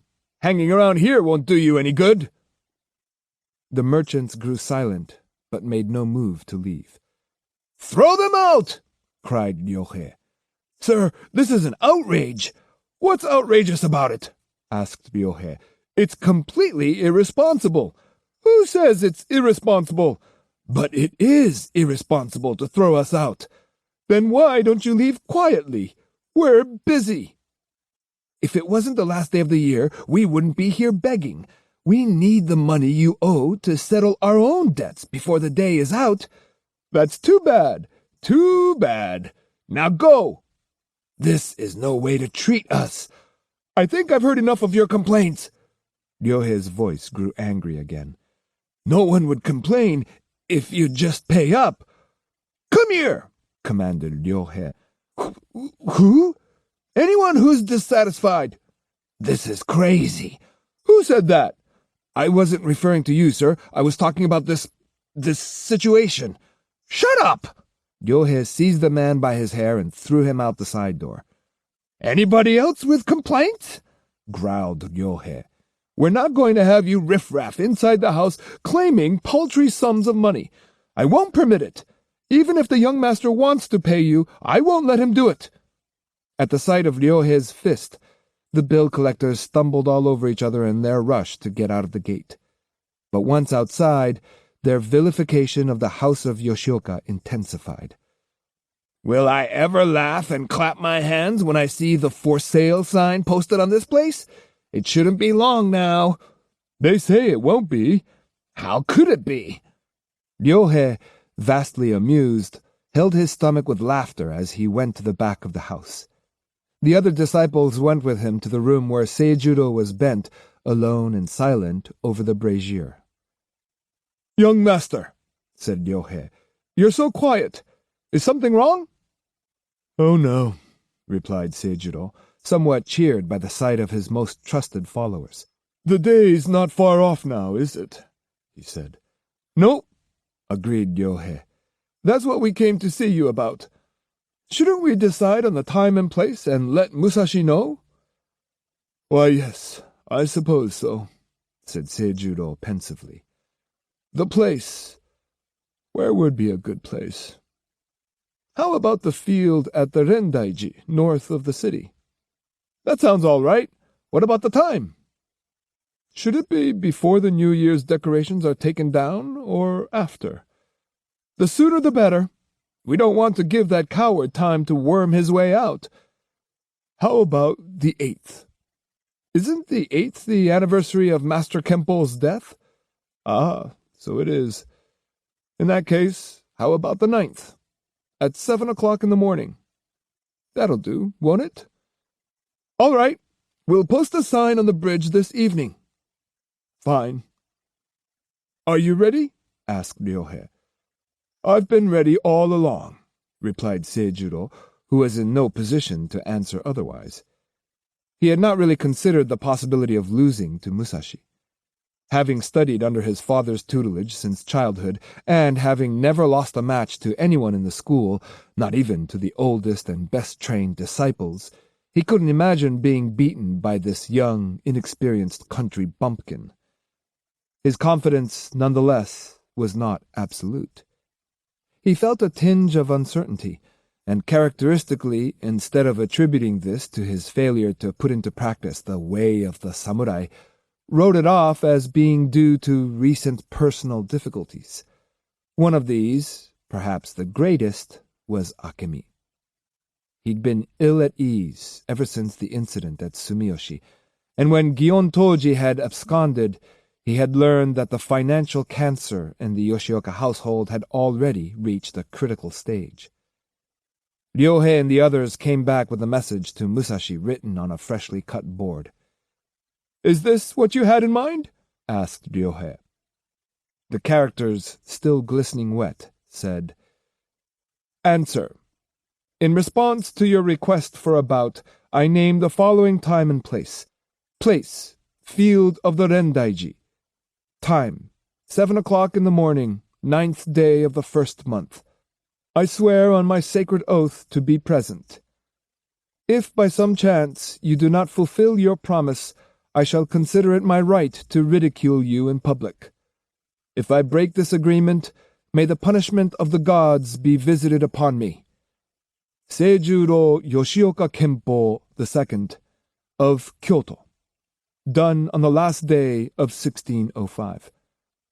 To the Ronin of Mimasaka, Miyamoto Musashi." After reading it, Seijuro said, "It's all right." The announcement made him feel more relaxed, perhaps because for the first time it came home to him that the die was cast. At sunset, Ryohei put the sign under his arm and strode proudly along the street with a couple of other men to post it on the great bridge at Gojo Avenue. At the foot of Yoshida Hill, the man to whom the announcement was addressed was walking through a neighborhood of samurai of noble lineage and small means. Conservatively inclined, they led ordinary lives and were unlikely to be found doing anything that would excite comment. Musashi was going from gate to gate, examining the nameplates. Eventually, he came to a stop in the middle of the street, seemingly unwilling or unable to look further. He was searching for his aunt, his mother's sister, and his only living relative besides Ogin. His aunt's husband was a samurai serving, for a small stipend, the house of Konoe. Musashi thought it would be easy to find the house near Yoshida Hill, but soon discovered there was very little to distinguish one house from another. Most were small, surrounded by trees, and their gates were shut tight as clams. Quite a few of the gates had no nameplates. His uncertainty about the place he was seeking made him reluctant to ask directions. They must have moved, he thought. I may as well stop looking. He turned back toward the center of town, which lay under a mist reflecting the lights of the year-end marketplace. Although it was New Year's Eve, the streets in the downtown area still hummed with activity. Musashi turned to look at a woman who had just passed, going the other way. He hadn't seen his aunt for at least 7 or 8 years, but he was sure this was she, for the woman resembled the image he had formed of his mother. He followed her a short distance, then called out to her. She stared at him suspiciously for a moment or two, intense surprise reflected in eyes wrinkled by years of humdrum living on a tiny budget. "You're Musashi, Munisai's son, aren't you?" she finally asked. He wondered why she called him Musashi rather than Takezo, but what actually disturbed him was the impression that he was not welcome. "Yes," he replied, "I'm Takezo from the house of Shinmen." She looked him over thoroughly, without the customary ohs and ahs as to how large he had grown or how different he'd looked from before. "Why have you come here?" she asked, coolly, in a rather censorious tone. "I had no special purpose in coming. I just happened to be in Kyoto. I thought it would be nice to see you." Looking at the eyes and hairline of his aunt, he thought of his mother. If she were still alive, surely she would be about as tall as this woman and speak with the same sort of voice. "You came to see me?" she asked incredulously. "Yes, I'm sorry it's so sudden." His aunt waved her hand before her face in a gesture of dismissal. "Well, you've seen me, so there's no reason to go any farther. Please leave." Abashed at this chilly reception, he blurted out, "Why do you say that as soon as you see me? If you want me to leave, I'll go, but I can't see why. Have I done something you disapprove of? If so, at least tell me what it is." His aunt seemed unwilling to be pinned down. "Oh, as long as you're here, why don't you come to our house and say hello to your uncle? But you know what kind of person he is, so don't be disappointed at anything he might say. I'm your aunt, and since you've come to see us, I don't want you to go away with hard feelings." Taking what little comfort he could from this, Musashi walked with her to her house and waited in the front room while she broke the news to her husband. Through the shoji he could hear the asthmatic, grumbling voice of his uncle, whose name was Matsuo Kaname. What? Asked Kaname testily. Munisai's son here? I was afraid he'd show up sooner or later. You mean he's here, in this house? You let him in without asking me? Enough was enough, but when Musashi called to his aunt to say goodbye, Kaname said, "You're in there, are you?" and slid the door open. His face wore not a frown, but an expression of utter contempt, the look city people reserve for their unwashed country relatives. It was as though a cow had lumbered in and planted its hooves on the tatami. "Why did you come here?" asked Kaname. "I happened to be in town. I thought I'd just ask after your health." "That's not true." "Sir?" "You can lie all you want, but I know what you've done. You caused a lot of trouble in Mimasaka, made a lot of people hate you, disgraced your family's name, and then ran away. Isn't that the truth?" Musashi was nonplussed. "How can you be so shameless as to come to call on relatives?" "I'm sorry for what I did," said Musashi, "but I fully intend to make the proper amends to my ancestors and to the village." "I suppose you can't go back home, of course. Well, we reap what we sow. Munisai must be weeping in his grave." "I've stayed too long," said Musashi. "I must be going now." "Oh, no you don't," said Kaname angrily. "You stay right here. If you go wandering around this neighborhood, you'll get yourself in trouble in no time. That cantankerous old woman from the Hongiden family showed up here about a half-year ago. Recently, she's been around several times. She keeps asking us whether you've been here and trying to find out from us where you are. She's after you, all right, with a terrible vengeance." "Oh, Osugi. Has she been here?" "Indeed she has. I heard all about you from her. If you weren't a relative of mine, I'd tie you up and hand you over to her. But under the circumstances... Anyway, you stay here for now. It'll be best to leave in the middle of the night so there won't be any trouble for your aunt and me."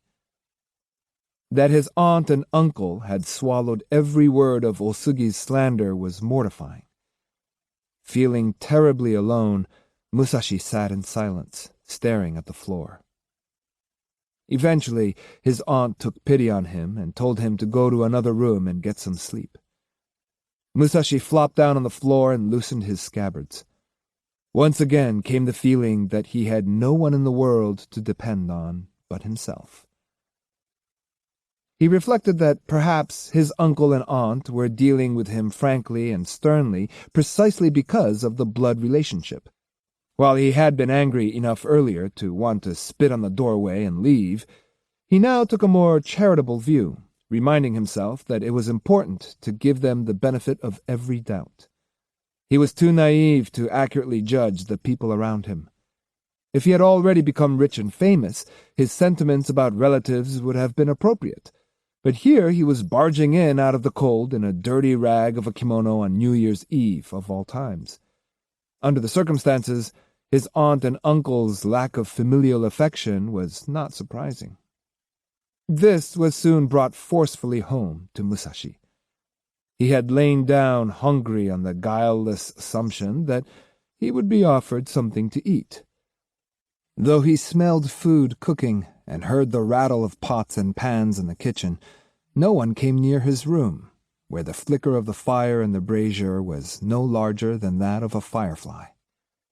He presently concluded that hunger and cold were secondary. What was most important now was to get some sleep, which he proceeded to do. He awoke about 4 hours later to the sound of temple bells ringing out the old year. The sleep had done him good. Jumping to his feet, he felt that his fatigue had been washed away. His mind was fresh and clear. In and around the city, huge bells bonged in slow and stately rhythm, marking the end of darkness and the beginning of light. 108 peals for the 108 illusions of life, each ring a call to men and women to reflect on the vanity of their ways. Musashi wondered how many people there were who on this night could say, "I was right. I did what I should have done. I have no regrets." For him, each resounding knell evoked a tremor of remorse. He could conjure up nothing but the things he had done wrong during the last year. Nor was it only the last year. The year before, and the year before that, all the years that had gone by had brought regrets. There had not been a single year devoid of them. Indeed, there had hardly been one day. From his limited perspective of the world, it seemed that whatever people did, they soon came to regret. Men, for example, took wives with the intention of living out their lives with them, but often changed their minds later. One could readily forgive women for their afterthoughts, but then women rarely voiced their complaints, whereas men frequently did so. How many times had he heard men disparage their wives as if they were old discarded sandals? Musashi had no marital problems, to be sure, but he had been the victim of delusion, and remorse was not a feeling alien to him. At this very moment, he was very sorry he had come to his aunt's house. "Even now," he lamented, "I'm not free of my sense of dependence. I keep telling myself I must stand on my own 2 feet and fend for myself. Then I suddenly fall back on someone else. It's shallow. It's stupid. I know what I should do," he thought. "I should make a resolution and write it down." He undid his shugyosha's pack and took out a notebook made of pieces of paper folded in quarters and tied together with coiled paper strips. He used this to jot down thoughts that occurred to him during his wanderings, along with Zen expressions, notes on geography, admonitions to himself, and, occasionally, crude sketches of interesting things he saw. Opening the notebook in front of him, he took up his brush and stared at the white sheet of paper. Musashi wrote, "I will have no regrets about anything." While he often wrote down resolutions, he found that merely writing them did little good. He had to repeat them to himself every morning and every evening, as one would sacred scripture. Consequently, he always tried to choose words that were easy to remember and recite, like poems. He looked for a time at what he had written, then changed it to read, "I will have no regrets about my actions." He mumbled the words to himself, but still found them unsatisfactory. He changed them again. "I will do nothing that I will regret." Satisfied with this third effort, he put his brush down. Although the 3 sentences had been written with the same intent, the first 2 could conceivably mean he would have no regrets whether he acted rightly or wrongly, whereas the third emphasized his determination to act in such a way as to make self-reproach unnecessary. Musashi repeated the resolution to himself, realizing it was an ideal he could not achieve unless he disciplined his heart and his mind to the utmost of his ability. Nevertheless, to strive for a state in which nothing he did would cause regrets was the path he must pursue. "Some day I will reach that state," he vowed, driving the oath like a stake deep into his own heart. The shoji behind him slid open, and his aunt looked in. With a voice shivering around the roots of her teeth, she said, "I knew it! Something told me I shouldn't let you stay here, and now what I was afraid would happen is happening. Osugi came knocking at the door and saw your sandals in the entrance hall. She's convinced you're here and insists we bring you to her. Listen! You can hear from here. Oh, Musashi, do something!" "Osugi? Here?" said Musashi, reluctant to believe his ears. But there was no mistake. He could hear her hoarse voice seeping through the cracks like an icy wind, addressing Kaname in her stiffest, haughtiest manner. Osugi had arrived just as the pealing of the midnight bells had ended, and Musashi's aunt was on the point of going to draw fresh water for the new year. Troubled by the thought of her new year being ruined by the unclean sight of blood, she made no attempt to hide her annoyance. "Run away as fast as you can," she implored. "Your uncle's holding her off by insisting you haven't been here. Slip out now while there's still time." She picked up his hat and pack and led him to the back door, where she had placed a pair of her husband's leather socks along with some straw sandals. While tying the sandals, Musashi said sheepishly, "I hate to be a nuisance, but won't you give me a bowl of gruel? I haven't had a thing to eat this evening." "This is no time for eating, but here, take these, and be off with you." She held out 5 rice cakes on a piece of white paper. Eagerly accepting them, Musashi held them up to his forehead in a gesture of thanks. "Goodbye," he said. On his way down the icy lane, on the first day of the joyous New Year, Musashi walked sadly. A winter bird with feathers molted, flying off into a black sky. His hair and fingernails felt frozen. All he could see was his own white breath, quickly turning to frost on the fine hairs around his mouth. "It's cold," he said out loud. Surely the 8 freezing hells could not be this numbing. Why, when he normally shrugged off the cold, did he feel it so bitterly this morning? He answered his own question. "It's not just my body. I'm cold inside. Not disciplined properly, that's what it is. I still long to cling to warm flesh like a baby, and I give in too quickly to sentimentality. Because I'm alone, I feel sorry for myself and envy people who have nice warm houses. At heart, I'm base and mean. Why can't I be thankful for independence and freedom to go where I choose? Why can't I hold on to my ideals and my pride?" As he savored the advantages of freedom, his aching feet grew warm, down to the tips of his toes, and his breath turned to steam. A wanderer with no ideal, no sense of gratitude for his independence, is no more than a beggar. The difference between a beggar and the great wandering priest Saigyo lies inside the heart. He suddenly became aware of a white sparkle under his feet. He was treading on brittle ice. Without noticing, he had walked all the way to the frozen edge of the Kamo River.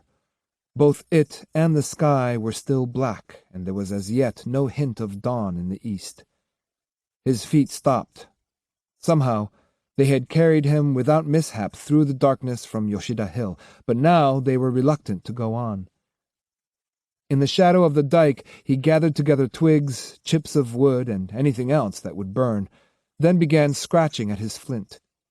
The raising of the first tiny flame required work and patience, but eventually some dry leaves caught. With the care of a woodworker, he began piling on sticks and small branches.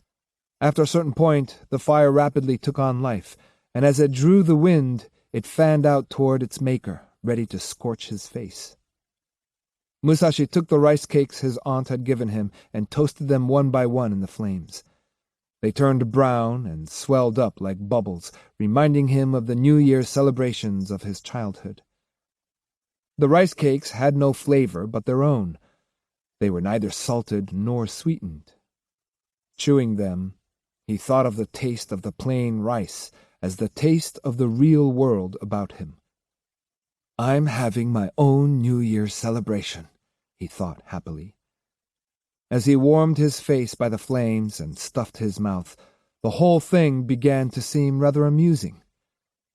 It's a good New Year's celebration. If even a wanderer like me has 5 good rice cakes, then it must be that heaven allows everybody to celebrate the New Year one way or another. I have the Kamo River to toast the New Year with, and the 36 peaks of Higashiyama are my pine tree decorations. I must cleanse my body and wait for the first sunrise. At the edge of the icy river, he untied his obi and removed his kimono and underwear. Then he plunged in and, splashing about like a water bird, washed himself thoroughly. He was standing on the bank, wiping his skin vigorously, when the first rays of dawn broke through a cloud and fell warmly on his back. He looked toward the fire and saw someone standing on the dike above it, another traveler, different in age and appearance, brought here by fate. Otsugi. The old woman had seen him too, and cried out in her heart, "He's here! The troublemaker is here!" Overcome by joy and fear, she nearly fell down in a swoon. She wanted to call to him, but her voice choked.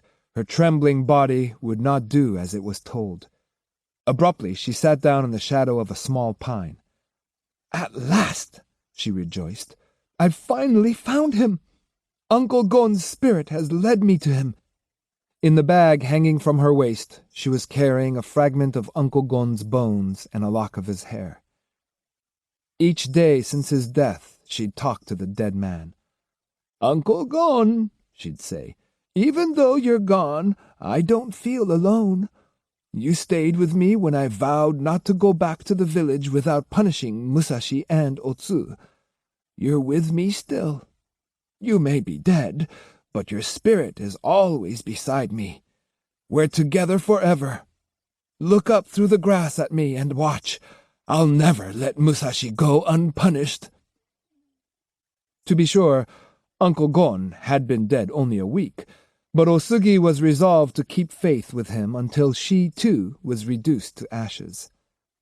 In the past few days, she had pressed her search with the furor of the terrible Kishimojin, who, before her conversation by the Buddha, had killed other children to feed to her own, said to have numbered 500, or 1,000, or 10,000. Otsugi's first real clue had been a rumor she'd heard in the street that there was soon to be a bout between Musashi and Yoshioka Seijuro. Then, early the previous evening, she had been among the onlookers who watched the sign being posted on the great bridge at Gojo Avenue. How that had excited her.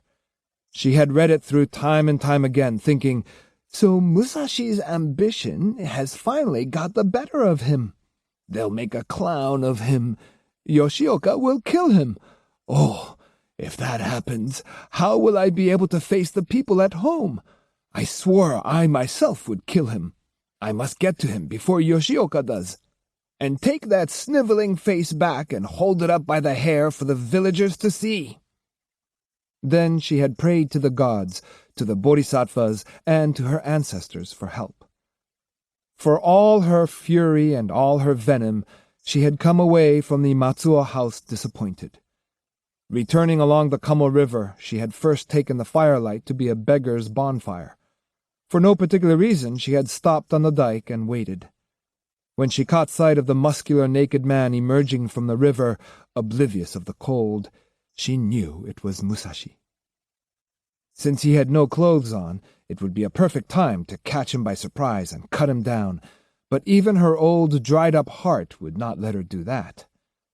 She put her palms together and offered a prayer of thanks, just as she would if she had already taken Musashi's head. "How happy I am!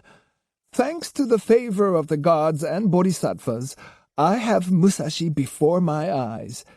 It couldn't be mere chance. My constant faith has been rewarded. My enemy has been delivered into my hands." She bowed before heaven, firm in her belief that she now had all the time in the world to complete her mission. The rocks along the water's edge seemed to float above the ground one by one as the light struck them. Musashi put on his kimono, tied his obi tightly, and girded on his 2 swords. He knelt on hands and knees and bowed silently to the gods of heaven and earth. Osugi's heart leaped as she whispered, "Now!" At that precise moment, Musashi sprang to his feet. Jumping nimbly over a pool of water, he started walking briskly along the river's edge. Osugi, taking care not to alert him to her presence, hurried along the dike. The roofs and bridges of the city began to form gentle white outlines in the morning mist, but above, stars still hovered in the sky, and the area along the foot of Higashiyama was as black as ink. When Musashi reached the wooden bridge at Sanjo Avenue, he went under it and reappeared at the top of the dike beyond, taking long, manly strides. Several times Osugi came close to calling him, but checked herself. Musashi knew she was behind him, but he also knew that if he turned around, she would come storming at him, and he'd be forced to reward her effort with some show of defense, while at the same time not hurting her. A frightening opponent, he thought. If he were still Takezo back in the village, he would have thought nothing of knocking her down and beating her until she spat blood, but of course he could no longer do that. In reality, he had more right to hate her than she him, but he wanted to make her see that her feeling toward him was based on a horrible misunderstanding. He was sure that if he could just explain things to her, she would cease regarding him as her eternal enemy. But since she'd carried her festering grudge for so many years, there was no likelihood that he himself could convince her now, not if he explained 1,000 times. There was only one possibility. Stubborn though she was, she would certainly believe Matahachi. If her own son told her exactly what had happened before and after Sekigahara, she could no longer consider Musashi an enemy of the Hongiden family, let alone the abductor of her son's bride. He was drawing near the bridge, which was in an area that had flourished in the late 12th century, when the Taira family was at the peak of its fortunes. Even after the wars of the 15th century, it had remained one of the most populous sections of Kyoto.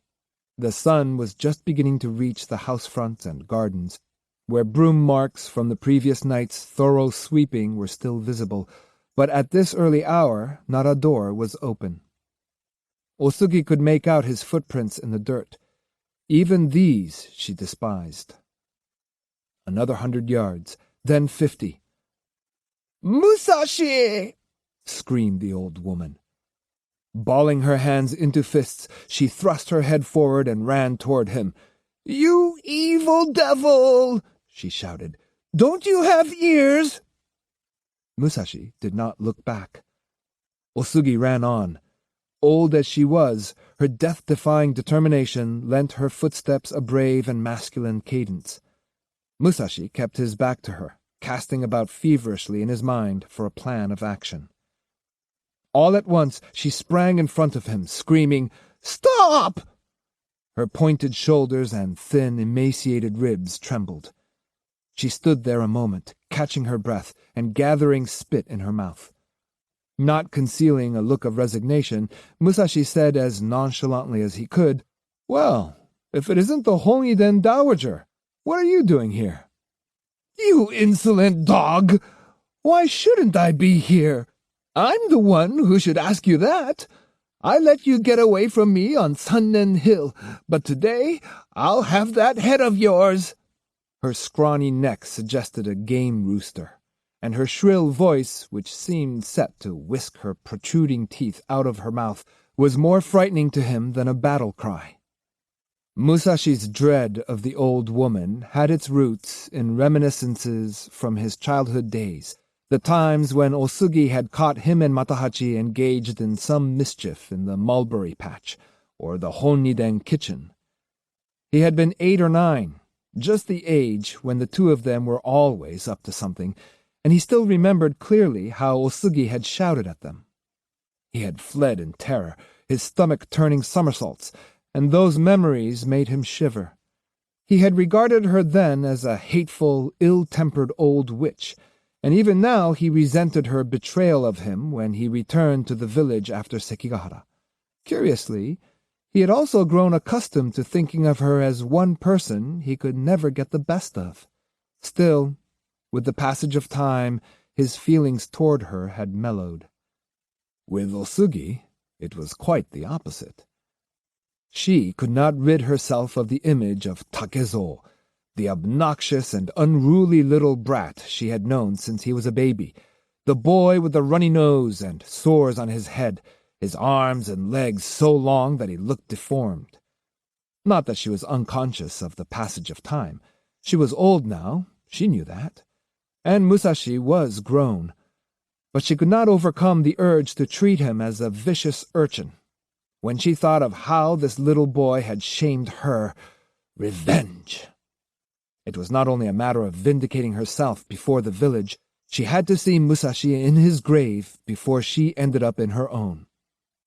"There's no need for talk," she screeched. "Either give me your head or prepare to feel my blade. Get ready, Musashi." She wiped her lips with her fingers, spat on her left hand, and grabbed her scabbard.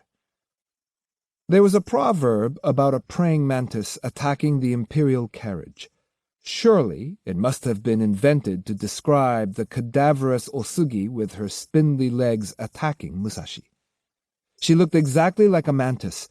Her eyes, her skin, her absurd stance were all the same.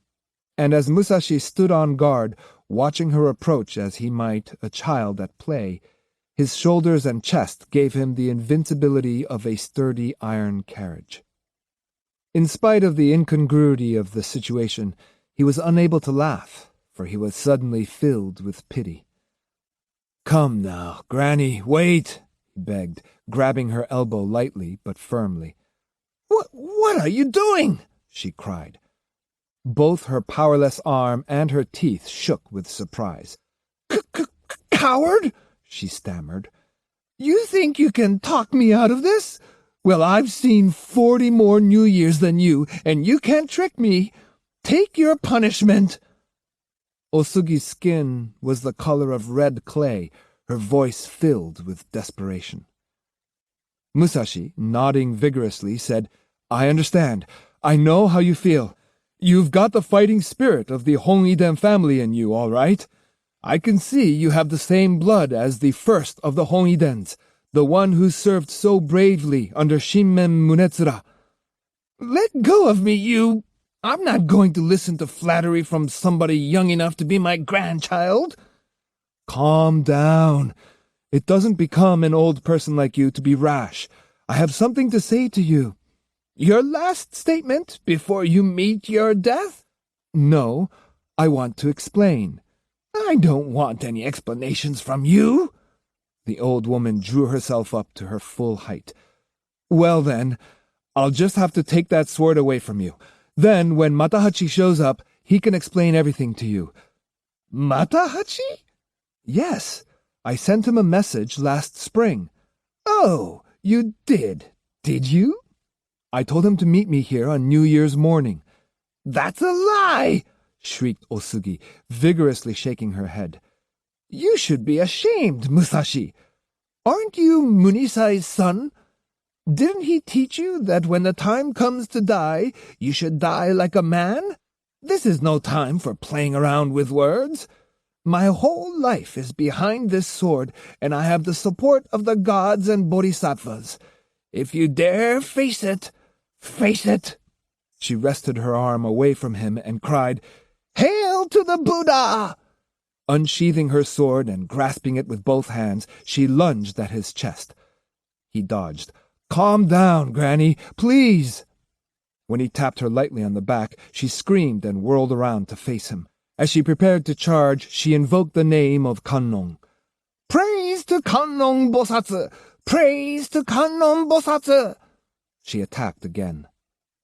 As she passed him, Musashi seized her wrist. "You'll just wear yourself out, carrying on like that. Look, the bridge is just over there. Come with me that far." Turning her head back over her shoulder, Otsugi bared her teeth and pursed her lips. "Phooey!" She spat with all the breath she had left. Musashi let go of her and moved aside, rubbing his left eye with his hand. The eye burned as if a spark had struck it.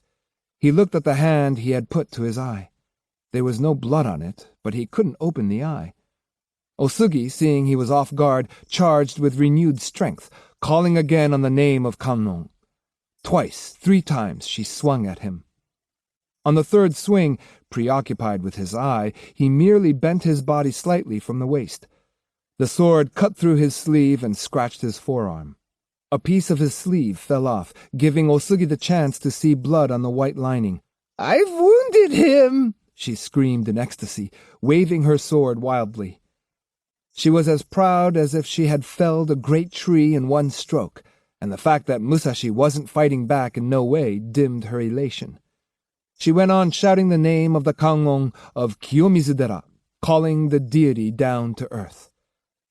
In a noisy frenzy, she ran around him, attacking him from front and back. Musashi did no more than shift his body to avoid the blows. His eye bothered him, and there was the scratch on his forearm. Although he had seen the blow coming, he had not moved quickly enough to avoid it. Never before had anyone gotten the jump on him or wounded him even slightly, and since he had not taken Otsugi's attack seriously, the question of who would win, who lose, had never crossed his mind. But was it not true that by not taking her seriously, he had let himself be wounded? According to the art of war, no matter how slight the wound, he had quite clearly been beaten. The old woman's faith and the point of her sword had exposed for all to see his lack of maturity. I was wrong, he thought. Seeing the folly of inaction, he jumped away from the attacking sword and slapped Otsugi heavily on the back, sending her sprawling and her sword flying out of her hand. With his left hand, Musashi picked up the sword and with his right lifted Otsugi into the crook of his arm. "Let me down!" she screamed, beating the air with her hands. "Are there no gods? No bodhisattvas? I've already wounded him once. What am I going to do? Musashi, don't shame me like this. Cut off my head. Kill me now." While Musashi, tight-lipped, strode along the path with the struggling woman under his arm, she continued her hoarse protest. "It's the fortunes of war. It's destiny.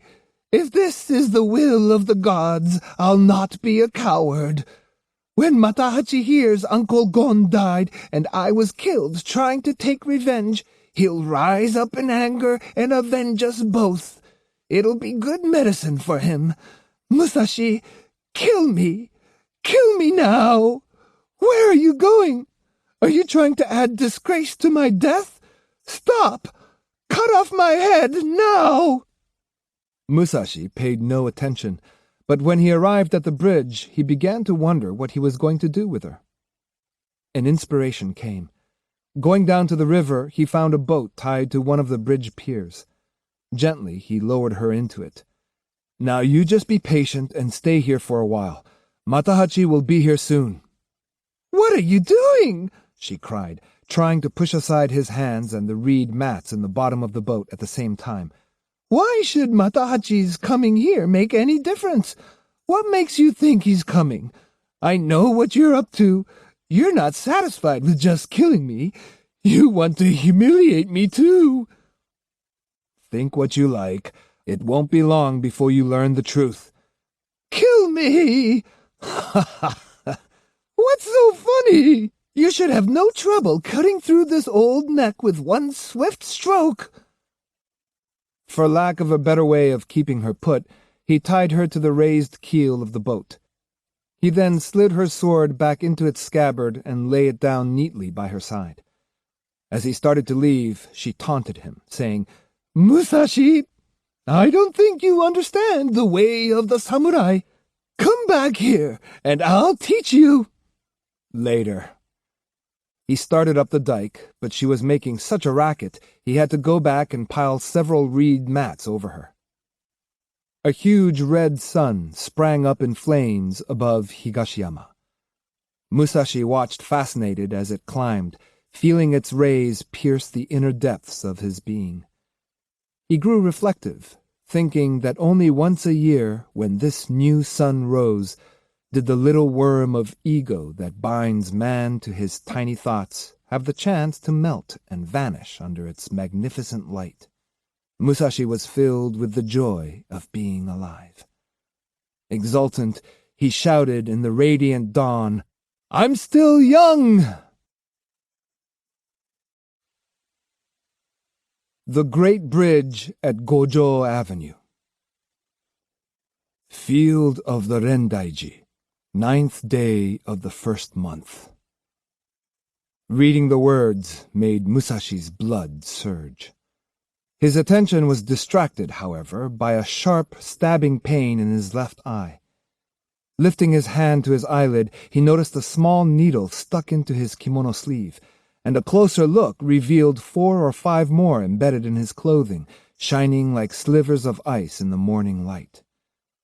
"So that's it," he exclaimed, pulling one out and examining it. It was about the size of a small sewing needle, but had no threading eye and was triangular instead of round. "Why, the old bitch," he said with a shudder, glancing down toward the boat. "I've heard about blow needles, but whoever would have thought the old hag could shoot them? That was a pretty close call." With his usual curiosity, he gathered the needles one by one, then pinned them securely into his collar with the intention of studying them later on. He'd heard that among warriors there were 2 opposing schools of thought regarding these small weapons. One held that they could be effectively employed as a deterrent by blowing them into an enemy's face, while the other maintained that this was nonsense. The proponents held that a very old technique for the needle's employment had been developed from a game played by seamstresses and weavers who migrated from China to Japan in the 6th or 7th century. Although it was not considered a method of attack per se, they explained, it was practiced up until the time of the Ashikaga shogunate as a preliminary means of fending off an adversary. Those on the other side of the fence went so far as to claim that no ancient technique ever existed, although they did admit that needle-blowing had been practiced as a game at one time. While conceding that women may have amused themselves in this fashion, they adamantly denied that needle-blowing could be refined to the degree necessary to inflict injury. They also pointed out that saliva could absorb a certain amount of heat, cold, or acidity, but it could do little to absorb the pain caused by needles puncturing the inside of a person's mouth. The reply to this, of course, was that with enough practice, a person could learn to hold the needles in the mouth painlessly and to manipulate them with the tongue with a great deal of precision and force, enough to blind a man. The non-believers then countered that even if the needles could be blown hard and fast, the chances of hurting anyone were minimal. After all, they said, the only parts of the face vulnerable to such attack were the eyes, and the chances of hitting them weren't very good, even under the best conditions. And unless the needle penetrated the pupil, the damage would be insignificant. After hearing most of these arguments at one time or another, Musashi had been inclined to side with the doubters. After this experience, he realized how premature his judgment had been and how important and useful randomly acquired bits of knowledge could subsequently prove to be. The needles had missed his pupil, but his eye was watering. As he felt around his clothing for something to dry it with, he heard the sound of cloth being torn. Turning, he saw a girl ripping a foot or so of red fabric from the sleeve of her undergarment. Akemi came running toward him. Her hair was not done up for the New Year celebration, and her kimono was bedraggled. She wore sandals, but no socks. Musashi squinted at her and muttered. Though she looked familiar, he couldn't place the face. "It's me, Musashi," she said hesitantly, offering him the red cloth. "Did you get something in your eye? You shouldn't rub it. That'll only make it worse. Here, use this." Musashi silently accepted her kindness and covered his eye with the cloth. Then he stared at her face intently. "Don't you remember me?" she said incredulously. "But you must." Musashi's face was a perfect blank. "You must." His silence broke the dam holding back her long pent-up emotions. Her spirit, so accustomed to unhappiness and cruelty, had clung to this one last hope, and now the light was dawning that it was nothing more than a fantasy of her own making. A hard lump formed in her breast, and she made a choking sound. Though she covered her mouth and nose to suppress the sobs, her shoulders quivered uncontrollably. Something about the way she looked when crying recalled the innocent girlishness of the days in Ibuki, when she'd carried the tinkling bell in her obi. Musashi put his arms around her thin, weak shoulders. "You're Akemi, of course. I remember. How do you happen to be here? It's such a surprise to see you. Don't you live in Ibuki anymore? What happened to your mother?" His questions were like barbs, the worst being the mention of Oko, which led naturally to his old friend. "Are you still living with Matahachi? He was supposed to come here this morning. You haven't by any chance seen him, have you?" Every word added to Akemi's misery. Nestled in his arms, she could do no more than shake her weeping head. "Isn't Matahachi coming?" he persisted. "What happened to him? How will I ever know if you just stand here and cry?" He's not coming. He never got your message." Akemi pressed her face against Musashi's chest and went into a new spasm of tears. She thought of saying this, of saying that, but each idea died in her feverish brain. How could she tell him of the horrid fate she had suffered because of her mother? How could she put into words what had happened in Sumiyoshi or in the days since then? The bridge was bathed in the New Year's sun, and more people were passing by. Girls in bright new kimono going to make their New Year's obeisance at Kiyomizu-dera. Men in formal robes starting their rounds of New Year's calls. Almost hidden among them was Jotaro, his gnomish thatch of hair in the same disheveled state as on any other day.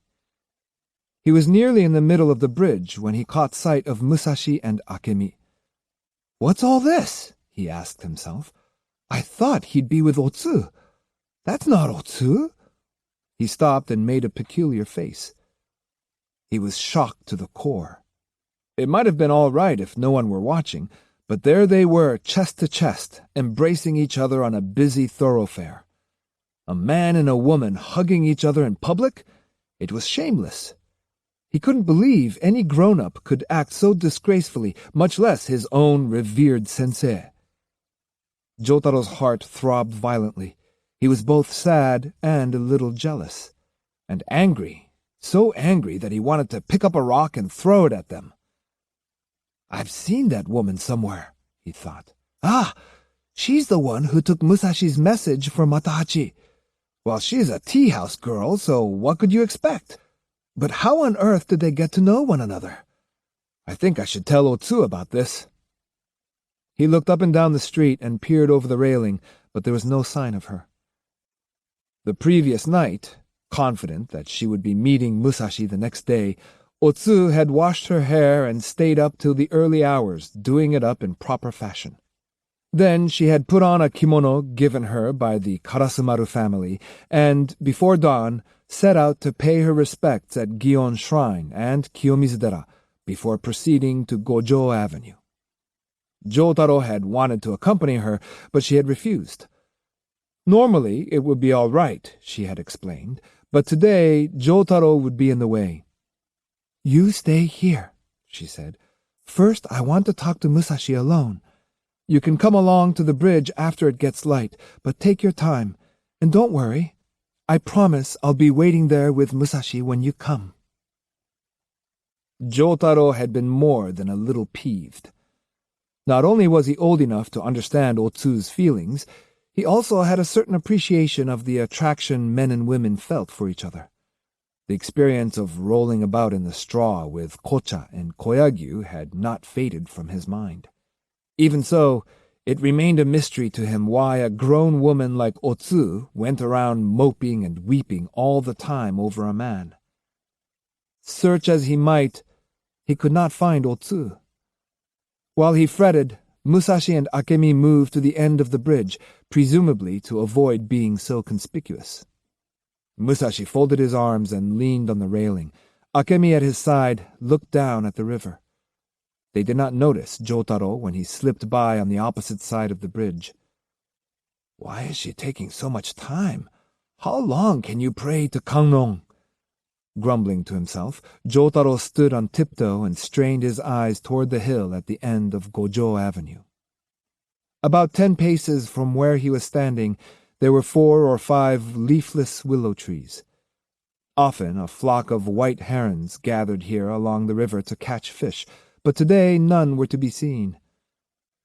A young man with a long forelock leaned against the willow branch, which stretched out toward the ground like a sleeping dragon. On the bridge, Musashi nodded as Akemi whispered fervently to him. She had thrown pride to the winds and was telling him everything in the hope that she could persuade him to be hers alone. It was difficult to discern whether her words penetrated beyond his ears. Nod though he might, his look was not that of a lover saying sweet nothings to his beloved. On the contrary, his pupils shone with a colorless, heatless radiance and focused steadily on some particular object. Akemi did not notice this. Completely absorbed, she seemed to choke slightly as she tried to analyze her feelings. "Oh," she sighed, "I've told you everything there is to tell. I haven't hidden anything." Edging closer to him, she said wistfully, "It's been more than 4 years since Sekigahara. I've changed both in body and in spirit." Then, with a burst of tears, "No, I haven't really changed. My feeling toward you hasn't changed a bit. I'm absolutely sure of that. Do you understand, Musashi? Do you understand how I feel?" "Please try to understand. I've told you everything. I'm not the innocent wildflower I was when we met at the foot of Mount Ibuki. I'm just an ordinary woman who's been violated. But is chastity a thing of the body or of the mind? Is a virgin who has lewd thoughts really chaste? I lost my virginity to, I can't say his name, but to a certain man, and yet my heart is pure." "Don't you feel anything for me at all? I can't keep secrets from the person I love. I wondered what to say when I saw you. Should I say anything or not? But then it became clear. I couldn't deceive you even if I wanted to. Please understand me. Say something. Say you forgive me, or do you consider me despicable?" When I think of it again, it makes me so furious." She put her face down on the railing. "You see, I'm ashamed to ask you to love me. I haven't the right to do that, but I'm still a virgin at heart. I still treasure my first love like a pearl. I haven't lost that treasure, and I won't, no matter what kind of life I lead, or what men I'm thrown together with." Each hair of her head trembled with her sobbing. Under the bridge where her tears fell, the river, glistening in the New Year's sun, flowed on like Akemi's dreams toward an eternity of hope. While the poignance of her story elicited frequent nods and grunts, Musashi's eyes remained fixed on that point in the distance. His father had once remarked, "You're not like me. My eyes are black, but yours are dark brown. They say your grand-uncle, Hirata Shogen, had terrifying brown eyes, so maybe you take after him." At this moment, in the slanting rays of the sun, Musashi's eyes were a pure and flawless coral. "That has to be him," thought Sasaki Kojiro, the man leaning against the willow. He had heard of Musashi many times, but this was the first time he had set eyes on him. Musashi was wondering, who could he be? From the instant their eyes met, they had silently been searching, each sounding the depths of the other's spirit. In practicing the art of war, it is said that one must discern from the point of the enemy's sword the extent of his ability. This is exactly what the two men were doing. They were like wrestlers, sizing each other up before coming to grips. And each had reasons to regard the other with suspicion. "I don't like it," thought Kojiro, seething with displeasure. He had taken care of Akemi since rescuing her from the deserted Amida Hall, and this patently intimate conversation between her and Musashi upset him. Maybe he's the kind who preys on innocent women. And her! She didn't say where she was going, and now she's up there weeping on a man's shoulder. He himself was here because he'd followed her. The enmity in Kojiro's eyes was not lost on Musashi, and he was also conscious of that peculiar instant conflict of wills that arises when one shugyosha encounters another. Nor was there any doubt that Kojiro felt the spirit of defiance conveyed in Musashi's expression. "Who could he be?" thought Musashi again. "He looks like quite a fighter. But why the malicious look in his eye? Better watch him closely." The intensity of the two men came not from their eyes, but from deep inside. Fireworks seemed about to shoot from their pupils. From appearances, Musashi might be a year or two younger than Kojiro, but then again, it might be the other way around. In either case, they shared one similarity. Both were at that age of maximum impudence when they were certain they knew everything there was to know about politics, society, the art of war, and all other subjects. As a vicious dog snarls when it sees another vicious dog, so both Musashi and Kojiro knew instinctively that the other was a dangerous fighter. Kojiro was the first to disengage his eyes, which he did with a slight grunt. Musashi, despite the touch of contempt he could see in Kojiro's profile, was convinced deep down that he'd won. The opponent had given in to his eyes, to his willpower, and this made Musashi happy. "Akemi," he said, putting his hand on her shoulder. Still sobbing, with her face to the railing, she did not reply. "Who's that man over there? He's somebody who knows you, isn't he? I mean, the young man who looks like a student warrior. Just who is he?" Akemi was silent. She had not seen Kojiro until now, and the sight threw her tear-swollen face into confusion. You mean that tall man over there?" "Yes. Who is he?" "Oh, I don't know him very well." "But you do know him, don't you?" Yes." "Carrying that great long sword and dressed to attract attention, he must think he's quite a swordsman. How do you happen to know him?" "A few days ago," Akemi said quickly, "I was bitten by a dog, and the bleeding wouldn't stop, so I went to a doctor in the place where he happened to be staying. He's been looking after me the past few days." "In other words, you're living in the same house with him?" Yes, well, I'm living there, but it doesn't mean anything. There's nothing between us. She spoke with more force now. In that case, I suppose you don't know much about him. Do you know his name? His name is Sasaki Kojiro. He's also called Ganryu. Ganryu? He had heard that name before.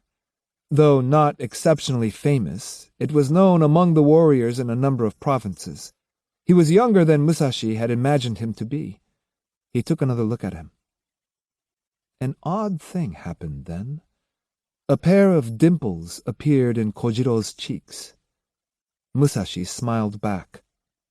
Yet this silent communication was not full of peaceful light and friendship, like the smile exchanged between the Buddha and his disciple Ananda as they rubbed flowers between their fingers. In Kojiro's smile were both a challenging jeer and an element of irony. Musashi's smile not only accepted Kojiro's challenge, but conveyed a fierce will to fight. Caught between these two strong-willed men, Akemi was about to start pouring out her feelings again, but before it came to that, Musashi said, "Now, Akemi, I think it'd be best for you to go back with that man to your lodgings. I'll come to see you soon. Don't worry." "You'll really come?" "Why, yes, of course." "The name of the inn, it's the Zuzuya, in front of the Rokujo Avenue Monastery." "I see." The casual manner of his reply was not enough for Akemi. She grabbed his hand from the railing and squeezed it passionately in the shadow of her sleeve. "You'll really come, won't you? Promise?" Musashi's reply was drowned by a burst of belly-splitting laughter. "Ha ha ha ha ha! Oh ha ha ha ha! Oh!"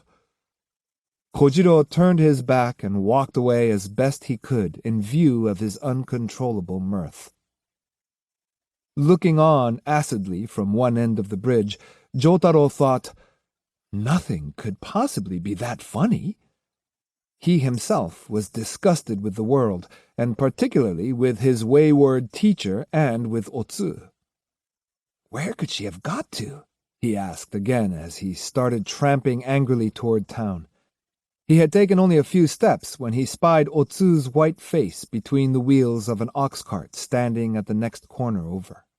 "There she is!" he shouted, then bumped into the ox's nose in his hurry to reach her.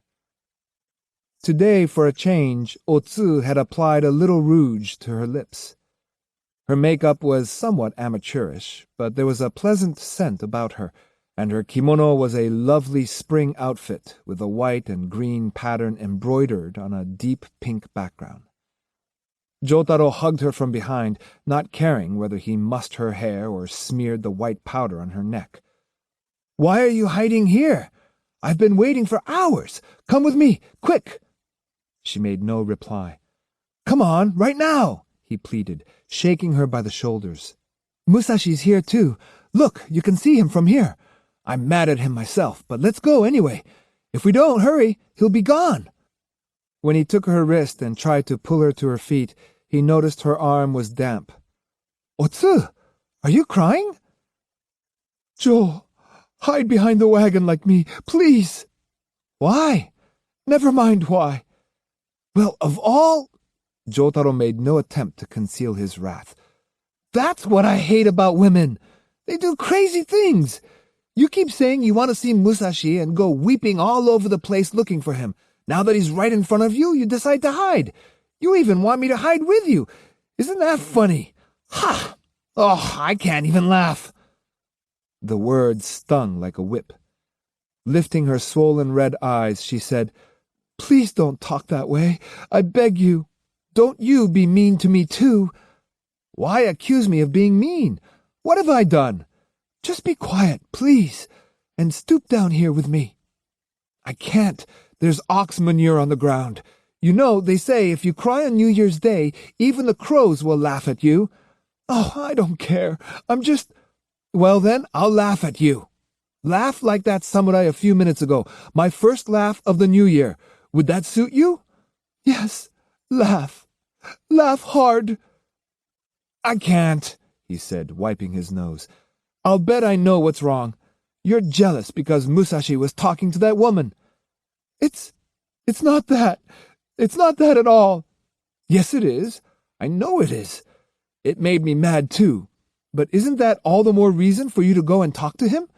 You don't understand anything, do you?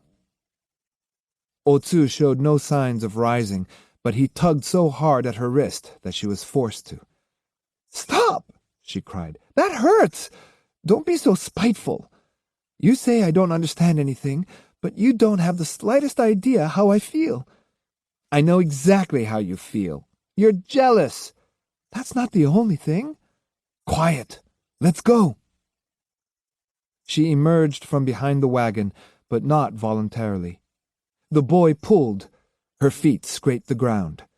Still tugging, Jotaro craned his neck and looked toward the bridge. Look, he said. Akemi's not there anymore. Akemi? Who's Akemi? The girl Musashi was talking to. Uh-oh, Musashi's walking away. If you don't come right now, he'll be gone. Jotaro let go of Otsu and started toward the bridge. Wait! Cried Otsu, sweeping the bridge with her eyes to make sure Akemi wasn't lurking about somewhere. Assured that her rival was really gone, she appeared immensely relieved and her eyebrows unfurrowed. But back she went, behind the ox cart to dry her puffy eyes with her sleeve, smooth her hair and straighten her kimono.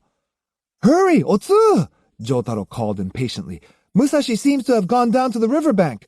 This is no time to primp. Where? Down to the riverbank. I don't know why, but that's where he went.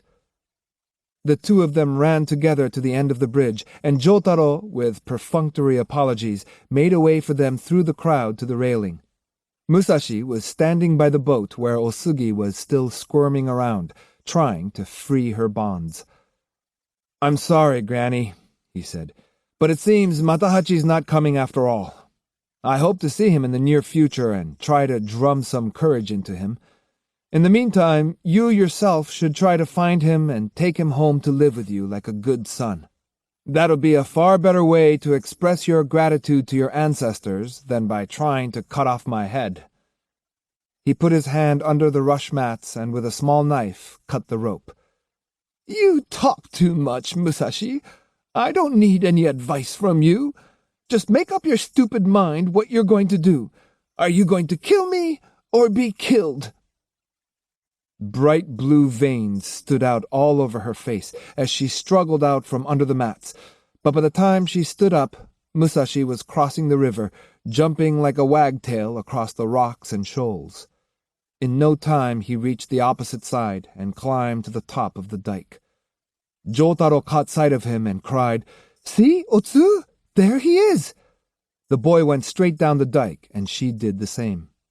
To Jotaro's nimble legs, rivers and mountains meant nothing, but Otsu, because of her fine kimono, came to a dead halt at the river's edge.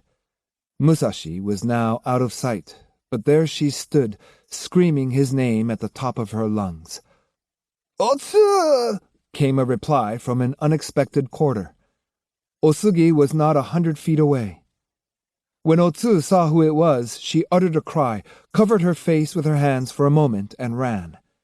The old woman lost no time in giving chase, white hair flying in the wind. Otsu! She screamed, in a voice that might have parted the waters of the Kamo. Wait! I want to talk to you! An explanation for Otsu's presence was already taking shape in the old woman's suspicious mind. She felt sure Musashi had tied her up because he had a rendezvous with the girl today and had not wanted her to see this. Then, she reasoned, something Otsu said had annoyed him, and he had abandoned her. That, no doubt, was why she was wailing for him to come back. That girl is incorrigible, she said, hating Otsu even more than she hated Musashi. In her mind, Otsu was rightfully her daughter-in-law. Never mind whether the nuptials had actually taken place or not. The promise had been made, and if his fiancée had come to hate her son, she must also hate Osugi herself. Wait! She shrieked again, opening her mouth almost from ear to ear. The force of the scream startled Jotaro, who was right beside her. He grabbed hold of her and shouted, "What are you trying to do, you old witch?" "Get out of my way!" cried Osugi, shoving him aside. Jotaro did not know who she was, or why Otsu had fled at the sight of her, but he sensed that she meant danger. As the son of Aoki Tanzaemon and the sole student of Miyamoto Musashi, he refused to be pushed aside by an old hag's scrawny elbow. "You can't do that to me!" He caught up with her and leapt squarely on her back. She quickly shook him off, and taking his neck in the crook of her left arm, dealt him several sharp slaps. "You little devil! This'll teach you to butt in!" While Jotaro struggled to free himself, Otsu ran on, her mind in turmoil. She was young, and like most young people, full of hope, not in the habit of bemoaning her unhappy lot. She savored the delights of each new day as though they were flowers in a sunny garden. Sorrows and disappointments were facts of life, but they did not get her down for long. Likewise, she could not conceive of pleasure as completely divorced from pain. But today she had been jolted out of her optimism, not once, but twice. Why, she wondered, had she ever come here this morning? Neither tears nor anger could nullify the shock. After thinking fleetingly of suicide, she had condemned all men as wicked liars. She had been, by turns, furious and miserable, hating the world, hating herself, too overcome to find release in tears or to think clearly about anything. Her blood boiled with jealousy, and the insecurity it caused made her scold herself for her many shortcomings, including her lack of poise at the moment. She told herself repeatedly to keep cool, and gradually repressed her impulses beneath the veneer of dignity that women were supposed to maintain. The entire time that strange girl was at Musashi's side, Otsu had not been able to move. When Akemi left, however, forbearance was no longer possible, and Otsu felt irresistibly compelled to face Musashi and pour out how she felt. Although she had no idea where to begin, she resolved to open her heart and tell him everything. But life is full of tiny accidents. One small misstep, a minute miscalculation made in the heat of the moment, can, in many instances, alter the shape of things to come for months or years. It was by letting Musashi out of her sight for a second that Otsu exposed herself to Osugi. On this glorious New Year's morning, Otsu's garden of delights was overrun by snakes. It was a nightmare come true. In many a frenzied dream she had encountered Osugi's leering face, and here was the stark reality bearing down on her. Completely winded after running several hundred yards, she halted and looked back. For a moment her breath stopped altogether. Osugi, about 100 yards away, was hitting Jotaro and swinging him around this way and that. He fought back, kicking the ground, kicking the air, landing an occasional blow on his captor. Otsu saw that it would be only a matter of moments before he succeeded in drawing his wooden sword, and when he did, it was a dead certainty the old woman would not only unsheath her short sword, but show no compunction about using it. At a time like this, Osugi was not one to show mercy. Jotaro might well be killed. Otsu was in a terrible predicament. Jotaro had to be rescued, but she dared not approach Osugi. Jotaro did succeed in getting his wooden sword free of his obi, but not in extracting his head from Osugi's vice-like grip. All his kicking and flailing were working against him, because they increased the old woman's self-confidence. "Brat!" she cried snidely. "What are you trying to do? Imitate a frog?" The way her front teeth jutted out made her look hair-lipped, but her expression was one of hideous triumph. Step by scraping step, she pressed on toward Otsu. As she glared at the terrified girl, her natural cunning asserted itself. In a flash it came to her that she was going about this the wrong way. If the opponent had been Musashi, Trickery would not work, but the enemy before her was Otsu, tender, innocent Otsu, who could probably be made to believe anything, provided it was put to her gently and with an air of sincerity. First tie her up with words, thought Osugi, then roast her for dinner. Otsu, she called in an earnestly poignant tone. Why are you running away? What makes you flee the minute you lay eyes on me? You did the same thing at the Mikazuki tea house. I can't understand it. You must be imagining things. I haven't the slightest intention of doing you any harm. An expression of doubt crept over Otsu's face, but Jotaro, still captive, asked, "Is that true, Granny? Do you mean it?" Why, of course.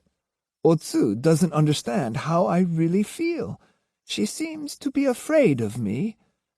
If you mean that, then let go of me, and I'll go get her. Not so fast.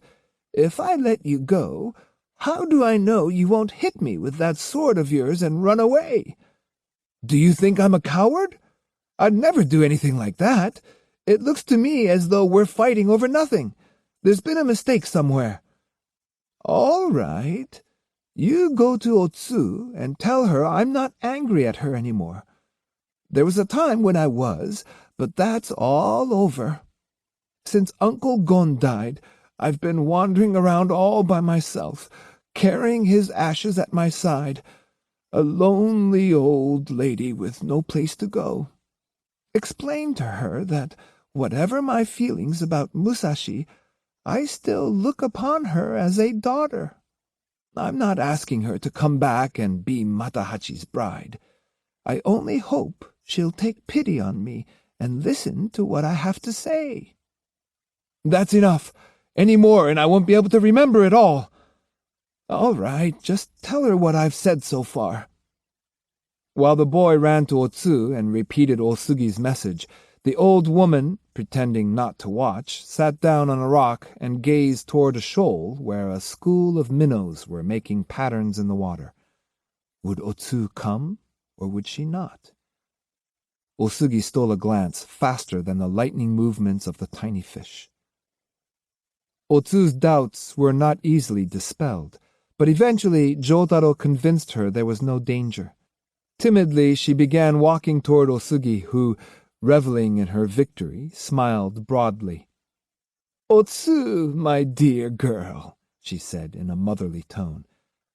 "Granny," replied Otsu, bowing to the ground at the old woman's feet. "Forgive me. Please forgive me. I don't know what to say." "There's no need for you to say anything. It's all Matahachi's fault. Apparently, he still resents your change of heart, and at one time I'm afraid I thought ill of you too. But that's all water under the bridge." "Then you'll pardon me for the way I acted?" "Well, now," said Osugi, introducing a note of uncertainty, but at the same time squatting down beside Otsu. Otsu picked at the sand with her fingers, scratching a small hole in the cold surface. Tepid water bubbled to the surface. "As Matahachi's mother, I suppose I can say that you've been forgiven. But then there's Matahachi to consider. Won't you see him and talk to him again? Since he ran off with another woman of his own free will, I don't think he'd ask you to come back to him. In fact, I wouldn't permit him to do anything so selfish. But—" "Yes?" "Well, won't you at least agree to seeing him? Then, with the two of you there side by side, I'll tell him exactly what's what. That way, I'll be able to fulfill my duty as a mother. I'll feel I've done everything I could." "I see," replied Otsu. From the sand beside her, a baby crab crawled out and scurried behind a rock. Jotaro latched onto it, went behind Osugi, and dropped it on the top of her head. Otsu said, But I can't help feeling that after all this time, it would be better for me not to see Matahachi. I'll be right there with you. Wouldn't you feel better if you saw him and made a clean break of it? Yes, but then do it. I say this for the sake of your own future. If I agree, how are we to find Matahachi? Do you know where he is? I can find him very quickly. Very quickly. You see, I saw him quite recently in Osaka. He got into one of his willful moods and went off and left me in Sumiyoshi. But when he does things like that, he always regrets them later. It won't be long before he shows up in Kyoto looking for me. Despite Otsu's uncomfortable feeling that Osugi wasn't telling the truth, she was swayed by the old woman's faith in her worthless son. What led to her final surrender, however, was the conviction that the course proposed by Osugi was right and proper. "How would it be," she asked, "if I went and helped you look for Matahachi?" "Oh, would you?" cried Osugi, taking the girl's hand in her own. Yes, I think I should." "All right, come with me now to my inn." "Ouch! What's this?" Standing up, she put her hand to the back of her collar and caught the crab. With a shiver, she exclaimed, "Now how did that get there?" She held out her hand and shook it loose from her fingers. Jotaro, who was behind her, suppressed a snicker, but Osugi was not fooled.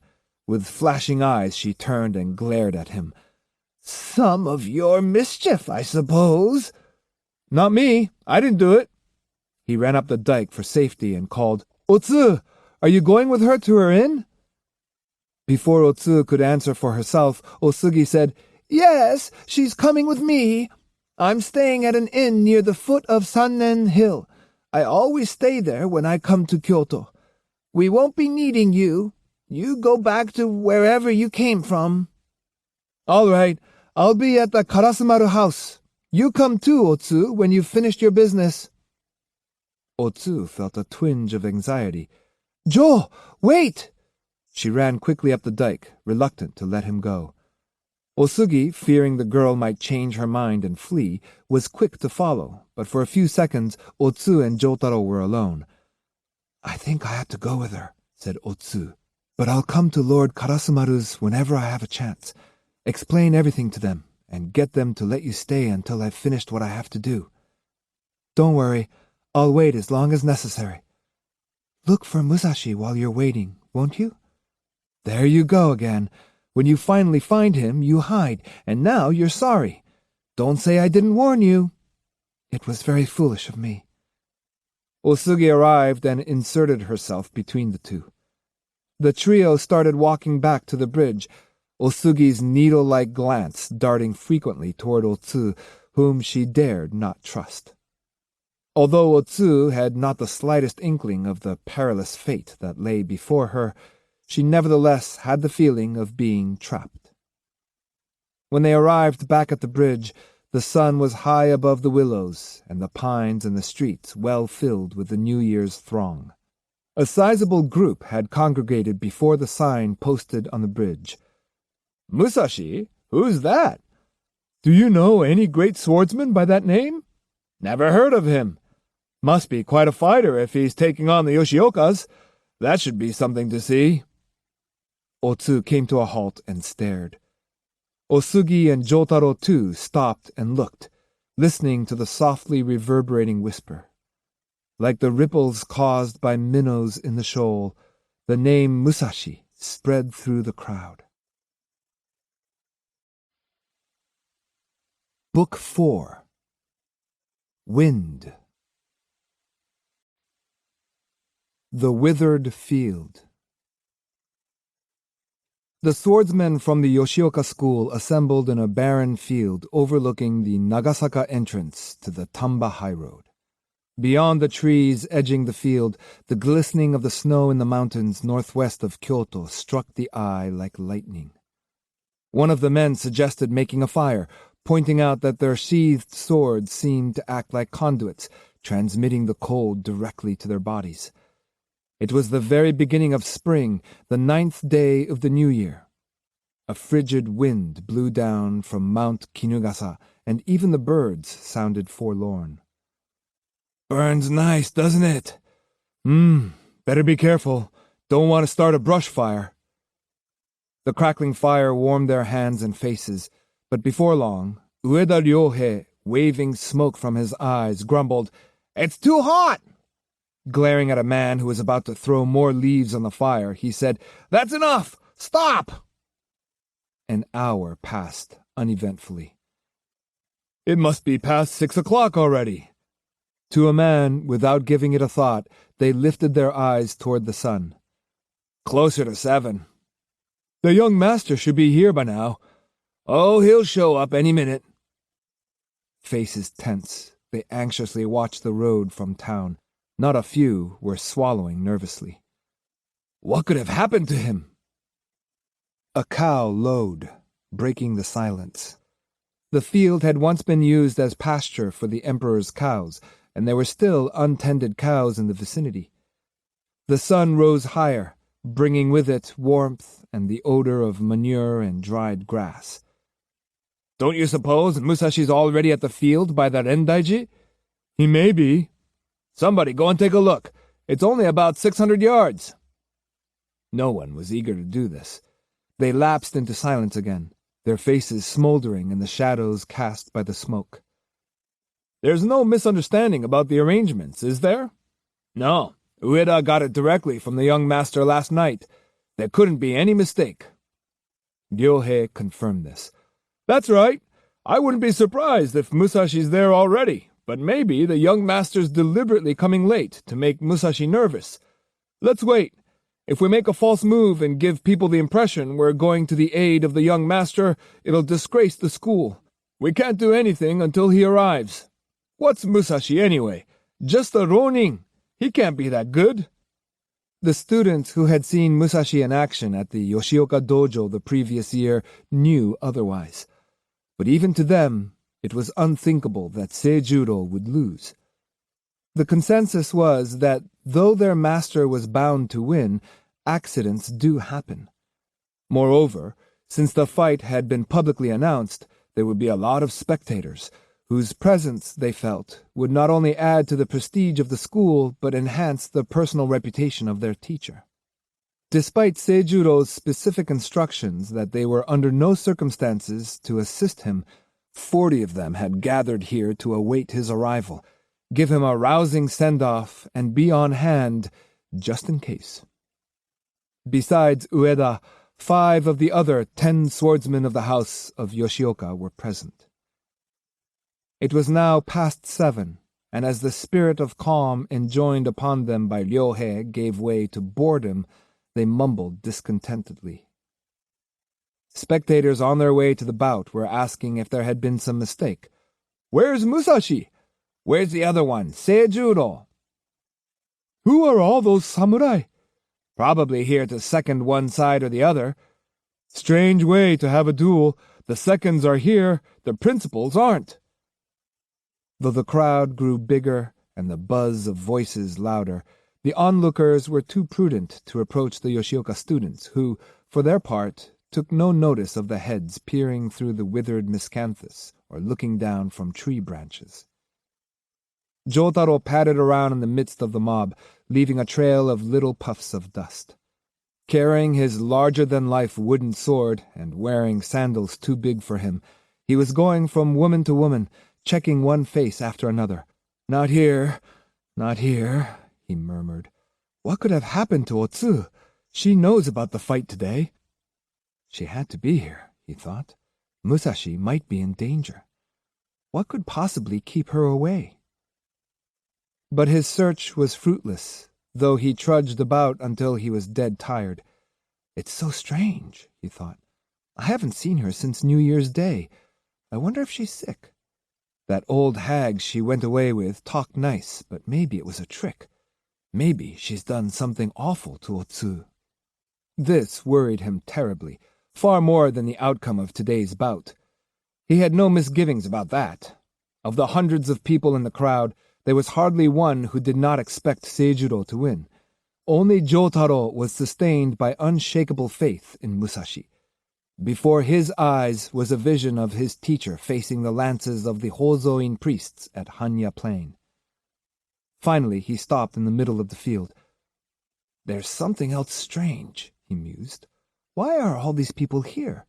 According to the sign, the fight is to take place in the field by the Rendaiji." He seemed to be the only person puzzled by this. Out of the milling crowd came a surly voice. "You there, boy! Look here!" Jotaro recognized the man. He was the one who had been watching Musashi and Akemi whispering on the bridge on New Year's morning. "What do you want, mister?" asked Jotaro.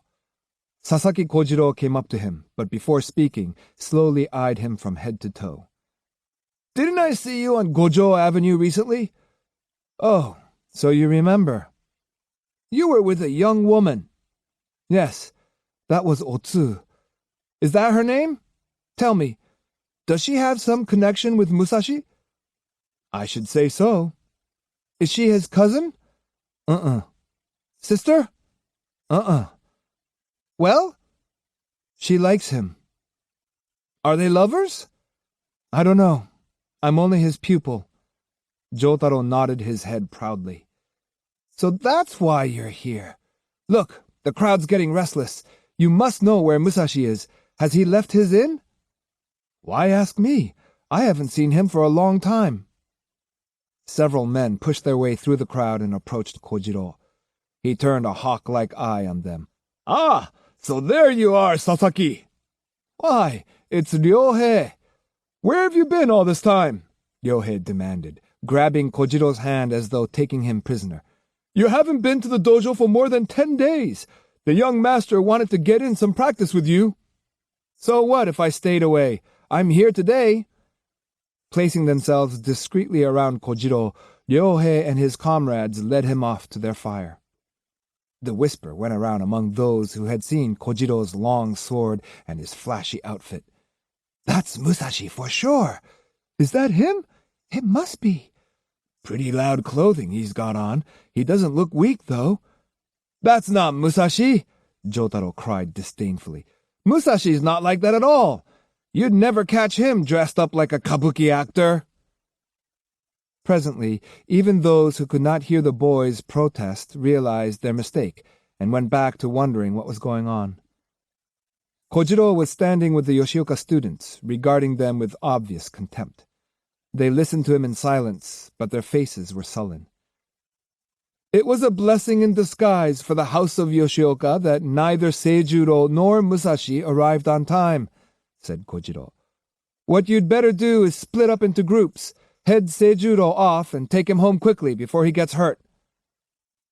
This cowardly proposal enraged them, but he went further.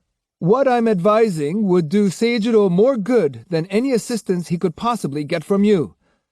Then, rather grandly, "Heaven sent me here as a messenger for the sake of the house of Yoshioka. I shall give you my prediction. If they fight, Seijuro will lose. I'm sorry to have to say this, but Musashi will certainly defeat him, maybe kill him." Miike Jurozaemon thrust his chest against the younger man's and shouted, "That's an insult!" His right elbow between his own face and Kojiro's, he was prepared to draw and strike. Kojiro looked down and grinned. "I take it you don't like what I said?" "Ugh! In that case, I'm sorry," said Kojiro blithely. "I won't attempt to be of further assistance." "Nobody asked for your help in the first place." "That's not quite right. If you had no need of my support, why did you insist that I come from Kema to your house? Why were you trying so hard to keep me happy? You, Seijuro, all of you." "We were simply being polite to a guest. You think a lot of yourself, don't you?" "Ha ha ha ha! Let's stop all this before it ends up with my having to fight all of you. But I warn you, if you don't heed my prophecy, you'll regret it. I've compared the two men with my own eyes, and I say the chances Seijuro will lose are overwhelming. Musashi was at the Gojo Avenue Bridge on New Year's morning, As soon as I laid eyes on him, I knew there was danger. To me, that sign you put up looks more like an announcement of mourning for the house of Yoshioka. It's very sad, but it seems to be the way of the world that people never realize when they're finished. That's enough! Why come here if your only purpose is to talk like that? Kojiro's tone became snide. It also seems to be typical of people on the way down that they won't accept an act of kindness in the spirit in which it's offered. Go on, think what you like. You won't even have to wait the day out. You'll know in an hour or less how wrong you are. Yuck! Judozaemon spat at Kojiro. 40 men moved a step forward, their anger radiating darkly over the field. Kojiro reacted with self-assurance. Jumping quickly to one side, he demonstrated by his stance that if they were looking for a fight, he was ready. The goodwill he had professed earlier now seemed a sham. An observer might well have asked if he wasn't using mob psychology to create an opportunity for himself to steal the show from Musashi and Seijuro. A stir of excitement spread through those close enough to see. This was not the fight they had come to watch, but it promised to be a good one. Into the midst of this murder-charged atmosphere ran a young girl. Speeding along behind her like a rolling ball was a small monkey. She rushed in between Kojiro and the Yoshioka swordsman and screamed, "Kojiro! Where's Musashi? Isn't he here?" Kojiro turned on her angrily. "What is this?" he demanded. "Akemi," said one of the samurai. "What's she doing here?" "Why did you come?" Kojiro snapped. "Didn't I tell you not to? I'm not your private property. Why can't I be here?" "Shut up and get out of here. Go on back to the Zuzuya," shouted Kojiro, pushing her away gently. Akemi, panting heavily, shook her head adamantly. "Don't order me around. I stayed with you, but I don't belong to you. She choked and began to sob noisily. "How can you tell me what to do after what you did to me? After tying me up and leaving me on the second floor of the inn? After bullying and torturing me when I said I was worried about Musashi?" Kojiro opened his mouth, ready to speak, but Akemi didn't give him the chance. "One of the neighbors heard me scream and came and untied me. I'm here to see Musashi." "Are you out of your mind? Can't you see the people around you? Shut up!" "I won't. I don't care who hears. You said Musashi would be killed today. If Seijuro couldn't handle him, you'd act as his second and kill Musashi yourself. Maybe I'm crazy, but Musashi's the only man in my heart. I must see him. Where is he?" Kojiro clicked his tongue but was speechless before her vitriolic attack. To the Yoshioka men, Akemi seemed too distraught to be believed. But maybe there was some truth in what she said, and if there was, Kojiro had used kindness as a lure, then tortured her for his own pleasure. Embarrassed, Kojiro glared at her with unconcealed hate. Suddenly their attention was diverted by one of Seijuro's attendants, a youth by the name of Tamihachi. He was running like a wild man, waving his arms and shouting, "Help! It's the young master! He's met Musashi! He's injured! Oh, it's awful! Awful!" "What are you babbling about? The young master? Musashi? Where? When? Tamihachi, are you telling the truth?" Shrill questions poured from faces suddenly drained of blood. Tamihachi went on screaming inarticulately. Neither answering their questions nor pausing to catch his breath, he ran stumbling back to the Tamba high road. Half believing, half doubting, not really knowing what to think, Ueda, Judozaemon, and the others chased after him like wild beasts charging across a burning plain. Running north about 500 yards, they came to a barren field stretching out beyond the trees to the right, quietly basking in the spring sunlight, on the surface serene and undisturbed. Thrushes and shrikes, chirping as though nothing had happened, hastily took to the air as Tamihachi scrambled wildly through the grass. He climbed up a knoll that looked like an ancient burial mound and fell to his knees. Clutching at the earth, he moaned and screamed, "Young master!" The others caught up with him, then stood nailed to the ground, gaping at the sight before their eyes. Seijuro, clad in a kimono with a blue-flowered design, a leather strap holding back his sleeves, and a white cloth tied around his head, lay with his face buried in the grass. "Young master! We're here! What happened?" There was not a drop of blood on the white headband, nor on his sleeve or the grass around him, but his eyes and forehead were frozen in an expression of excruciating pain. His lips were the color of wild grapes. Is he breathing?" "Barely." "Quick, pick him up." One man knelt and took hold of Seijuro's right arm, ready to lift him. Seijuro screamed in agony. "Find something to carry him on! Anything!" 3 or 4 men, shouting confusedly, ran down the road to a farmhouse and came back with a rain shutter. They gently rolled Seijuro onto it, but though he seemed to revive a little, he was still writhing in pain. To keep him quiet, several men removed their obis and tied him to the shutter. With 1 man at each corner, they lifted him up and began walking in funereal silence. Seijuro kicked violently, almost breaking the shutter. "Musashi, is he gone? Oh, it hurts. Right arm, shoulder, the bone. Oh, can't stand it. Cut it off. Can't you hear? Cut the arm off." The horror of his pain caused the men carrying the improvised stretcher to avert their eyes. This was the man they respected as their teacher. It seemed indecent to look at him in this condition. Pausing, they called back to Ueda and Jurozaemon. "He's in terrible pain, asking us to cut off his arm. Wouldn't it be easier on him if we did?" "Don't talk like fools!" roared Ryohei. "Of course it's painful, but he won't die from that. If we cut his arm off and can't stop the bleeding, it'll be the end of him. What we've got to do is get him home and see how badly he's injured. If the arm has to come off, we can do it after proper steps have been taken to keep him from bleeding to death. A couple of you go on ahead and bring the doctor to the school." There were still a lot of people about, standing silently behind the pine trees along the road. Annoyed, Ryohei scowled blackly and turned to the men behind him. "Chase those people away!" he ordered. "The young master's not a spectacle to be stared at." Most of the samurai, grateful for a chance to work off their pent-up anger, took off on the run, making vicious gestures at the onlookers. The latter scattered like locusts. "Tamihachi, come here!"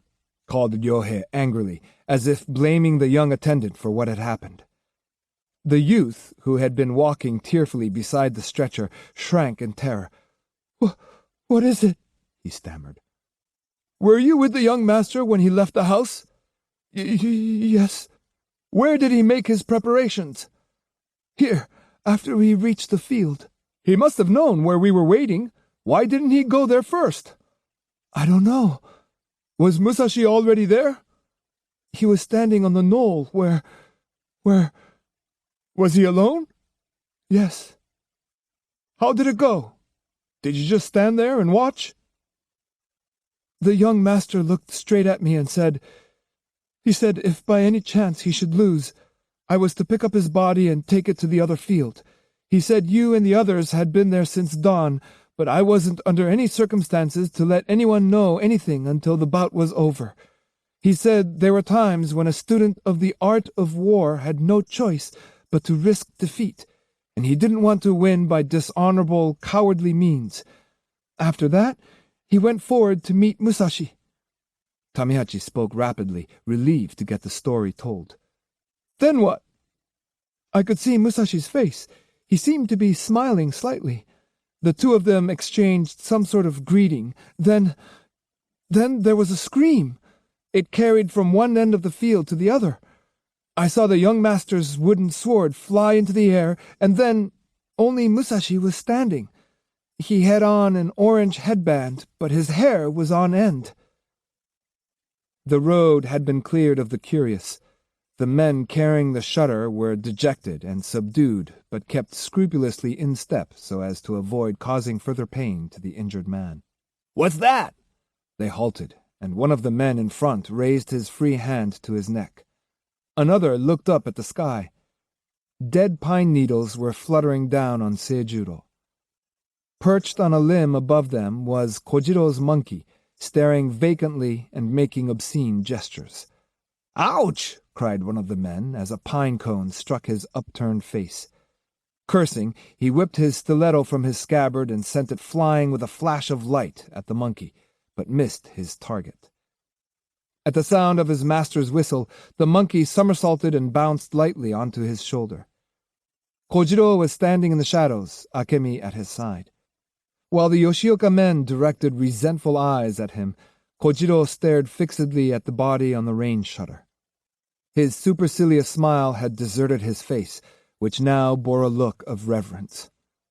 He grimaced at Seijuro's agonized moans. With his recent lecture still fresh in mind, the samurai could only assume that he had come to have the last laugh. Ryohei urged the stretcher-bearers on, saying, "It's only a monkey, not even a human being. Forget it. Get moving." "Wait," Kojiro said, then went to Seijuro's side and spoke directly to him. "What happened?" he asked, but did not wait for an answer. "Musashi got the better of you, didn't he? Where did he hit you? Right shoulder? Oh, this is bad. The bone's shattered. Your arm's like a sack of gravel. You shouldn't be lying on your back, being bounced along on the shutter. The blood might go to your brain." Turning to the others, he commanded arrogantly, "Put him down! Go ahead, put him down! What are you waiting for? Do as I say!" Seijuro seemed on the verge of death, but Kojiro ordered him to stand up. "You can if you try. The wound isn't all that serious. It's only your right arm. If you try walking, you can do it. You've still got the use of your left arm. Forget about yourself. Think of your dead father. You owe him more respect than you're showing now, a lot more. Being carried through the streets of Kyoto, what a sight that would be. Think what it would do to your father's good name." Seijuro stared at him, his eyes white and bloodless. Then, with one quick motion, he lifted himself to his feet. His useless right arm looked a foot longer than his left. "Mike!" cried Seijuro. "Yes, sir. Cut it off." "Ha ha! Don't just stand there. Cut off my arm." "But, you gutless idiot. Here, Ueda, cut it off. Right now." Yes, sir." But before Ueda moved, Kojiro said, "I'll do it if you want." "Please," said Seijuro. Kojiro went to his side. Grasping Seijuro's hand firmly, he lifted the arm high, at the same time unsheathing his small sword. With a quick, startling sound, the arm fell to the ground, and blood spurted from the stump. When Seijuro staggered, his students rushed to his support and covered the wound with cloth to stop the blood. "From now on, I'll walk," said Seijuro. "I'll walk home on my own 2 feet." His face waxen, he took 10 steps. Behind him, the blood dripping from the wound oozed blackly into the ground. "Young master, be careful!" His disciples clung to him like hoops to a barrel, their voices filled with solicitude, which turned rapidly to anger. One of them cursed Kojiro, saying, "Why did that conceited ass have to butt in? You'd have been better off the way you were." But Seijuro, shamed by Kojiro's words, said, "I said I'll walk, and walk I will." After a short pause, he proceeded another 20 paces, carried more by his willpower than by his legs. But he could not hold on for long. After 50 or 60 yards, he collapsed. "Quick! We've got to get him to the doctor!" They picked him up and made quickly for Shijo Avenue. Seijuro no longer had the strength to object. Kojiro stood for a time under a tree, watching grimly. Then, turning to Akemi, he said with a smirk, "Did you see that? I imagine it made you feel good, didn't it?" Her face deadly white, Akemi regarded his sneer with loathing, but he went on. "You've done nothing but talk about how you'd like to get back at him. Are you satisfied now? Is this enough revenge for your lost virginity?" Akemi was too confused to speak. Kojiro seemed at this moment more frightening, more hateful, more evil than Seijuro. Though Seijuro was the cause of her troubles, he was not a wicked man. He was not black-hearted, not a real villain. Kojiro, on the other hand, was genuinely evil. Not the type of sinner most people envisioned, but a twisted, perverse fiend who, far from rejoicing in the happiness of others, delighted in standing by and watching them suffer. He would never steal or cheat, yet he was more dangerous by far than the ordinary crook. "Let's go home," he said, putting the monkey back on his shoulder. Akemi longed to flee, but could not muster the courage. "It won't do you any good to go on looking for Musashi," mumbled Kojiro, talking to himself as much as to her. "There's no reason for him to linger around here." Akemi asked herself why she did not take this opportunity to make a dash for freedom, why she seemed unable to leave this brute. But even as she cursed her own stupidity, she could not prevent herself from going with him. The monkey turned its head and looked at her. Chattering derisively, it bared its white teeth in a broad grin. Akemi wanted to scold it, but couldn't. She felt she and the monkey were bound together by the same fate. She recalled how pitiful Seijuro had looked, and despite herself, her heart went out to him. She despised men like Seijuro and Kojiro, and yet she was drawn to them like a moth to a red-hot flame. A man of parts. Musashi left the field thinking, "I won." He told himself, "I defeated Yoshioka Seijuro, brought down the citadel of the Kyoto style." But he knew his heart was not in it. His eyes were downcast, and his feet seemed to sink into the dead leaves. A small bird on the wing, rising, exposing its underside, reminded him of a fish. Looking back, he could see the slender pines on the mound where he had fought Seijuro. "I only struck once," he thought. "Maybe it didn't kill him." He examined his wooden sword to assure himself there was no blood on it. This morning, on his way to the appointed place, he had been expecting to find Seijuro accompanied by a host of students, who might very well resort to some underhanded maneuver. He had squarely faced the possibility that he himself might be killed, and to avoid looking unkempt at the end, had carefully brushed his teeth with salt and washed his hair. Seijuro fell far short of Musashi's preconception. He had asked himself if this could really be the son of Yoshioka Kempo. He could not perceive in the urbane and obviously well-bred Seijuro the leading master of the Kyoto style. He was too slender, too subdued, too gentlemanly to be a great swordsman. When the greetings were exchanged, Musashi thought uncomfortably, "I should never have gotten into this fight." His regrets were sincere, because his aim was always to take on opponents who were better than he. One good look was sufficient. There had been no need to train for a year just to have this bout. Seijuro's eyes betrayed a lack of self-confidence. The necessary fire was absent, not only from his face, but from his whole body. "Why did he come here this morning?"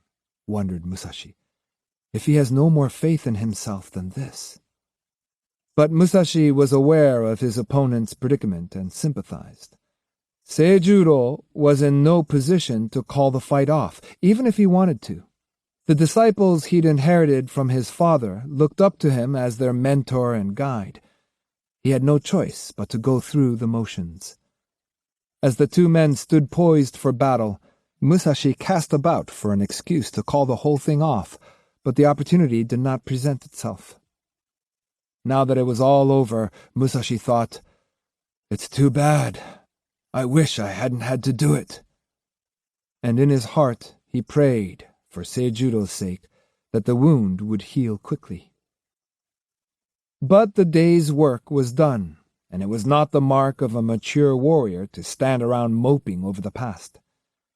As he quickened his pace, the startled face of an elderly woman appeared above a patch of grass. She'd been scratching about on the ground, apparently looking for something, and the sound of his footsteps brought a gasp to her lips.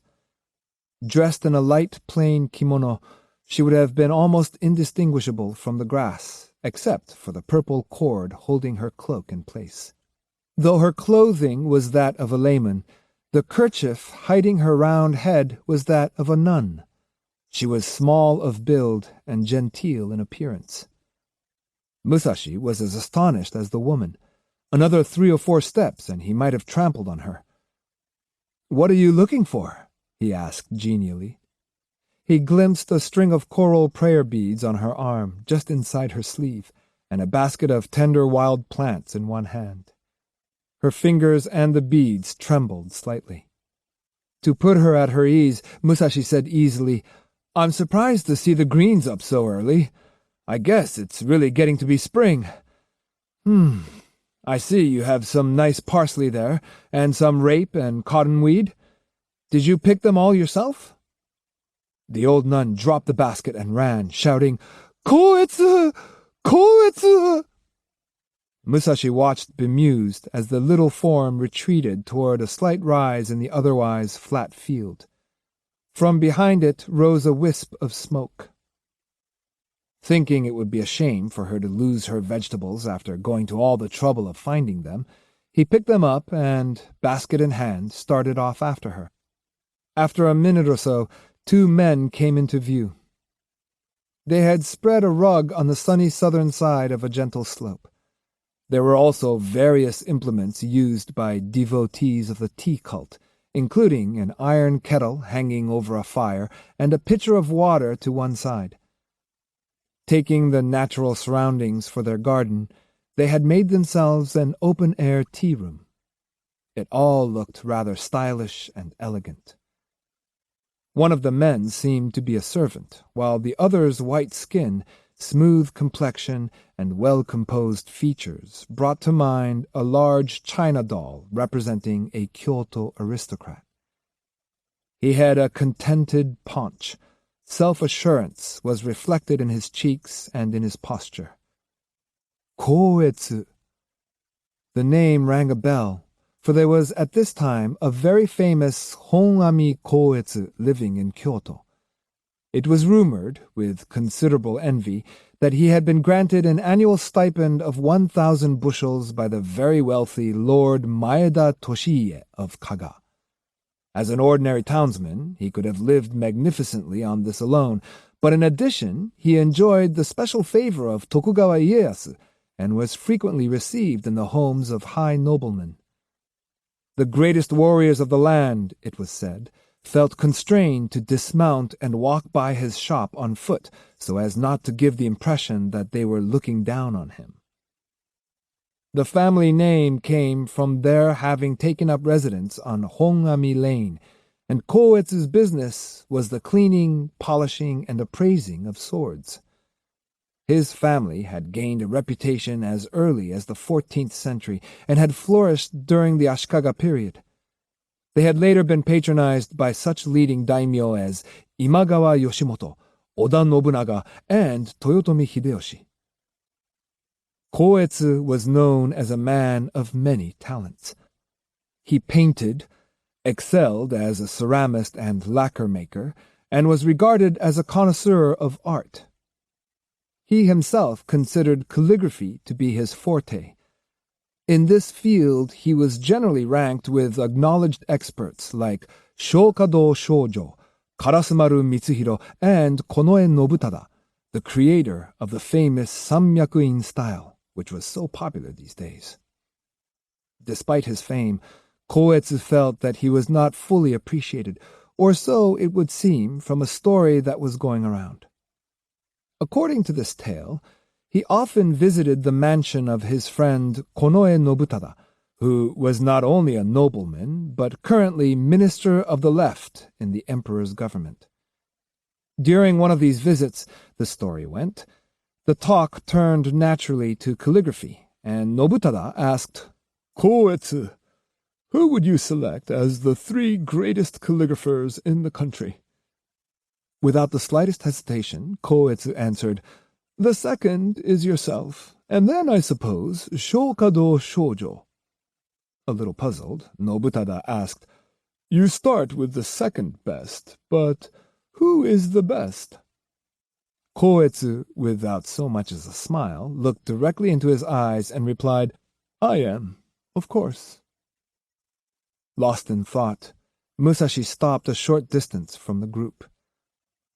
Koetsu was holding a brush in his hand, and on his knees were several sheets of paper. He was studiously sketching the flow of water in a stream close by. This drawing, as well as earlier efforts lying scattered about on the ground, consisted solely of watery lines of a sort that, to Musashi's eye, any novice might be able to draw. Looking up, Koetsu said quietly, "Is something wrong?" Then, with steady eyes, he took in the scene. Musashi on one side, and on the other his mother trembling behind the servant. Musashi felt calmer in the presence of this man. He was clearly not the sort of person he came into contact with every day, but somehow he found him appealing. His eyes held a profound light.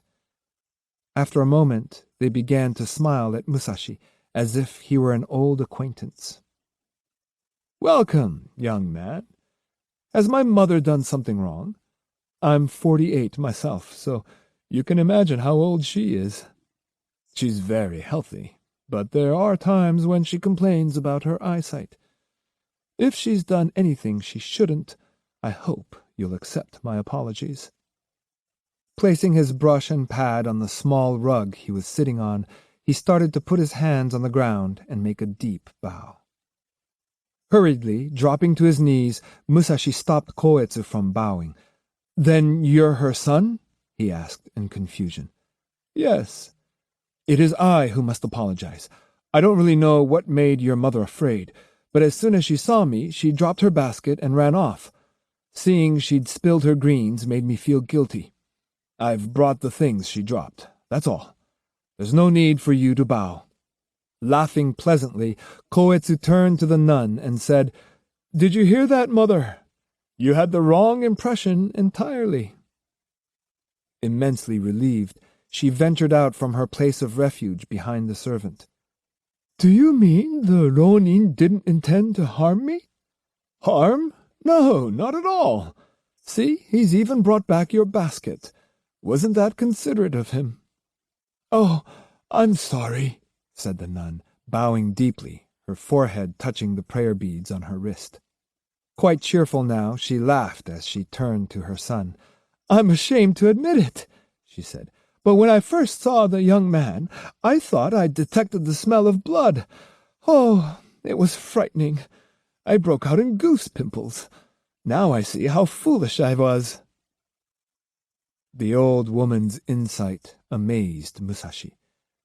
She had seen right through him, and without really knowing, had put it very candidly. To this woman's delicate senses, he must indeed have seemed a terrifying, gory apparition. Koetsu, too, must have taken in his intense, penetrating look, his menacing mane of hair, that prickly, dangerous element that said he was ready to strike at the slightest provocation. Still, Koetsu seemed inclined to search out the good in him. "If you're in no hurry," he said, "stay and rest a while. It's so quiet and peaceful here. Just sitting silently in these surroundings, I feel clean and fresh. If I pick a few more greens, I can make some nice gruel for you," said the nun, "and some tea. Or don't you like tea?" In the company of mother and son, Musashi felt at peace with the world. He sheathed his bellicose spirit, like a cat retracting its claws. In this pleasant atmosphere, it was hard to believe he was among perfect strangers. Before he realized it, he had removed his straw sandals and taken a seat on the rug. Taking the liberty of asking some questions, he learned that the mother, whose religious name was Myoshu, had been a good and faithful wife before becoming a nun, and that her son was indeed the celebrated aesthete and craftsman. Among swordsmen, there was not one worth his salt who did not know the name Hongami. Such was the family's reputation for sound judgment with regard to swords. Musashi found it difficult to associate Koetsu and his mother with the picture he had of how such famous people should look. To him, they were simply ordinary people he had met by accident in a deserted field. This was the way he wanted it to be, for otherwise he himself might grow tense and spoil their picnic. Bringing the kettle for the tea, Myoshu asked her son, "How old do you suppose this lad is?" With a glance at Musashi, he replied, 25 or 6, I imagine." Musashi shook his head. "No, I'm only 23. "Only 23!" exclaimed Myoshu. She then proceeded to ask the usual questions: where his home was, whether his parents were still alive, who had taught him swordsmanship, and so on. She addressed him gently, as though he were her grandson, and this brought out the boy in Musashi. His manner of speech slipped into the youthful and informal. Accustomed as he was to discipline and rigorous training, to spending all his time forging himself into a fine steel blade, he knew nothing of the more civilized side of life. As the old nun talked, warmth spread through his weather-beaten body. Myoshu, Koetsu, the things on the rug, even the tea bowl, subtly fused into the atmosphere and became part of nature. But Musashi was impatient, his body too restless to sit still for long. It was pleasant enough while they were chatting, but when Myoshu began staring silently at the tea kettle and Koetsu turned his back to continue his sketching, Musashi became bored. "What," he asked himself, "do they find so entertaining about coming out here like this? Spring's only barely begun. It's still cold. If they wanted to pick wild greens, why not wait until it was warmer and more people were around? There would be lots of flowers and fresh green plants then. And if they wanted to enjoy a tea ceremony, why go to the trouble of lugging the kettle and tea bowls all the way out here? A well-known, prosperous family like theirs would surely have an elegant tea room in their house." Was it to sketch? Staring at Koetsu's back, he found that by twisting a little to the side, he could see the moving brush. Drawing nothing but the lines of flowing water, the artist kept his eyes on the narrow brook wending its way through the dry grass. He concentrated solely on the movement of the water, again and again trying to capture the flowing motion, but the exact feel seemed to elude him. Undeterred, he went on drawing the lines over and over. Thought Musashi. Drawing's not as easy as it looks, I guess.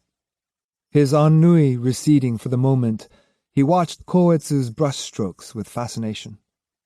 Koetsu, he thought, must feel very much as he himself did when he faced an enemy, sword point to sword point. At some stage he would rise above himself and sense that he had become one with nature. No, not sense, because all sensation would be obliterated at that moment when his sword cut through his opponent. That magic instant of transcendence was all. Koetsu's still looking at the water as an enemy, he mused. That's why he can't draw it. He has to become one with it before he'll succeed. With nothing to do, he was sliding from boredom into lethargy, and this worried him. He must not let himself go slack, even for a moment. He had to get away from here. "I'm sorry I disturbed you," he said brusquely, and started retying his sandals. "Oh, are you leaving so soon?" asked Myoshu. Koetsu turned around quietly and said, "Can't you stay a little longer? Mother is going to make the tea now. I gather you're the one who had a bout with the master of the house of Yoshioka this morning. A little tea after a fight does you good, or at least that's what Lord Maeda says. Ieyasu too. Tea is good for the spirit. I doubt whether there's anything better. In my opinion, action is born of quiet. Stay and talk. I'll join you.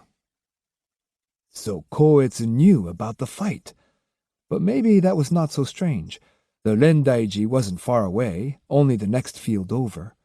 A more interesting question was why he had said nothing about it so far. Was it simply that he regarded such matters as belonging to a world different from his own? Musashi took a second look at mother and son, then sat down again.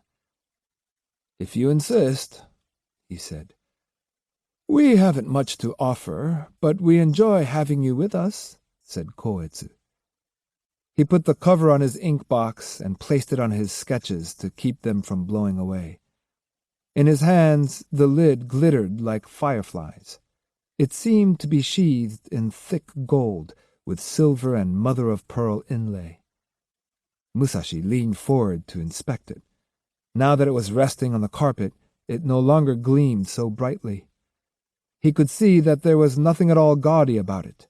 Its beauty was that of the gold leaf and color paintings in Momoyama castles, reduced many times in size. There was also a hint of something very ancient about it, a dull patina suggestive of faded glories. Musashi stared intently. There was something comforting about the box. "I made that myself," said Koetsu modestly. "Do you like it?" "Oh, can you make lacquerware too?" Koetsu merely smiled. As he looked at this youth, who seemed to admire the artifice of man more than the beauty of nature, he was thinking with amusement, "After all, he is from the country." Musashi, unaware of Koetsu's lofty attitude, said with great sincerity, "It's really beautiful." He couldn't take his eyes off the ink box. "I said I made it myself, but actually the poem on it is the work of Konoe Nobutada, so I should say we made it together." "Is that the Konoe family the imperial regents come from?" "Yes, Nobutada's the son of the former regent. My aunt's husband has served the Konoe family for many years. What's his name?" "Matsuo Kaname." "Oh, I know Kaname well. I see him whenever I go to the Konoe house, and he sometimes comes to visit us." "Is that so?" "Mother, it's a small world, isn't it? His aunt is the wife of Matsuo Kaname." "You don't say!" exclaimed Myoshu. She moved away from the fire and placed the vessels for tea before them. There could be no doubt that she was perfectly at home with the tea ceremony. Her movements were elegant, yet natural, her delicate hands graceful. Even at 70, she seemed to be the epitome of feminine grace and beauty. Musashi, uncomfortably out of his depth, sat politely on his haunches, in what he hoped was the same fashion as Koetsu. The tea cake was a plain bun known as yodo manju, but it rested prettily on a green leaf of a variety not found in the surrounding field. Musashi knew there were set rules for etiquette for serving the tea, just as there were for using the sword, and as he watched Myoshu, he admired her mastery of them. Judging her in terms of swordsmanship, he thought to himself, "She's perfect. She doesn't leave herself open anywhere." As she whisked the tea, he sensed in her the same unearthly proficiency that one might observe in a master swordsman poised to strike. "It's the way," he thought, "the essence of art. One has to have it to be perfect at anything." He turned his attention to the tea bowl in front of him. This was the first time he had been served in this fashion, and he had not the slightest notion of what to do next. The tea bowl surprised him, for it resembled something that might have been made by a child playing in the mud. Yet, seen against the color of this bowl, The deep green of the foam on the tea was more serene and ethereal than the sky. He looked helplessly at Koetsu, who had already eaten his tea cake and was holding his tea bowl lovingly in both hands, as one might fondle a warm object on a cold night. He drank down the tea in 2 or 3 sips. "Sir," began Musashi hesitantly, "I'm just an ignorant country boy, and I don't know the first thing about the tea ceremony. I'm not even certain how to drink the tea." Myoshu chided him gently. "Hush, my dear, it doesn't make any difference. There shouldn't be anything sophisticated or esoteric about drinking tea. If you're a country boy, then drink it the way you would in the country." "It is really all right?" "Of course. Manners are not a matter of rules. They come from the heart. It's the same with swordsmanship, isn't it?" "When you put it that way, yes." "If you become self-conscious about the proper way to drink, you won't enjoy the tea. When you use a sword, you can't let your body become too tense. That would break the harmony between the sword and your spirit. Isn't that right?" "Yes, ma'am." Musashi unconsciously bowed his head and waited for the old nun to continue the lesson. She laughed, a little tinkling laugh. "Listen to me, talking about swordsmanship, when I know nothing at all about it." "I'll drink my tea now," said Musashi, with renewed confidence. His legs were tired from sitting in formal style, so he crossed them in front of him in a more comfortable position. Swiftly, he emptied the tea bowl and set it down again. The tea was very bitter. Not even for the sake of politeness could he force himself to say it was good. "Will you have another cup?" "No, thank you. That's quite enough." What did these people find good about this bitter liquid? Why did they talk on so seriously about the simply purity of its flavor and all that sort of thing? Though understanding eluded him, he found it impossible to regard his host with anything but admiration. After all, he reflected, there must be more to tea than he himself had detected. Otherwise, it could not have become the focal point for a whole philosophy of aesthetics and life. Nor would great men like Hideyoshi and Ieyasu have displayed such interest in it. Yagyu's Sekishusai, he recalled, was devoting his old age to the way of tea, and Takuan also had spoken of its virtues. Looking down at the tea bowl and the cloth beneath it, he suddenly envisioned the white peony from Sekishusai's garden, and felt again the thrill it had given him. Now, inexplicably, the tea bowl struck him in the same forceful way. He wondered for a moment if he had gasped out loud. He reached out, picked up the bowl lovingly, and placed it on his knee. His eyes shone as he examined it. He felt an excitement he had never experienced before. As he studied the bottom of the vessel and the traces of the potter's spatula, he realized that the lines had the same keenness as Sekishusai's slicing of the peony stem.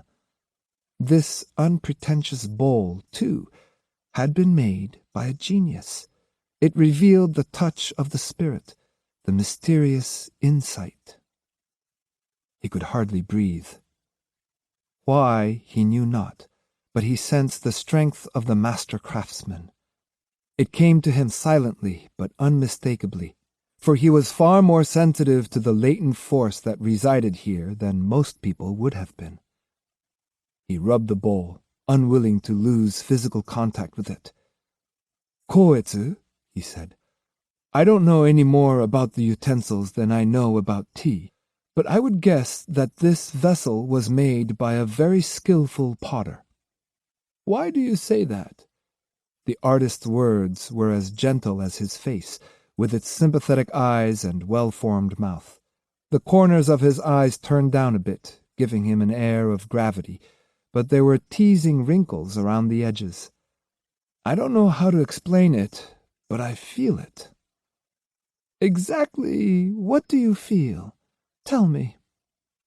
Musashi thought for a moment and said, "Well, I can't express it very clearly, but there's something superhuman about this sharp cut in the clay." Koetsu had the attitude of the true artist.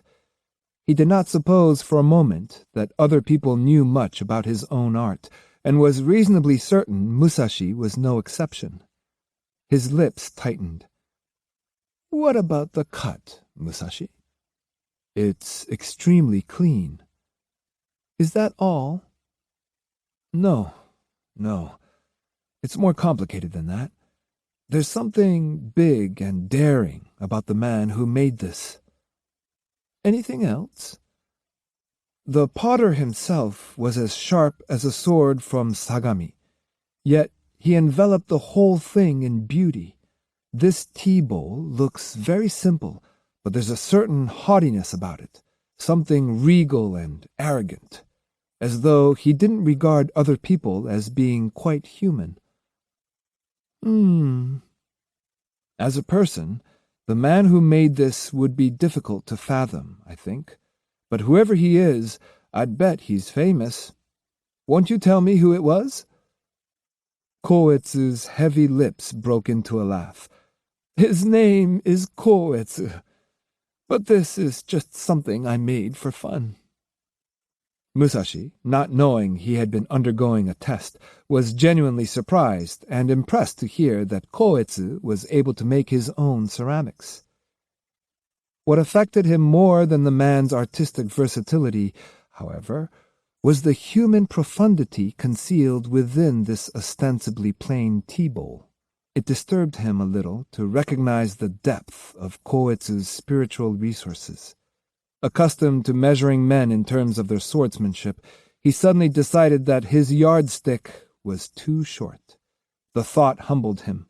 Here was yet another man before whom he must admit defeat. For all his splendid victory of the morning, he was now no more than a bashful youth. "You like ceramics, too, don't you?" Koetsu said. "You seem to have a good eye for pottery." "I doubt whether that's true," Musashi replied modestly. "I was only saying what came into my head. Please forgive me if I said something foolish." "Well, of course, you couldn't be expected to know a great deal about the subject, because to make a single good tea-bowl involves a lifetime of experience. But you do have a feeling for aesthetics, a rather firm, instinctive grasp. I suppose studying swordsmanship has developed your eye to a slight extent." There seemed to be something close to admiration in Koetsu's remark, but as an older man he could not bring himself to praise the boy. Not only would it not be dignified, it might also go to his head. Presently the servant returned with more wild greens, and Myoshu prepared the gruel. As she took it up on small plates, which also appeared to have been made by Koetsu, a jar of fragrant sake was heated, and the picnic feast began. The tea ceremony food was too light and delicate for Musashi's taste. His constitution craved more body and stronger flavor.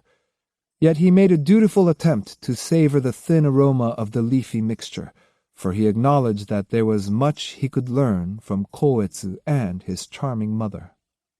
As the time passed, he began to look nervously about the field. Eventually he turned to his host and said, "It's been very pleasant, but I should go now. I'd like to stay, but I'm afraid my opponent's men might come and cause trouble.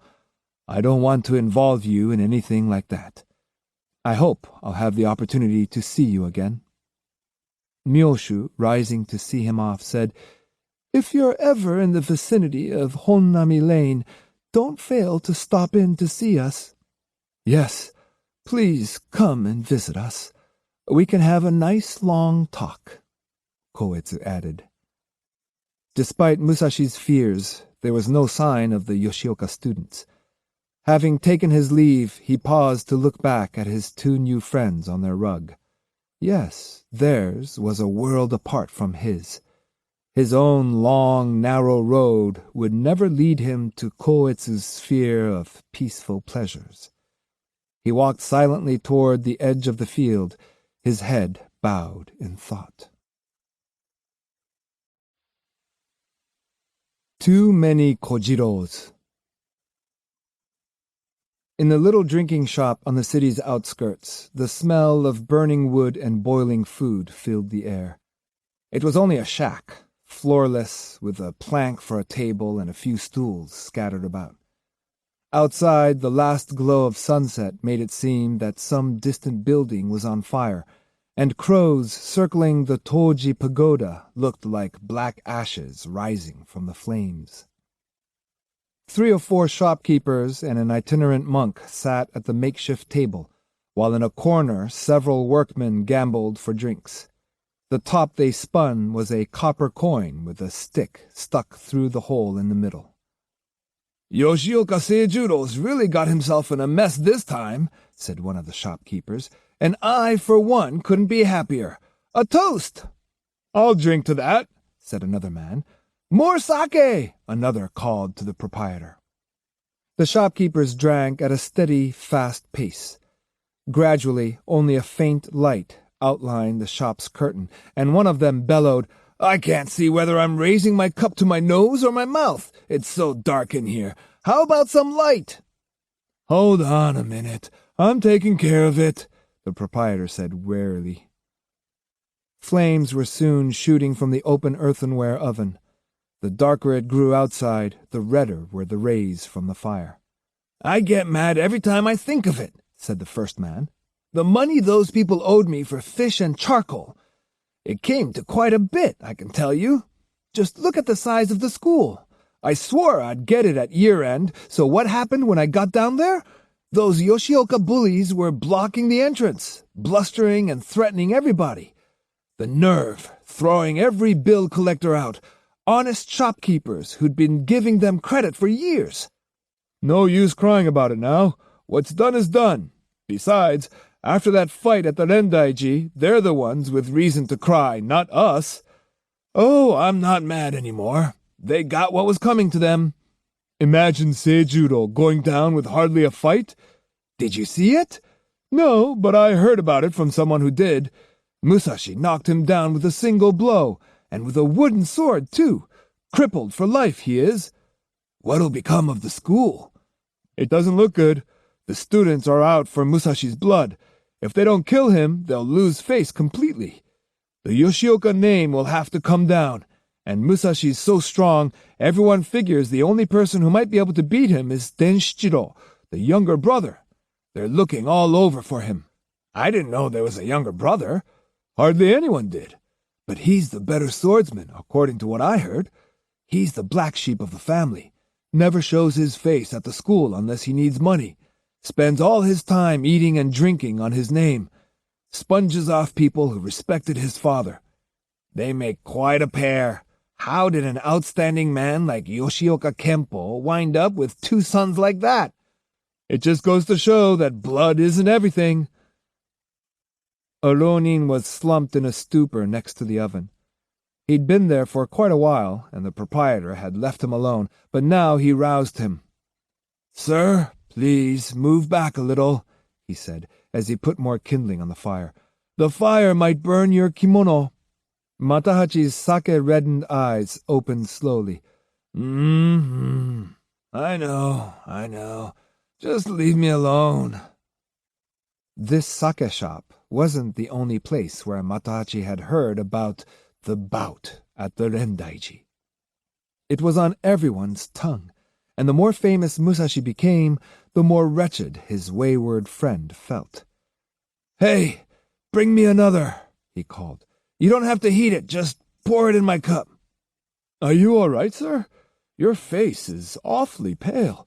"What's that to you? It's my face, isn't it?" He leaned against the wall again and folded his arms. "I'll show them one of these days," he thought. "Swordsmanship's not the only road to success. Whether you get there by being rich, or having a title, or becoming a gangster, so long as you get to the top, you're all right. Musashi and I are both 23. Not many of these fellows who make names for themselves at that age end up amounting to much. By the time they're 30, they're old and tottering, aging child prodigies." Word of the duel at the Rendaiji had spread to Osaka, bringing Matahachi immediately to Kyoto. Though he had no clear purpose in mind, Musashi's triumph weighed so heavily on his spirit that he had to see for himself what the situation was. "He's riding high now," thought Matahachi antagonistically, "but he's due for a fall. There are plenty of good men at the Yoshioka school, the 10 swordsmen, Denshichiro, lots of others." He could hardly wait for the day Musashi would receive his comeuppance. In the meantime, his own luck was bound to change. "Oh, I'm thirsty," he said aloud. By sliding his back up the wall, he managed to stand.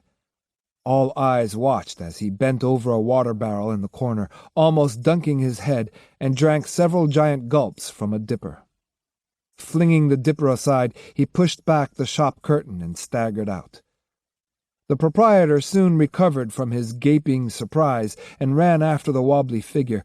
"Sir, you haven't paid yet," he called. "What's that?" Matahachi was barely articulate. "I think you've forgotten something, sir." "I didn't forget anything." "I mean, the money for your sake?" "Is that so?" "Sorry to bother you." "I don't have any money." "No money?" "Yeah, I don't have any at all. I did until a few days ago, but—" "You mean you were sitting there drinking— Why, you— "Shut up!" After fishing around in his kimono, Matahachi came up with the dead samurai's pillbox, which he flung at the man. "Stop kicking up such a fuss. I'm a samurai with 2 swords. You see that, don't you? I haven't sunk low enough to sneak away without paying. That thing's worth more than the sake I had. You can keep the change." The pillbox struck the man squarely in the face. He squealed with pain and covered his eyes with his hands. The other customers, who had stuck their heads through slits in the shop curtain, shouted in indignation. Like many a drunk, they were indignant at seeing another of their kind Welsh on his bill. "The bastard! Rotten cheat! Let's teach him a lesson!" They ran out and surrounded Matahachi. "Bastard! Pay up! You're not going to get away with this!" "Crook! You probably pull the same stunt all the time. If you can't pay, we'll hang you by the neck." Matahachi put his hand to his sword to scare them off. "You think you can?" he snarled. "That should be fun. Just try it. Do you know who I am?" "We know what you are. A filthy ronin from the garbage heap, with less pride than a beggar and more gall than a thief." "You're asking for it," cried Matahachi, glaring and knitting his brow fiercely. "You'd sing a different tune if you knew my name." "Your name? What's so special about it?" "I am Sasaki Kojiro, fellow student of Ito Itosai, swordsman of the Chujo style. You must have heard of me." "Don't make me laugh. Never mind the fancy names, just pay up." One man stretched out his hand to grab at Matahachi, who cried, "If the pillbox isn't enough, I'll give you a bit of my sword, too." Quickly drawing the weapon, he struck at the man's hand, cutting it clean off. The others, seeing that they had underestimated their adversary, reacted as if it were their blood that had been spilled. They sprinted off into the darkness. A look of triumph on his face, Matahachi challenged them anyway. "Come back, you vermin! I'll show you how Kojiro uses his sword when he's serious. Come on, I'll take your heads off for you." He looked up at the heavens and giggled, his white teeth gleaming in the darkness as he exulted over his success. Then, abruptly, his mood changed. His face wrapped in sadness, he seemed on the verge of tears. Ramming his sword clumsily back into its scabbard, he started walking unsteadily away. The pillbox on the ground sparkled under the stars. Made of black sandalwood with a shell inlay, it didn't look very valuable, but a glint of the blue nacre gave it the subtle beauty of a tiny cluster of fireflies. Coming out of the shack, the itinerant monk saw the pillbox and picked it up. He started to walk on, but then went back and stood under the shop's eaves. In the dim light from a crack in the wall, he examined the design and the cord carefully. He thought. This is definitely the master's. He must have had it with him when he was killed at Fushimi Castle. Yes, here's his name, Tenki, written on the bottom. The monk hurried off after Matahachi. "Sasaki!" he called. "Sasaki Kojiro!" Matahachi heard the name, but in his befuddled condition failed this time to connect it with himself. He stumbled on from Kujo Avenue up Horikawa Street. The monk caught up with him and took hold of the end of his scabbard. "Wait, Kojiro," he said. "Wait just a moment." Matahachi hiccuped. "Do you mean me?" "You're Sasaki Kojiro, aren't you?" A severe light shone in the monk's eyes. Matahachi became slightly more sober. "Yes, I'm Kojiro. What's that got to do with you?" "I want to ask you a question." "Well, what is it?" "Just where did you get this pillbox?" "Pillbox?" he asked vacantly. "Yes. Where did you get it? That's all I want to know. How did it come into your possession?" The monk spoke rather formally. He was still young, perhaps 26 or so, and did not appear to be one of the spiritless beggar monks who wandered from temple to temple living on charity. In one hand he had a round oak staff, more than 6 feet long. "Who are you anyway?" demanded Matahachi, concern beginning to show on his face. "That doesn't matter. Why don't you just tell me where this came from?" "It didn't come from anywhere. It's mine. Always has been." "You're lying. Tell me the truth." "I've told you the truth already." "You refuse to confess?" "Confess to what?" asked Matahachi innocently. "You're not Kojiro!" Immediately the staff in the monk's hand split the air. Matahachi's instincts pulled him backward, but he was still too groggy to react quickly. The staff connected, and with a shriek of pain he staggered back 15 or 20 feet before landing on his backside. On his feet again, he took off. The monk gave chase, and after a few paces hurled the oak staff. Matahachi heard it coming and lowered his head. The flying missile sailed past his ear. Terrified, he doubled his speed. When the monk reached the fallen weapon, he seized it and, taking careful aim, threw it again, but again Matahachi ducked. Running at full speed for more than a mile, Matahachi passed Rokujo Avenue and approached Gojo, finally decided he'd lost his pursuer and stopped. Rapping his chest, he panted, "That staff! Terrible weapon! A man has to be careful these days." Cold, sober, and burning with thirst, he began searching for a well. He found one at the far end of a narrow alley. He pulled up the bucket and guzzled his fill, then put the bucket on the ground and splashed water on his sweaty face. "Who can that have been?" he wondered. "And what did he want?" But as soon as he began to feel normal again, dejection set in. Before his eyes, he saw the agonized, chinless face of the corpse at Fushimi. That he had used up the dead man's money hurt his conscience, and not for the first time he thought about atoning for his misdeeds. "When I have money," he vowed, "the first thing I'm going to do is pay back what I borrowed. Maybe after I'm successful, I'll put up a memorial stone to him. The certificate is all that's left. Maybe I should get rid of it. If the wrong person found out I have it, it might lead to complications." He reached inside his kimono and touched the scroll, which he always kept tucked in the stomach wrapper under his obi, though this was rather uncomfortable. Even if he couldn't convert it into a vast amount of money, it might lead to some opening, to that magic first rung on the ladder of success. The unfortunate experience with Akakabe Yasoma hadn't cured him of dreaming. The certificate had already come in handy, for he had found that by showing it at small, nameless dojos, or to innocent townspeople with an urge to learn swordsmanship, he could not only command their respect, but receive a free meal and a place to sleep, without so much as asking. This was the way he had survived during the past 6 months. No reason to throw it away. What's wrong with me? I seem to be getting more and more timid. Maybe that's what keeps me from getting ahead in the world. From now on, I'm not going to be like that. I'll be big and bold, like Musashi. I'll show them." He looked around at the shanties surrounding the well. The people living here struck him as enviable. Their houses sagged under the weight of the mud and weeds on their roofs, but at least they had shelter.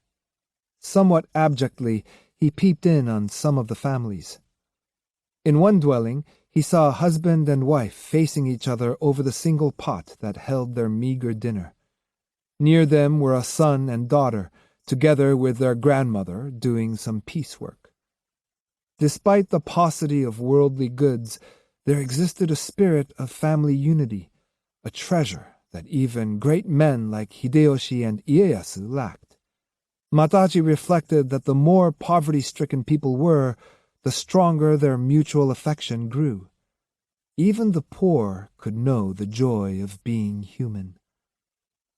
With a tinge of shame, he recalled the clash of wills that had led him to stalk angrily away from his own mother at Sumiyoshi.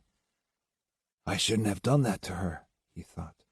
"Whatever her faults, there'll never be anyone else who loves me the way she does."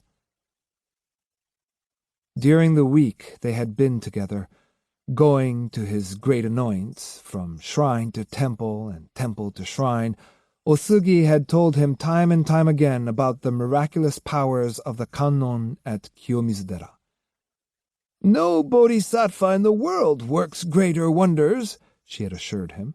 "Less than 3 weeks after I went there to pray, Kannon led Takezo to me, brought him right to the temple. I know you don't care much for religion, but you'd better have faith in that Kannon." Now that he thought of it, she had mentioned that after the beginning of the new year, she planned to go to Kiyomizu and ask Kannon's protection for the Hongiden family. There's where he should go. He had no place to sleep tonight. He could spend the night on the porch, and there was a chance he'd see his mother again. As he headed down dark streets toward Gojo Avenue, he was joined by a pack of barking stray mongrels, not, unfortunately, of the sort that could be silenced by throwing a rock or two at them. But he was used to being barked at, and it didn't bother him when the dogs came up snarling and baring their teeth. At Matsubara, a pine woods near Gojo Avenue, he saw another pack of curs gathered around a tree. The ones escorting him loped off to join them. There were more than he could count, all raising a great racket, some jumping 5 and 6 feet up the tree trunk.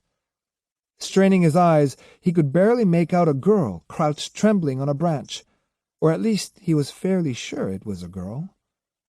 He shook his fist and shouted to drive the dogs away. When this had no effect, he threw rocks, also to no avail. Then he remembered having heard that the way to scare dogs away was to get down on all fours and roar loudly, so he tried that. But this did not work either, possibly because there were so many of them jumping about like fish in a net, wagging their tails, scratching the bark of the tree, and howling viciously. It suddenly occurred to him that a woman might consider it ludicrous for a young man with 2 swords to be down on all fours acting like an animal. With a curse, he jumped to his feet. The next instant, one dog gave a final howl and died. When the others saw Matahachi's bloody sword hanging above the body, they drew together, their bony backs heaving up and down like ocean waves. "You want more, huh?" Sensing the threat of the sword, the dogs scattered in all directions. "You up there," he called. "You can come down now." He heard a pretty little metallic tinkling among the pine needles.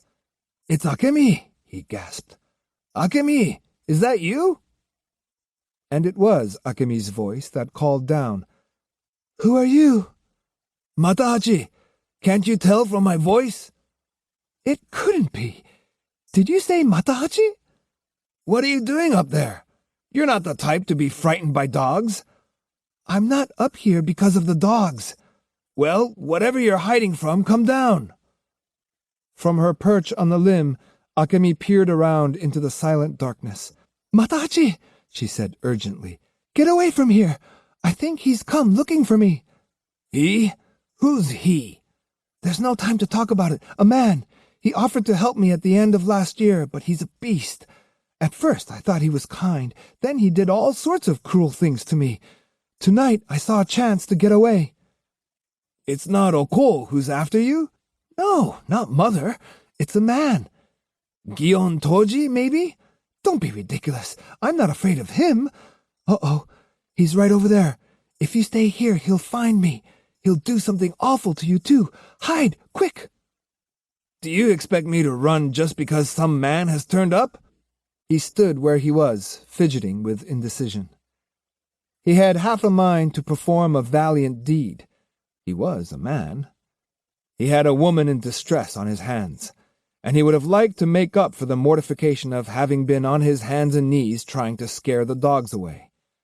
The more Akemi urged him to hide, the more he longed to demonstrate his virility, both to her and to himself. "Who's there?" The words were spoken simultaneously by Matahachi and Kojiro. Kojiro glared at Matahachi's sword and the blood dripping from it. "Who are you?" he demanded belligerently. Matahachi remained silent. Having heard the fear in Akemi's voice, he grew tense, but after a second look, he relaxed. The stranger was tall and well-built, but no older than Matahachi himself. From his boyish hairdo and outfit, Matahachi took him to be a rank novice, and contempt came into his eyes. The monk had given him a real scare, but he was sure he could not lose to this young fop. Could this be the brute who was tormenting Akemi? He wondered. He looks green as a gourd to me. I haven't heard what it's all about yet, but if he's causing her a lot of trouble, I guess I'll just have to give him a lesson or two. "Who are you?" Kojiro asked again. The force of the utterance was such as to roll away the darkness around them. "Me?" Matahachi answered teasingly. "I am merely a human being." He grinned deliberately. The blood rushed to Kojiro's face. "So you have no name," he said. "Or could it be that you're ashamed of your name?" Provoked, but unafraid, Matahachi retorted, "I see no need to give my name to a stranger, who probably wouldn't recognize it anyway." "Watch how you talk," snapped Kojiro. "But let's leave the fight between you and me until later. I'm going to get that girl down from the tree and take her back where she belongs. You wait here." "Don't talk like a fool. What makes you think I'll let you have her? What's it got to do with you? That girl's mother used to be my wife, and I'm not going to let her be harmed. If you lay one finger on her, I'll slice you to bits." "Now this is interesting. You seem to fancy yourself to be a samurai, though I must say I haven't seen such a bony one for many a day. But there's something you should know. This drawing pole on my back has been weeping in its sleep, because not once since it was passed on as a family heirloom has it gotten its fill of blood. It's getting a little rusty, too. So now I think I'll polish it a bit on that scrawny carcass of yours, and don't try to run away." Matahachi, lacking the sense to see that this was no bluff, said scornfully, "Stop talking so big. If you want to reconsider, now's the time. Just leave while you can still see where you're going. I'll spare your life." "The same to you. But listen, my fine human being, you boasted that your name was too good to mention to the likes of me. Pray, just what is that illustrious name? It's part of the etiquette of fighting to declare yourself, or don't you know that?" "I don't mind telling it, but don't be startled when you hear it." "I shall steel myself against surprise, but first, what is your style of swordsmanship?" Matahachi figured that no one who prattled on in this fashion could be much of a swordsman. His estimation of his opponent dropped even lower. "I," he informed Kojiro, hold a certificate in the Chujo style, which branched off from the style of Toda Seigen. Kojiro, astonished, tried to hide a gasp. Matahachi, believing that he had the advantage, decided it would be foolish not to press it. Mimicking his questioner, he said, Now, would you tell me your style? It's part of the etiquette of fighting, you know. Later. Just who did you learn the Chujo style from? From Kanemaki Jisai, of course, Matahachi answered glibly. Who else? Oh? Exclaimed Kojiro, now really puzzled. And do you know Itto Ittosai? Naturally. Interpreting Kojiro's questions as proof his story was taking effect. Matahachi felt sure the young man would soon propose a compromise. Laying it on a bit thicker, he said, I suppose there's no reason to hide my connection with Itto Ittosai. He was a predecessor of mine. By that I mean that we both studied under Kanemaki Jisai. Why do you ask? Kojiro ignored the question. Then may I ask again, just who are you? I am Sasaki Kojiro. Say that again? I am Sasaki Kojiro, Matahachi repeated very politely. After a moment of dumbfounded silence, Kojiro uttered a low hum and showed his dimples. Matahachi glared at him. Why do you look at me that way? Does my name take you by surprise? I should say it does. All right, then. Go away, Matahachi commanded menacingly, raising his chin.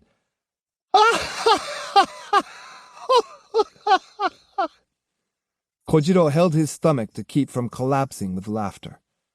When he finally brought himself under control, he said, I've met many people in the course of my travels, but never have I heard anything to compare with this. Now, Sasaki Kojiro, would you kindly tell me who I am? How should I know? But you must know. I hope I don't seem to be rude, but just to be sure I heard you right, would you repeat your name one more time? Haven't you got ears? I'm Sasaki Kojiro. And I am? Another human being, I suppose. No question about that. But what's my name? Look, you bastard, are you making fun of me? No, of course not. I'm quite serious. I've never been more serious in my life. Tell me, Kojiro, what's my name? Why make a nuisance of yourself? You answer the question. All right. I shall ask myself my name, and then, at the risk of seeming presumptuous, I shall tell it to you. Good. Let's have it. Don't be startled. Idiot. I am Sasaki Kojiro, also known as Gunryu. What? Since the days of my ancestors, my family has lived in Iwakuni. The name Kojiro I received from my parents. I am also the person known among swordsmen as Gunryu. Now, when and how do you suppose it came about that there are two Sasaki Kojiros in this world? Then you're... Yes, and even though a great number of men are traveling about the countryside, you're the first I've ever encountered with my name. The very first. Isn't it a strange coincidence that has brought us together? Matahachi was thinking rapidly. What's the matter? You seem to be trembling. Matahachi cringed. Kojiro came closer, slapped him on the shoulder, and said, Let's be friends. Matahachi, face dead white, jerked away and yelped. If you run, I'll kill you. Kojiro's voice thrust like a lance straight into Matahachi's face. The drawing pole screaming over Kojiro's shoulder was a silver snake. Only one strike, no more. In one bound, Matahachi covered nearly 10 feet. Like an insect blown from a leaf, he turned 3 somersaults and stretched out on the ground unconscious. Kojiro did not even look his way. The 3-foot sword, still bloodless, slid back into its scabbard. Akemi! Called Kojiro. Come down! I won't do that sort of thing anymore, so come back to the inn with me. Oh, I knocked your friend down, but I didn't really hurt him. Get down here and take care of him." No answer. Seeing nothing among the dark branches, Kojiro climbed up the tree and found himself alone. Akemi had run away from him again. The breeze blew softly through the pine needles. He sat quietly on the limb, asking himself where his little sparrow could have flown. He simply could not fathom why she was so afraid of him. Had he not given her his love in the best way he knew how? He might have been willing to agree that his way of showing affection was a little rough, but he did not appreciate how different it was from the way other people made love. A clue might be found in his attitude towards swordsmanship.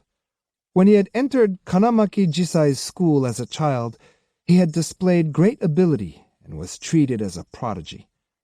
His use of the sword was quite extraordinary. Even more extraordinary was his tenacity. He absolutely refused to give up. If he faced a stronger opponent, he clung on all the tighter.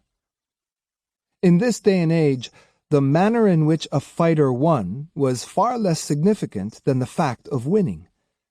No one questioned methods very closely, and Kojiro's proclivity to hang on by hook or crook until he finally conquered was not considered dirty fighting.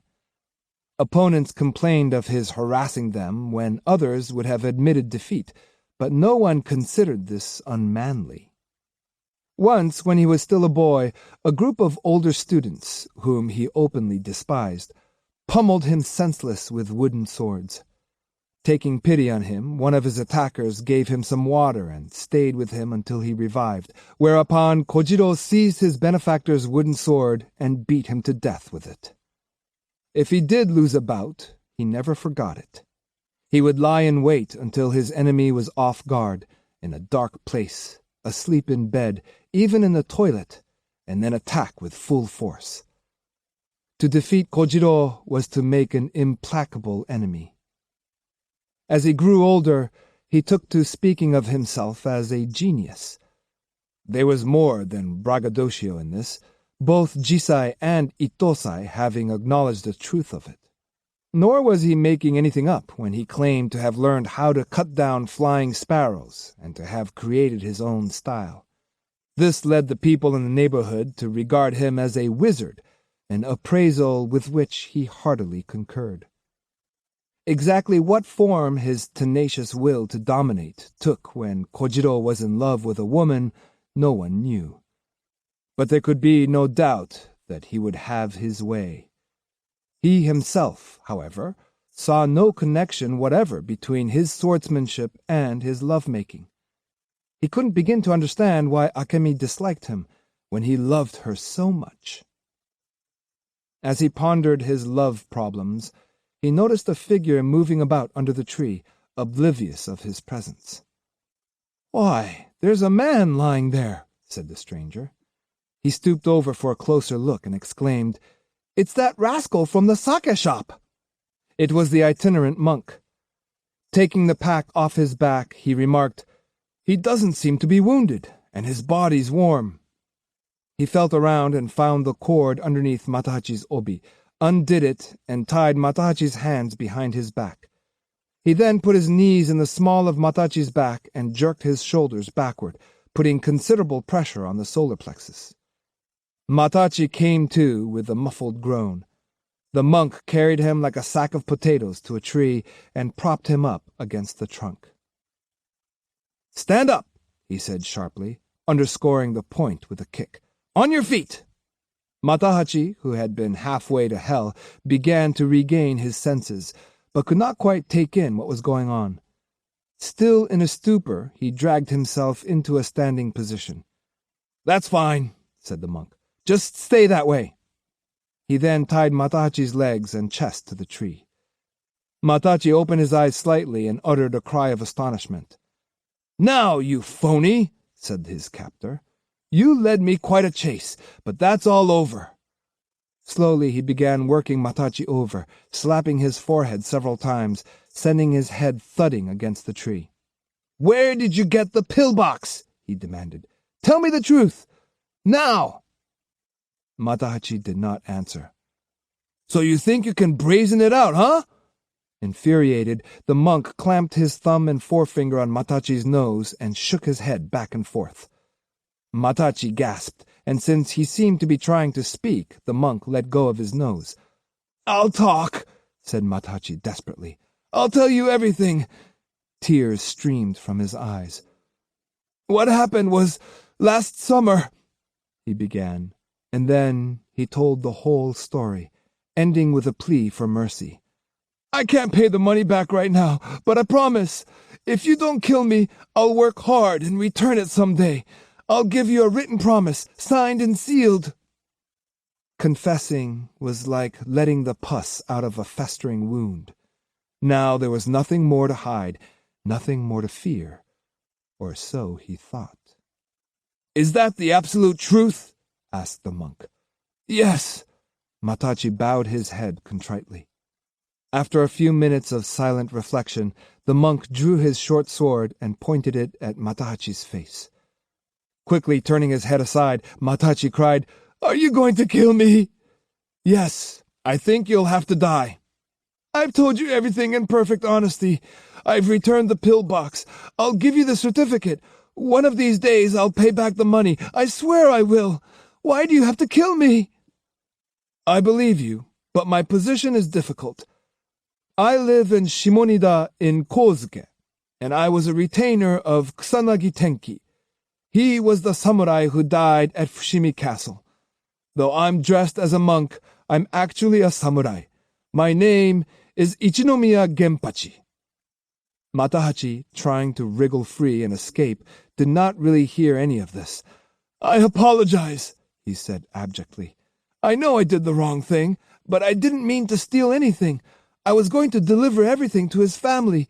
Then, well, I ran short of money and, well, I knew I shouldn't, but I used his. I'll apologize all you want, but please, don't kill me. I'd rather you didn't apologize, said Genpachi, who seemed to be going through an emotional struggle of his own. Shaking his head sadly, he continued, I've been to Fushimi to investigate. Everything fits in with what you said. Still, I must take something in the way of consolation back to Tenki's family. I don't mean money. I need something to show that vengeance has been done. But there's no villain. No single person killed Tenki. So how can I take them the head of his murderer? I didn't kill him. Don't make any mistake about that. I know you didn't. But his family and friends don't know he was mobbed and murdered by common laborers. That's not the sort of story that would do him honor either. I'd hate to have to tell them the truth. So though I feel sorry for you, I think you'll have to be the culprit. It'd help if you'd consent to my killing you. Straining at his ropes, Matahachi cried, Let me loose! I don't want to die! That's quite natural, but look at it another way. You couldn't pay for the sake you drank.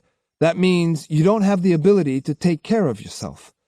Rather than starve or lead a shameful existence in this cruel world, wouldn't it be better to rest in peace in another? If it's money you're worried about, I have a little.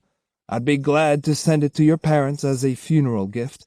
If you prefer, I could send it to your ancestral temple as a memorial donation. I assure you it would be delivered in good order. That's insane! I don't want money. I want to live. Help! I've explained everything carefully. Whether you agree or not, I'm afraid you'll have to stand in as my master's slayer. Give up, my friend. Consider it an appointment with destiny. He gripped his sword and stepped back to give himself room to strike. Genpachi, wait! Called Kojiro. Genpachi looked up and shouted, Who's there? Sasaki Kojiro! Genpachi repeated the name slowly, suspiciously. Was another fake Kojiro about to descend on him from the sky? Still, the voice was too human to belong to a ghost. He jumped well away from the tree and raised his sword straight up in the air. This is absurd, he said, laughing. It looks like everybody's calling himself Sasaki Kojiro these days. There's another one down here looking very sad. Ah, I'm beginning to understand. You're one of this man's friends, aren't you? No, I'm Kojiro. Look, Genpachi, you're ready to cut me in two the minute I come down from here, aren't you? Yes. Bring on all the phony Kojiros you like. I'll take care of every one of them. That's fair enough. If you cut me down, you'll know I was a fake. But if you wake up dead, you can be sure I was the real Kojiro. I'm coming down now, and I warn you, if you don't slice me in mid-air, the drawing pole will split you like a piece of bamboo. Wait. I seem to remember your voice, and if your sword is the famous drawing pole, you must be Kojiro. You believe me now? Yes, but what are you doing up there? We'll talk about that later. Kojiro passed over Genpachi's upturned face and landed behind him in a flurry of pine needles. The transformation amazed Genpachi. The Kojiro he remembered seeing at Jisai's school had been a dark-skinned, gawky boy. His only job had been drawing water, and in accordance with Jisai's love of simplicity, he had never worn any but the plainest of clothing. Kojiro seated himself at the foot of the tree and motioned to Genpachi to do likewise. Genpachi then related how Tenki had been mistaken for an Osaka spy and stoned to death, and how the certificate had come into Matahachi's hands. Though Kojiro was vastly amused to learn how he had acquired a namesake, he said that there was nothing to be gained by killing a man so lacking in strength as to impersonate him. There were other ways of punishing Matahachi. If Genpachi was worried about Tenki's family or reputation, Kojiro himself would go to Kozuke and see to it that Genpachi's master was recognized as a brave and honorable warrior. There was no need to make Matahachi the scapegoat. "Don't you agree, Genpachi?" concluded Kojiro. "If you put it that way, I guess so." "All right, that's that. I have to leave now, but I think you should go back to Kozuke." "I will. I'll go directly." "To tell the truth, I'm rather in a hurry. I'm trying to find a girl who left me rather suddenly." "Aren't you forgetting something?" "Not that I know of." "What about the certificate?" "Oh, that." Genpachi reached under Matahachi's kimono and took out the scroll. Matahachi felt light and unencumbered. Now that it seemed that his life would be spared, he was glad to be rid of the document. Said Genpachi.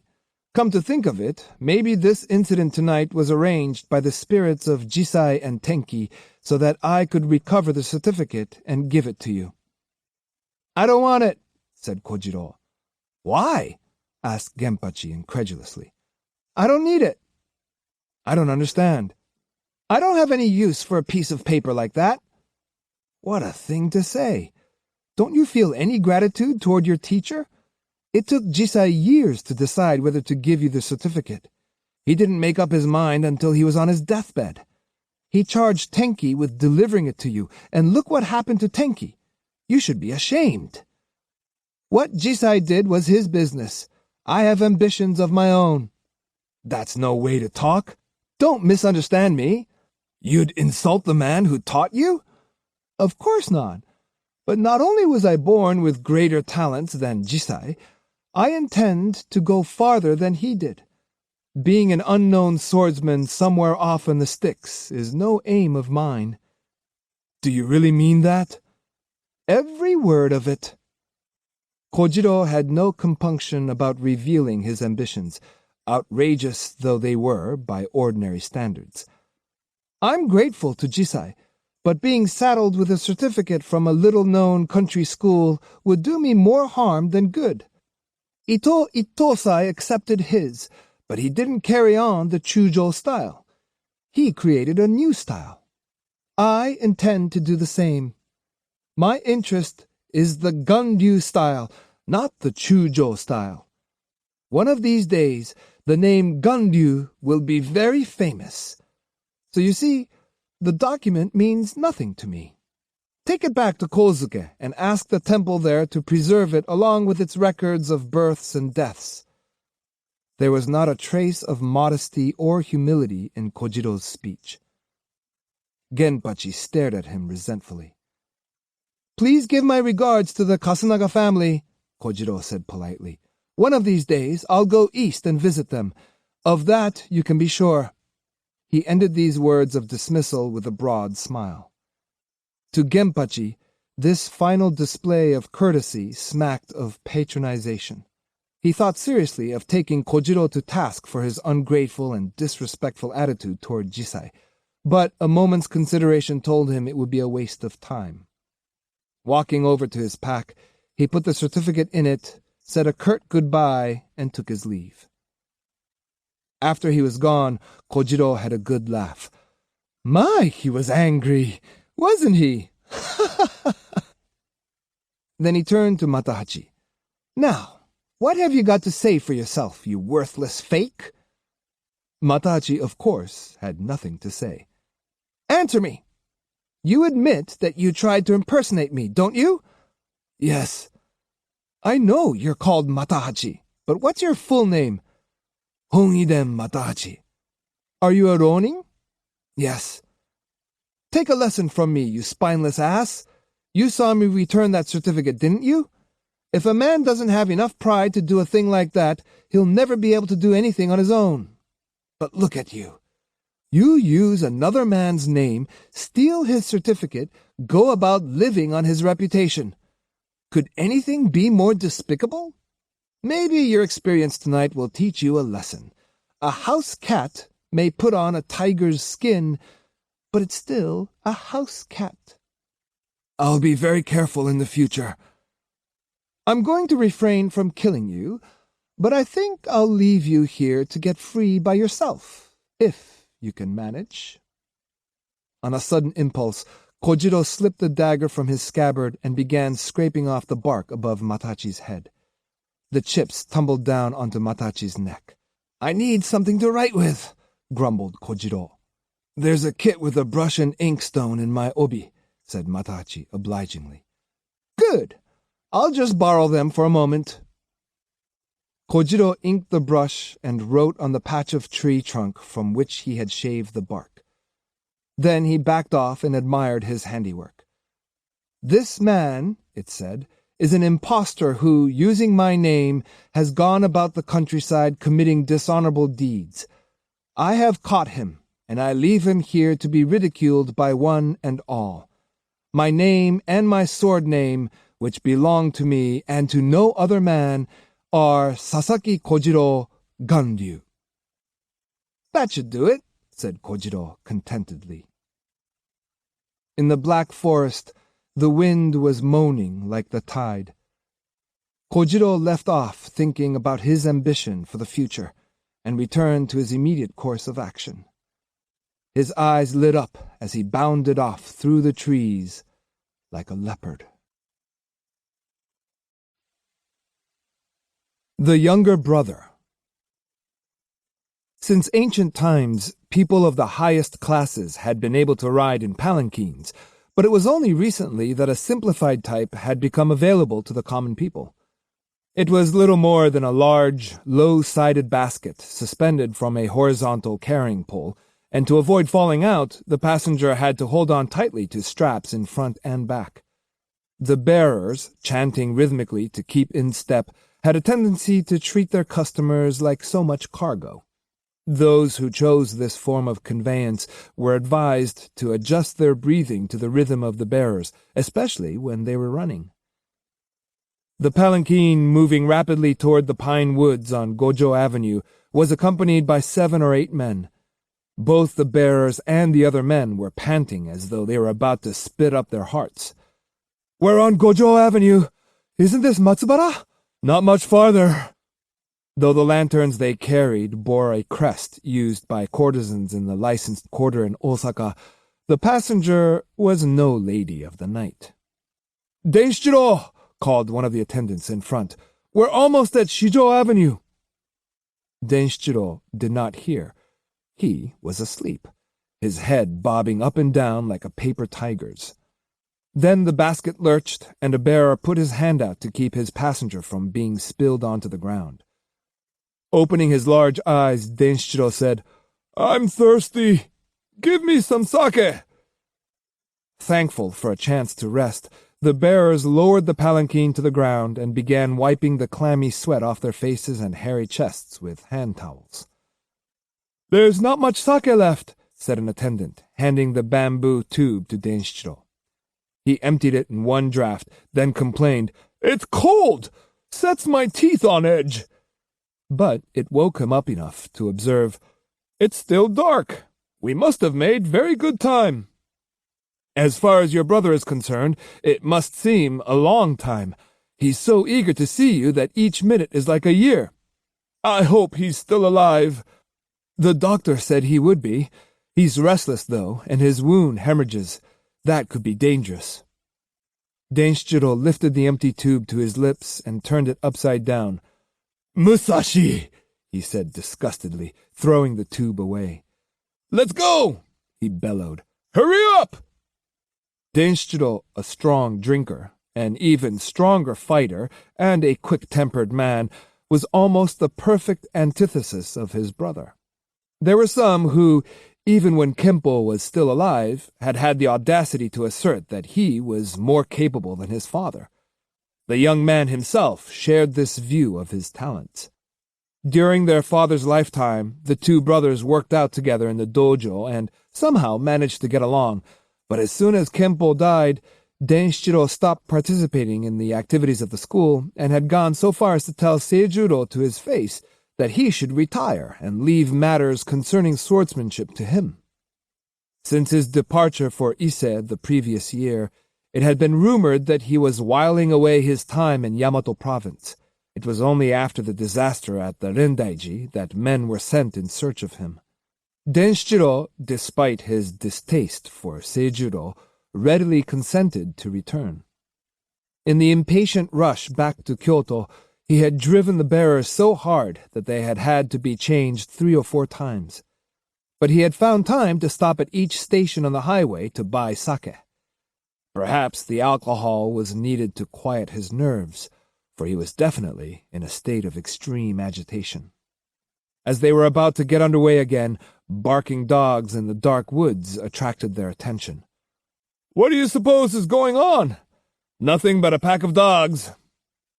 The city was full of stray dogs, great numbers of them coming in from the outlying districts, now that there were no longer any battles to furnish them with a supply of human meat. Denshiro shouted angrily to stop dawdling, but one of the students said, "Wait, there's something funny about what's going on over there." "Go see what it is," said Denshiro, who then proceeded to take the lead himself. After Kojiro left, the dogs had come back. The 3 or 4 circles of canines around Matahachi and his tree were raising a tremendous racket. If dogs were capable of the higher sentiments, it might be imagined that they were taking revenge for the death of one of their flock. It is far more likely, however, that they were merely tormenting a victim they sensed to be in an impossible position, all of them being as hungry as wolves, their bellies concave, backbones sharp as knives, and teeth so keen they might have been filed. Matahachi was far more afraid of them than he had been of Kojiro and Genpachi. Unable to use his arms and legs, he had for weapons only his face and his voice. After first having naively tried to reason with the animals, he switched tactics. He howled like a wild beast. The dogs grew timid and backed off a little, but then his nose started running, and the effect was immediately spoiled. Next, he had opened his mouth and eyes as wide as he could and glared, somehow managing not to blink. He'd wrinkled his face and stuck his tongue out far enough to touch the tip of his nose, only to become quickly exhausted. Ransacking his brain, he had resorted again to pretending that he himself was just one of their number, but had nothing against the rest of them. He barked, even imagined that he had a tail to wag. The howling grew louder, the dogs closest to him baring their teeth in his face and licking his feet. Hoping to soothe them with music, he began singing a famous passage from Tales of the Heike, imitating the bards who went about reciting this story to the accompaniment of the lute. Then the cloistered emperor decided, in the spring of the 2nd year, to see the country villa of Kenreimongin in the mountains near Ohara. But throughout the 2nd and 3rd months, the wind was violent, the cold lingered on, nor did the white snows on the mountain peaks melt. Eyes closed, face strained in a painful grimace, Matahachi sang almost loudly enough to deafen himself. He was still singing when the arrival of Denshiro and his companions sent the dogs scurrying. Matahachi, beyond any pretense of dignity, cried, "Help! Save me!" "I've seen that guy at the yomogi," said one of the samurai. "Yeah, that's Oko's husband." "Husband? She's not supposed to have a husband." "That's the story she told Toji." Denshiro, taking pity on Matahachi, ordered them to stop gossiping and set him free. In response to their questions, Matahachi made up a story in which his sterling qualities figured prominently and his weaknesses not at all. Taking advantage of the fact that he was talking to Yoshioka partisans, he brought up Musashi's name. They had been childhood friends, he revealed, until Musashi had abducted his fiancée and covered his family with unspeakable shame. His valiant mother had vowed not to return home. Both his mother and himself were bent on finding Musashi and destroying him. As for being Oko's husband, this was far from the truth. His long stay at the Yomogi tea house was not because of any personal connection with the proprietress, and the proof of this was in her having fallen in love with Gion Toji. Then he explained why he was tied to a tree. He had been set upon by a band of robbers who had stolen his money. He had put up no resistance, of course. He had to be careful not to be injured because of his obligation to his mother. Hoping they were taking it all in, Matahachi said, "Thank you. I feel that perhaps there is some fate that links us together. We regard one man as our common enemy, an enemy we cannot live under the same sky with. Tonight, you came along at just the right moment. I am eternally grateful. I would judge, sir, from your appearance that you are Denshiro. I feel certain you plan to meet Musashi. Which one of us will kill him first, I cannot say. But I hope I shall have the opportunity of seeing you again." He did not want to give them a chance to ask questions, so he hurried on. "Osugi, my mother, is on a pilgrimage to Kiyomizudera to pray for success in our battle against Musashi. I am on my way to meet her now. I shall certainly call soon at the house on Shijo Avenue to pay my respects. In the meantime, let me apologize for holding you up when you are in such a hurry." And off he went, leaving his listeners to wonder how much truth there was in what he had said. "Who on earth is that buffoon anyway?" snorted Denshiro, clicking his tongue over the time they had wasted. As the doctor had said, the first few days would be the worst. This was the 4th day, and since the night before, Seijuro felt a little better. Slowly he opened his eyes, wondering whether it was day or night. The paper-covered lamp by his pillow was nearly out. From the next room came the sound of snoring. The men watching over him had dropped off to sleep. "I must still be alive," he thought. "Alive and in complete disgrace." He pulled the quilt over his face with quivering fingers. "How can I face anyone after this?" He swallowed hard to stifle his tears.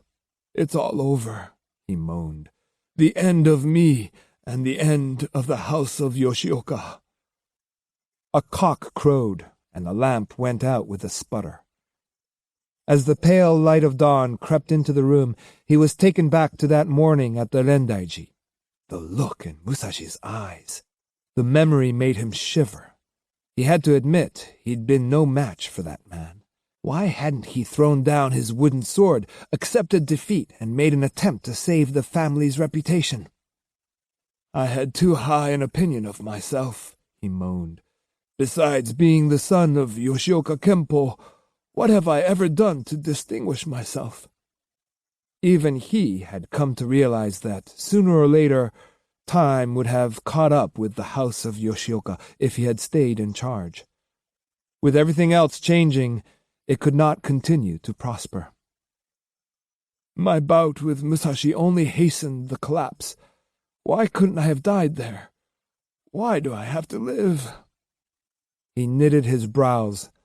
His armless shoulder throbbed with pain. Only seconds after the banging on the front gate, a man came to wake up the samurai in the room next to Seijuro's. "Denshiro?" exclaimed a startled voice. "Yes, he just arrived." 2 men rushed out to meet him. Another ran to Seijuro's side. "Young master, good news! Denshiro's back!" The rain shutters were opened, charcoal put in the brazier, and a cushion spread on the floor. After a moment, Denshiro's voice came from beyond the shoji. "Is my brother in here?" Seijuro thought nostalgically. It's been a long time. Though he had asked to see Denshiro, he dreaded being seen in his present state, even by his brother. No, especially by his brother. As Denshiro entered, Seijuro looked up wanly and tried, unsuccessfully, to smile. Denshiro spoke with gusto. "See?" he laughed. "When you're in trouble, your good-for-nothing brother comes back to help you. I dropped everything and came as fast as I could. We stopped in Osaka for provisions, then traveled all night. I'm here now, so you can stop worrying. Whatever happens, I won't let a soul lay a finger on the school." "What's this?" he said gruffly, turning to a servant who had brought tea. "I don't need any tea. Go and get some sake ready." Then he shouted for someone to close the outside doors. "Are you all crazy? Can't you see my brother's cold?" Sitting down, he leaned over the brazier and stared silently at the sick man's face. "Just what kind of stance did you take in the fight?" he asked. "Why did you lose? Maybe this Miyamoto Musashi's making a name for himself, but he's no more than a rank beginner, is he? How could you let yourself be taken off guard by a nobody like him?" From the doorway, one of the students called Denshiro's name. "Well, what is it?" "The sake is ready. Bring it in." "I've set a place in the other room. You'll be wanting a bath first, won't you?" "I don't want a bath. Bring the sake in here." "Right by the young master's bedside?" "Why not? I haven't seen him for a few months, and I want to talk to him. We haven't always been on the best of terms, but there's nothing like a brother when you need one. I'll drink it here with him." He poured himself a cupful, then another and another. "Ah, this is good. If you were well, I'd pour some for you too." Seijuro put up with this for a few minutes, then raised his eyes and said, "Would you mind not drinking here?" "Huh?" "It brings back a lot of unpleasant memories." "Oh?" "I'm thinking of our father. He wouldn't be pleased at the way you and I have always indulged ourselves. And what good has it ever done either one of us?" "What's the matter with you?" "Maybe you don't see it yet, but lying here, I've had time to regret my wasted life." Denshiro laughed. "Speak for yourself. You've always been a nervous, sensitive type.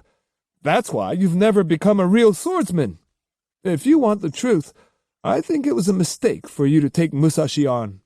But then, it doesn't make much difference whether it's Musashi or somebody else. Fighting's just not in your blood. You should let this defeat be a lesson to you and forget about swordsmanship. As I told you a long time ago, you should retire. You could still preside over the house of Yoshioka, and if there's anyone so intent on challenging you that you can't get out of it, I'll fight in your stead. Leave the dojo to me from now on. I'll prove I can make it several times as successful as it was in our father's time. If you'll just put aside your suspicions that I'm trying to take your school away from you, I'll show you what I can do." he poured the last of the sake into his cup. "Denshiro!" cried Seijuro. He tried to rise from his pallet, but couldn't even push aside the covers. Falling back, he reached out and grasped his brother's wrist. "Watch out!" sputtered Denshiro. "You'll make me spill this!" He shifted his cup to his other hand. "Denshiro, I'll gladly let you have the school, but you'll have to take over my position as head of the house, too." "All right, if that's the way you want it. You shouldn't undertake the burden so lightly. You'd better give it some thought. I'd rather close the place down than have you make the same mistakes I did and bring greater disgrace on our father's name." "Don't be ridiculous. I'm not like you." "Do you promise to mend your ways?" "Hold on. I'll drink if I want, if that's what you mean." "I don't care about your drinking, if you don't carry it to excess. After all, the mistakes I made didn't really come from sake." "Ah, I'll bet your trouble was women. You always did like them too much. What you should do when you get well is marry and settle down." "No. I'm giving up the sword, but it's no time to think about taking a wife. Yet there is one person I must do something for. If I can be sure she's happy, I'll ask for nothing more. I'll be content to live by myself in a thatched hut in the woods." "Who is she?" "Never mind. It doesn't concern you. As a samurai, I feel I should hang on and try to redeem myself. But I can swallow my pride. You take charge of the school." "I'll do that. You have my promise. I also swear that before long I'll clear your name too. Just where is Musashi now?" "Musashi?" Seijuro choked. "You're not thinking of fighting Musashi? I've just warned you not to make the same mistakes I did." "What else could I be thinking of? Isn't that why you sent for me? We have to find Musashi before he escapes. If it weren't for that, what point was there in my coming home so fast?" "You don't know what you're talking about." Seijuro shook his head. "I forbid you to fight Musashi." Denshiro's tone became resentful. Taking orders from his elder brother had always annoyed him. "And why not?" A tinge of pink appeared on Seijuro's pale cheeks. "You can't win," he said curtly. "Who can't?" Denshiro's face was livid. "You can't. Not against Musashi. Why can't I? You're not good enough." "Nonsense!" Denshiro deliberately broke into a laugh that shook his shoulders. Pulling his hand loose from Seijuro's, he appended the sake jar. "Somebody bring sake!" he bellowed. "There's none left!" By the time a student came with the sake, Denshiro was no longer in the room, and Seijuro was lying face down under the covers. When the student straightened him around and put his head on the pillow, he said softly, "Call him back. I've something more to say to him." Relieved that the young master was speaking clearly, the man ran out to look for Denshiro. He found him seated on the floor of the dojo with Ueda Ryohei and Miike Jurozaemon, Nampo Yoichibe, Otaguro Hyosuke, and a few more of the senior disciples. One was asking, "Have you seen the young master?" I just came from his room." "He must have been happy to see you." "He didn't seem too pleased. Until I went to his room, I'd been eager to see him, but he was dejected and cross. So I said what I had to say. We got into a quarrel, as usual." "You argued with him? You shouldn't have done that. He is only just beginning to recover." "Wait till you hear the whole story." Denshiro and the senior disciples were like old chums. He grabbed the reproachful Ryohei by the shoulder and shook him in a friendly way. "Listen to what my brother said," he began. He said I shouldn't try to clear his name by fighting Musashi because I couldn't win. And if I was defeated, the house of Yoshioka would be ruined. He told me he'd retire and accept sole responsibility for the disgrace. He doesn't expect me to do any more than carry on in his place and work hard to put the school back on its feet. I see. What do you mean by that? Ryohei didn't answer. As they sat there in silence, the student came in and said to Denshiro, "The young master wants you to come back to his room." Denshiro scowled. "What happened to the sake?" he snapped. "I left it in Seijuro's room." "Well, bring it here." "What about your brother?" "He seems to be suffering from a case of the jitters. Do as I say." The protestations of the others that they did not want any, that this was no time to be drinking, annoyed Denshiro, and he lashed out at them. "What's the matter with all of you? Are you afraid of Musashi too?" Shock, pain, and bitterness were evident in their faces. To their dying day, they would remember how, with a single blow of a wooden sword, their master had been crippled and the school disgraced. Still, they had been unable to agree on a plan of action. Every discussion over the past 3 days had split them into 2 factions, some favoring a second challenge, others arguing for leaving Bad Enough alone. Now a few of the older men looked approvingly at Denshiro, but the rest, Ryohei included, were inclined to agree with their defeated master. Unfortunately, it was one thing for Seijuro to urge forbearance and quite another for the students to agree, particularly in the presence of this hot-headed younger brother. Denshiro, observing their hesitancy, declared, "Even if my brother is injured, he has no business behaving like a coward. Just like a woman. How could I be expected to listen, let alone agree?" The sake had been brought, and he proceeded to pour each man a cup. Now that he was going to be running things, he intended to set the tone he himself liked. This would be a real man's outfit. "This is what I'm going to do," he announced. "I'll fight Musashi and defeat him. It doesn't matter what my brother says. If he thinks we should let this man get away with what he did, it's no wonder he got beaten. Don't any of you make the mistake of thinking I'm yellow like him." Nampo Yoichibe spoke up. "There's no question about your ability. We all have confidence in that, but still..." "But still what? What's on your mind?" "Well, your brother seems to be of the opinion that Musashi isn't important. He's right, isn't he? Think of the risk." "Risk?" howled Denshiro. "I didn't mean it that way. I take it back," stammered Yoichibe. But the damage was done. Denshiro, jumping up and seizing him by the scruff of the neck, threw him violently against the wall. "Get out of here, coward!" "It was a slip of the tongue. I didn't mean to..." "Shut up! Out! Weaklings aren't fit to drink with me!" Yoichibe turned pale, then quietly sank to his knees, facing the others. "I thank you all for letting me stay among you so long," he said simply. He went to the small Shinto shrine in the back of the room, bowed, and left. Without so much as a glance in his direction, Denshiro said, "Now let's all drink together. After that, I want you to find Musashi. I doubt that he's left Kyoto yet. He's probably swaggering around town boasting of his victory. And another thing, we're going to put some life back into this dojo.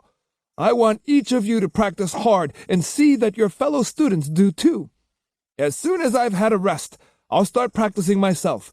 And remember one thing, I'm not soft like my brother. I want even the youngest to go at it for all they're worth." Exactly a week later, one of the younger students came running into the dojo with the news. "I found him!" Denshiro, true to his word, had been training relentlessly day after day. His seemingly inexhaustible energy came as a surprise to the disciples, a group of whom were now watching him take care of Otaguro, one of the most experienced among them. as though he were a child. "We'll stop now," said Denshiro, withdrawing his sword and sitting down at the edge of the practice area. "You say you found him?" "Yes." The student came and knelt before Denshiro. "Where?" "East of Jisoin, in Hongami Lane. Musashi's staying at the house of Hongami Koetsu. I'm sure of it." "Strange. How would a rustic like Musashi get to know a man like Koetsu?" "I don't know, but that's where he is."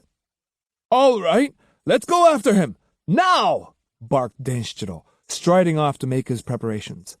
Otaguro and Ueda, trailing along behind, tried to dissuade him. "Taking him by surprise would make it look like a common brawl. People would disapprove, even if we carried it off." "Never mind. Etiquette is for the dojo. In a real battle, he who wins, wins." "True, but that isn't the way that oaf defeated your brother. Don't you think it would be more befitting a swordsman to send him a letter specifying the time and place than beat him fair and square?" Maybe you're right. All right, we'll do it that way. In the meantime, I don't want any of you to let my brother talk you into opposing me. I'll fight Musashi whatever Seijuro or anybody else says. We've gotten rid of all the men who disagreed with you, as well as the ingrates who wanted to leave. Good. We're that much stronger. We have no need of crooks like Gion Toji or timid souls like Nampo Yoichibe. Should we mention it to your brother before sending the letter? Not you, no. I'll do it myself. As he went off toward Seijuro's room, the others prayed there wouldn't be another fraternal clash. Neither brother had budged an inch on the question of Musashi. When after a time no loud voices were heard, the students took up the matter of time and place for their second confrontation with their mortal foe. Then Denshiro's voice rang out. Ueda! Miike! Otaguro! All of you, come here! Denshiro was standing in the middle of the room with a clouded look on his face and tears in his eyes. No one had ever seen him like this. Take a look at this, all of you! He held up a long, long letter and said, with forced anger, See what my idiot brother has done now! He had to tell me his opinions again, but he is gone for good. Didn't even say where he's going.